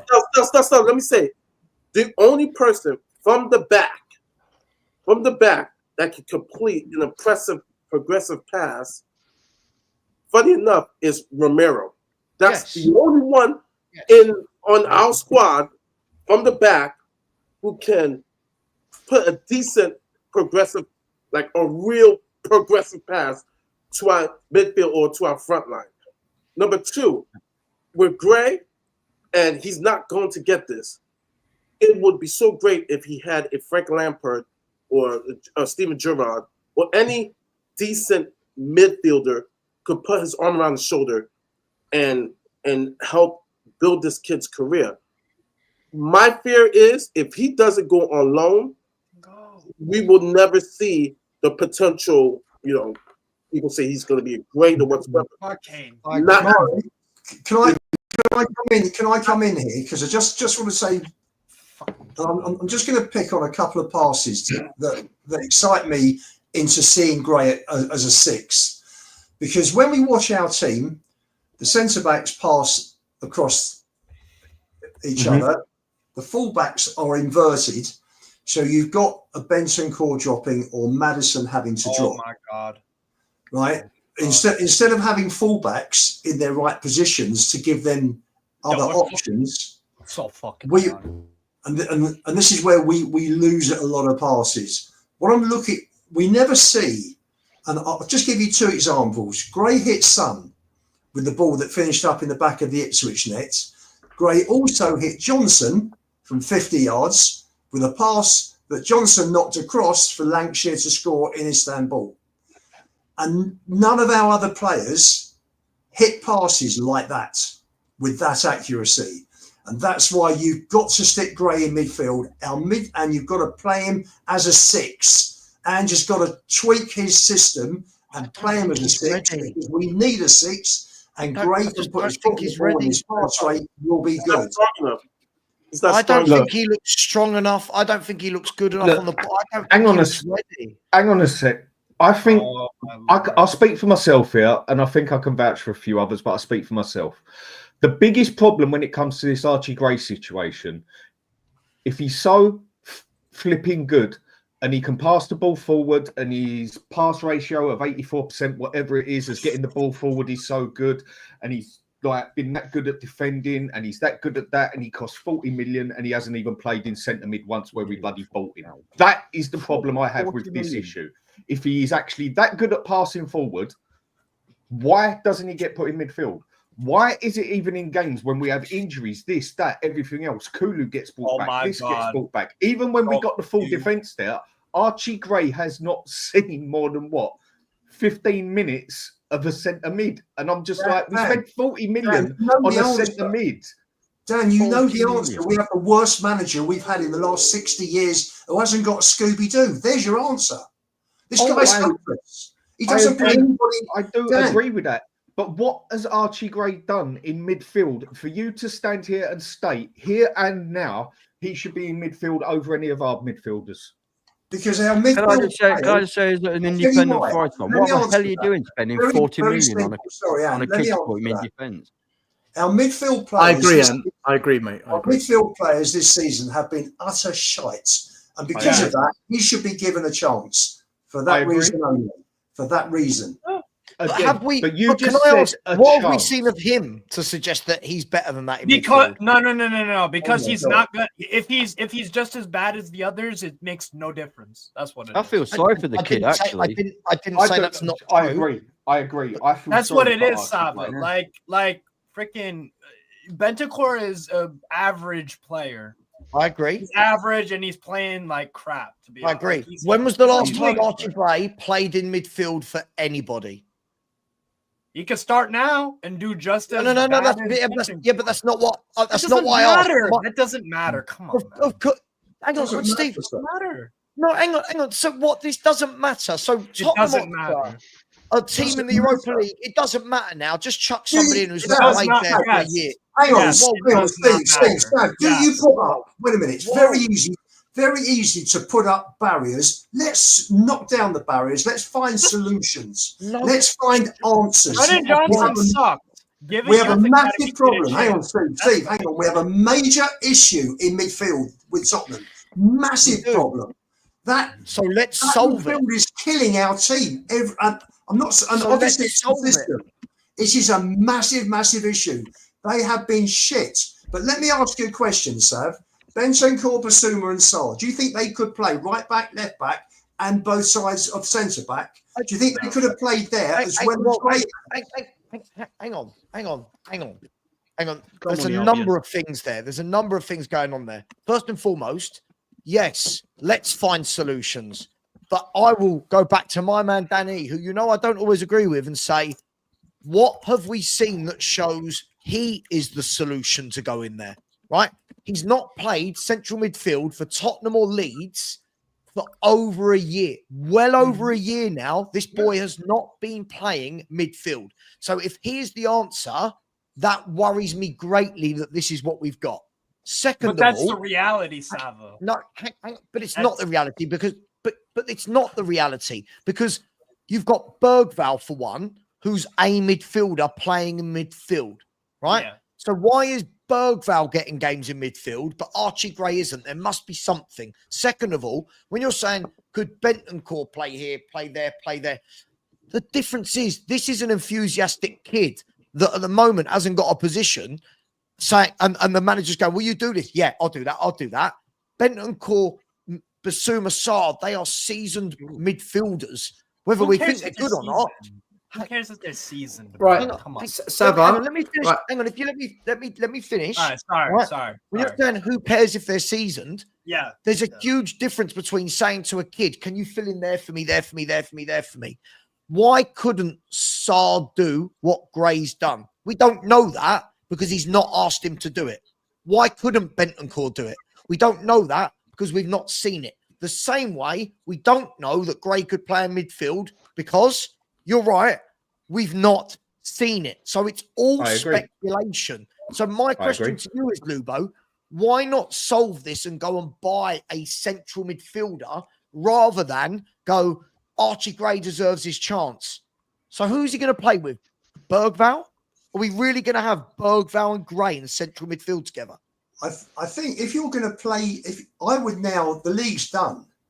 The league's done. We finished 10th, 11th, 12th, 13th, 14th, 15th, 17th even. Sure. It actually doesn't. It's irrelevant now. The league is done. Now's the time you throw him in. It's not.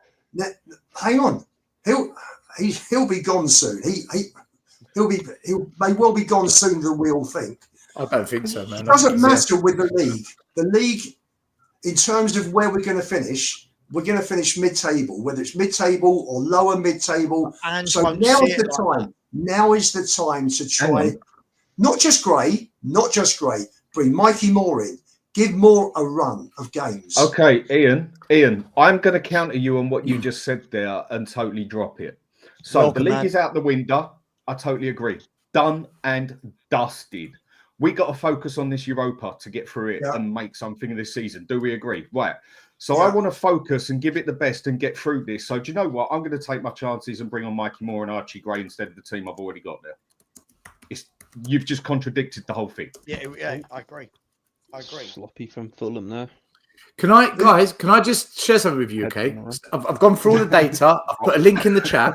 Right, the facts on Archie Gray. These are facts. You can't argue it, and I've broken it down as per the chart. Right. Well, they're based on facts. Okay, so he's made a total attempt of 901 passes. He's completed 809. So all his passes, he's got a 90% success rate. Now, if we break down backwards. Right, if we break up what it's made up of, short range passing, which is classed as, and this is progressive, 5 to 15 yards is classed as short range pass. He's attempted 318, completed 295, success rate 93%. Medium range passing, which is classed as 15 yards to 30 yards, the one we questioned, he's attempted 490, completed 460, success rate 93.9%. Long range passing, anything over 30 yards, his success rate collapses. It goes down to 62%. So the facts are Archie Gray passing the ball, whether it's sideways or progressive, anything from 5 yards to 30 yards, he's bang on it. Anything over 30 yards, it goes off a cliff. That wasn't That's what the I fact. watched on Thursday night. And when everyone in my chat was I saying, put a link in the chat. So you look at the stats. This is the problem with passing stats. It doesn't tell you how much pressure the player is under, right? It doesn't tell you whether there's a player in front of the person he's passing to or not.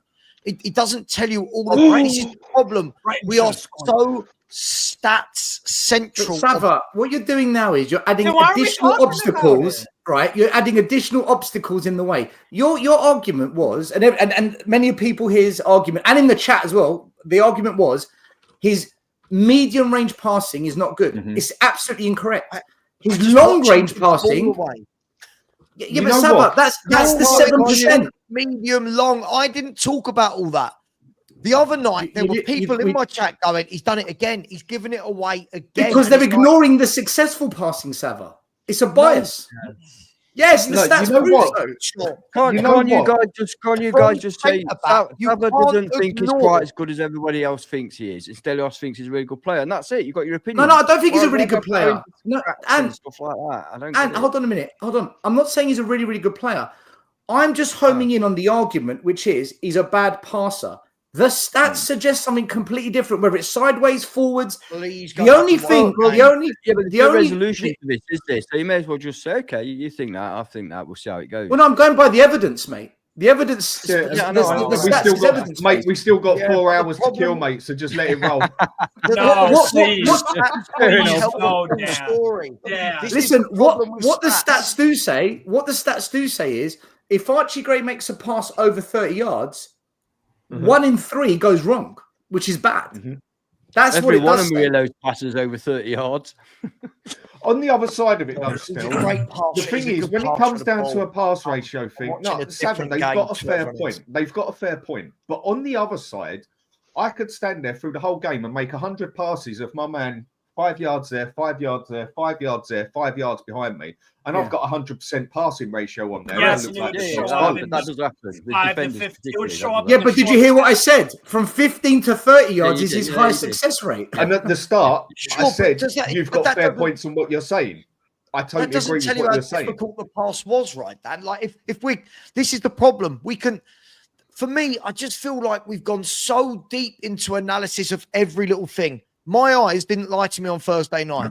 When he brought the ball out the back, simple passes he gives away. It's like, what? Why have you done that? He's not the only one. He's not the only one, by the way. Can I say, people in the chat, don't strawman the argument. I'm homing in just on passing. So, Steve-O, when you say the stats show Bissouma's good at passing, still doesn't rate him, rating a player and assessing someone's passing are two complete different arguments. Yes. Don't do that. I'm simply homing in on passing. Nothing else, guys. Nothing else. You're reporting data. That's all I'm doing is I'm just sharing with you what the data is saying. If you disagree with the data, fucking argue with them. I don't write the data. Listen, we'll agree to disagree. I think we're watching a different footballer. No. He's better than De Bruyne because De Bruyne is only 83% for all passes. But do you know what? Do you know who used to have these sort of stats? Hold on. You can do you know who used to have these? You don't like being challenged with stats. That's what it is. Most fans don't like the challenge of it. Hang on. Do you know who used to? People used to bring these types of stats to me with 2 players. Do you know who they were? Beckham, Skip, and Winks. I was told forever, if you look at Winks' success rate in passing, in short passing, medium passing, and I was told all of these things. Harry Winks, no one rated. Harry Winks left because he did all the easy stuff well. Yeah. But he did nothing. Fucking feet out. Steve. Sava, can I mention one of my pet hates about stats? Yeah, this is not a general thing against stats altogether, but it's the assist. You can pass the ball a yard to a player who puts it in from 40 yards, and you get an assist for that. I've always found that very, very bizarre that players are judged on how many assists they get without any nuance, without any context. And this is your words. listen. I'm not trying to belittle you here, right? But this is where your lack of knowledge on stats lets you down. And I'm not trying to diminish you. I'm being honest. If you look at the XG, I'll try to. If you look at the XG to the XA, it tells you how difficult was the assist.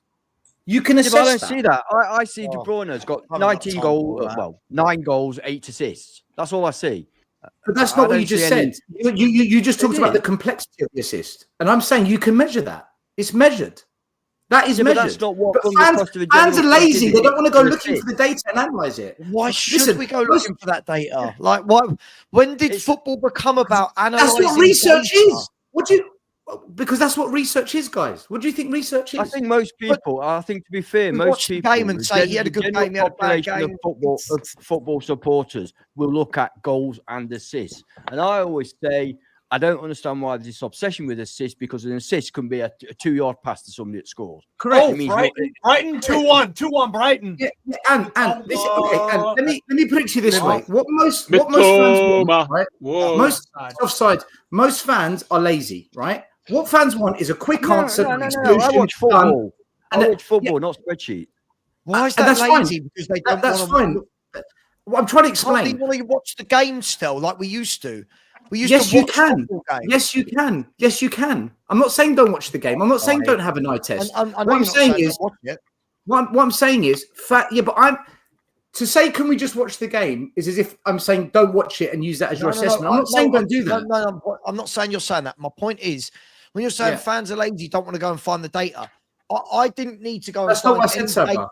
I got interrupted. That's not what I said. What I was going to say is, fans are lazy in the sense they just want a quick answer. They want a quick solution. What fans don't want to do is go scavenging through data, watching loads of archive footage, watching loads of games, and doing what scouts do. That's what scouts do. Watch loads of games. They look at loads of data and then put it together a scouting report. Fans don't want to do that shit. We just want to say, right, I saw this. This is what I think. Sure, but I'm just saying that's not how football works anymore. I get it, but at what point do we stop being fans and turn into scouts? Like, I as we came off the pitch the other night, Spurs, I didn't need to go. Hang on, I didn't need to go and look at any data for any Spurs player to know which Spurs player played well and which one didn't. I didn't need to go and look for that. Right? Correct. I didn't need to look for that to tell me that Bentancur had a shocker. I didn't need to look for that to tell me that Bergvall keeps being rash and giving the ball away. I don't need it. The problem is there are so many passes in a game, right? Let's say, especially centre mids and centre backs, so many passes in a game, especially in this day and age where everything is sideways. The passing stats are going to be 85, 90% because of the sheer volume of passes that are simplified. I just don't. Which is why you go to the data that breaks down what those passes are. Because your brain can't count all the passes in the game and remember. I don't give a shit. You don't give a shit. You don't give a shit because you don't want to do the work. You don't want to do the work. Can I give you an example, sir? Perfect example here. Scott M. Gray should still be able to pass the ball. Scott, have you not been listening to what Stell's just been saying? There's the difference between a fan who calls everybody shit and Stell, who's, I'm sorry, Scott, you do, and Stell, who is a coach who understands more about football, Scott. You should listen to Stell. You should sit and have a private conversation. Right, yeah. So just because Stell's a coach, he understands it more, does he? Stell, that's a bit biased, isn't it? Give Scott an education. Oh, right. Sorry, Stell's a coach. I'll sit down now. Guys, no, I'm look at it this just way. an ex-player's opinion as far as I could throw one. Right. Ex-players. Stats, no idea. Ex-players don't watch football. Right. They've not watched football all their lives. They've played it, not watched it. It's different. You're right on what you're saying. That's why you don't ever hear a professional football player on TV saying Archie Gray's shit. Yeah, still, you're right with the stats. Sorry, mate, they don't do that. They don't. My mistake. Mate, which ex-pro that you listen to tells you Gray's not good? Which one? Tell me. I agree with you on that. They all say they're great. Well, there you go. Shit. Why aren't they? Why aren't they? They're watching the game. Trust ex-players. Trust ex-players. Listen. I just think. So who do we listen to? We don't listen to the stats. We don't listen to the ex-pros. Who are we listening to then? We watch the game. And have our own opinion. You know what? Stats are fine. But when professional football players disagree with you, Anne. Yeah, but professional footballers know F all. They are the. But you know more then. So you know more. 100%. 100%. I've been watching football. There you go. I'll give it over. Hang on, You know hang on. more. I've been watching football from an exalted position, i.e., higher up, looking down on the pitch for over 50 years. Footballers haven't. They've been on the pitch at eye level, playing in their own little bit that they play with. Why does that mean they know more about football than me? Absolutely. Because they get paid 100 grand a fucking week to play it, for God's sake. I play it, not to watch it. I need to.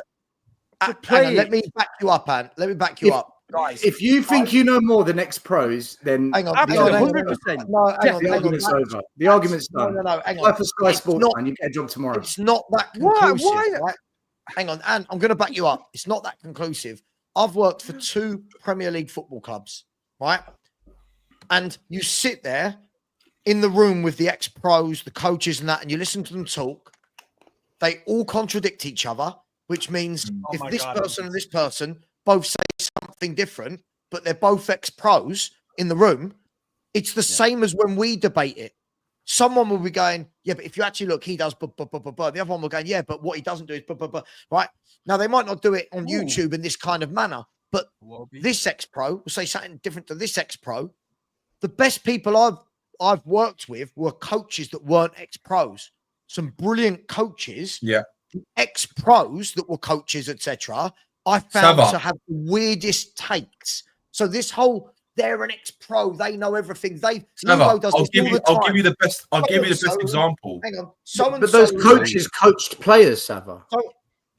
They were those coaches coached players and were around quality players to identify what it actually looks like on a training. Do you know how pitch. thick most ex-footballers are? No, but my you can be academically thick, but you can have a football brain. There's 2 different things. Academically thick. I agree with that. Look, I'll give you an example, right? Go on, Sav. Go on. You finish. I'll give up. I'll give a perfect example. I'm trying to back up. I'm trying to back up Sav's point. I'll give you the perfect example, and it's from a different sport. The best basketball player, people will say, is Michael Jordan. But as being an owner, terrible, scout, terrible. He's been terrible. Yeah. Where you have a guy in Oklahoma City or LA who's never played the game, built a team and scouted great players. So it's not automatic that even a great player. Mari. No. Mari, some of the players. Hold on. Ian, let me say my point. Right. People forget one of the greatest managers of all time. He was an awful footballer. Who do you think that is? Vice versa. Jose Mourinho. Jose Mourinho. Some of the best footballers have been awful managers. Exactly. And Mourinho can't coach players. Mourinho can't coach players unless they're elite. He can't coach average players, mate. He can't coach average players. That's not a very good manager, then, is it? Because Brian Clough talk very. I don't know. That Man U team was very average. We're talking about Mourinho. Are we talking about someone else? That Man U team was not great, and he won trophies with them. That Spurs team was not good, and he got it to a cup final. Guys, so you can all find an example of someone that isn't a great footballer or wasn't a great coach that did good in football in a different space. But overall, I would listen to most ex-pros over fans when it comes to the game itself, because they've lived it, played it, breathed it, worked under different managers, been coached by different coaches, and experienced the playing environment on the pitch. In most cases, you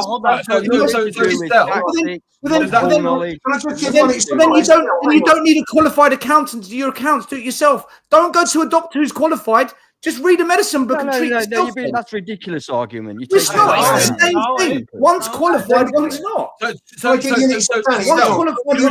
respect Jamie. Where are you going with it? Whoa. Dan, can I give one example? Can I just give one example? Can I give one example? There's going to be crap coaches and crap managers, Danny, right? There's going to be crap managers and crap coaches too. Like there's crap doctors, crap accountants, crap mechanics. Exactly. Still, I just want to give one. They use Google. Just want to give you one example. We're talking about fans and professionals. Someone I know was staying in the same hotel in '94 in Florida in the '94 World Cup as Terry Venables. And Venables was doing some commentary in a studio. And they got talking, and Venables said, come and watch the game with me. And he said that he said Venables saw a totally different game to him because he's so much further forward in his football knowledge than the normal fan. And this guy played football as well, a much lower level.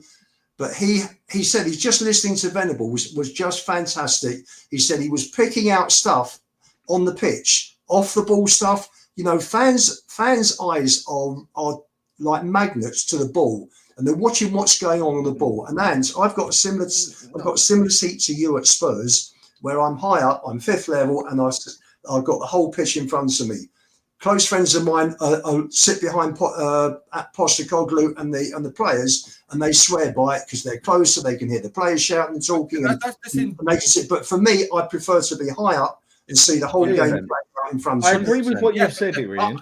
But the thing is with it is the fact, I've said it on here a few times now, all of us could sit here and watch the game, yeah? I lay money on it. I spot things in that game that you lot don't. Exactly. But then I lay money on it. Danny goes and spots something that none of us see. Then Sava does it. Then Stel does it. Then Mari does it. Steve, you, Forrest does it. It's the way football is and why it is so great to debate about it. Yeah, sure. 9 times out of 10, we all see at least one thing different on the pitch or look for different things on the pitch because of how we prefer to play football or we want a player to do. When you don't want him to do that, and I want him to do that. Dan, it's the same with Lubo. It's the same in any industry in the world, right? I'll give an example. A musician, right? One musician will see things in a certain way, and another musician will see things in another way, 100%. Right?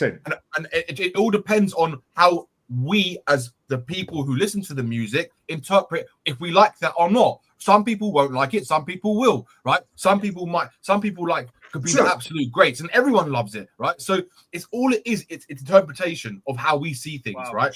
And just because you're a professional in that industry doesn't mean you've got a good understanding or knowledge of that. It just means you're being lucky to get to where you've got to. I'll give you an example. Jamie O'Hara, I think, is one of the worst pundits you could ever possibly imagine. His knowledge of football is absolutely dross. Ex-footballer.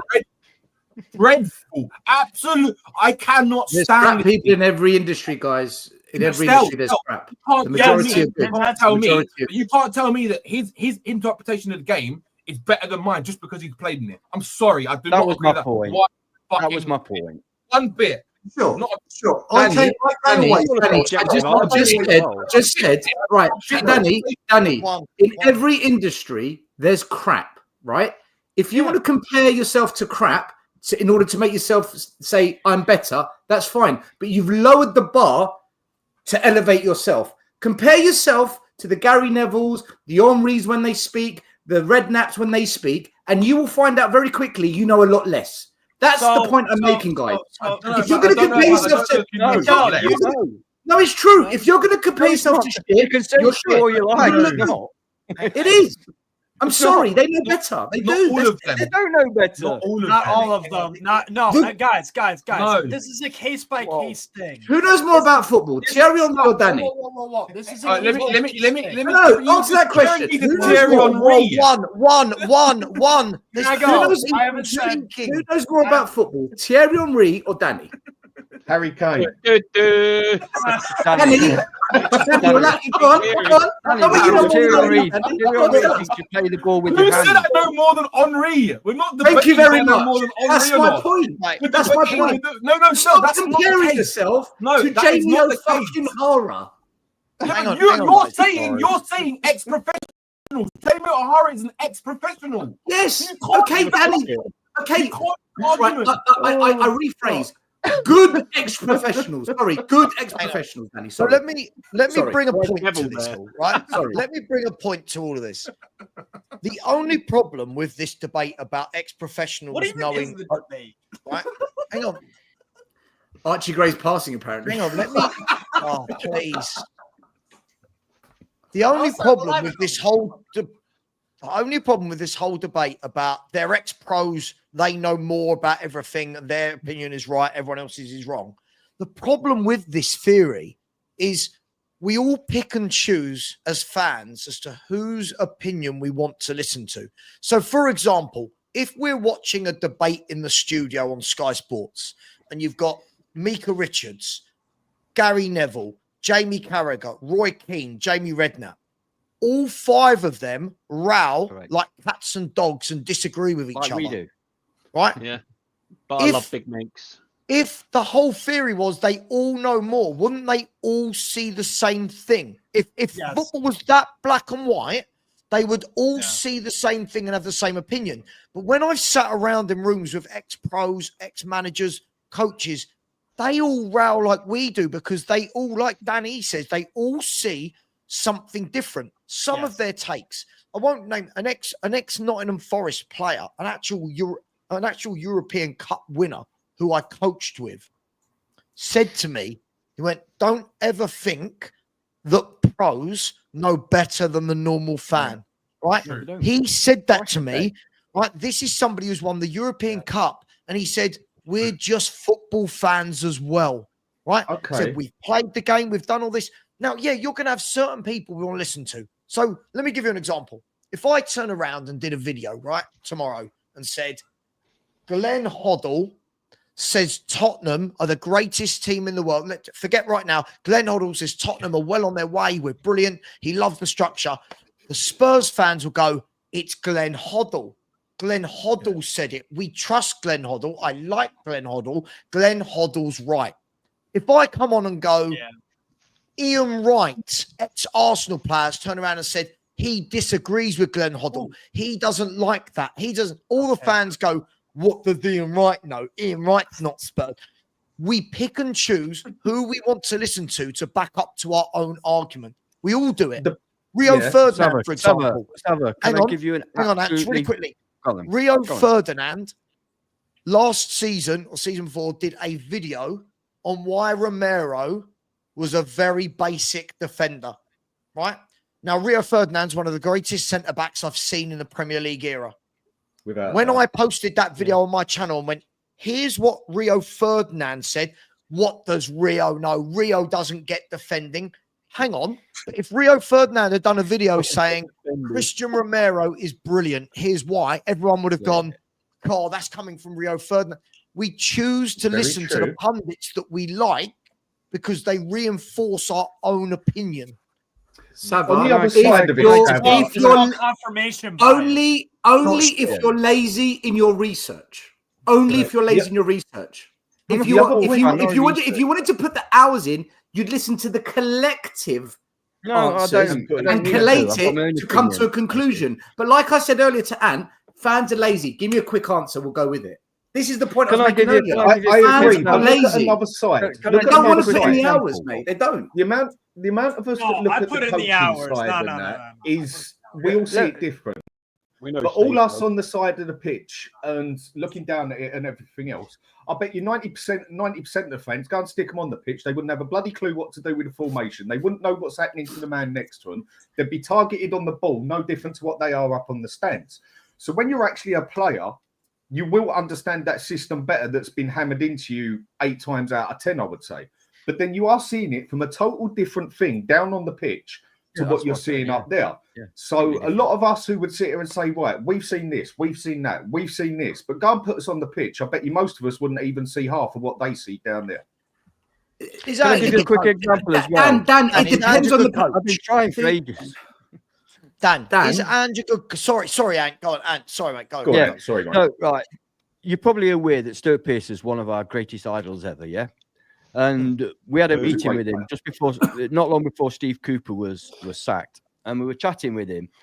And he's brilliant at telling you on the pitch stories, dressing room stories with Brian Clough. Absolutely fantastic. Hilarious. Great stuff. Lots of other interesting little nuggets. But then he came to a bit of an analysis where he said he thought Steve Cooper was the right man for the job. And none of us agreed with that. And I think that was wrong. Steve Cooper was not the right man for the job. Very clearly. So there's an example of a fabulous, internationally decorated footballer with over 700 performances in the Premier League or top division, telling us that Steve Cooper's a good manager and he was the right choice. And he wasn't. And we since subsequently got rid of him and got Nuno, and the rest is history. So I'm not going to sit there and say, because you're Stuart Pearce and I adore you and love you, I've got a legend thing on my wall there with this shirt and everything. That doesn't mean I'm going to agree with everything he says because he's an ex-footballer. And 2 million Spurs fans said that your current manager's shit. Yeah. At the time, he wasn't suited to Tottenham Hotspur. At the time, Steve Cooper wasn't suited to your club. Yeah, he may not have been, but so he is a good manager. Timing was wrong. If you'd have had an ex-pro telling you, no, Nuno's the right man for you, and you should keep him, would you have just agreed with him because he's an ex-footballer? The point I'm trying to make, Ant, is it depends on the circumstances, which is where you've got to put the work in, and people don't want to do that. They don't listen. Every fan just wants quick. Society wants quick. We don't want to put the work in anymore to do a proper, thorough analysis on anything. That hasn't made them right. That's why basic stats. Look at Sky Sports, for example. Okay, when they do their analysis, goal scored, possession. I'm just giving an example of how it's been brainwashed into us. Sky Sports, they don't do an in-depth analysis show. What they would do is goal scored, percentage, XG, corners. Correct. Basic, right? Do you know why they do that? Because you can digest it easily. There you go. Lowest common denominator. I get that. But have you not been in the stadium where your manager's made a substitution or not made a substitution, and everybody in the stands are saying, why the F are you doing that? Yeah, of course, yeah. So what I'm saying is, so your view as a fan from above looking down, you can see far better the patterns of play. That I never understand why a manager stands on the touchline. It's ridiculous. That's why I don't hear him or ignore him anyway. The analysts, and that's why Potts used to, at half-time, Potts used to go into a room before he even saw the players, and he talked for 5 minutes with the analysts. He looked at all the data. They spoke to him about the game, the patterns, what was breaking down, what was working, what wasn't, and then he'd go in and do his half-time talk. From a fan's point of view, and we didn't have a great view, we're behind the goal on Thursday. For me, there were 10 players who were off their game. For me, I thought Vicario was the only player who did himself justice on Thursday. I thought, as far as Gray was concerned, with the pressure that was on, I thought his defending, apart from one situation where he was too far off Poku and allowed him to come down the left to cross, I thought his defending was good. I thought his passing wasn't as good. I thought it was his worst game for passing that I've seen Gray play in a Spurs shirt. So, being honest, that's how I see it. He's an 18-year-old kid playing at that level, playing in a shit team with senior pros who are shit. There's no system in the team, and he's been thrown in like Bergvall, like Mikey Moore was. Spencer's been thrown in after months out. Spencer's performed really well. And, to me, for people that turn around and say, oh, send him out on loan, he's not good enough for the Premier League. This kid. Can I just quickly say, and I won't speak on this some more because I've spoken loads, right? Yeah. I've scouted for Spurs and for Brentford's academy. So kids from 8 to 21, I've scouted for them, and I've got many a player into a pro academy trial, and a small percentage of them ended up being signed by the club. They thought, yeah, this is a talent. We want to give it a go, right? I never once used stats, no spreadsheets, no data. Everything I did was eye test, everything. Okay. However, if a scout in a club would say to me, this boy is crossing shit, I'm going to say to him, what are you basing that on? What I see. I'm like, okay, I don't see that. So now what do we do? There's got to be some other data we can access. There's got to be some more complementary analysis. I agree with all that. So this is right. So this is, yeah, but okay. This is why I brought up the stats on Archie Gray. And I asked, Sav the question, what is it you're seeing? Because the stats are saying something different. Then it went from short range to medium. Well, the stats say something different there as well. But it's under pressure. Sav, I'm not calling you out. I'm not calling you out. I'm just giving the okay. If I said what you said incorrectly, I apologize. The point I'm trying to make is I then try to break down what is it specifically we're calling out here. Is there data that can back it? And from the Archie Gray argument, there was nothing to back it. There was nothing to back it, other than long range passes over 30 yards being shit. And that's all Lubo. Lubo's bigged him up so much. I'm expecting the world. I tell you All what. right, well, that's a different argument. Do you know what I mean? You say he's shit. I don't think 60% for over 30 yards is bad for a defender. There's the I don't think that's a bad start. That's 2 out of 3 of your 30-yard passes against this play. That's pretty good. We don't know what position he is, Ant. We don't know what he is. He's a hybrid. Well, listen, just so you guys know, for passing to be classed as good, it has to be 80% or above. Just so you guys know, anything above 90, everything above 90 is regarded even for over 30 yards, because that's. Well, if you're going to measure him on long-range passing ability, yes. Yeah. If you're going to measure him on long, as a specialist, you mean? Correct. Yeah. Just like if you're a specialist. I'm just manager. Go on. I like, other than moving Kulu, I don't see. And by the way, it's all love, man, right? Everyone here, it's all love. Yeah, 100%, mate. 100%. Yeah. Under this manager, I don't see any improvement in our players other than Kulu. Spence, I think, on his own, and credit to him, he knew what he's doing to improve his game. But I cannot trust any young talent with this manager. I think he's an absolute buffoon, and he needs to go. We get better as soon as this guy goes. Plain and simple. 100%, mate. I can't believe it. A club the size of Spurs has still got I've been here. I've been. This is a surreal experience every time I do these 24-hour watch-alongs on Savas, because it's just a Spurs trauma dump. It takes a toll. It takes a toll on a freaking Newcastle fan to listen to this shit. You guys are, Ant, you probably feel the same way, bro. I tell you what, Steve, I'm loving life. Yeah, I bet you are. FA Cup, you're still in that. I'm still there. Still really well in the league. You'll get Europe. Yeah. No, but people, all right, look, listen. We've got about 3 hours left until this is wrapped up. Let's donate. People. I'm going to drop the link again. We're going to donate. We just had a freaking argument about, I don't even know what, for the past 2 hours. By the way, Steve. Yeah. As far as fans, me, Wolfie, and whatever that go on other shows, we've got an arrangement with Newcastle fans. We've got an alliance. Yeah. I'm cool with it. An alliance. Get rid of these Man Cities and Arsenals and Lady God and Scotland and all these people. Let's get us up there. And about a month ago, I was having a debates on shows, and I was saying I think Forest might be in that top 4 race come into the season, because of the way you're set up. I just felt, again, I can't back it up with evidence, but I just felt that if you can maintain that structure, I think you'll be in the race, right? And personally, I would love Nottingham Forest to get top 4, because when we had Nuno at Spurs, before I used to completely shave my hair off and I had some hair to cut, I used to go to my barbers in Winchmore Hill, North London, and guess who was in the barber shop on this one occasion? Nuno. What do you mean Nuno? Nuno, right? Yeah, he was there with his dog, right? He was with his dog as well. Let me tell you something. He is probably one of the nicest, genuine people I've met in football in the years I've met people, and I would like to see you guys do it just for Nuno, if I'm honest with you. So if you don't get it, I'll be. He is a nice guy. He is a nice guy. Oh, Brighton.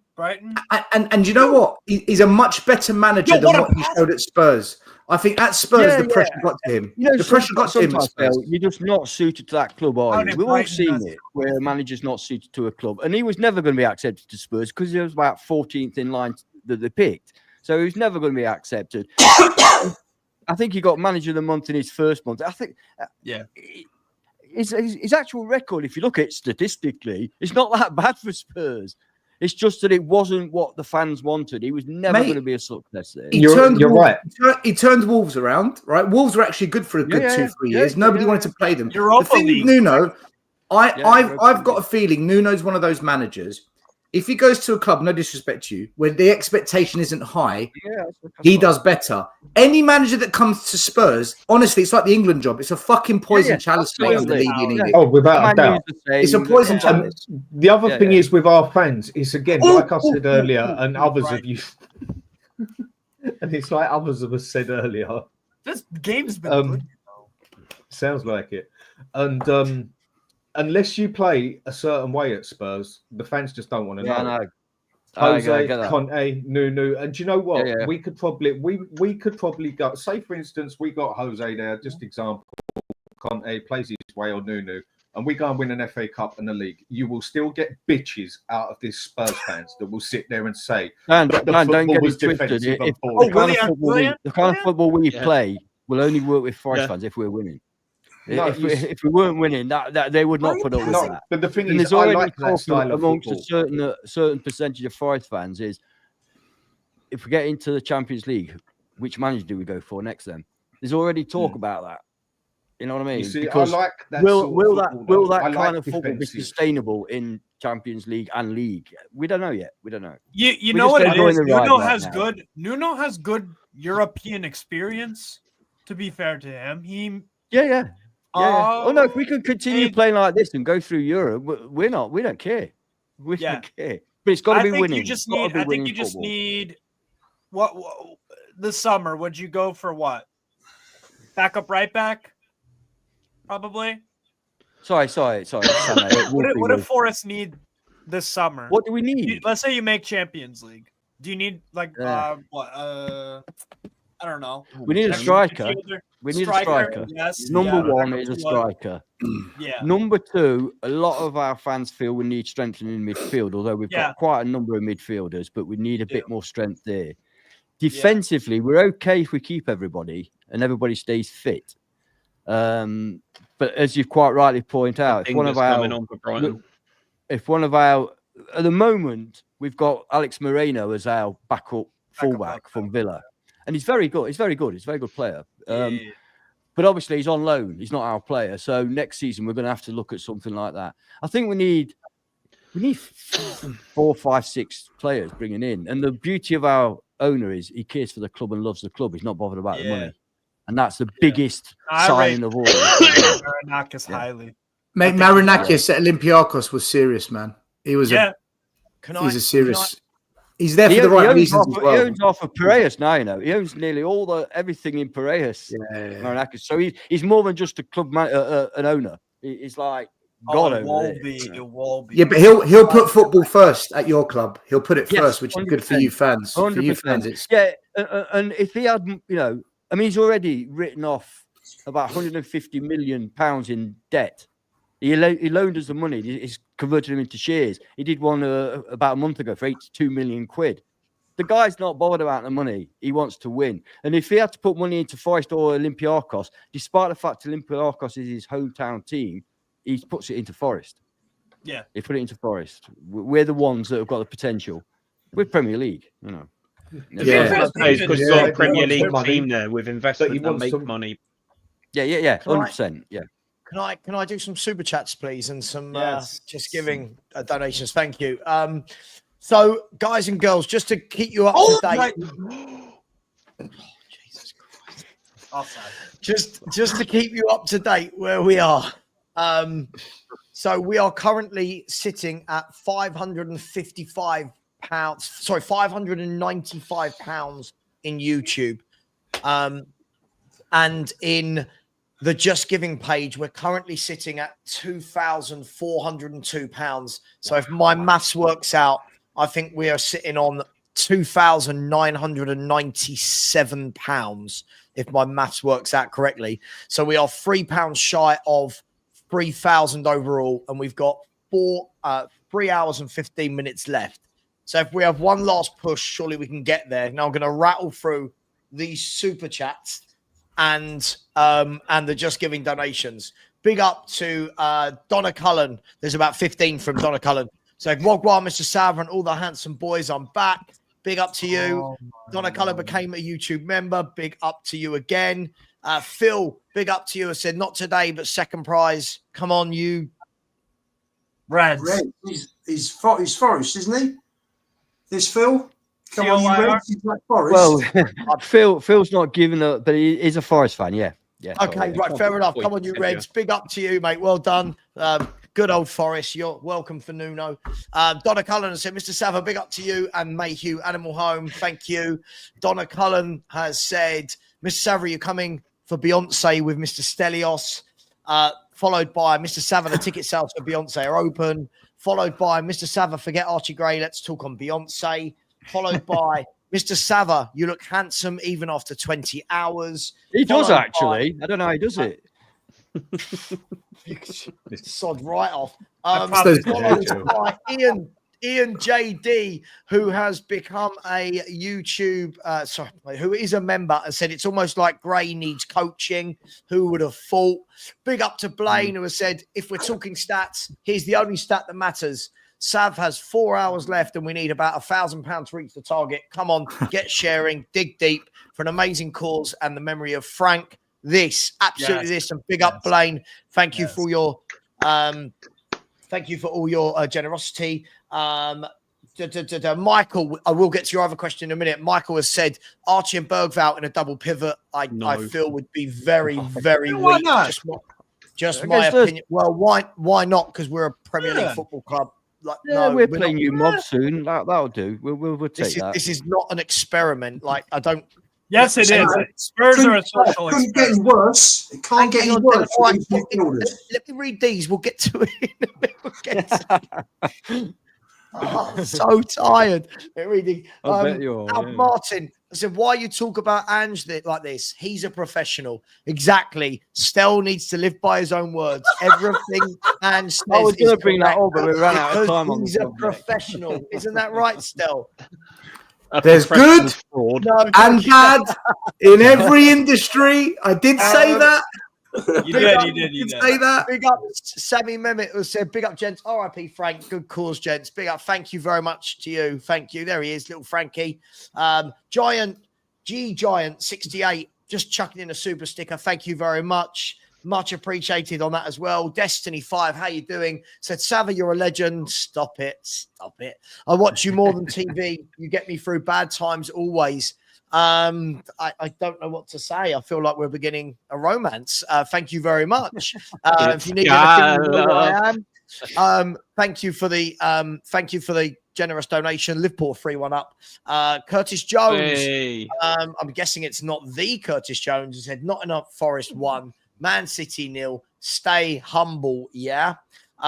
So big up to all of them. And then on the Just Giving page, we have got Lawrence has said good work. Thank you very much, Lawrence. Appreciate you. My friend Wayne has just put in £50. Thanks, Wayne. I appreciate you. And Farm Girl Hannah, you know what that means. Steve McCullough, that's you, Steve. Strasbourg Steve said Southampton scored a goal, so he's put in a big donation. Thank you very much. Jace has put in some money as well. Donna Cullen's put some more money as well. Thank you very much. And Gail has put some money in and said trees love dogs. Has put some money as well. Big up to you, Has. Thank you very much. Paul Hutchinson has said, keep going, lads. Rooty 2 has said, in memory of Frank and all our beloved animals now departed. Thank you. Fiona has said, RIP Frank, so sorry for your loss. The blue-eyed cat in my YouTube profile, Lily, died of the same thing, age 9. So I know what you're going through. And that brings us absolutely bang up to date. Right, guys and girls, I'm gonna go and get something to eat now, but I've got some good news for you. For you. Wolfie says is coming on. It's about that's what I need for the last 3 hours. A row with Wolfie. That's what I need. That'll keep me going. So I'll let you guys in. It's a great cause. Please give everybody. Kudos to those that have given already. Absolutely fantastic. I mean, that amount of money is superb, I think. And see you all soon. Thank you very much, Anne. Much love. Appreciate you, man. Go on, drive with that. Oh. That's what I was thinking. So yeah, everybody, please dig deep. We've got 3 hours and 9 minutes to go. Stick around. We're going to be talking more. Plus, we've got Brentford versus Villa. I don't even know. We're going to talk in a minute about what's the best result for Spurs. Does it even matter anymore? Crystal Palace, as it stands, are 6 points clear of Tottenham Hotspur. It's going from bad to worse. Do you remember when fans 3 months ago were calling me out on your channel saying, I Glasner. thought Glasner was good. Go on, talk Yeah. to me about Glasner, they were saying. Yeah. Well, Funny that. Stel, to back it up, as it stands, yes, we've got the game in hand, so to speak. As it stands, Tottenham Hotspur are 6 points off Palace, who are in 11th. We are 6 points off 11th place. But don't worry, everybody. It's a plan. It's a project. It's season's a a write-off. process. Please keep subscribing. I'm going to shut up and pass over to somebody else. I'm fed up with the guys, 3Ps at this club. Does it matter? Does the Brentford Villa game mean anything to us anymore? Is it pointless looking at what anyone else in the Premier League is doing? We can't go down. We can't get Europe. Does any of it matter? Does life matter? No. Saba, we were better than Villa and Brentford. And then we're supposedly better from Ange than Villa than Brentford. So, I mean, there goes the proof in the pudding. Villa is better than us. I was saying it after the transfer window closed, the summer transfer window closed. I said, I would rather have Villa squad than I've got to say, man. We said it, Murray. We said it. I remember us doing a show on it. Yeah. And I was told, we don't have a better squad. Yeah. Yeah. But I was going to say, the proof in the pudding. I am just already at the pudding, so there's nothing but crumbs left in the bowl, man. We're scratching for something to happen. You know, there's nothing in the bowl we're looking at like, where's it gone? Palace have won, by the way. Palace Just have won. want to say a couple of things. Obviously, Donna Cullen wants you in the boardroom, Sav. Yeah. She wants me how? No, she wants you to be there. She wants you to be the face of their podcast, Sav. Donna Cullen wants you to be the club podcaster, obviously. Sure. You know, she got involved this afternoon. I've got to say, out of all the, it's interesting. We touched briefly on ex-pro pundits on Sky and TNT and whatever. I always thought Souness was head and shoulders above everybody else. Thought he was tremendous as a pundit. Oh, that's absolutely brilliant. Oh, I don't know. Yo, Stel, look at that. Is that a penalty to you? I feel like these guys are having their own. I don't know what they're talking about. Yes. What's happened? Can't see. There's like 2 players in there. Brighton have got a penalty in the last I think breath of the game. It's going to go to VAR. Brighton could be. It's already on VAR. Then the player kicks the ball at Pedro. Sorry, Brighton have got a penalty. In the 96th minute. It's literally the last kick of the game. Hang on, let's just see what that does to Spurs. Anderson. Nothing. Looks like it tripped over. So if Brighton score this, they go level on points with Chelsea in the Premier League, and they'll be 6th. They will be, just so you know, they will be 13 points clear of Spurs, and they've had the most injuries in the Premier League. And they're still in the FA Cup. If Bournemouth beat us more tomorrow, injuries than us, and players missing for more days than us, this is embarrassing at this stage. And they have a manager that's younger than most of his team. I think he's missed. Oh, he scored. It's 2-1. What? I didn't see that. I didn't see it yet. oh, Sav is ahead of us. Sav, Sky lottery Sports numbers. News, man. Yeah, Sky we're Sports watching News. Steve's stream. Steve's got a stream. Oh, I he's see. Right, so my Aston Villa team are playing soon. I bet you he scores. I think he scores. Pedro. Nice. Oh, you what a fucking penalty, missed man. it. What a twat. Speaking of good strikers that are going to be good strikers in the He's on form, by the way. He's on form, Pedro. I can tell you now, he was one of the nicest guys in the Brighton team to bump into when you're walking around Brighton. When he's in and around town, man, he'll always stop to say hello for a fan, a picture. I was out with my cousin, he's 20, and he was, oh my God, it's Pedro, can you take a picture? And he was like, do you want to get a picture? And I went, mate, I'm a Tottenham supporter. He goes, oh, hard one for you. I was like, yeah, I just walked off. No. You know, if Bournemouth beat us tomorrow, it will literally, because they're 8th, it will literally be almost impossible for us, unless a meteor hits Earth, to finish in Europe at all. Please, it just won't happen. Please hit my exercise. Still, if you know, hey, Corey, my ex's house. Wow. As long as my son's here, my son's with me. Can I just completely off topic from Premier League really quickly? I don't know if anyone follows the Championship or loosely. Anyone else think it's absolutely hilarious that John Eustace left Blackburn Rovers in the top 6, right? He quit to take the job at Derby, right? He quit to take the job at Derby and they're bottom 3. Why would you? Sorry, I just thought it was just a bit crazy. Mate, look at Luton Town. They're in the Premier League last year. They're going to get relegated again. Mate, they're in. Let's see. Did Yang play today? Yeah, he did. He started. By the way, Sab, Derby have beaten Blackburn today, funny enough. Yeah, I just think they needed it as well, Lubo. They're being left adrift. One of my ex-coaches is a big QPR fan, and I asked him about Yang to say, what's he like because he's on loan to you, and he said to me, he's a useful player, tidy on the ball, but he's not ready. And he goes, in the Premier League, he'll get bullied. So his assessment is, if he comes to you guys, he comes back to us, he's like Archie Gray, not ready. Yeah. Steve, I've got really loud adverts playing here, mate. Yeah, I just had to close that down. So just so everyone knows, here's the. We don't need to see the top 4, do we? Here's hang on, let's get in. We don't need to see 5th. Here's the Premier League table as it stands. So Brighton, look at Brighton, 4 Premier League wins on the bounce with all those injuries, but you can't win games with injuries. They've lost 6 games in 28, and they know how to eke out a draw. We've lost. Oh, sorry, go on. No, go on. No, I was just gonna say, ever since Brighton lost 7-0, they've won every single game. Yep. Fun fact. Yep. I think that's their 6th win in a row in all comps. Everton have lost less games than us. So who have the teams around us tomorrow got, guys? Who have Man U, West Ham, and Everton Arsenal? got? Man U, Arsenal. Okay. That West keeps Ham, us above them.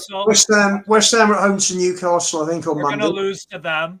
Really looking forward to that shit, Just I think by the end of the season, West Ham and Everton finish above Spurs. By the end, Man United won't, but West Ham and Everton will. God, look at the state of that. Look at the state of They've changed their managers and they've had an uplift, and I think they'll get a bit more of an uplift. Whereas I think we've given up on the league, Sava. I think the players have given up on it as well. What do you think the players are giving up on it? Just look what happened on Thursday when they're on the bench talking to each other and it zoomed in, Madison talking to Sonny. Thursday's so disheartening because, all right, we've given up our season. We're focusing all on the Europa League, and then we get that piece of crap performance. Like it's terrible. This buffoon needs to go, man. I'm beyond checked out.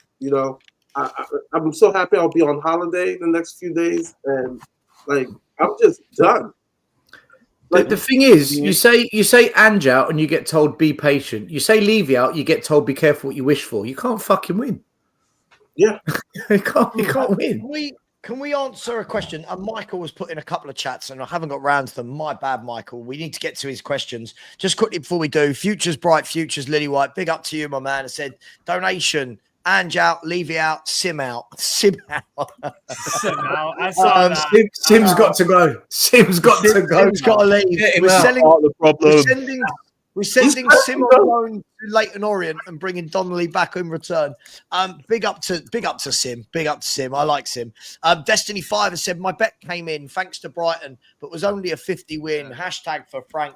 Listen, good luck to you on your bet. Well done on that. It's always nice when a little cheeky win comes in. And thank you very much for the super chat. Michael has said this. God. I don't know where to begin. We'll go with this one. What's the best Spurs double pivot on current form? We've got a few hours. This could go on. Sure, absolutely. Can I just do this? I genuinely don't know the answer to this question, guys. I don't think any of them I can comfortably go, you've got to play. I don't care. I genuinely don't. I think Bentancur's getting worse and worse by the week. Yeah. Papa Sarr, he doesn't seem to fancy him at the moment, does he? He doesn't seem to fancy Papa Sarr. Bergvall seems to be the flavour of the month, but I'm not really sure what Bergvall is at the moment. What do you guys think as a double pivot for a nice? So with Archie Gray, then, if his passing forward's good and everything, wouldn't he make a good double pivot in the middle with someone else? Like if we stick Archie Gray there. Yeah, I've got a point, but he's not going to put him there. Well, people were just asking, what do you think would be best? And I'm just asking the question, like, if he's passing so good, like his ratio forward and everything, like people were saying and that, would it actually be a sensible thing there to put Archie Gray and say we might get the better out of him and say Basuma next to each other? I'm just asking the question. See, I've never seen him play that. But you've got a point, but Ange won't play him there, will he? Because he's too thick to work it out. That's the problem, isn't it? I think Basuma, Sarr, Bentancur will always get picked ahead of Archie Gray in midfield. And I don't think. But you have to look at Basuma because he's being criminally played out of position, like every player in our team. But you know, I don't want to see Graham Bergvall in the double pivot at Spurs because, as it stands now, I think there's a massive lack of experience to put two kids and in the most important part of the team, the midfield. I'd like to see it in the future if they're still here, but right now I think it'll be a disaster. Can I ask a question here about Basuma? Corey, he said he's being massively played out of position. Now, when I played football, you played in midfield. You're in midfield. You know, you had three players that played across the middle, and normally midfield players will be box to box. You win the ball, you all move up together. You lose the ball, and you all defend. Yeah. Ian, there's a difference now, mate. Footballs ain't leather anymore.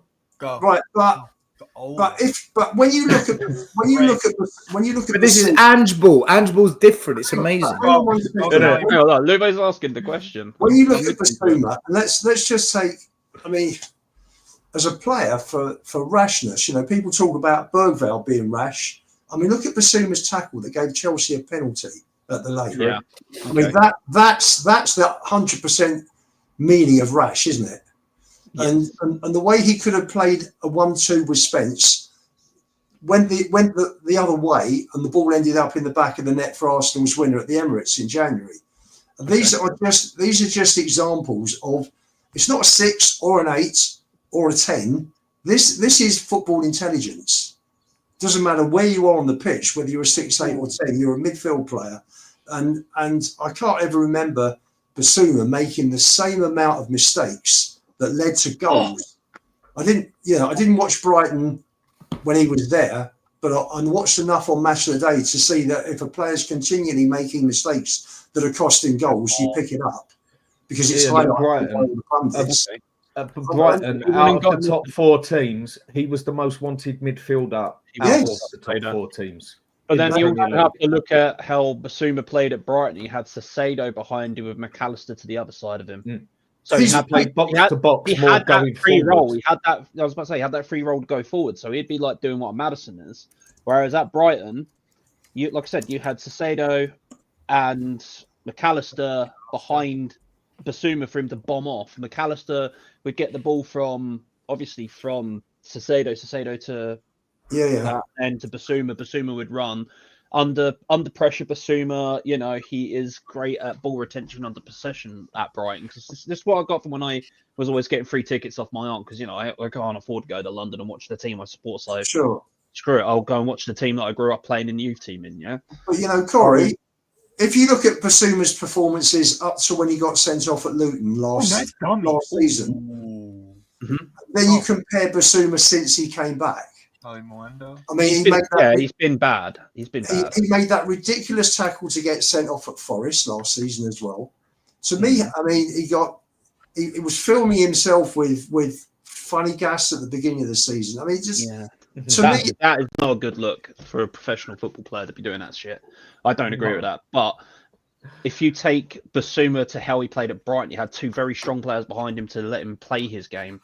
At Tottenham, we haven't really got a strong defensive midfielder for him to really excel and show us what he's got. Because you think you had like Caicedo breaking up the play, passing it off to McAllister. McAllister is your playmaker looking for a guy to run on. You know, that was what Basuma's game was: run, pick up ball, run.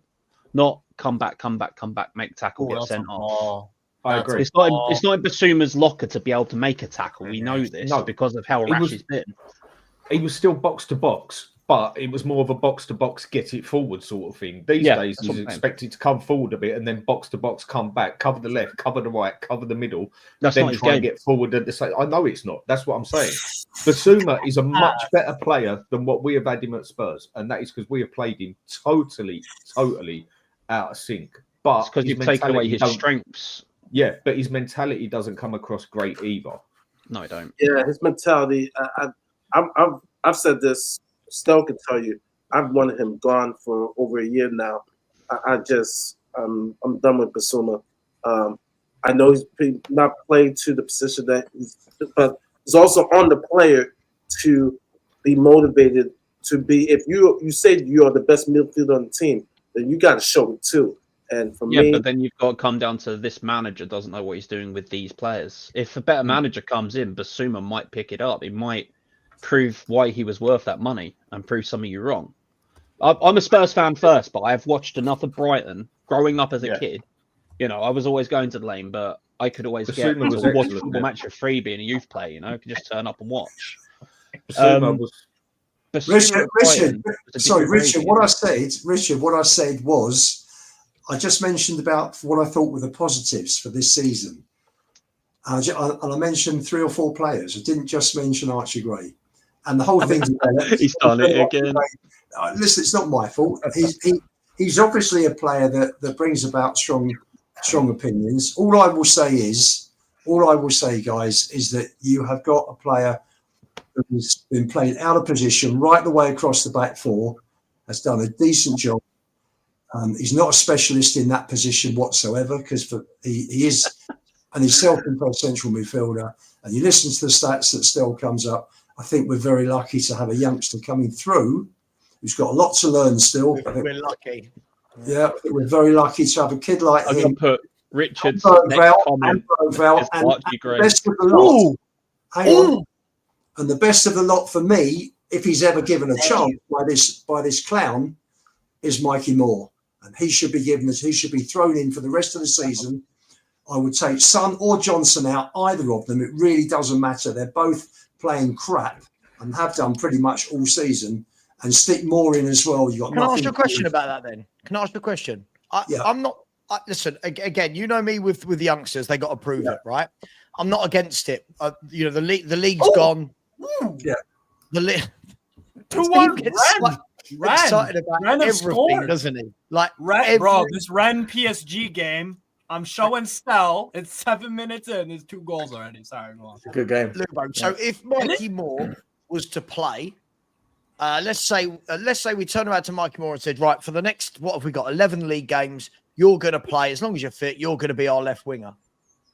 What does that mean we then do? If we're giving him that run of games in the league, does that then mean when we get to these Europa League nights, and I think we knock out AZ, by the way, next week, this week coming. So what do we then do in all the Europa League nights? Do we then stick with Mikey Moore on the left wing, or do we just take him out and go straight back to one of the ones who hasn't been doing anything? That was my question before, basically. What stole it from you, Dan? If he's doing content, mate, copyright. People will switch, Ian. People will switch. Spurs fans as a whole, in general, I'd say a high majority would absolutely switch if he did not play Son or Johnson or Kulazet. No, he can't play. If he ended up putting the youth on against AZ, the fans would switch on him if Son didn't go on that pitch. A majority would. I wouldn't personally, but a majority would. I think Sonny's been really poor this season. No, I agree. I think he is. I think he is really well. Phrase that Son's been poor for about 2 seasons now. I'd say he's missing his mate who's in Germany, isn't he? Badly. He's missing him. Listen, if Moore comes in and he does it, and listen, Pep went after him last summer. All the top European clubs were inquiring about Mikey Moore. It's no secret how how good this kid's, how high this kid's potential is. You know, but Spurs kept him. They must have promised him minutes, and I think Ange just listen. He was unlucky. He had a great cameo against Alkmaar. Played at Palace when everybody was, apart from Vicario, when everybody was absolute shit. That was dreadful. That was like Thursday night when Vicario was the only one to come off with any credit. And for me, you've got to give more a chance. The league's done. Now's the time. That's right. Now's the time to give these kids a chance. Throw Gray into midfield. Throw more onto the left wing. Son is done. So for me, Son is done. We've given him. We've taken up the option on the contract purely to sell him in the summer because we'll make money. For no other reason. So give these kids a chance. You know what? The academy part. Still, Ajayi came on like he owned the place. I mean, it was fantastic seeing a kid with that sort of attitude. It was just brilliant. Came on, give me the ball, boom, boom, boom, plays it in, plays it back of the net. Terrific. We must be one of the worst clubs in the Premier League when it comes to the player pathway from academy to first team. Our player pathway is an absolute shambles. It really is. Yeah, I agree. So what does It's this like there's mean? a brick wall at the end of it. There's no light at the end of the tunnel. Oh, bloody hell, here he is. Oh, look at him. Look at him. Oh, bloody hell. Right, he's come in, kick him out. Wolfie. Hello, mate. Oh, right, we're doing this, are we? We're doing this. You're not going to say anything. What do you want me to talk about? What are you talking about? Catch me up. Oh, you don't know. We're talking about whether Mikey Moore is the saviour of Tottenham Hotspur at 17 years of age, so I wouldn't worry about. Me and Stella watching the French league, so we're chilling, man. You know the thing is, Sav, Mikey Moore and Nweri, if I pronounce his name correctly, were smashing it up for England in their age group for several years. The last few years. And Nweri's kicked on because Arteta's giving him a chance. And Mikey Moore's not been given the same chance by Ange. And both of them were key parts of those England teams. Can I ask you an honest question? I want you to forget. I want everyone to forget that you're Tottenham fans. I know we struggle to do that as Spurs fans. When you've seen Mikey Moore play and get the ball, and when you've seen Nweri get the ball, now forget that they're playing in better teams. I'm just talking about when they get the ball, the way they move, the way they run. I just look at Nweri and go, yes, like just looks physically ready, looks capable. I look at Moore and I there's ability there. I'm not saying there's not ability there, but he doesn't look ready like Nweri does. Would that be fair to say? I just don't think he does. Nweri looks like an old head on young shoulders. Sava, you're right. You're right. I agree with you on this, actually. What I would say, though, on top of that is I feel Nweri is getting more of an opportunity than what Mikey Moore is. And I'd like to see Mikey Moore get more of an opportunity so I can make a proper assessment. But on what I've seen, yeah, I think you're right. But they've given him a chance. They've given him a real crack. Whereas Mikey Moore, he's in, out, not, example, we're fucking 1-0 down against AZ and we don't bring on Mikey Moore. It's shit like that. Arsenal would have brought on Nweri. He would have come on. And this is the problem we've got at Spurs. And his first sub on Thursday his first sub at half-time was Odegaard. Mad, just absolutely mad. And then he left it another 25 minutes before he made any more substitutions. The guy is completely hopeless. He brought on Werner. He brought on Werner. Mate, he brought on Werner. 1-0 down against City. He brought on Werner, head of Scarlett and Moore. Yes. And yet he's dropped. Listen to this manager. He's dropped Werner from the Europa Cup team, the only thing we can win. He's dropped him from that, but yet he's put Scarlett and Moore in that team. Yet we're 1-0 down against Man City. Yeah, bring on Werner. Mate, this manager's awful. Yeah, and he ain't going to change. He's not going to change. Let me bring in Wolfie. Wolfie, well done today for your win. Good win. Happy with the performance? We've already had Ant, so I know you are happy. Yeah, I expect these results these days. So, just move on, take it in the stride. I can't And a stand. bigger I said fish to in the fry. game, didn't I, guys?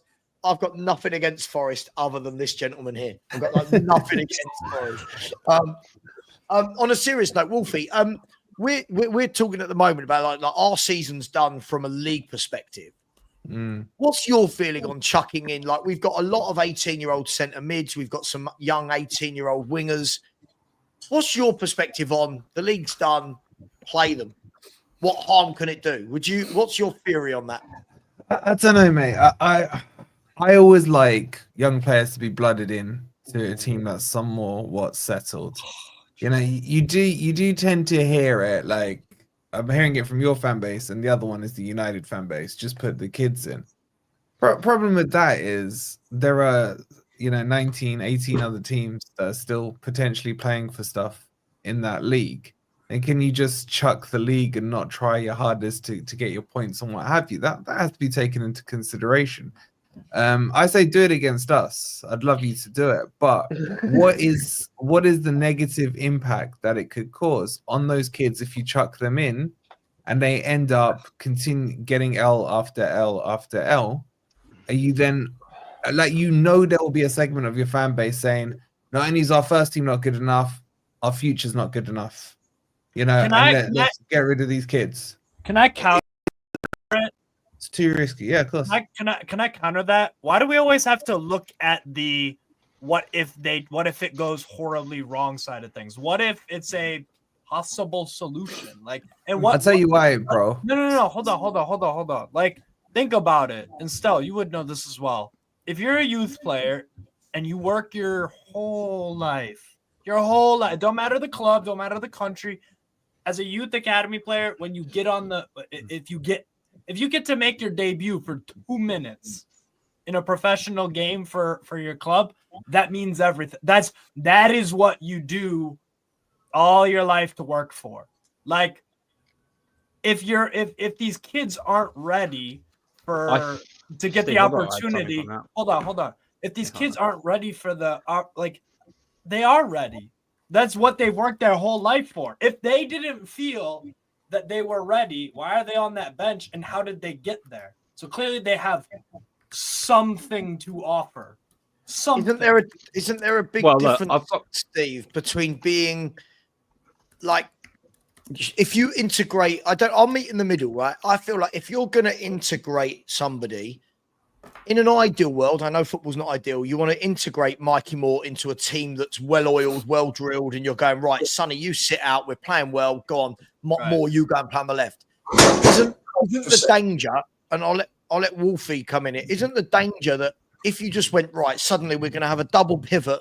I hate that saying, new age saying. We're going to have a double pivot of Berg, Val, and Gray, who are both 18. Moore's going to play on the left. You've got Adogi who's 20 at the back. Doesn't it then start to become it's all a bit much, and you're trying to do too much at once? Yeah.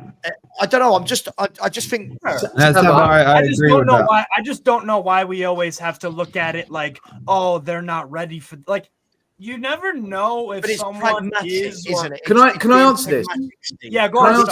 This is a massive jump from youth. It is a massive. It is. But don't. Would you agree? It's also you have to protect these kids because you don't have. No, you have to. No, you have to. I'll tell you why. And I'm sure Stelios, you will know this because you've done scouting before. These kids get thrown out like yesterday's leftovers, time and time again. I know one who played at Forest, who just so happened to be a co-worker of mine's son, who was in the academy, who blew his knee out for a year and ended up having to. Forest dropped him. He went to Leicester. His knee got injured again. He got dropped. He ends up going to a Nike academy, gets dropped, has to go back into education while dealing with depression because he thought he was going to make it. I feel for your mate's son on that because I was exactly down that road. Yeah, I played in the Brighton youth team, blew my knee out against Palace boys. I've got no qualms with Brighton for what they did for me here. Paid for all my medical stuff, then put me through college. I've got no qualms with Brighton for that. But to be told at 17 going on 18 years old after you've done it, there's no future for you. That's the thing with everything. There's two No. sides of life. There's a last thing I say, because I'm going to jump still. Last thing. There's always a physical side. There's always a mental side. You can be physically ready for something. Don't mean you're mentally ready for it. But then you can be mentally ready for it. It don't mean you're physically ready for it. I think with a lot of these, with a lot of the young players, it's a very much of a 50-50 thing. You can see a lot of them, they actually look physically ready for it. But mentally, they don't quite look like they're ready yet. And then on the other side of it, hang on, Steve. And then the other side of it, you can see players like Mikey Moore, prime example. For me, I'd say he looks mentally ready for it. I don't think he's physically ready for it yet. I think he's got the capabilities and everything, but I don't think he's quite physically ready for 20 straight games in the Premiership. Oh, not 20 straight. Yeah. I'm just making an example. Yeah. Just an example. All right, 10 straight games then. Whatever you want me to say. But I think there's just the that debut. thin line between when you've got to judge where they're mentally and physically ready. I think it's a very thin line as such. Can I? When you are progressing a youth player from academy to men's football, one of the most important things is called managing the environment. So the playing environment in training and match day. So it's all about expectations. Mikey Moore would not be in the squad if he wasn't ready to some level. At 12, he would have been played in the 14s. In the 14s, they would have given him a go in the 15s. Because if you don't take a player out of their comfort zone, they don't develop. So every academy player in all clubs at some point is taken out of their comfort zone, whether it's physical, psychological, technical. They will move them into either a position, an age group, or a team.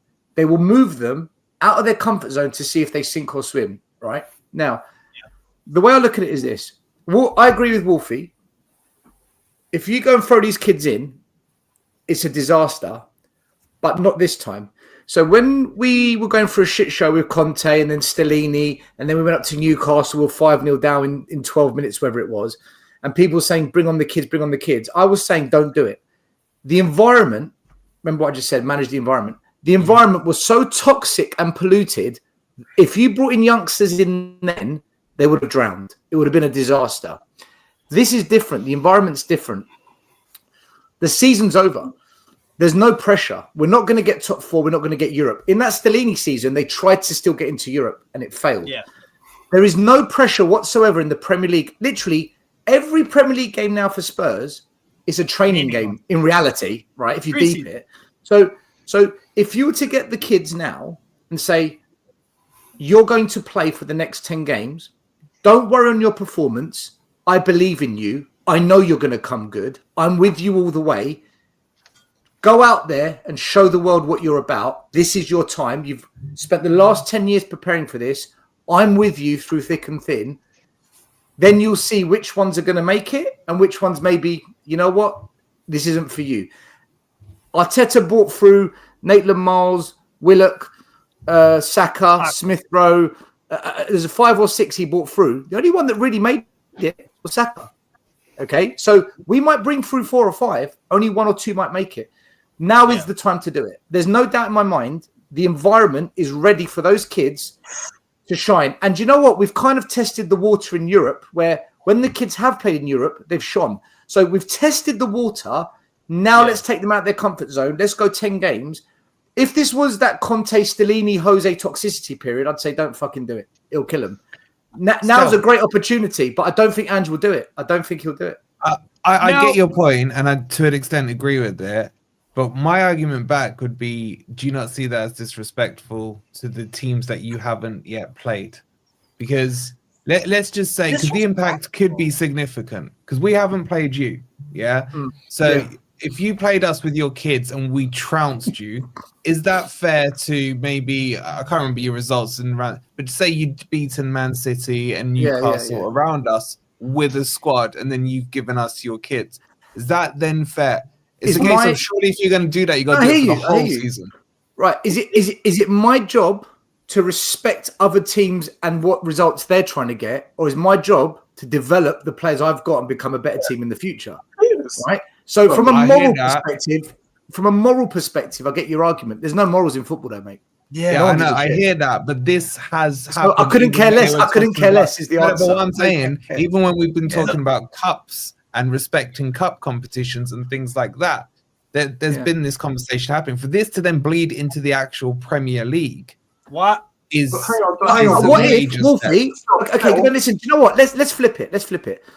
Right now, every game we go into, we expect to lose. As Spurs fans, we don't expect a result. Yeah. So what if we play these kids, they shine, and we get an uplift? Now we're beating the teams that we thought we were going to lose because we tried something different. And I'm going to be putting your youth team out because we've still got to play you, and I want your first team. But we're not. But we're not going to play our youth team, right? We're talking about 2 or 3 players. We're talking about Scarlett and Moore. That's it. Yeah, when you're talking about a couple of players, but yeah, there is that push, isn't there, from the Spurs fan base and the United fan base? Bin them all, chuck all the kids out. I've had enough with this team. Listen, at Man United, I wouldn't do it. At Man United, I wouldn't do it because it's fucking toxic there. It's a shit show. At Spurs, Ange has been given carte blanche. Ange has been given the support of the board. Ange can't do no wrong with a lot of our fans. It's not toxic at Spurs. Yeah, we might have a leave it out protest, but once the whistle blows, that whole stadium's behind the team. So I think the environment, it justifies playing the kids. No, 100%. But what if? But still, we all know like kids that have very tough mentality. Like I'm sure you've in your work, you've been like, yo, this kid, his mentality, you can just see it, or you can whatever you like. Yeah, you can see it. You can. You know. He could really make it, even if it's like he could handle the toxic stuff. Well, Harry Redknapp said exactly that about Lampard when everyone said don't play him, and he said this kid's going to go to the top. That famous interview he did, and Lampard did go to the top. Right. So something, and I'm not saying we all have Lampards in our academies. I'm not saying that. What I'm saying is that if something isn't working, why don't you just try out something new? Right, I'll tell you this, right? At Spurs, the academy director isn't 100% sure whether this current group of kids we've got floating around the squad, whether they're ready. Ange doesn't think they're ready. The coaches that have coached them have said they're ready. So there's a division in the camp as to whether they think they're ready or not. My personal opinion is I don't think we're going to know unless we give them a proper chance. And I think there is a chance right now. I thought Andrew was going to do it his first season. I thought that first season was going to be a development phase. It wasn't. Well, now it's all gone to shit, but it's not toxic. I think we've got an opportunity now to give them a go. Let's see. And then if it works, brilliant. If not, at least we say we gave it a go. And Steve, the other thing to consider as well is that the likelihood is we're not going to win the Europa League and we're going to be out of Europe next season. Yeah. So that's a big opportunity lost to blood these kids. So now is the time. Let's see what they're made of. You could find there are 2 or 3 nuggets that come through and you think, fantastic. Do you know what? That's also saved the club 80 to 100 million in transfer fees, because the average per player over the last 4 or 5 years is about 21 million per player in the transfer market. So, and all of a sudden, what is Levy investing all these millions in an academy for, if it's not to bring players through? I'm not saying you're looking at it the opposite way around. I'm not saying you fill the whole team with academy players. Ian, in our academy right now, especially under 16s and under 14s, I am telling you, we've got a couple more Harry Kane level players in the making. I'm telling you, right? There's no guarantees until they do it, though, right? There's no guarantees, but I'm telling you, there is a better crop coming through Spurs now than has ever been, ever. And if they're not given that opportunity, if the player pathway isn't mapped out, they're going to end up doing well at other clubs, or they'll end up fizzling into nothing and getting normal jobs like us. But we've got to sort this out at Spurs. We can't keep developing under 18s teams that win Premier Leagues, under 21s that win cups, under 16 teams that do doubles, and then not one of these kids ends up in the first team, and we end up with Odeberts and Johnsons and fucking Werners and this shit. Yeah, I know. I fully agree. So, do you see it as the other way around? Because you guys will know Levy better than me. But I'm surprised if Levy, let's just say you did this and blooded the kids. And Ian, you were talking about 1 or 2 making it through to the first team to save yourself money on transfer fees. I see it's the other way around. Levy will look at it as pure 100% profit on academy production, sell these players, and then I can wheel and deal with the money that they bring in.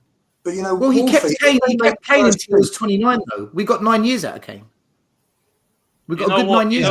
You know what? Can I just say something? Actually, that's the first thing you've actually said in your whole life, Wolfie. That's actually correct. Actually, don't get used to it, though, Bob. You know what I mean? That's the most sense you've made all day long. Welcome to the show, Alex. Most sense that you've made all day long. Because I was actually going to say that, you know. I was actually going to say, just sell them. I was actually just to sell them. Because that's all they're good for right now. Just do a Chelsea. Do a Chelsea. Because they ain't going to do nothing at Tottenham. They're wasting their time. They're wasting their time. Because we'll just get a worse manager than Postecoglou. Because we've got a worse bloody director of football than Paratici. Bloody Johan Lang. So, I mean... Sorry, mate, I don't agree with you on Paratici. I think he's done a great job for Spurs. No. We've got worse than bloody Paratici. Did you listen to me? We've got a lot worse than Paratici. Johan Lang. Yeah. You got worse. That's exactly what they're being used for. If you look at the summer just gone, Forest, Villa, Newcastle, Chelsea, all just exchanged academy players. Yeah. Because you'd get pure profit on them. We took Elliot Anderson off them for 35 million. It was net 12 because we sent them one of our goalkeepers. Freaking Vlaco Dimos, man. Oh. Yeah, but Wolfie. See, the issue is there's no plan at Spurs. There's no fucking plan, man. They make out there's a plan. It's all made up. Like, what's the point of sending an academy kid for 10 million if we're then going to go and throw 30 million at a random winger that isn't that good? What's the point of sending an academy kid? It's more profitable, man. That's the key to it. Bro, we sold Winks for 20 million, right? And we spent 50 million on Johnson. Like, where's the sense in what we're doing? Yeah, but that's still cheaper because Johnson only cost you, would be 10 million a year over 5 years on PSR. Yeah, but what I'm saying is, if you're going to sell an academy player, invest in a player that's really good then to come in. I'm with you on that. But Levy will look at it. If you sold, say, 50 million per 50 mils worth of academy players, that allows him to wheel and deal a lot better in the market because it's divide by 5 in essence. So if you buy a 50 million player on the PSR books, it's only worth 10 mil. Ooh. It's only a cost of 10 mil. So 10 years ago, the academy were told, right? Ian, hold on. The academy were told, right? I know this because I spoke to McDermott back then. The academy were told, develop players that we can sell because we need to help fund the stadium. And the academy ended up funding, I believe it was 25% of the deposit we put down for the money to build the stadium. So the academy actually funded 25% of our stadium. If you think of the borrowing costs, okay? Yeah. What we had to put down as a deposit. After that period, the academy was told, develop players for the team now, right? So the mindset shifted, and then McDermott moved on. Davies came in. They restructured the academy pay structure with Paratici. There was a big change. So now the purpose is develop for the team. It's not happening. It's still not happening. See, there's a big problem at the club with this. And when I look at it and I ask myself, well, what's causing it? Mate, this manager, either this manager being told what to do, or this manager doesn't know what he's doing, or a bit of both. Something's not right. He is the stumbling block. He's the obstacle. The only obstacle, I believe, at that club for the kids, for the pathway, is Postecoglou. Will not play kids. Just doesn't. The only reason, and let's take Graham Bergvan out because they cost the club money. Let's talk about the academy kids. Moore was unlucky because he picked up a virus and he was out for a couple of months. But he hasn't been given the opportunity he should have done. Dorrington was shipped off to Aberdeen. Phillips was shipped off to Stoke. I mean, I don't understand it. Fair enough. They tried Tyrese Hall pre-season. He looked way off it at QPR. I think everyone would agree. When Gray, Bergval and Moore were looking good. but they're just not bringing them through. Ajayi has come in purely because there were so many injured. He's walked on the pitch. It's like strutting out like he, with Cantona like arrogance. And but Ian, how many players have made it through in academies to be first choice team players? And I'm not just talking in Spurs. I'm talking across the Premier In League. world football alone, it takes about 1% of these players to make it through. You got your list. It's getting Wolfie. It's getting harder and harder as the years go on because the game's becoming more global, and not only exactly. So what I'm saying is, I don't think you can directly blame Postecoglou for it when it's a global issue. It's a Premier League issue. But our chairman gave a statement at the AGM when he signed Ange. Our chairman gave a statement when he signed Ange that he embodies the philosophy of developing our talent, bringing through our players, and playing the Tottenham way. That's what the chairman told us. Yeah, why? Why would he say that? Because it keeps fans on side so that we can keep singing one of our own and all this. Like Forest have the record for the longest team to have named an academy player on the team sheet, as in the squad on the match day. We now name someone, like Ryan Yates is the last standing one that is there. We will name, if Ryan Yates is injured, they will name someone on the bench just to keep that record going. You know, this is all PR stuff. You really think Nuno wants that names? They don't care about academy or not. Arsenal did a good job. They've got Saka that's come through. Smith Rowe, who came through, did well for them. Now he's doing really well at Fulham. They've got Lewis Skelly that's come through. They've got Nyamweri. They've got the other young lad, Charlie, I forgot his name, Pochettino, something like that. He's coming through. Charlie Patino. Did Iwobi come through from there? Yes. Iwobi came through, yes. Yeah. But you're now talking over a spanning period of 5 to 7 years where you could probably just put a team together from that academy that's made it. Yeah, but the point is, in recent times, let's say the last 5-6 years, there's one Premier League club where 5 or 6 youngsters come through and now they're established Premier League players. Not one player has come through. Well, unless you want to put Winks and Skip at that level, but they're not at that level, are they? Let's be honest. They've come through our ranks, but they're not at that level. We've got players that are at the level, but they're not going to be able to fulfill it and show it. Do you know when I scout players, you know, before I stopped all scouting and coaching, I was telling players that were being scouted by Spurs when parents were speaking to me, I said to them, go Spurs, get your education there, have Spurs on your CV so you can say, I've been Premier League academy trained at a Cat 1 Academy Spurs. And then when you get to 15, 16, call all the clubs you played against and ask for a career because you are not going to get it at Spurs. Use Spurs and then go and make a name for yourself elsewhere because Spurs ain't going to do it. And do you know what? That's exactly what's happened. We've had 4 players in 50 years, 60 years: Perryman, Hoddle, King, and Kane, and Judas. I think you people forgetting. Sava did a video on this. I'm promoting you, by the way, Sava. Right, that you did. Don't get used to it. Don't get used to it, Sava. No, I'm not going to say that because he was on point there. You did the video on how many youngsters have come through. From I can't remember what year it was, but it was quite a long list. We've done one. There's loads of youngsters that have come through, but like Stel said, to what level? If we're talking about youngsters that have come through and made it. I don't mean the Tommy Carrolls and the Masons. If we're talking about the ones that have come through and made it, we're currently sitting at 1 for. There's been 3 decades of Premier League football. We're currently sitting at 1 per decade. Campbell in the first decade, King in the second decade, and Kane in the third decade. Yeah. Every academy team will have like you could do this forever. Townsend, Bentaleb, Mason, Carl Walker, Peters. We could do that all day long. But in terms of ones that actually went on to be first team proper regulars, and I don't count right now, Moore isn't a first team player. When we say he's made it. When they've made it and nailed down their position. Spurs, for me, the worrying thing is when I look at other clubs, what they do, even look at what Newcastle sold in the summer. I know PSR and all that, but what did they sell? Minte to Brighton for how much? Yeah. Wasn't that 30 million or something? They sold Anderson to Forest for how much, Wolfie? 35. That's 68. they've made 68 million on 2 players that hadn't really done anything at Newcastle ever, right? Spurs never do that.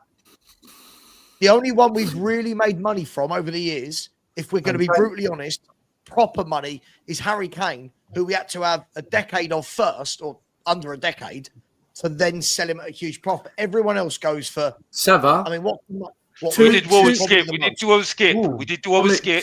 Two things though. Two things. Number one. Skip. Yeah, we did skip. Number one. We've gone through more managers, more plans, and more projects than any Premier League club in the last 20 years. So the structure has been a joke. The only time we actually had a bit of stability and some kind of plan was Poch. And guess what? Winks came through. Kane came through. Youngsters slowly began to come through. The other thing is, never in the history of Spurs, as far as I'm aware, have we had such a crop of youngsters achieving success at youth level, under 16s trophies, under 18s, under 21s, under 20s. We've constantly represented at England youth level some top players from our academy. So I think when you look at the academy, what it's doing, when you compare it at youth level, we've never looked this good before. So there has to be some talent in there. There must be. So in the past, you could say, yeah, but what was Spurs doing in the 90s and the early 2000s? What were you actually doing as your academy teams? They weren't really doing much. This current crop from 14 upwards, mate, they've been doing a lot of good things. You've got to now pluck the gems in there and get them in that first team, because we've never had this opportunity before. We've never been in such a good academy position, I don't think. And I understand. 2 things still. Firstly, that's completely wrong for a club like Tottenham to have brought through so few players through the academy. But it shows the lack of strategy, the lack of planning since Enid came in. Well, I mean, even since Sugar came in, really. You know, you're right. Apart from Poch, there's been nothing. And now is the chance. I mean, from what I hear, all the coaches are saying, and the ex-pros are saying, this is the best set of kids in 30 years to be coming through. So they've got to be given the chance. And this is the season. The last 10 games is the time to do it, because we're not going to get a chance next season. And when you look at the players, you know, Wolfie, you mentioned about. You mentioned the negative side of bringing the kids in. We've lost to Ipswich this year. We've dropped 5 points to Leicester. Right? This is the most horrendous season. We've got senior pros who are having a horrendous season themselves. So for me, there's nothing to lose now. It doesn't matter if we finish 17th. We're not going to finish bottom 3. We're 16 points clear of Ipswich and Leicester, I think. They're not going to get 16 points for the rest of the season. So now's the time to do it. I hear what you're saying, but I just think if you're doing a handful here and there, I have no problem with. Honestly, I've just seen. That's what I'm talking about. That's all. Graham Berg. Yeah, that's what we mean. Graham Berg are already playing regularly. I'm talking about putting Mikey Moore in. You have to manage your expectations of them. You have to be prepared to know that they will be rubbish for the rest of the season and that they should not be binned off into next year. If you look at what's that player Man U bought recently who was bagging goals in at Arsenal? Wolfie, we're rubbish without them. We're rubbish without them. But you could make them worse, though. You could make them worse. Why? You're going to make them worse. Not when the season's over for us. The league season's over for us. There's nothing to lose. There's nothing on the line for Spurs. But if they come in, what I'm saying, if they come in and have a stinker, if they come in and miss an open goal, if they have a stinker and they can't get over it, they'll never make it. I'm sorry. That's true. That's true. No, it's not true. No, it's not true, because they could develop at later ages. Let's stop babying these. I'm not babying them. I'm not babying. You're saying because a 17-year-old misses an open goal, he won't make it going forward. Wolfie, you're absolutely right. Hudson-Odoi at 23, 24 is now showing, actually, I can do it. But at 18, 19, he couldn't. So that means he can't stay at Chelsea because the pressure, the level's too high. Go down a peg and build your way back up. And it's going to be the same at Spurs. They've got to be given a chance. If they do the business, brilliant. If not, you need to go down a peg and try and build your way back up. Same thing happened to Willock. Same thing happened to Maitland Miles at Arsenal. That's part of the pathway. Most academy players at a Premier League club will end up in the lower leagues or overseas. Most academy players. I agree. Yeah, or out and of football. that's still or a few. Yeah, some will be out of football. Yeah, they will. Yeah. Some of them will be out of football. Some will get moved to. But we don't. But we don't test that. That's the problem at Spurs. We don't test it. Yeah, what's the point of having an academy if you don't ever use it? It's designed to spend money. That's whether you want to be romantic about it or not. Academies right now are designed to spend money. Money. Look at Man City's academy. People just buy Man City academy players for 20 million, plus just because they've come from the Man City academy. It's about reputation, and Man City will sell them. They will sell them. Yeah. Cole Palmer, when he was bought from Man City, you'd heard of him, but did you know how good he was? No, they spent 45 million on an academy player. Well done. But that was a mistake, though, wasn't it? They fucked that one up.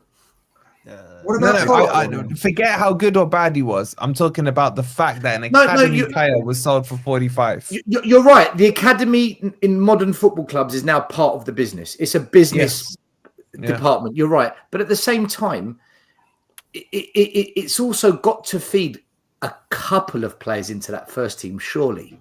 Oh, yeah, 100%. But the greed kicks in. That's the issue with it. The greed kicks in. You know what they have to do still? They got to change the PSR rules. You cannot treat these kids as if they are cash bags. Do you know what I mean? It's like, oh, we've got an academy player coming through. Let's showcase him, because this is what happens now. Let's showcase him in a preseason friendly. Get a few cameras on him. Take him to the America tour. We'll do a whole half where we can showcase our academy teams. Do that. Switch the whole team at halftime, and we'll sell them off for 20, 30 million in the summer. And who cares? You know what they've done? Hang on, still, the league had come in and clamped down. If you look at the amount of players that Chelsea had on loan, they've stopped that. Chelsea had 20, 25 players out on loan. Yeah, 25 players. Yeah, which at least they were getting games then. At least they were getting game time then. No, but they were stockpiling. They were stockpiling to stop the other clubs getting these kids. And then that's right. Then taking them away from the opposition, sending them out on loan to lower leagues. I think the only one possibly that worked in terms of sending them to another Premier League club was Conor Gallagher, who did really well at Palace. A lot of them were going abroad, but that stopped. There's now a limit on the amount of players that you can send out on loan. Talk about Gallagher. How good was he for Atletico the other day? He's been a decent squad player for them. I'm off for my dinner, boys. They got Wolfie. Off Dindins now. They got Wolfie. Yeah, man. Do you know when a lot of Spurs fans were saying, we don't want Gallagher, he's not all that. Now, after watching Spurs the last 2 years, we could have so done with a player like that. No. What do you mean? Steve, have you seen our midfield? Steve, have you seen our midfield? But just because your midfield options are a 4 out of 10 doesn't mean. Hang on, Look at Lewis. Sorry, Go get Lewis. If you want a Gallagher, but actually like a far better, more rounded player, go get Lewis Ferguson from Bologna. That's what it is. Like Gallagher was Premier League, but he's Premier League ready. He's Premier League proven, isn't he? Can I ask you a question? What? No. Don't do the PR proven. So Conor Gallagher, right? This always makes you laugh. Big up, Mark, the old Cookmeister. We'll get you involved now. This made me laugh. I've said for years, I think Stel, I've said for years, I'd take Conor Gallagher because he's absolutely everything that. Hang on. Every Premier League team needs a version of their Conor Gallagher. Right now, I'm watching Villa. They've got a John McGinn. He's involved in not the greatest footballer. He's involved in everything Villa are doing it. Every tackle, every fight, every blade of grass. Conor Gallagher's that guy. Conor Gallagher's not the guy you buy and go, score us 20 goals, do a Cruyff turn, dribble past 9 players. He's that ever-present, dependable midfielder that is always fit, gets his foot in, passes the ball, gets back, gets forward. He'll have the most clearance every season, have the most tackles. The problem is we're looking at players like that as fans now going, he ain't very good. For a player that's not very good, Chelsea put him in their first team and made him their captain, didn't want to sell him, right? Atletico Madrid bought him. Sell him. Atletico Madrid bought him, but we're sitting there going, yeah, he ain't all that. He hasn't good enough for Spurs. While we've got Bentancur, Basuma, and Sarr. Like, I'm sorry. At what point are Spurs fans are going to wake up and go, Gallagher would have been everything stylistically that we need. But because he's not sexy, because he's not doing the Cruyff turns and all, no one. But Steve, do you know what? McGinn, I actually rate. I think he is a good football. First touch is good. Shot power, good. Like, he actually puts in challenges. He doesn't get dispossessed in bad areas. Gallagher is not a horrible player, but he's an average, hardworking player. That we need those. You need those with quality, with extra with technical ability, good ball striking. So Diego Simeone, the highest paid manager in world football, by the way, right? He doesn't start him. Bought Gallagher because he's average. He doesn't start Gallagher. He uses him as a squad player for the last 30 minutes of games. That's fine. For 50 million? Hang on, but Steve, this is what I don't think people understand. If you look at Gallagher over the last 2 years in the Premier League before he went to Atletico, I remember I brought this up on a show. I'm not sure who I was on. I might have been used to someone else. And I said, if you actually look at Conor Gallagher, right, for every metric of a midfielder, right, because I always said I thought he was good. So I know he's not. So look at every metric of midfielder. He's in the top 5 for the most tackles, the most headers. No, hang on. Listen, Steve. Right? For every statistic for a player in that type of role, Conor Gallagher was there. Tackles, interceptions, headers, clearances, dribbling into the penalty box, recovery tackles. Conor Gallagher was there in the top 5 for every midfield statistic there was. Why? Am I dreaming? So bad. Am I dreaming? Did you not talk with Sava and others about stats for an hour and a half? Steve. Answer the question. No. Hold on. Steve, just answer the question. I'm not trying to. Steve. Steve, answer the question. Did you not have a conversation about yes, stats? Yes, we did. But Steve, these stats are. I'm not talking about mid-pass, short pass. I'm talking about clearances. Boom, he's there. We need that from a midfielder. Recovery tackles. Boom, we need that from a midfielder. Subjective. Distance covered. Boom, we need that from a midfielder. Everything that we need in a midfielder to play Ange's system. Conor Gallagher fits that type. Now, yeah, we wouldn't have got him because of the Chelsea connection. But when we've got fans looking at this squad and then looking at Gallagher and going, nah, wouldn't want him. I'm sorry, you've got to question the intelligence of that fan base. He is better than anything He is better than anything we have got in midfield at everything. That's fine, but I can find you a cheaper player who can do a bit more. That's not the point. I'm sure everyone can scout everywhere. But the point was, right, for an English player, our fans were turning their nose up at the thought of Gallagher. And look, I'm sorry, look at the state of this. Sarr is our Gallagher, not much difference. This is a horrible take. Sarr is terrible on the ball. Gallagher can at least progress the ball. Like, Maury, what? you know when I say some of our fans have what we deserve, right? Look, Bergvall does all that and more. Bergvall's an 18-year-old learning his trade. Gallagher's a senior England international midfielder who's captained Chelsea and now plays for Atletico Madrid. There's a huge difference. Steve, he rotates with them because they've got a good squad. This is, Steve, I'm going to say this with all due respect. You're everything about 2025 fans. Football is not. My God. Steve, let me finish. Football is not about an 11. Look at the big teams. They rotate for a reason. Keep players fresh. Do you not think Conor Gallagher's gone to Atletico to play for one of the best managers in the world for a reason? Yes.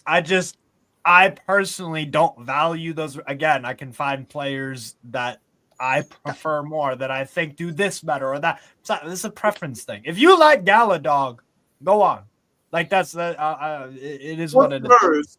Gallagher. I think he's a bang average player. He tries really hard. He does have a good shot. I'll give him that. He can score some very good goals from outside. I'll give you that. I don't think he's worth the price that they paid.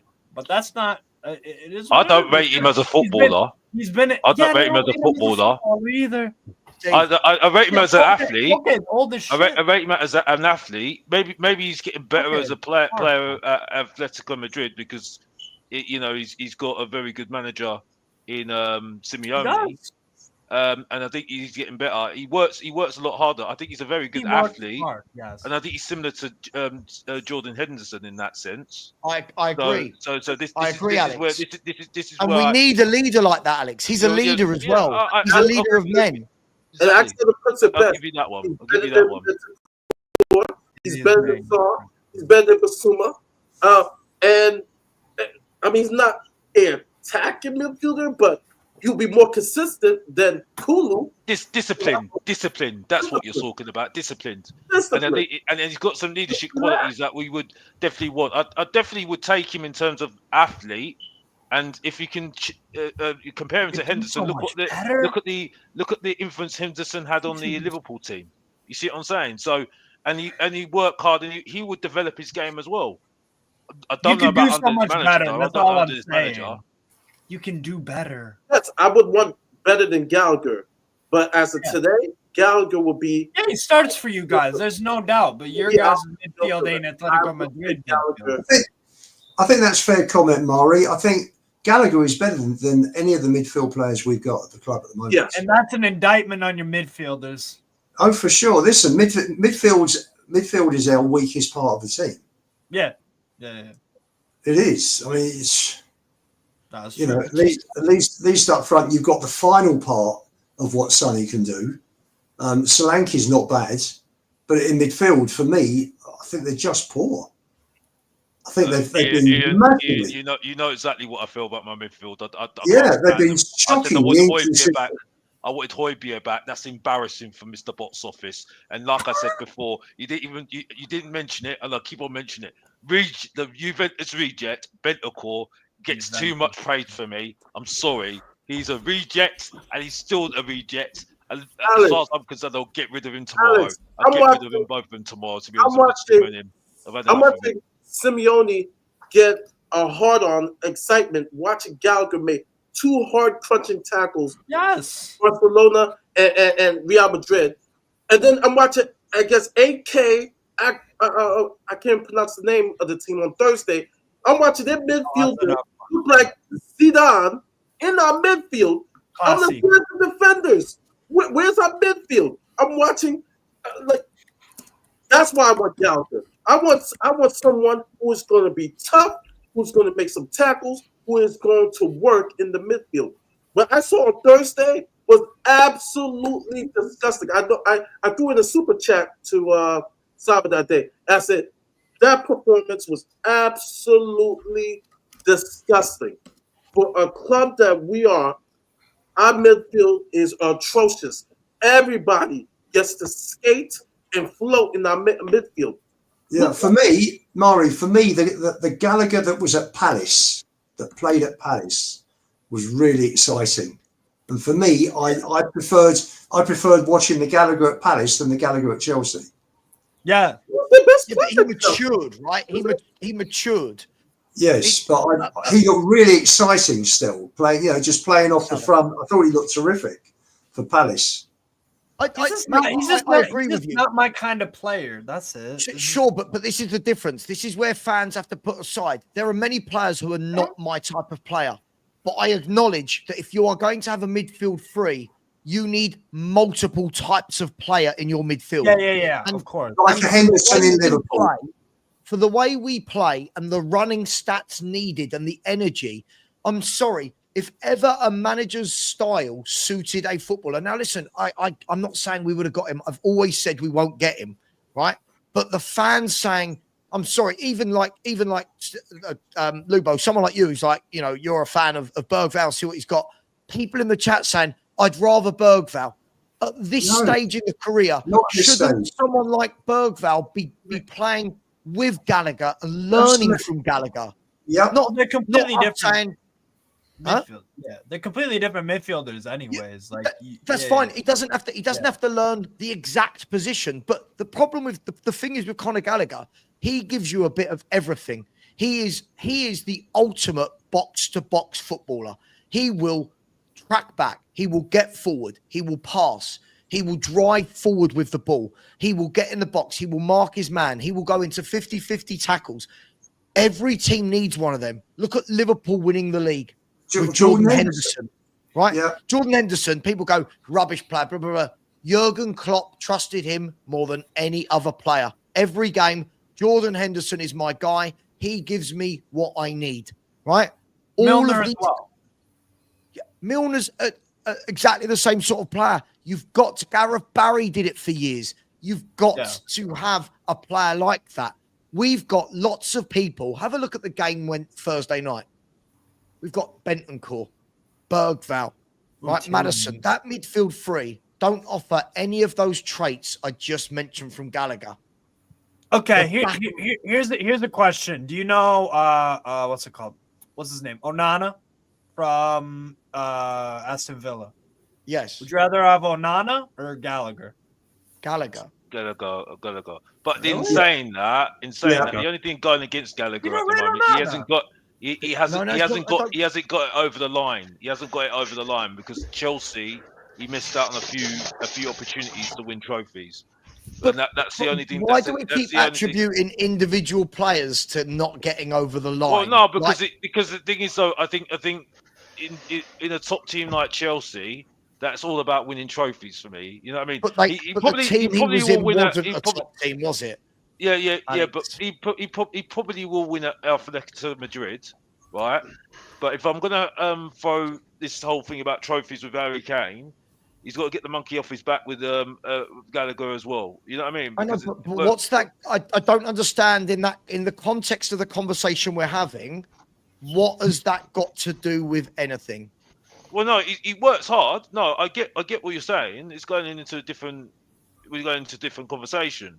But I'm saying that he does need to start winning, though. He with all these attributes he's got, right? He's got to use those attributes to get over the line. That's important. That is very, very important, though. Still, sure, but that's I think Alex. I think for his personal career, then yes, I agree. I mean, let's just go back 15 years. You had Bale on one wing, you had Lennon on the other, you had a super player in Modric, but you had Scott Parker.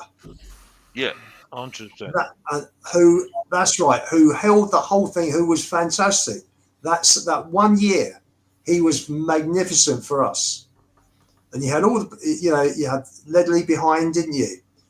You had Defoe, you had Pavlyuchenko, Robbie Keane, but Parker was the one that glued it all together. And that's what we're lacking. That's what we are lacking badly. I'm not disagreeing with you about the whole thing with Gallagher. I'm not, like I said, he's an athlete. I define him as an athlete. I don't define him as a proper footballer, no. But he's got leadership. Why did Simeone? Why has Diego Simeone in Atletico Madrid, one of the teams in a title race in Spain, signed Conor Gallagher if he's an athlete and not a footballer? Because he values certain qualities that yeah. Diego Simeone likes in his players. Tough tacklers, like physicality, and Sure, but they can all play. Gallagher not saying he can't play. He's not a They can all.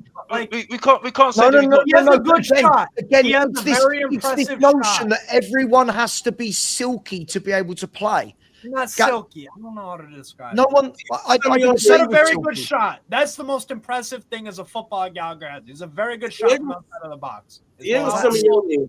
Steve, you're missing it. Steve, you're missing it. Shows the amount of work he does, Gallagher. My thing is saying one of the best managers for me, never won anything at Spurs, but gave me so much pleasure watching the team. And the way he put everything together at Tottenham was Pochettino, and Poch made Gallagher captain. So that was done for a reason, and Gallagher would have been great at Spurs as the captain. No, I'm not disagreeing with you. We're not disagreeing with you. But obviously he was never, he's Chelsea.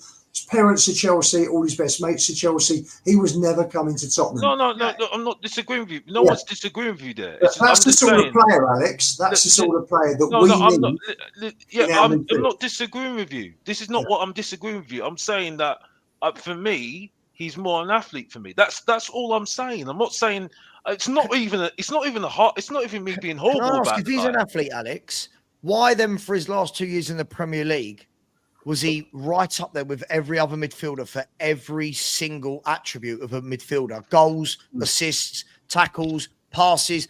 Steve, you're shaking your head. I don't understand why. He scored goals. He got assists, right? He was the captain of the team. He was the captain of a team that for the last 30 games of last season, right, were third in the form table of the Premier League. And he played every game. What? I must say, you were impressed with Chelsea last. Were you impressed with Chelsea last? Hang on, Steve. Hang on. January on, Chelsea. It's no coincidence. It's no coincidence. Hang on. But it's like I'm saying one thing and then Steve's responding with something that I've not said. I'm just not. I wasn't impressed with Chelsea last year at all. Sure, I wasn't but impressed. from the 10th game of the season till the 38th, right? For the last 28 games of the season, only 2 teams got more points than Chelsea. Whether you were impressed with them or not, they were the 3rd best team for 7 months, right? So they were doing something. That wasn't no. The second half of the season. Did you ever look at Chelsea last year and be like, "Oh my God, only Arsenal and Liverpool"? Steve, Arsenal and City are actually, better. only 2 teams got more points than them for the last 28 games. They were the opposite to Spurs. We had a brilliant 10 games and then went downhill. Chelsea, if you remember, started dreadfully and then went like that. And that's why a lot of Chelsea first year, just like first year, Chelsea fans got very impatient, in my opinion. They got very impatient, and rightly so. Right now, they're upset with Maresca or Mascara, whatever his name is. Right? They didn't give, They didn't give Poch a fair chance to go into the second season. Just like our first season, where we started rough, and at the end of the season, we did great. Chelsea was use these. I never use these. I never said he's special. It's no coincidence that Chelsea are not the same team that have played this season that finished last season with no Poch and no Gallagher.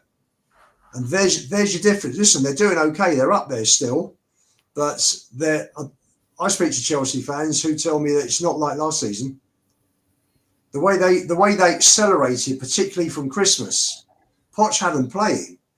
And Gallagher was instrumental in that. And Ellie, he's not a great player, but Henderson wasn't a great player for Liverpool. Pochettino wasn't happy about him getting sold. He wasn't happy about No, him of getting course sold. not. That was one of the things, Alex. That was one of the things that created the big problem. Yeah, that ended with Pochettino leaving. Yeah, I know. It takes all. You cannot have. If you had the best 11 players in the world, it wouldn't make you the best team. because you need different components for different areas. You need you need a mix. Can I get back? Can I just get back to what I was saying? Potts got fired because he we're had debating more Gallagher. control on the transfers, and Chelsea didn't want to give him that control, so they let him go. So just to add that to it too. I just want to add. I don't understand. Like, as I said, if you look at our first 10 games of the season last year, were brilliant, right? And then we fell off the cliff. Chelsea were the opposite. For the first 10 games, Chelsea were dreadful, right? Yeah. Then, for the last 28 games of the season, factually, only Man City and Arsenal got more points than Pochettino's Chelsea, right? So when we're saying, oh, so you're saying, oh, you were impressed with them last season. I'm impressed with how they got better and better and better as Poch, funnily enough, coached them throughout the season to get better and better. And as they got better and better, Gallagher got better and better and started having more influence on games as the captain.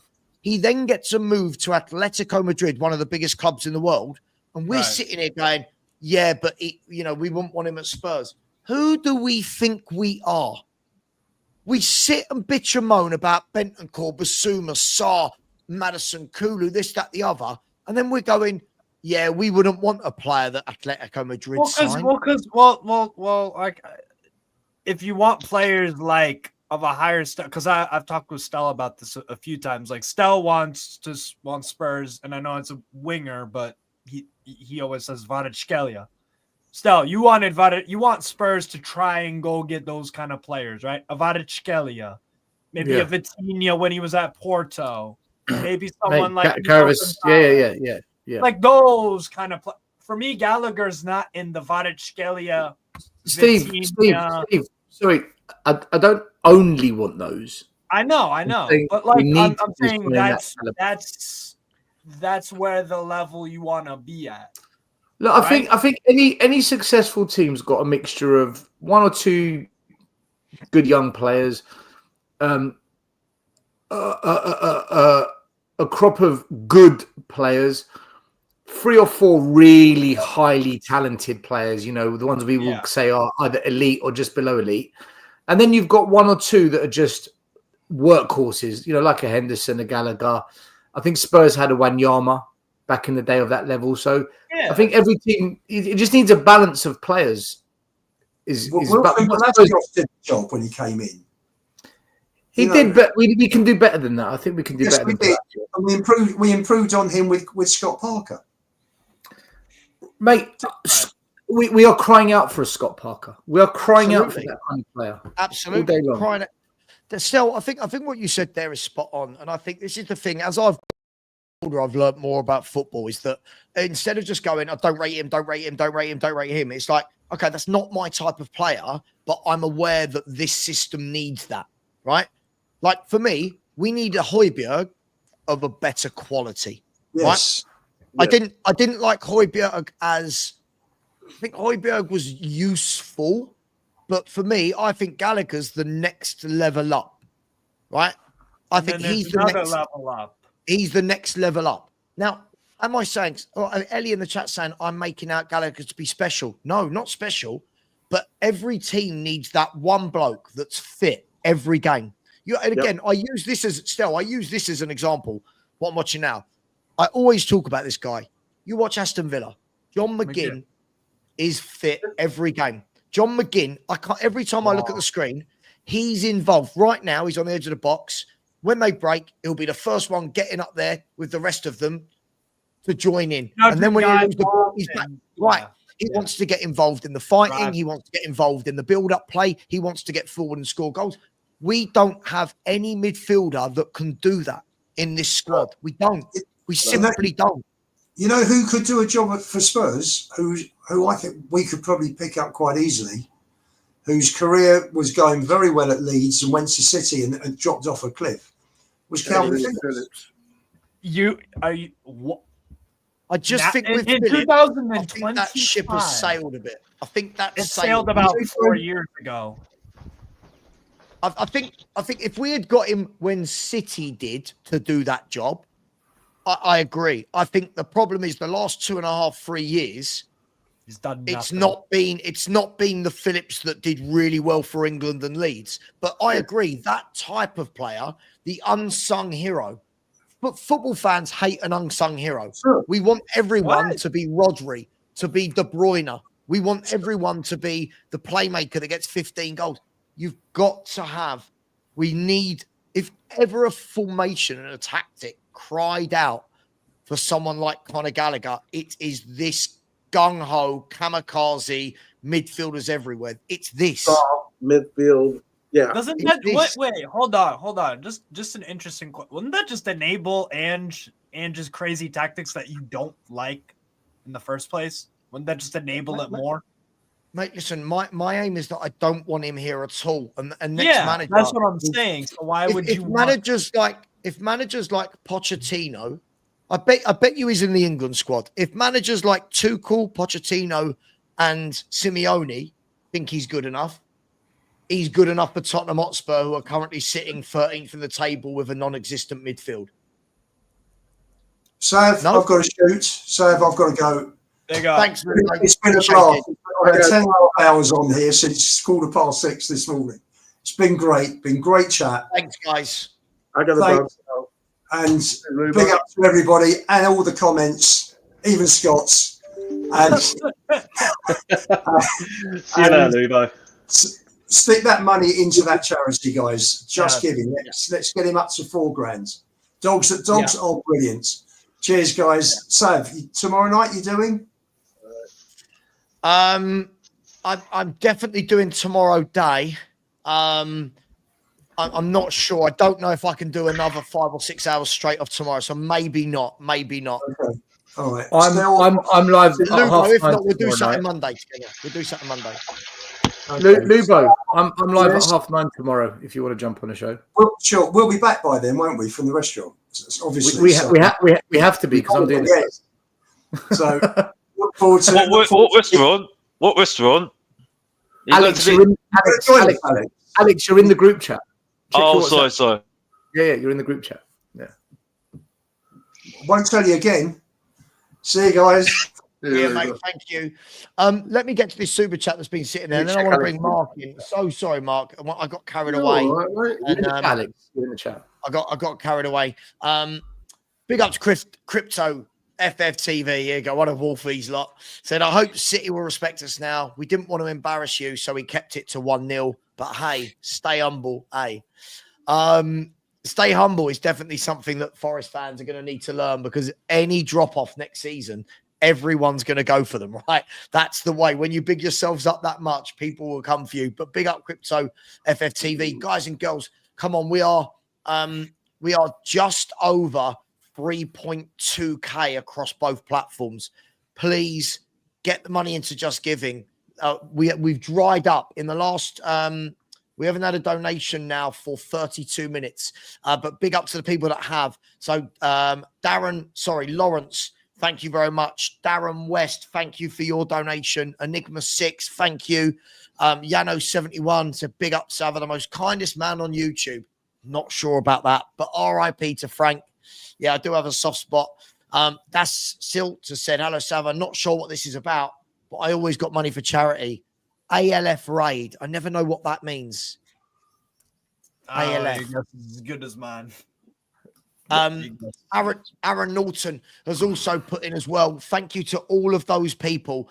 Guys, can we please, one last stretch? We've got an hour and 40 minutes to go of 24 hours.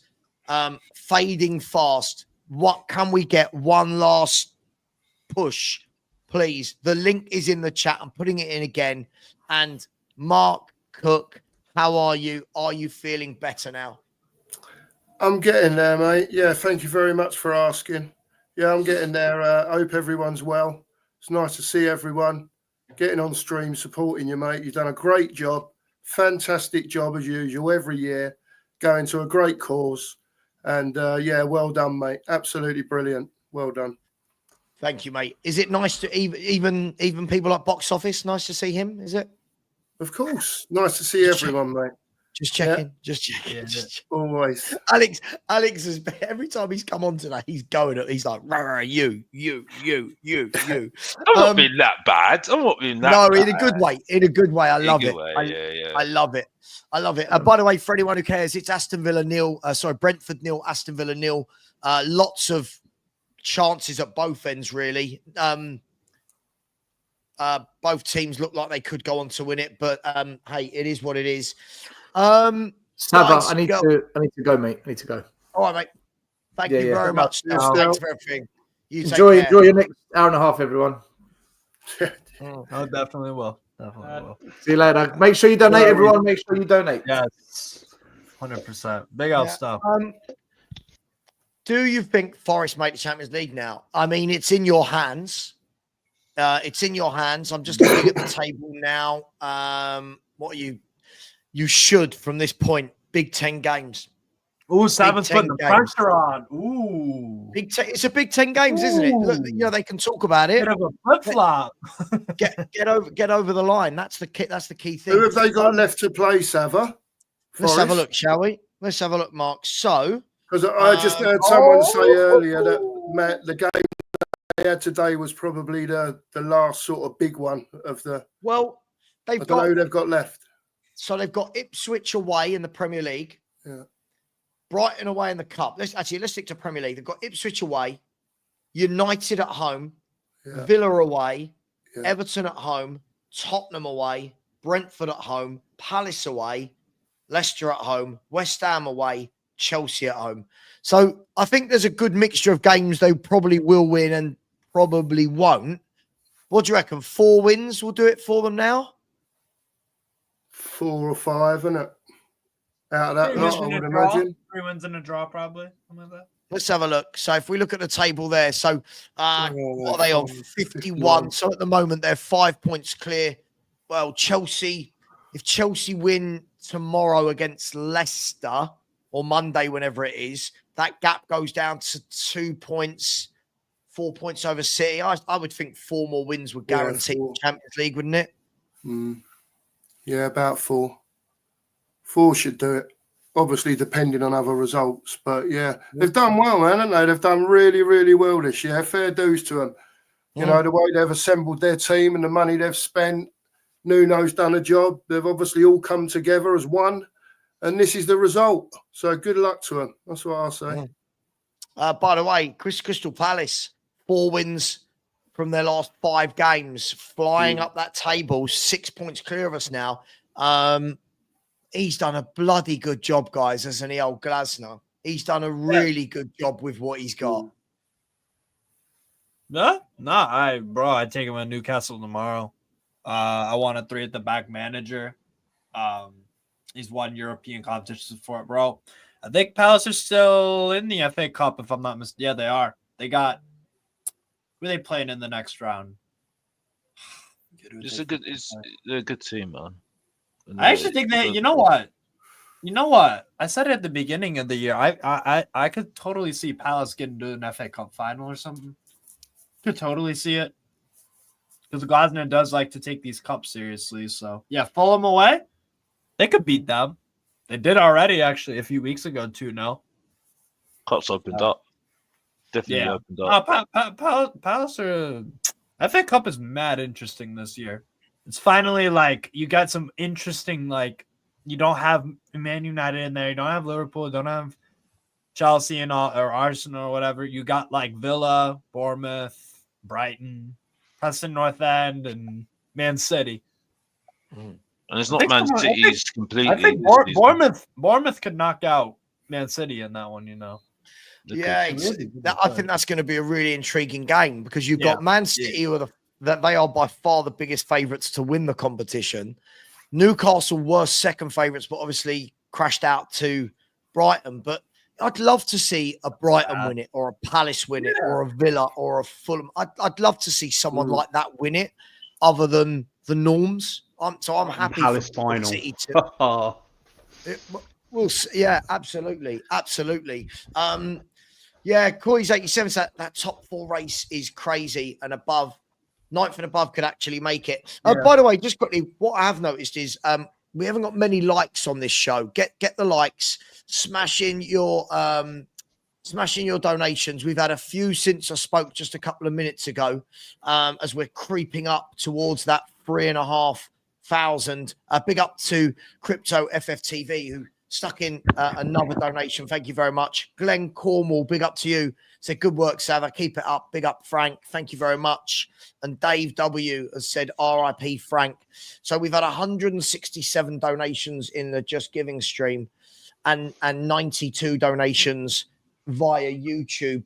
So listen, one last push for the last 90 minutes and we can get there. All we've got is one game of football away from finishing this, like in terms of minutes. Guys, listen, I just want to clarify. I'm not going to sit here and die on a hill for a Conor Gallagher, right? I do think... I know you're not. I know you're not. I just think as Spurs fans, we seem very dead set on mocking every player out there. We reject everyone we're linked to. We go, we don't want him. He's not very good. He's not very good. They go to these other clubs, seem to do well, and then it's like, you know, look at Sanderberg. I remember having a chat with someone said, I'd take Sanderberg in the window. What, that guy from what was it, Sheffield United? I was like, yeah, he's a good player. Look how well he's doing at Fulham. Look how, you know, it's like I just feel like we turn our noses up at quite a lot.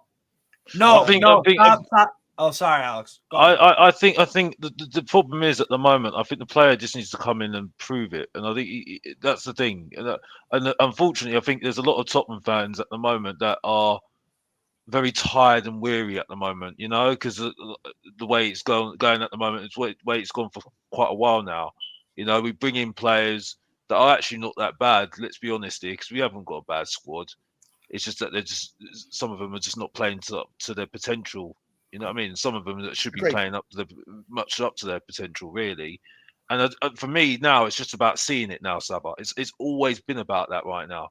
I'm tired of being told, oh, I need to wait. I need to wait. I've been waiting for how many years now?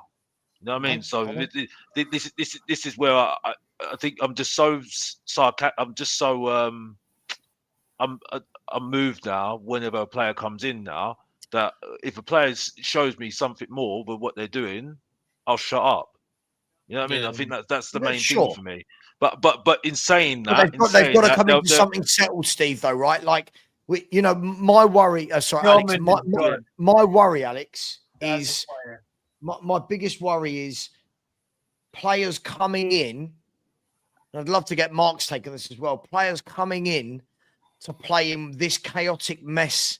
And this manager is the problem. Any manager we bring in, any player we bring in, we're not bringing into a good environment with a well-drilled, well-oiled team. So that player immediately is at a deficit.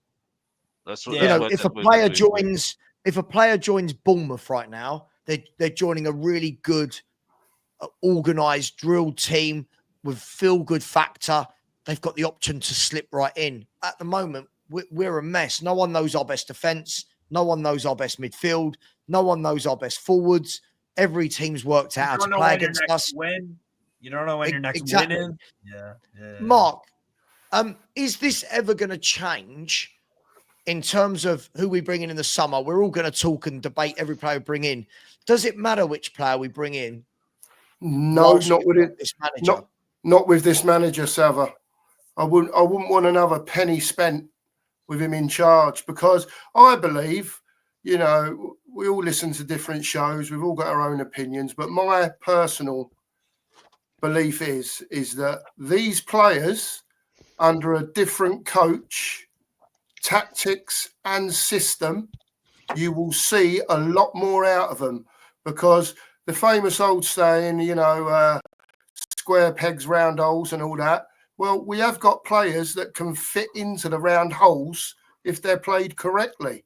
Yeah. But because they're not played correctly, all you're seeing is a mishmash of everything.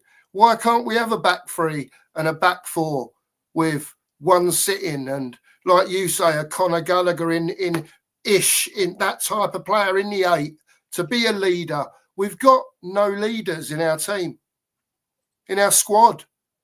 There's not you know, all right, you can say Romero because he's a World Cup winner, but I'm talking about actually on the pitch. And we had this conversation on our channel the other night. Someone actually on the pitch that can take responsibility if someone needs a bollocking to go and give it.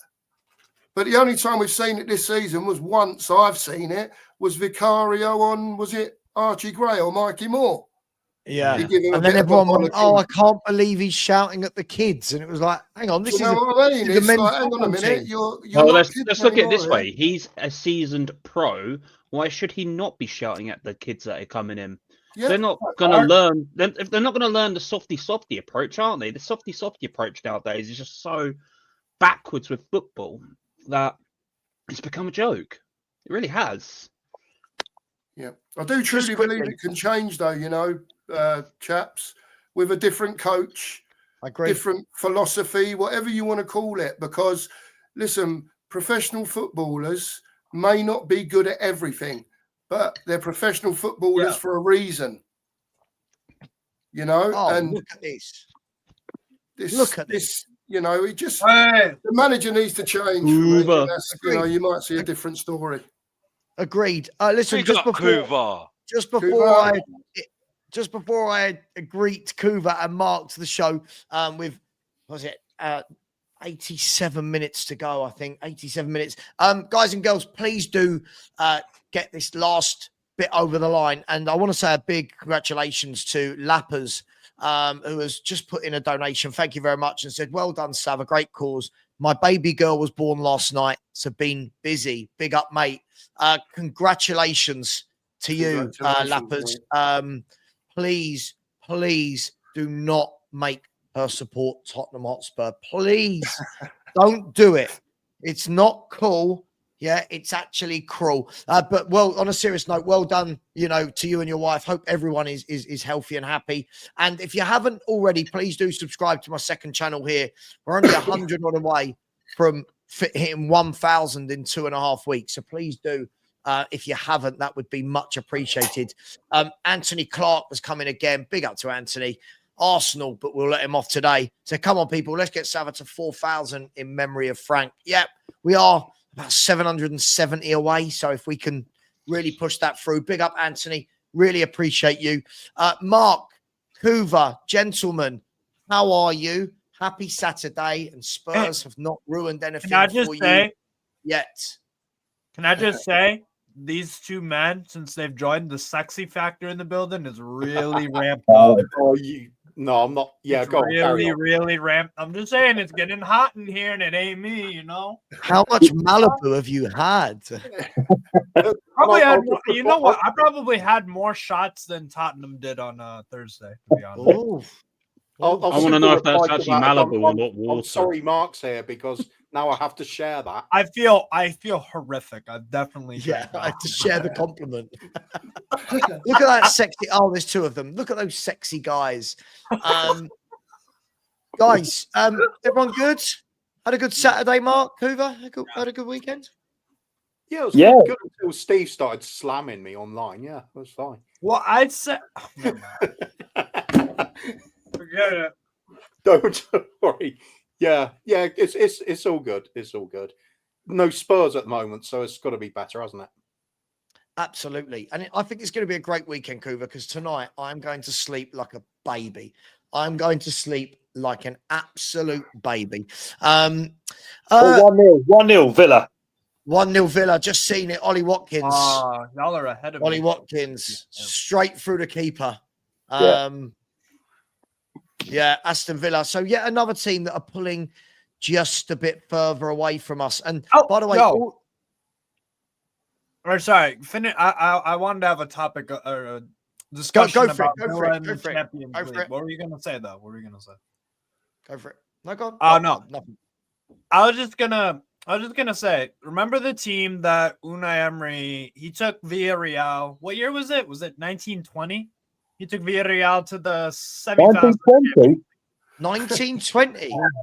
1920 season. 2019. It was just 2 years since the First World War was over, but Aston Villa were taken over by Unai Emery. And 8 years after the Titanic sank. What year did Villarreal make the tough crowd? 1923. No, I said 1920 season. I meant 2019. We knew what you meant. It was just funny. Come on, man. Yeah, We knew what you meant. Yeah. When did Villarreal make the? Was it the 2019 20 season? When was Something that? like that. It was around that era. Yeah. Do you think that Villarreal team or this Villa team is better? Oh, because I think Villa could make. Well, could we two? Yeah, 2. 2-0. I think Villa could 2 genuinely goals make. in 1 minute. By the way, he has got to be my young player of the season. Morgan Rogers, I think, is excellent. Morgan Rogers is sick. I think he's a brilliant footballer. We got Brennan Johnson. They got that guy. I just can't believe it. Joke, isn't it? How we laugh, guys. How we laugh. So No, that but just go on, Yeah, Steve. go on. I was just going to say, Aston Villa now, what that has done is put Villa 1 point of Champions League qualification for next season. But look at the size of him. He's 6'1", 6'2", muscular, a proper man, a footballer. Powerful. Yeah. I was about to answer Steve's question with this, actually, Mark. And if you actually look at this Villa team, you know, that the Villarreal team that he had, Unai Emery, was good. But what he's got here, he's got power all over the pitch. You look, all his centre halves, the Sassy, right? Oh, they're gonna. With this one's gonna be offside. The Sassy, Mings, Konsa, they're all powerful men. Look at McGinn, Kamara, team athletes, powerful, strong. Then the running of Ramsey, Watkins, Rashford, like Rogers. They're all powerful. Now look at us. Look at that midfield three that played the other day: Bentancur, Maddison, and Bergvall. There's no power. There's no. Do you know what I mean? Might be a bit harsh, or is it like just quite lightweight at Tottenham? No, it is lightweight. There's no hustle or bustle about you. Like, I don't know. It's just not much. There's no X factor. There's no. I mean, it's because Ange sucks, obviously, but like as individual players, though, like they ain't making Villa's team really. Would Villa take them over those? No, I'm not taking. I'm taking Kamara over what's it called, Bentancur, all day. Kamara is one of the more underrated players in the league. I think Kamara is an awesome player. Same with McGinn. Same with Morgan Rogers. I agree with you. I think Morgan Rogers is a superb player. So, yeah, no, they just got a better team than you. I don't think you need to have like all three midfielders like that. It's all about balance, isn't it? I'm looking at the likes of Real Madrid with the Galacticos. It didn't work out because it was just all superstars and there was no graft with it. I'd say the same with us with when Ozzy Ardiles was here and we had that amazing setup with Klinsmann and Popescu and everything, and it didn't work out. Jerry Francis came in, brought in David Howells for a bit of grit in the midfield, and we looked a balanced team. So I'm thinking the same thing again here. We don't have to look at all three players having to be this powerhouse workhorse players, which I can't stand either. I'm not a Conor Gallagher fan either, but like many, I appreciate he does have a role in this team because that's the style of play we have. My favourite Spurs team was back in the 1980s, early 80s, with the back-to-back FA Cups, UEFA Cup a couple of years later. And at the club, we already had the likes of Ardiles and Hoddle and, flair players, great flair players. And complemented it. It's when you add the people like Graham Roberts, Steve Perryman, the ones that are prepared to roll their sleeves up, do the hard work, do it in a dirty way in the case of Graham Roberts and the likes of Paul Miller and that. But you needed that power, you needed that grit, you needed that steel. Back in those sort of days, every team would have a hard man player. It was almost a given. You had to have one, an enforcer. You get the same, always used to have the same in the American ice hockey. You'd always get the enforcer on the team who would take care of business. Yeah. It was just the accepted thing that happened. Over time, we have seemed to have left that behind and gone for the skillful technical players. and lost that grit. And I think Alex is kind of right. As much as I didn't like Højbjerg, we do miss somebody of that ilk. So I think we can do better. You missed a Wanyama. You missed. Absolutely. I mean, somebody's already said it must have been Sava. I'm sure it would have been Sava at some point.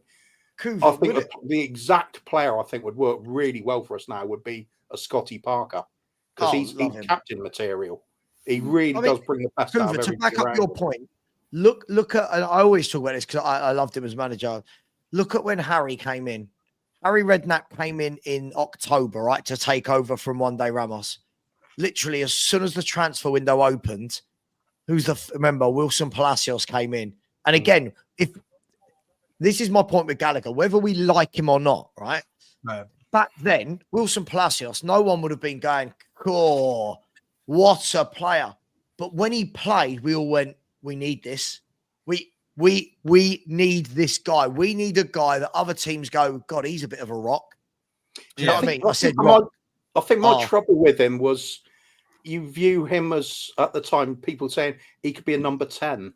And I've got it in my head, I need to see somebody with flair and guile in there, a David Silva type, as close as you can get to that as possible. Yeah. What a player that was. So I'm thinking Gallagher, well, if he's not going to play the number 10, then he's playing further back. But hang on, if he's playing further back, he didn't look so good doing that when he did it for Chelsea. Yes. It was only when he was at the front. So I thought, for the way we play Ange football, he fits. Should have got him if we could. Obviously, we weren't going to, but too many things went against it. But somebody of that nature, certainly go for it. I think that's why we end up going for Solanke. He's not a great centre forward, but he does fit what we need from that role at the moment. Cougar, just think about Juve. Who did Juve buy? That was 20 odd million to sit in the midfield for them. Don't. famous dad and a brother. Do you know what? Juve got Thuram, right? Roma went and got Kone, and both of them, if I'm not wrong, were like 20, 25 million euros tops. And you're sitting there going, surely, like, do you remember when Roma came to White Hart Lane this year? So I call it White Hart Lane. And Kone was brilliant. Kone was snuffing out danger everywhere. And everyone's going, he's good. Yeah, well, this was the player. Some of us were saying, he's 20 million. He's 20 million. Don't go and buy Archie Gray. He's no offense, like, I'm not getting back into that, but don't go and buy these kids. Go and buy this guy. But we just don't. But we really need an unglamorous. We need the selfless guy, don't we? We need a David Howes to play for your favourite manager, Jerry Francis, Cougar. I think the trouble for me is, well, you know me. First of all, I'm all about the goals, so I'll talk about defence as a secondary thing you have to do sometimes. But all right, me, I'm so disappointed in the forward line. Where's our Ginola? Where's our Bale? Where's our Kane's gone now? Where's the Berbatovs? Where's all these players, Klinsmann, these sort of players we used to attract to the club? And I look at what we've got now, and I'm not thinking, you know what, we need a hard-working midfielder.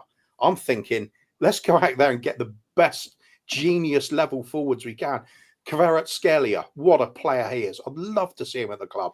People say maybe it's unrealistic and everything. Perhaps it is. But you know what? I never see us even trying for these sort of players. What are we now? We're accepting that we're mid-table on the par with the likes of Fulham and things. No, I don't see why we should be.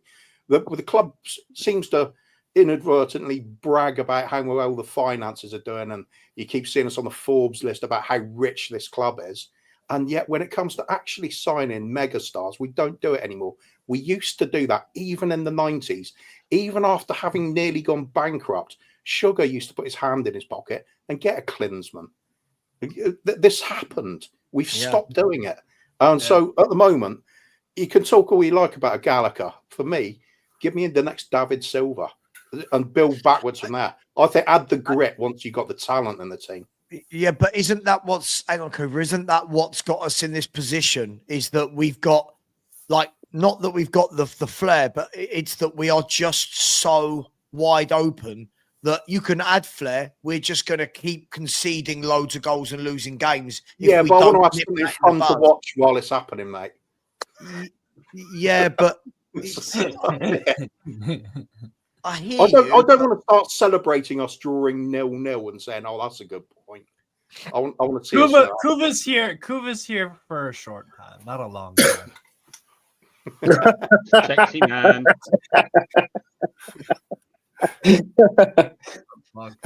I mean, not just the greatest footballer in the world. Look at him. Look at him. Do you know what? This picture was saved from about 3 years ago, Kuva. We did a show together. I remember. You remember it?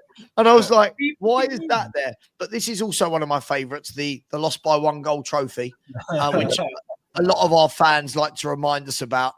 And then the my favourite, please sack me. Yeah, I mean, Kuva, I mean, we're at the point where, when did we first meet, Kuva? 3.5 years ago? 4 years ago? Something like that, yeah. Yeah. Nothing's changed, does it? And I don't mean me or you. I mean, like, nothing's changed. I don't know, the manager's more comical now. Oh, the manager is the most comical. The most comical. Just quickly, by the way, let's check if we've had any more donations. We've got 1 hour and 13 minutes. Big up to Anonymous, who's stuck in another $5 as well. Come on, guys. We've got 1 hour, just over 1 hour to go. Can we please have one last push to make this worthwhile? The last stream we did, they started flooding in the last hour, so hopefully we get that here. Video complete. Sofiane has said, how do you rate Marco Silva? I'll ask everyone on the chat, but just for my 2 pence worth, I think he's a manager that's definitely got better and better as he's got more experience in the Premier League. I think I wouldn't have taken the Everton and Watford Marco Silva, but I think he's done a really good job over the years with Fulham. He's made them a really good unit on a smaller budget, and every window he seems to lose one of his best players. This window, last summer he lost Paulinho, the summer before he lost Mitrovic, and they're still getting better whilst replacing these players. So I would definitely take him. I think he can set up a team. I would take him, but I'm biased. I'm at the stage where I'd take Kuva or box office over Ange. So I'm at that stage where Frank Lampard could get a phone call from me if I was chairman, getting him the job. I'm that much in despise of this manager. Guys, Marco Silva, are we fans? Are we not? Yeah, I would. Yes, personally, I want to see him go to what's it called? I'll take him at Benfica all day. That would be, I think, that'd be a good transition move. And then if you do really well there, then a top club, like a top club. I think that would probably be the route I would look at if I was Marco Silva. But like, if you could go straight away to like one of the big 6 clubs, or one of the really decent jobs over in Spain or France or Germany, Italy, whatever, do that. But yeah, I'm super impressed with the way they play most of the time. They're very adaptable. He makes really good halftime changes. It's still in the FA Cup. And you're right, Sava. It seems like they lose like a big piece of their puzzle, but it's almost like they get stronger. Like they finished 12th last year or something. They're more likely to get Europe than to finish like mid-table, to be honest, like points wise. They are in that mix. I think they're like 3 or 4 points off of 4th. Fulham? At the moment, they lost today, didn't they? At the moment, they're 10th on 42, but they're 4 points off 5th, which is Champions League. And as it stands, hang on, let me check. I changed that. Crazy. They're 3 points off 7th, so they're 3 points off Conference League football. Yo, I can't lie. I am trying to see Fulham in the Champions League, because I never, ever, in my wildest dreams, I ever thought of seeing freaking Fulham in the Champions League. That would be sick. I can't lie. Didn't they make a European final? Europa League, yeah. They beat Juve in the semi. 2009 or something. That's right. I think So Clint Dempsey. Clint Dempsey scored in the second leg or something, the game winner. Oh my God, who was the old English manager that was in charge of them? Hodgson. Roy Hodgson? That's crazy. Yeah, it is. Madness. Is Steve a real person or is he Wikipedia of football? That's what I was. He just knows so much football, mate. It's amazing. I don't know. I just fucking information, man. No, but I am a Marco Silva fan. Would I take him at Newcastle? Probably, yeah. Just because, again, I think his approach is different to Eddie's. I just think it's more balance. And I think he's a little bit more tactically queued up. But I don't know. We'll see. But yeah, Marco Silva's a damn good manager. I can do mine very quickly. I'll just say I think he's a 7 out of 10 manager. And consistently 7 out of 10. He's not your Real Madrid type manager, but he is your Sevilla type manager. I think given the right circumstances, he can push a team into Europe. If it goes a bit dodgy, I don't think he'd get them relegated. I think he'd still keep them up. Yeah. So I think he's a very good choice for an awful lot of teams. If you want to go for league titles, though, no, he's a level below that. I don't know though, because sometimes these guys can pop up out of nowhere and make themselves something. Like at one point, Mourinho wasn't Mourinho. He was just the guy that got the Porto job, and then he won the UEFA Cup. You never know. Like right now, at this moment in time, do I think he's a Real Madrid manager? No. But if he went the route that I suggest, which is go to one of the big Portuguese clubs, win stuff there, get deep into the Champions League, do what you can do in the cups and stuff, and then go to one of the bigger clubs, I could totally see that.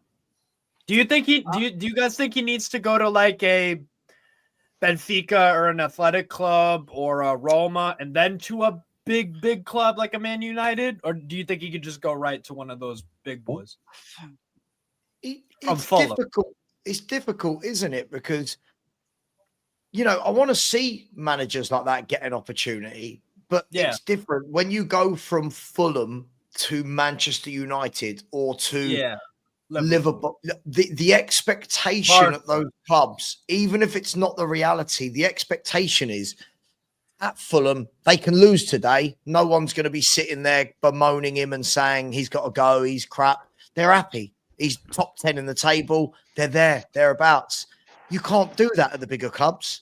At the bigger clubs, every single defeat is dissected. Every bit, every tactic, every substitution, everything is dissected. And it's I guess it's finding the right club, isn't it? Except Spurs, what's the next step up, guys, from Fulham? Is it Newcastle, Villa, like Spurs? Is it? I think it's that before they get to the big one. I think it's enough. That's where we are now. Unless Marco Silva, let's say they finish best case scenario 5th and they get to the FA Cup final and lose on pens.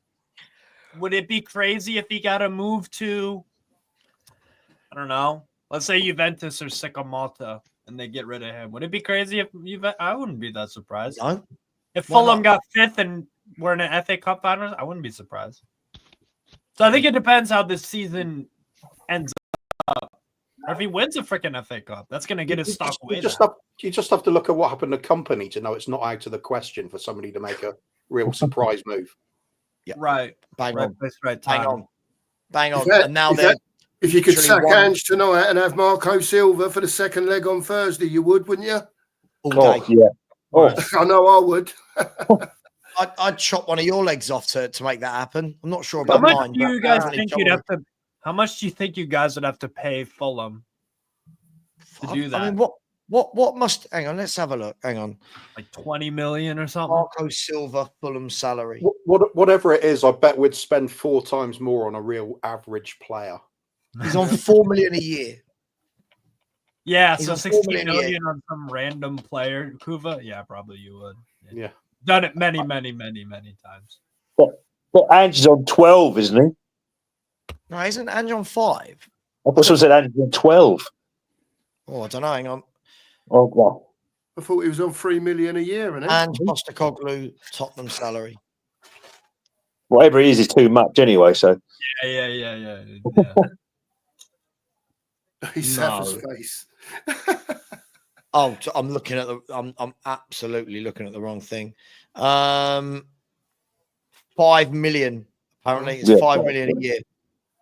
So listen, we could if we can't afford a Marco Silva, something's very wrong. If we can't afford a Marco Silva, we might as well knock down the stadium and just rebuild White Hart Lane. Like, do you know what I mean? If that's where we're at, so yeah, for me, I definitely think we can. Big up to Sanila. Thank you very much for the super chat. That's very, very generous of you. Really appreciate that. We're having a little influx, by the way. Thank you, Sanila. I really do appreciate that. It means a lot.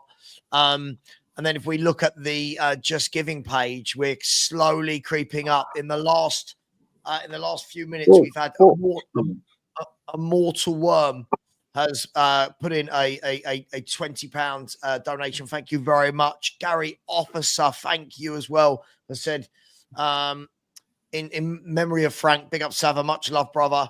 Another £20 there. Thank you so much. And then Patrick McCorry coming in again. He put in a huge donation earlier, and he's put in another huge donation today. So big up everyone who donated to a great cause. Thank you, Sava, for what you've done. Cheers from the USA. And that was for 50. That was for £50. So really appreciated. We're now currently sitting at 3.3K, just over 3.3K. So we're tried to get to the 4K. We've got 63 minutes left. It's not out of the realm, but we are going to need all 257 people to dig a little bit deep and see if there's anything that they can do. Sava, how long are you keeping the page open for? Yeah, the page will stay open. The page will stay open. They normally keep it open for a while. So yeah, it doesn't all have to be done today, but you know, you've got to have targets. Of course you do. Of course. I'm not Spurs. Otherwise, you're going to be sitting here for like 40 hours. You have standards. Can't you just say you want to be competitive? Yeah. I don't mind that much, Ray, as long as it's competitive. Fun times. Anyone watching this Villa game? Yes. Yeah. It's good. It's good. The PSG Rennes game was a bit better, but like, yeah, it's a good. It's all right. The Fulham Brighton game this morning as well. That was a good one. That feels you just get the feeling that Brentford are getting closer. But Villa, I tell you what, Villa have got to be one of the best teams in the country on the counter attack. Yeah. When they go forward with Rodgers, Bailey, Rashford, Watkins, it is rapid. Yeah, that's terrifying. And we go forward with Brennan Johnson, Odegaard. It's just not the same. Rashford always looked like he could be a really good fit for them, didn't he? Would you? Would you guys take from what you've seen of Poku at AZ? Would you take him at Spurs? I'd take anyone at Spurs. We've got Son at the moment. Huh? They'll take the guy at Tamworth. Yeah. Big up to Destiny as well. Sorry, Destiny 5, who said 1 hour and so to go. Come on, guys. Absolutely, we're getting there. We're slowly but surely getting there, people. Surely we can do this. You can do it. You can do it. We have got Sunila has just put in another £20 into the jar as well. So we are slowly but surely creeping up to where we want to be. And I am 60 minutes away from going to bed. I'm not going to lie. That's right. Everybody just buzz his phone as he's trying to sleep. Sorry. Which amateur has vibrate or loud any noise on their phone? Like everything's mute. Otherwise, it's like when you stream with Lubo and his phone goes off 30 times a stream. It's like you're like, oh. When you're in about 4 Tottenham groups and all you hear is going off every 10 seconds, it kills my battery. What was that, Mark? Have we done score prediction for tomorrow? Have you done one yet? No. I mean, we can do. I mean, I guess it's going to be anywhere from a 4-0 Spurs win to a 4-0 Spurs defeat, somewhere in the middle. Go on then, Mark. You kick us off. Bournemouth at home. The mighty Bournemouth. The mighty Champions Bournemouth. League chasing Bournemouth. We haven't scored for 2 games. I think it could be 3-1 or 3-0 to Bournemouth. 3. Sava, why are you so? 3-0, 3-1 to Bournemouth. 3-0 or 3-1 to Bournemouth. Okay. 3-0 or 3-1 to Bournemouth. Kuva, let me go round in a circle. I guess the difficulty is, Kuva, anything's like I always say this. If I woke you up this time tomorrow, Kuva, and you said, what was the score? If I said to you Bournemouth won 3-1, you'd go, yeah. If I said to you Spurs won 3-1, you'd go, yeah. Like it nothing surprises you, does it? No, the first ones, yeah. I just think Bournemouth are a better balanced, better footballing side than we are. Yeah. It's simple as that.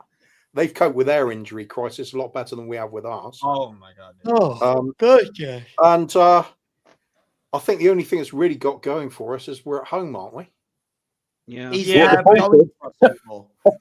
You have Kuva. You in the Premier League. You have earned 17 points from 14 games, which is the 5th worst in the league for home form.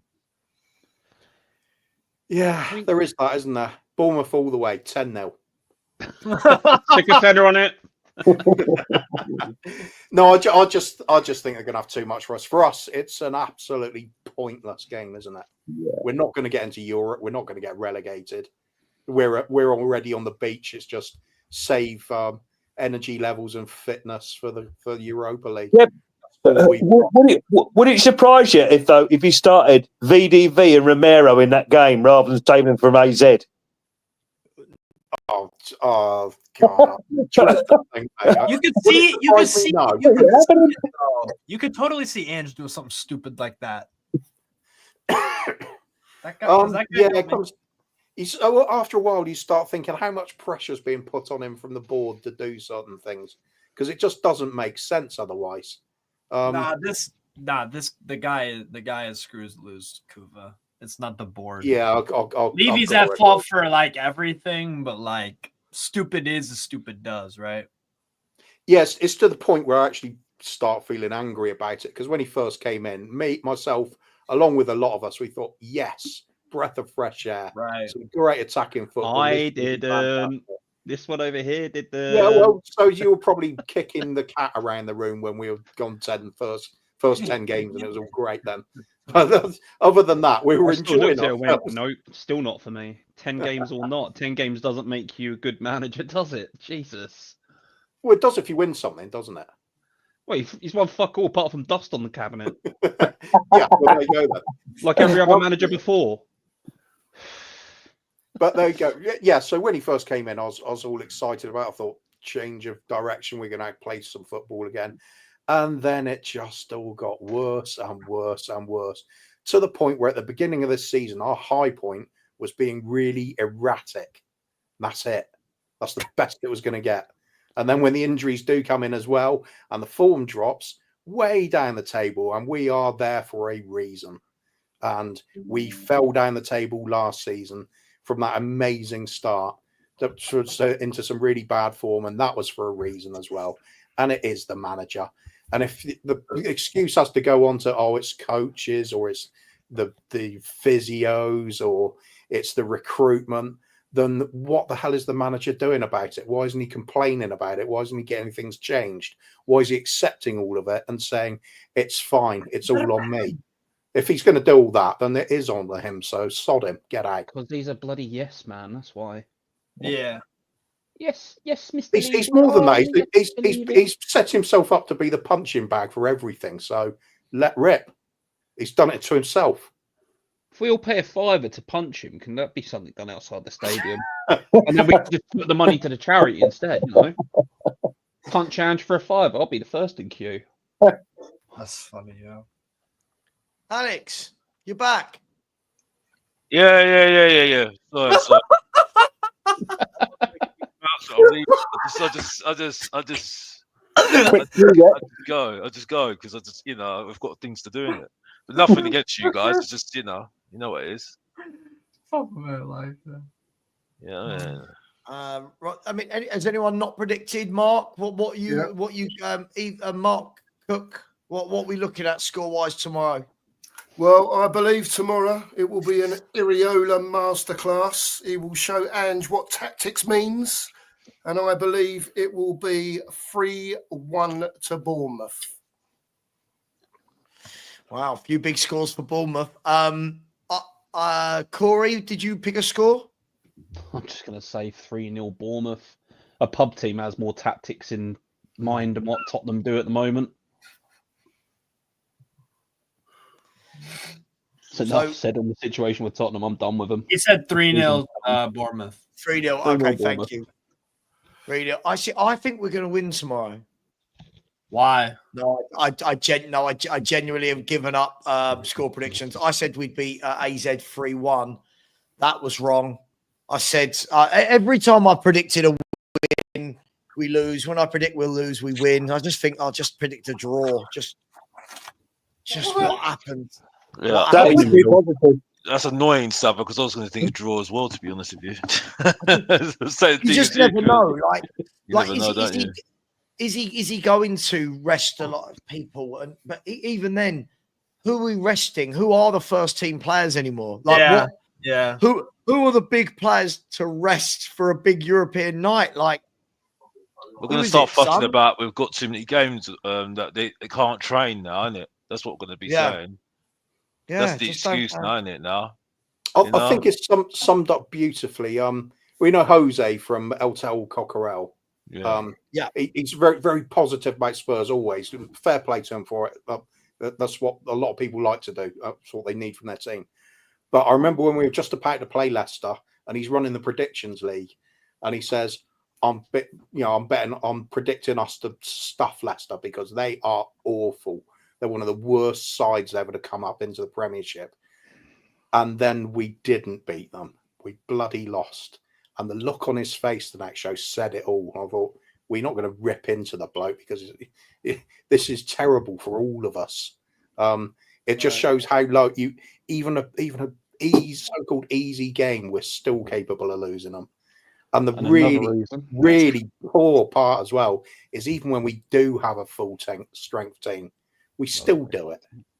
Yeah, I was going to say something like that.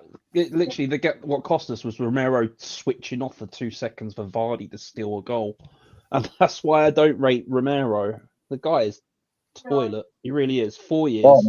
He's played 50% of the games in 4 years. And whenever he's not around, he's pretending to be injured so he could play for Argentina. That's crazy. What's the rest of the Danso though that's coming? I thought he's been all right. No, he's been okay. I say at the moment, I think for me, it's him or somebody else. That's what it is at the moment for me. That's how it is. I think he likes to defend. That's what I like about him. Yes, he does like to defend. But the only problem is that I can see it already that he's making mistakes because of these tactics. That's the problem. He's making a few little mistakes, but he's done okay though, Kuva. You know what I mean? He's done okay. He looks like there's a proper defender in there somewhere. Yeah, exactly. Yeah, he is. Yes. He is. Yes, I would have taken him at Newcastle. Imagine him and Botman together. Oh, that would have been freaking nice. Can I ask the you final boss? I love that. The final boss. Yeah, the final boss. Isn't that what they say on the computer games when you're about to complete them? Yeah, I've got to take on the final boss. Come on, guys. One last push. We've got 50 minutes to go. 50 minutes to go to complete our 5th 24-hour charity stream. Big up since we last went to the Just Giving page. Lord Rodney Trotter has put money in and said, sorry, it's not 5 million. Maybe Ange can chip in something. I doubt it, mate. I doubt it, but thank you so much. You've been very generous the last couple of the last 24 hours. Daniel Harris has big up to you, Dan. Thank you, mate. Has said animals need Brentford. Animals need our help, and Sava needs his sleep. Keep donating, everyone. Yeah, listen, I think after this last 24 hours, I think we deserve a flurry of donations. We are up to about 3,350 across both platforms. So we are 650 away. If anyone out there thinks that they're rich and wants to donate, please feel free to do so. Even if you're not rich and find £1 down the sofa. Destiny 5 says, Sava, what's for dinner? I have no idea. I'm probably going to be a complete tramp and order a massive amount of McDonald's and just fall asleep with it all over me. Maybe, I don't know. I had chicken, rice, and veg. That's a really kinky fantasy there, Salva. Jesus. I mean, I don't know what you fantasize about, but sure, you knock yourself out there, Steve. Destiny American 5. thinking about food. It's horrendous way to start looking for the barbecue dip, though, isn't it? Yeah. Big up Destiny said, last push, lads. Come on. This ain't my smallest donation, maybe. Ain't your smallest don. Okay, very cryptic. Thank you very much, Destiny. Alan has said, no tactics, no shape to our team. We either have no one in midfield where people run through us, or no one in the defensive channels when we invert. Melbourne Bielsa 2 is our manager still. I mean, listen, it's whichever way you look at it, it's not great. Guys, just because I'm now in the mode of killing time, sorry if I'm using any of you for this. We are killing time in this last hour. We've had a lot of lows this season. What's been the low of the lows? There's been many to choose from this year. What's been the lowest of the low? Easy for me. I've just done quickly. Second half, first 15 minutes against Galatasaray. I was going to say the Galatasaray game. You guys were fucking horrible. The beginning of that second half, where we'd made changes to try and improve it, was turned into the worst Spurs side I have ever seen. We didn't even look like we knew how to play professional football. Bro, who was in goal? Bad. Forster. I swear to God, if I remember correctly, Forster made like 5 wonder saves, right? Jadol. like Galatasaray And your literally could have copium. put double-digit goals. Usually when you say, oh, they could have had 15 goals, you were exaggerating. Not in that game we weren't. Yeah. Normally you go, they scored 10. It's like, you mean 3 or 4. That was, do you know what? Fraser Forster, I hope he got a bonus for that game. He just had save after save after save, didn't he? It was their mad. manager must have been absolutely laying. Hang on. How can he only win that 3-2? Oh, sorry. Really poor finish from Watkins. Sorry, say that again, Coover. Sorry, their manager. Their manager must have been ripping into his team saying, how have we only won that 3-2? It was ridiculous. This is why I've said it many times. I actually think Ange has been one of the luckiest managers we've had, because he has got away with murder in so many games. Home to Liverpool, we lost 6-3. That is a spanking. But the reality was we probably should have conceded 12. And it's not exaggerating. The big chances they missed. Well, the Bournemouth game. Remember the Bournemouth game? How many chances the Bournemouth game was there? Oh. You guys do not match up with Bournemouth well at all. Like, their strengths are your weaknesses and vice versa. Yeah. Coventry should have been done and dusted before we scored. Hey, my guy. Anyways, I'm blaming that on Ange Postecoglou as well. I tell you what, that Bournemouth game that night, it was. Do you remember Ouattara came on for them, didn't he? And it was like, oh, Ouattara, you've missed a chance. Oh, you missed another one. Go on, mate. Have a third opportunity. Oh no, you don't want that. Have a fourth, fifth. It was like they just ran through us at will, and still people going, it's the injuries. No, it might be the big gaping hole in the middle of the park. I don't know. I don't know. I'm not an expert, but it might be the grass that we've given them to run into. Sava, if we're talking about the game on Thursday, I'm sorry, we're not doing this. Not you, but I'm sorry. The excuses I keep on hearing, the excuses ran out on Thursday for me. It ran out, right? How many days we have to prepare for that game? And like I say, anyway, I don't want to say it because I'm repeating myself. Kuva's going to tell me off because you know what I mean. Because I've been telling him that I've been repeating myself anyway. Big up Kuva every single time. You know what I mean? You know, but yeah, I know. I don't want to say. I don't want to repeat myself. Sorry to interrupt you, Stav. I'm going to say something. I'm going to repeat. Sorry. You're all right, mate. You're good. Yeah. You're good, mate. When someone else is talking, it means that I'm not, and I can just be tired. So it's It's great. My lowest, well, I think there's 3 points of the season for me. One was, well, injury excuse after injury excuse from the fans, to the results knocking on because of that. And then obviously Thursday seeing Madders and Sonny sitting on the bench saying basically this is bullshit, same stuff every week. If they can see it, if the players can see it, and this deluded manager can't, how the fuck is he still in a job? Sorry, I've seen managers sacked for less. I know we talk about this a lot, but I don't think we will, by the way, because as Kuva said, this is the luckiest manager ever. And whenever we get to that stage where we're going, surely he gets sacked if we lose this, he gets a result. By hook or crook, he gets that result. If we do get battered tomorrow, 3 or 4-0, don't think we will, by the way. Surely Levy says, right, I'm going to pull the trigger and get some feel-good factor in before the second leg of the Europe. Surely. He ain't going to the end of the season. He ain't going to the end of the season. I don't know, Sava. I don't think you've quite hit the end of the V, you know?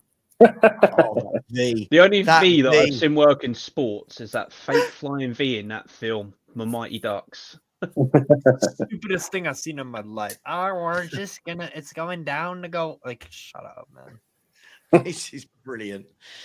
Oh gosh, yeah. I mean, what was a worse low? Was it the Korea furniture announcement, or was it the Korean bakery called Paris Baguette? Was it Paris Baguette? And the new coffee. Don't forget the new coffee. What was it? Paris Baguette, though, the Korean patisserie. Yeah, I think so. Paris something like. Yeah, Levy hates you, fucking guys. I'm sorry. Yeah, I'm sorry. Jesus Christ. I was going to say, how do you come to the conclusion Levy's going to do anything feel good for the club? I know. My heart bleeds for Tottenham fans. I'm sorry, guys. Look at that hat head. Well, you had to go through the same stuff at Newcastle for ages, didn't you? Yeah, Ashley, what a guy. It feels like we're playing top trumps here. I'll trump your worst game with your worst thingy. That's how it feels a bit at the moment with Spurs. Yeah. It's awful, isn't it? Does anyone think we get through on Thursday? I think we. I think we do. I think the best thing that happened on Thursday is that it was 1-0. They didn't take their chances. That might cost them in the second leg. Only lost by 1 cup. I didn't want an undeserved point. Oh. I forgot about that one. That was a real low point for me. Does anyone remember the comments before the game where they said, how do you plan to control the game? And he said, we don't do that. Want to control the game. We want it to be open. And you're like, and still the fans go, God, this manager. Imagine telling your opposition, we want to be open. Oh, This is one of the tactics. Yeah, this is one of the tactics I use on Football Manager when playing a really low division team, and you need to sell on a player for a lot of money. Just play wide open and bump up the value of one of your strikers because they're getting 40 goals while you're letting in 100. That's what it feels like. Well, did you see Kuva in 65 league games? He's conceded 100 goals. Yeah, it's a good, nice, big number, isn't it? It's exciting. Yeah. At least it's 3 figures. most things in life, when you hit 100, you go, "Oh, that's good." Now Zero don't really mean anything, though, do they? That's nothing. So it's not when you're 145 kg like me. That's not good. Oh man. Here you go. Yes, Bader has got it. In the last 13 Premier League games, Leicester only won 1 game. Yeah. And it's not even like they've been grinding out draws at places. Like they've literally just been turning up everywhere and getting beaten. And Tottenham, half time, we were winning at half time. And I remember in my chat all the usuals that the moment Spurs score, oh, you're in the mud, all that nonsense. And then suddenly by full time when they'd won 2-1, there was just nowhere to be seen. Imagine losing to this Leicester. Got to say the D word's forbidden in Tottenham's vocabulary, isn't it? Let's not forget the 4 points. Rangers draw that I saw coming from a mile away. Oh, don't say the D word. It's forbidden for the fans to say that. You can't say the D word. That was another low point for y'all. Fuck, y'all got a lot of them this year. I'll tell you another good one. Timo Werner up front in Tamworth being schooled by 2 non-league players. Yes. Yeah. Oh wait, the Champions League throw-ins goal. from that bloke as well. That nearly put in on the young goalkeeper. I mean, Jesus. To be fair Yeah. to Timo, he didn't need the defenders there to put him off. He gets schooled by the dimensions of the goal. Man, He gets schooled by the grass. Forget about the goal. What's this green thing I stand on? There's I a used to term. be good at this game. There's a term we use in basketball in the NBA over here. When a player's like dog shit, they say he guards himself.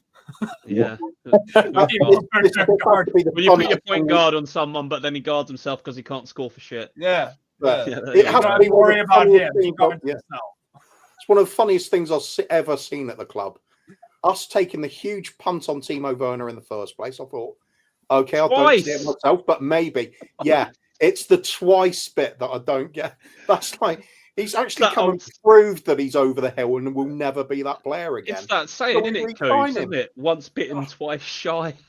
Oh my god! He come back to us a second time. What's this green thing I stand on? I used to be good at this game. Where's the ball gone? Pete, somebody mentioned it a long while ago. They think that the Spurs board must sit around figuring out ways to wind up the fans and try and get away with Yeah. it. That has Yeah, to be. y'all are a social experiment. Let's be real. Yeah, trolled by our own You guys are board. a It's social brilliant. experiment. Oh, it's not even a social experiment. It's almost like a, I don't know, like It's a I war feel like crime. it's like a reality TV show. Do you know what I mean? Yeah. It's like someone's gone, what's the next big thing? We've had Housewives of this, we've had Love is Blind, we've had X on the beach and all that nonsense. I know. Let's do a car crash program about loads of desperate, pathetic fans that have got nothing to be happy about. I tell you what, let's pay Daniel Levy to make them even more bloody miserable. We'll rope in a non-league team as well, like Tamworth, and get them involved. And some bloke who works for Zara and gets a discount of 10%. And it's just on £9.50 an hour. Do you think they're filming us for the next Amazon series?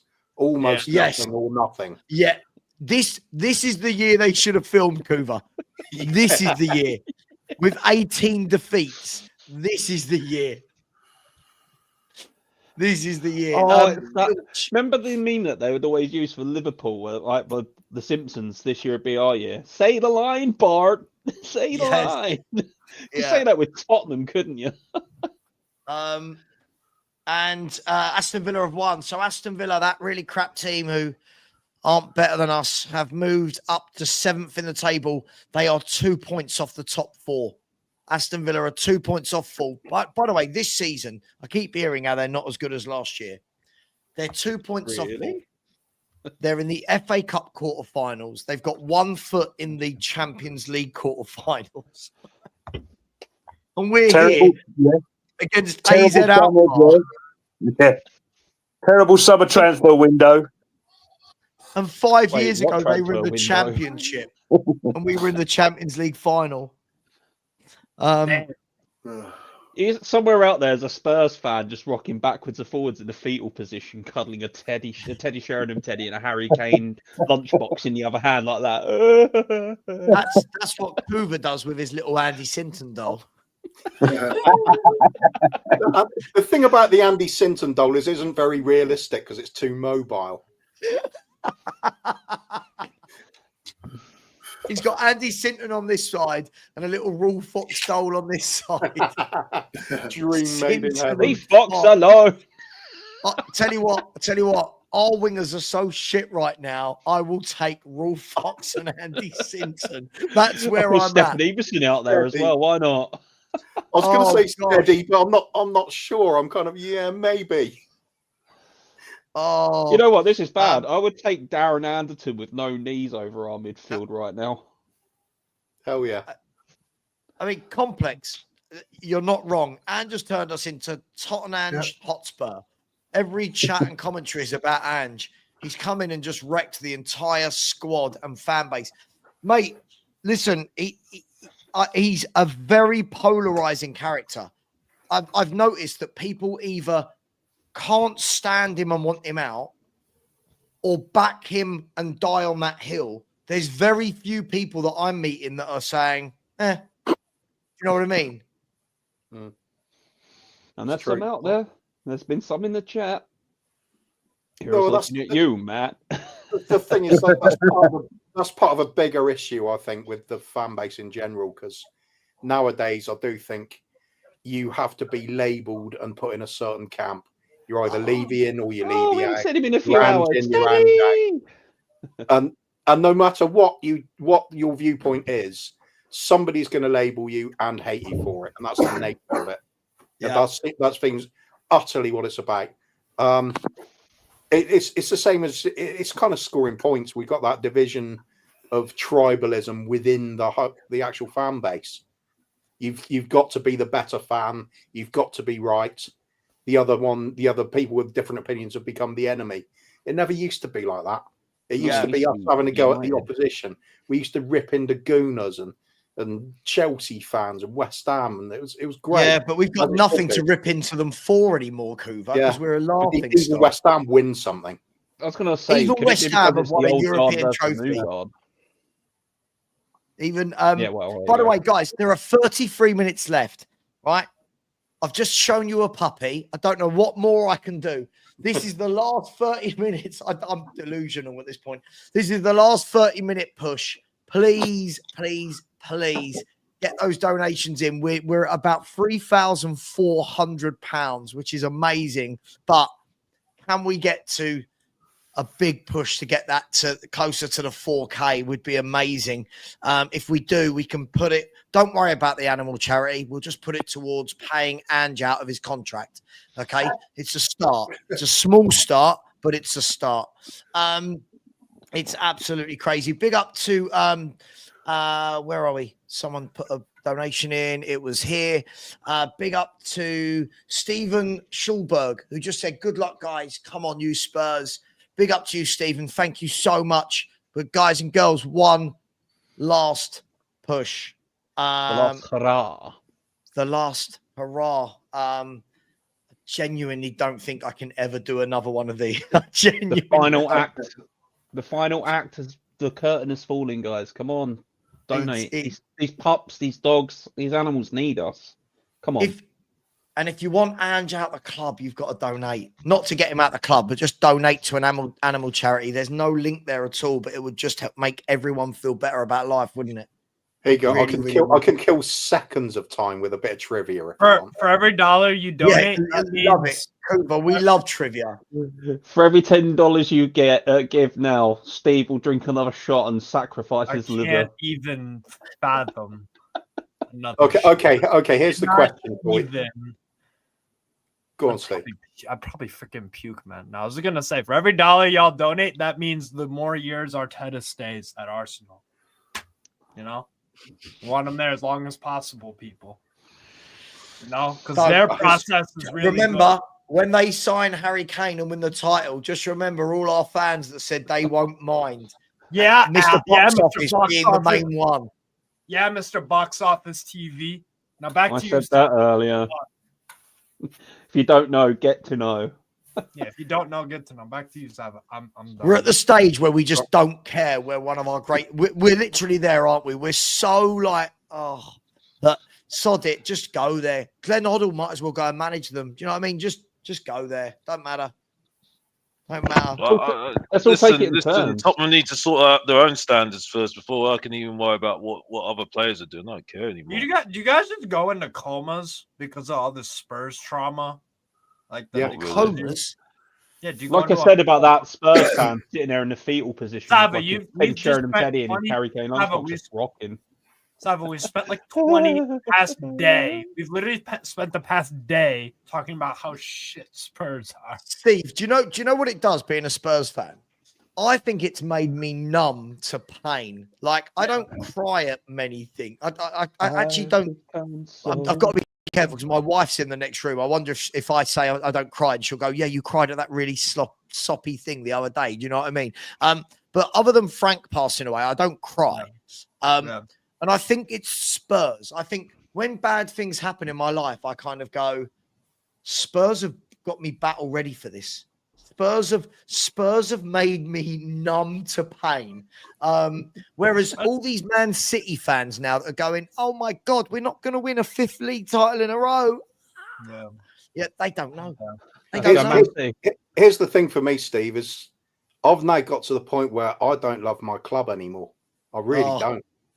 I love what we used to be. I want my club back. This isn't it. This is some absolute sham. I deliberately don't watch games on a regular basis now. I've got to say, I mean, up until the last 3 years, I think I've missed 1 game. No, 2 games. And that wasn't by choice. So, and in the last 3 years, I worked it out the other day. I've deliberately avoided 20 games, 10 of them this season. I just don't care. I know. I've got an analogy for this then. I've got an analogy for being a Spurs fan. It's like being in the Matrix and someone's just pulled the plug out and gone, there you go, mate, here's the real world. Like, no! Come on. No, that would be exciting. Yeah, do you think, I mean, I don't believe in this sort of stuff, but do you think that in some sort of, you've all seen Stranger Things, right? Yeah. Do you think in some sort of upside down world that there's a Spurs fan base winning everything, loving life and being really happy, looking at us lot and going, look at those miserable bastards? No, that's just weird fantasy. I put it down to more like the Star Trek Mirrorverse. That's too sci-fi. Who would believe that? Oh no, not that. Okay, you want to go too sci-fi? It's literally the Star Trek Mirrorverse where there's an evil Kirk and an evil Picard, and that would mean something to me if I was a geek that watched. Is that Star Trek or Star Wars? Leave us geeks alone. No, I'm not being funny here. Can you sort this out, Sava? Can you put me next to my brother? Oh my God! Oh, it's the self-proclaimed fanny magnet. Yes, the funny magnet is gone. He's back. Don't move him up. We might do something else on camera. Hoover, did you see this? Him and Nigel phoned in from a pub garden and was like, "Interim, all right, lad, what are you doing? Just here, a couple of fanny magnets." Like, what? With our blue pills. And then showed in the background not another single person in the pub. Well, you know. You can be a fanny magnet and just really optimistic. But to be honest, I'll be honest with you now, Sav. I come back from Frome, where we were, and this turned up in the post from all the way from China, and it's got on the back. Can you see that? No, because of your green screen. Is it a vomit stain? Well, it's got Mabbott. It's got Mabbott 6 on the back. Of course it has. To let you Have know. you got Potch stitched somewhere? No.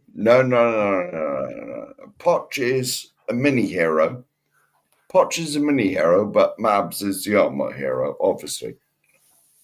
His other Spurs shirt's got fanny magnet written on the back. That's what he goes out in normally. Hang on. It's a good night from me. Oh, do you know what the name? No, I did it right. Change the name of your channel. I just had a really random. There you go. Come on, brother. Come on, brother. Not me. You know, I've had a really random thought for the two marks here. They remind me of the two guys. You know what? They remind me of the two guys that were in bottom, Eddie Hitler and the other one. That's a great TV show. That's a brilliant TV show. Guys and girls, we do have to ask, though. There are 25 minutes to go. We've got some super chats, but I really need as well, I need a late flurry of activity in the Just Giving page. We are roughly about 570, 580 away from the 4,000. Big up to DB, who has just put in a £20 super sticker. Big up to you, my man. Really appreciated. Really do appreciate that, DB. Thank you. Psycho Teacher, brilliant. Thank you, mate. I said Argentina. Brazil has 5 World Cups. It's just a minor South American thing. I don't know what a cup is, Psycho Teacher. I'm a Spurs fan. I don't understand cups. I don't understand. We come to a cup. There you go. That's the only cup I know. And yes, but thank you so much. You're very, very generous. And I'll be your number 6 Psycho Teacher. We know what that means. Tio Tibbs putting in a super sticker as well. Thank you so much, Tio. Really appreciate you. But the race is on, guys. Can we get 10 more donations in the Just Giving page? I'm putting the link in now. Can we get 10 more donations in the Just Giving page in the next 20 minutes? Can we? Can we? Can we? You lend me 20 quid, so I'll donate. Lend you 20 quid so you could donate. That's exactly what I want to do. Yeah. Here is the link. Come on, guys. Who remembers the very first one of these? Is anyone on that with me? Yes, I was here. And in the last 20 minutes, Sean and one other person kept going tit for tat on who was going to. It was you, Goon, wasn't it? Yeah. We need that. We need that. But big up to, we have not dropped below 250 people at any point over 24 hours. So thank you very much, guys. That's been absolutely amazing. I am really, really grateful, especially to all you lot giving up your time. I really, really do appreciate it. I don't know what to say. I've kind of run out of words. Oh, wait, we've got my trivia thing. I still haven't asked. Oh, yes, your trivia thing. Let's do it. Mind you, I don't know. You may have covered it last night, maybe. You were doing a section of it. But I was going to ask, who has scored the most bicycle kicks in their career in first-class football? Oh. Rooney? Timo Werner. No, he's kicked his bicycle. I don't think he's even played that many. What the fuck, man? Is it Gary Mabbott, Coops? No, it's not Gary Mabbott. Oh. I'm going to say Rooney just because of that one he scored against Man City. No. Shearer. No, it's not Premiership. I'll give you that as a clue. Messi. No. Ronaldo. All I can think of. No. Ronaldo was in the Premier League. Gareth Bale. Zlatan. No. Gareth Bale. Zlatan was in the Premier League. Yeah, it's going to be someone we've never heard of. And Can you give us the nationality? No. I'll go more of an era. The 80s and 90s. Ronaldo Nazario. No. Maradona. No. Pele. No, he was a cheat. No, let's not have that. Shout out Maradona. Jesus God, get over it. What do you Mark. mean, shout out Maradona? Jesus Christ. Mark, get over it. It was in 1986. Get over it. I don't care, mate. I was alive. I remember it. It hurt me. No, Maradona is the biggest cheat I've ever seen in my life. Isn't that right, brother? He's not good at headers. No, hang on. Isn't that right, brother? Let him rest in peace. He's passed away. Let him rest in peace. Stuff him. Stuff him. Huddle. Isn't that right, brother? Yeah, still too bob any Mark. Yeah. Never mind. What about? Can we get a nationality? I mean, it's the other Ronaldo, the proper too Ronaldo. easy. If I give you the nationality, you'll get it immediately. Gerd Muller? I don't know. Proper Ronaldo. There you go. Jean-Pierre Papin. We'll go on the theory. All right, we'll go on the theory then. If I give you the nationality, I'm betting you guess it straight away. Is he like Mexico? Oh, God damn it! He played for Real Madrid. Yeah. Oh no! Rey Mysterio. Rey Mysterio. Yeah, that's it. Sorry, he played for Real Madrid. Yeah. Dragon Lee. Hugo Sanchez. Yep. Hugo Sanchez. That's a wonderful, wonderful bit of knowledge. He was. You know what? He's I've probably the spotted most, it. you know what? He's probably the most underrated striker of all time. Nobody talks about him. He has like 600 career goals or some shit. That guy had an amazing career. Can I quickly interrupt to give a big shout out to Rhythm Killer, who has just put in a £100 donation. Massive donation from Rhythm Killer. They said, big up, bro, much love, and sent me a kiss. I like the kiss on the end. It's just a personal touch. Thank you so much, Rhythm Killer. You like really appreciate that. We had Very none of generous. that free. And Show us on the doll. listen, I don't know who you are, but very, very generous. And we are edging closer and closer and closer. Miroslav Klose, the top goal scorer in World Cup history. Thank you. Really appreciate that. Big up. There's Nick. There's this fraud. Look at this guy in the chat. For a final 20 minutes, keep donating, people. This is the guy that was cheating earlier. By earlier, I mean about 23 hours ago in a quiz. And he was messaging his wife to get the answers. Yep. I got 11. I thought I was doing all right. Jesus. 18 minutes to go, wifey. How much do you need, Sava, for $4,000? For $4,000, we have got 1 second. Let me work this out.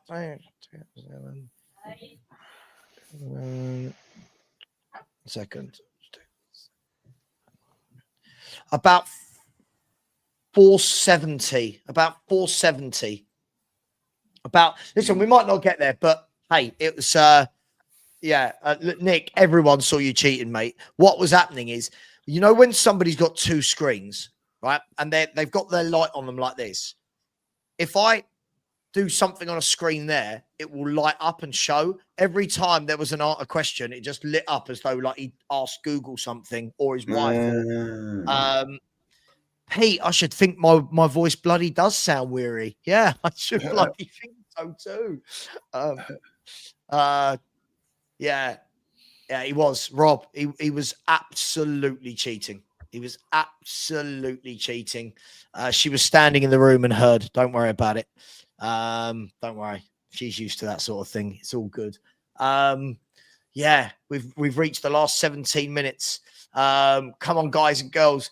We need just 9 more, even 9 more little ones, just like a little £2 or a £3 or something, just to make it. Yeah, absolute Alf. Listen, it's a hell of a lot of money in 24 hours. So yeah, listen, we're just definitely, you know, we're just trying to do things properly, above board, and not be like this guy. So you know, it's just what we're doing. We're just trying to be good like people. Absolutely shattered. Absolutely shattered. Someone bring us topic up for the last 15 minutes. Come on. I've got something. Footballers who have won the World Cup but no other trophy.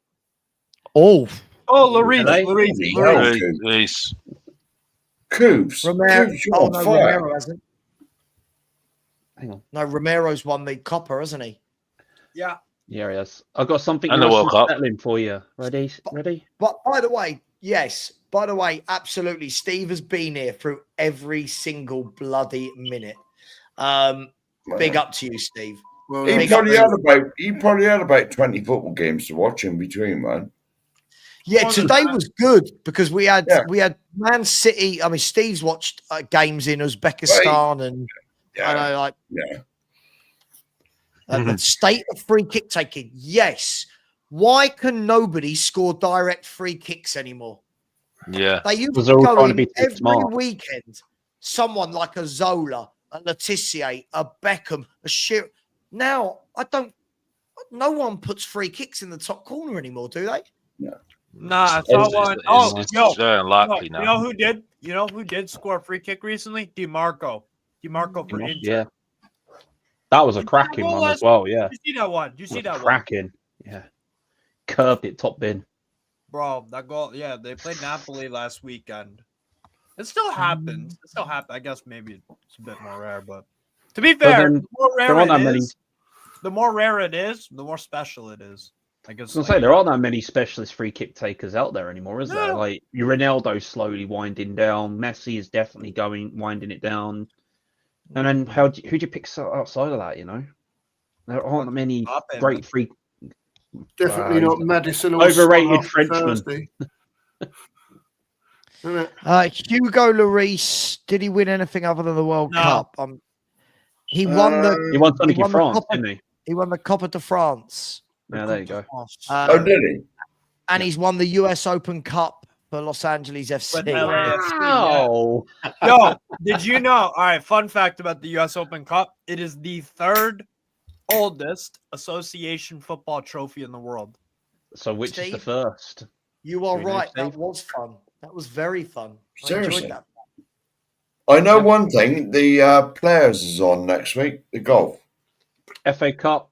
I think it's At FA Cup, Sawgrass. the Spanish Cup, and the American one, isn't it? The FA Cup's the It's- oldest. What? FA Cup and then the Scottish. Oh, all right. I don't rate Tin Pot leagues. What do you mean, Tim Pot? Scotland have good players. Forever in our shadow. Well, I mean, There's a fun fact. Mbappe has never scored a free kick. I think I like that. I like the fun fact that you think is a fact. I Yeah. like that. I Yeah. might do that. What's the best fun fact that we can think but don't know? Tottenham have won the Premier League. Here's a fun fact. If I met Margot Robbie, she'd definitely sleep with me, I think. Just saying. Oh, I'll take Jerry Allen from Star I did in Froome earlier. Girl that plays 7 of 9. She can assimilate me any day. Margot was in Froome Will earlier. Jones. Guys, in the chat, let us know. We've got 13 minutes left. We need your donations. But other than that, let us know the most pointless bit of football trivia you think you know. Or you know. What's the most pointless football fact or stat that you know? Football Just fact something- rule. I know a rule that I've got FA rule or any rule around the world of football. If there are no corner flags on the pitch of play, no match can start. yes. There you go. That's the most useless one I know. I Yeah, got you don't one. have corner flags. I've Yeah. sort of got one. All right. When we want a beat trivia. Crew in 1960, 13-2. Yeah. Crew left Euston on platform 13 and they arrived at Crew on platform 2. Oh, that's too bizarre. Yeah, no, that's true. Gotta be True story. True story. It was 1960, when we done them 13-2 or something. That's true story. On the train What on a the way story. back. I'll tell you what, you should publish that and put it in the shops. That is a great story. Well, I'm doing it as a short. I'm doing it as a short on our channel tomorrow. Is that all right, Mark? Is You all do right, what you want, bro? mate. Yeah. Is that all right, bro? Yeah. No worries. Yeah, there we go. Here we go. Some fun facts. The Hawthorns is the highest ground above sea level. Oh, John fair play. Barnes was the first 10K a week player. Who was the Angus first is a million gooner. pound Where is player? Angus? Where's Angus? Keith Birkinshaw nearly ran my nan over in Tottenham. Fair play. The first £1 million signing was Trevor Francis. Oh, Mark, leave off. I was going to say that. Oh, What's up sorry, with mate. All right. Sorry. Oh, brother. Yeah, but Brother. that's not a fun fact though. That's a well established one, isn't it? Yeah. Yeah. Wait, This there's a one's- player this that's one's got been to be relegated the most of any Premier League team. Who is it again? By the way, big up to Anonymous. Anonymous, who has just put in $50. Big up to Anonymous. Thank you Fair so play. much. We are getting there. We are edging closer, people. We've got 11 minutes. Who's going to save the day? Barcelona have never beaten Dundee United. And FC Metz as well. Okay. Daniela Finished said with- West Ham, the last team that won the FA Cup with an all-English squad. Fair play. Oh yeah, I remember. Go on, West Ham. Oh, can we expand the fun facts to sport in general, not just football? Then Go for it. At this stage, All right, I don't go on, care go on. what facts Here's it's about. one. Shane Warne made more money off hair treatment product advertising than he did off cricket ball advertising. Probably. I don't know. It's a fun fact. I'll tell you what. Surely then, I'm going to throw this out there. I reckon this is true. Gary Lineker made more money from Walker's crisps than he did from playing football. Oh, another one. Shaq made put more your money in record college on. than he did in the NBA. Well, I don't Surely know. he did. Hang on. No. How No, much I did wouldn't. Walker's play? Can't even get words out. How So much did desperate, Walker's crisps pay Gary Lineker? Yeah. Lineker. Oh, hang on. Here you go. He Lineker has was been. about- Listen to this. Walker has been the face of Walker's Crisps for 30 years. 30 bloody years. Right. He first signed a deal with Walker's in 1994 for 200K. Lineker has appeared in more than 150 adverts. He has also had a flavour named after him, the Salt and Lineker. Salt and Lineker. And now Gary Lineker makes 1.2 million a year from Walker's. Oh, probably outside. Prick. Jesus Christ. Yeah. Yeah, but it's nothing compared to Ronaldinho and the Watsits deal. I was right about Shaq, wasn't I, Steve? He made more money in college before he got to the NBA. He might have. I'm not sure about that one, to be honest. Imagine being the face of Crisps for 30 years. And making Lovely. people fat. Lovely. Imagine being known for that more than being like who was what he was the World Cup top goal scorer that year, wasn't he? Pizza. Yeah, 86. 86. Peter Beardsley could have done knickknacks, couldn't he? Knick-knack. Cuba, you're cruel. Cruel, you are. Cruel man. How he does tick twiglets. A cruel man, you are. Oh, biggest international win is 31-0. My fun That was fact. Great, I Australia. don't know who, but it was just That was 31. Australia. Oh, it was Fiji lost to. No, it was. I think Australia.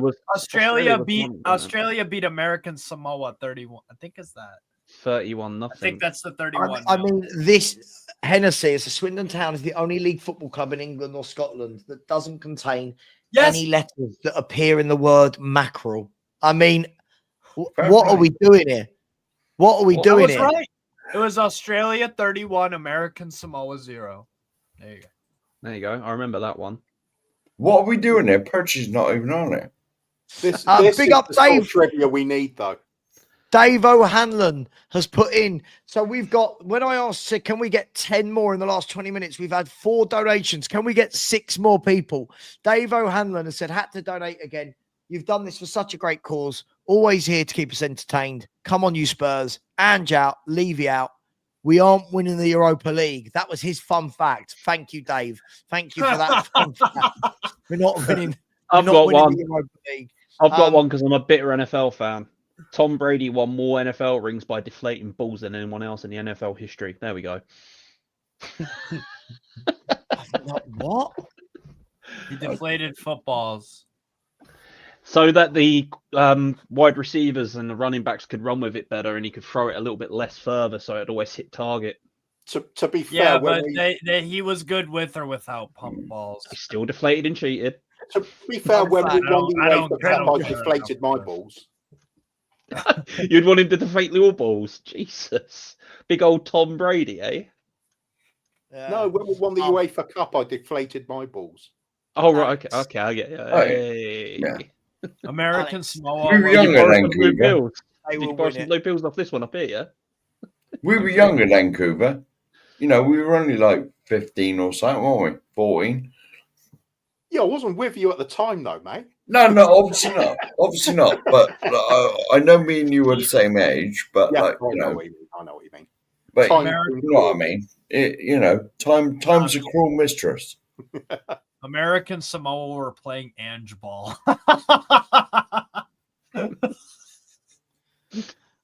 Big up to Andy from Yes. Cyprus, who has said, big up to him. He said, lost my girl the year before last. May they both rest in peace. Well done to you all. Sorry, so sorry to hear that, Andy. Listen, they're in a better place. They're in doggy heaven. They're living the dream, mate. They're living the dream while we're getting up and going to work and doing stuff. So I like to think that anyway. We've got 5 minutes left. Can we get 5 more people to donate? 1 per minute. Let's do this, people. Somebody here has said, how much to do another 24 hours straight off the back of this? If you sacked Ange Postecoglou right now, I'll do a whole week without sleeping. I'll do a whole week. I agree with you. I agree. Yo, give me $100. I'll do a stream on my channel for 24 hours. I don't give a shit. Let's go. There you go. DVO_95 has said Football Heritage TV question.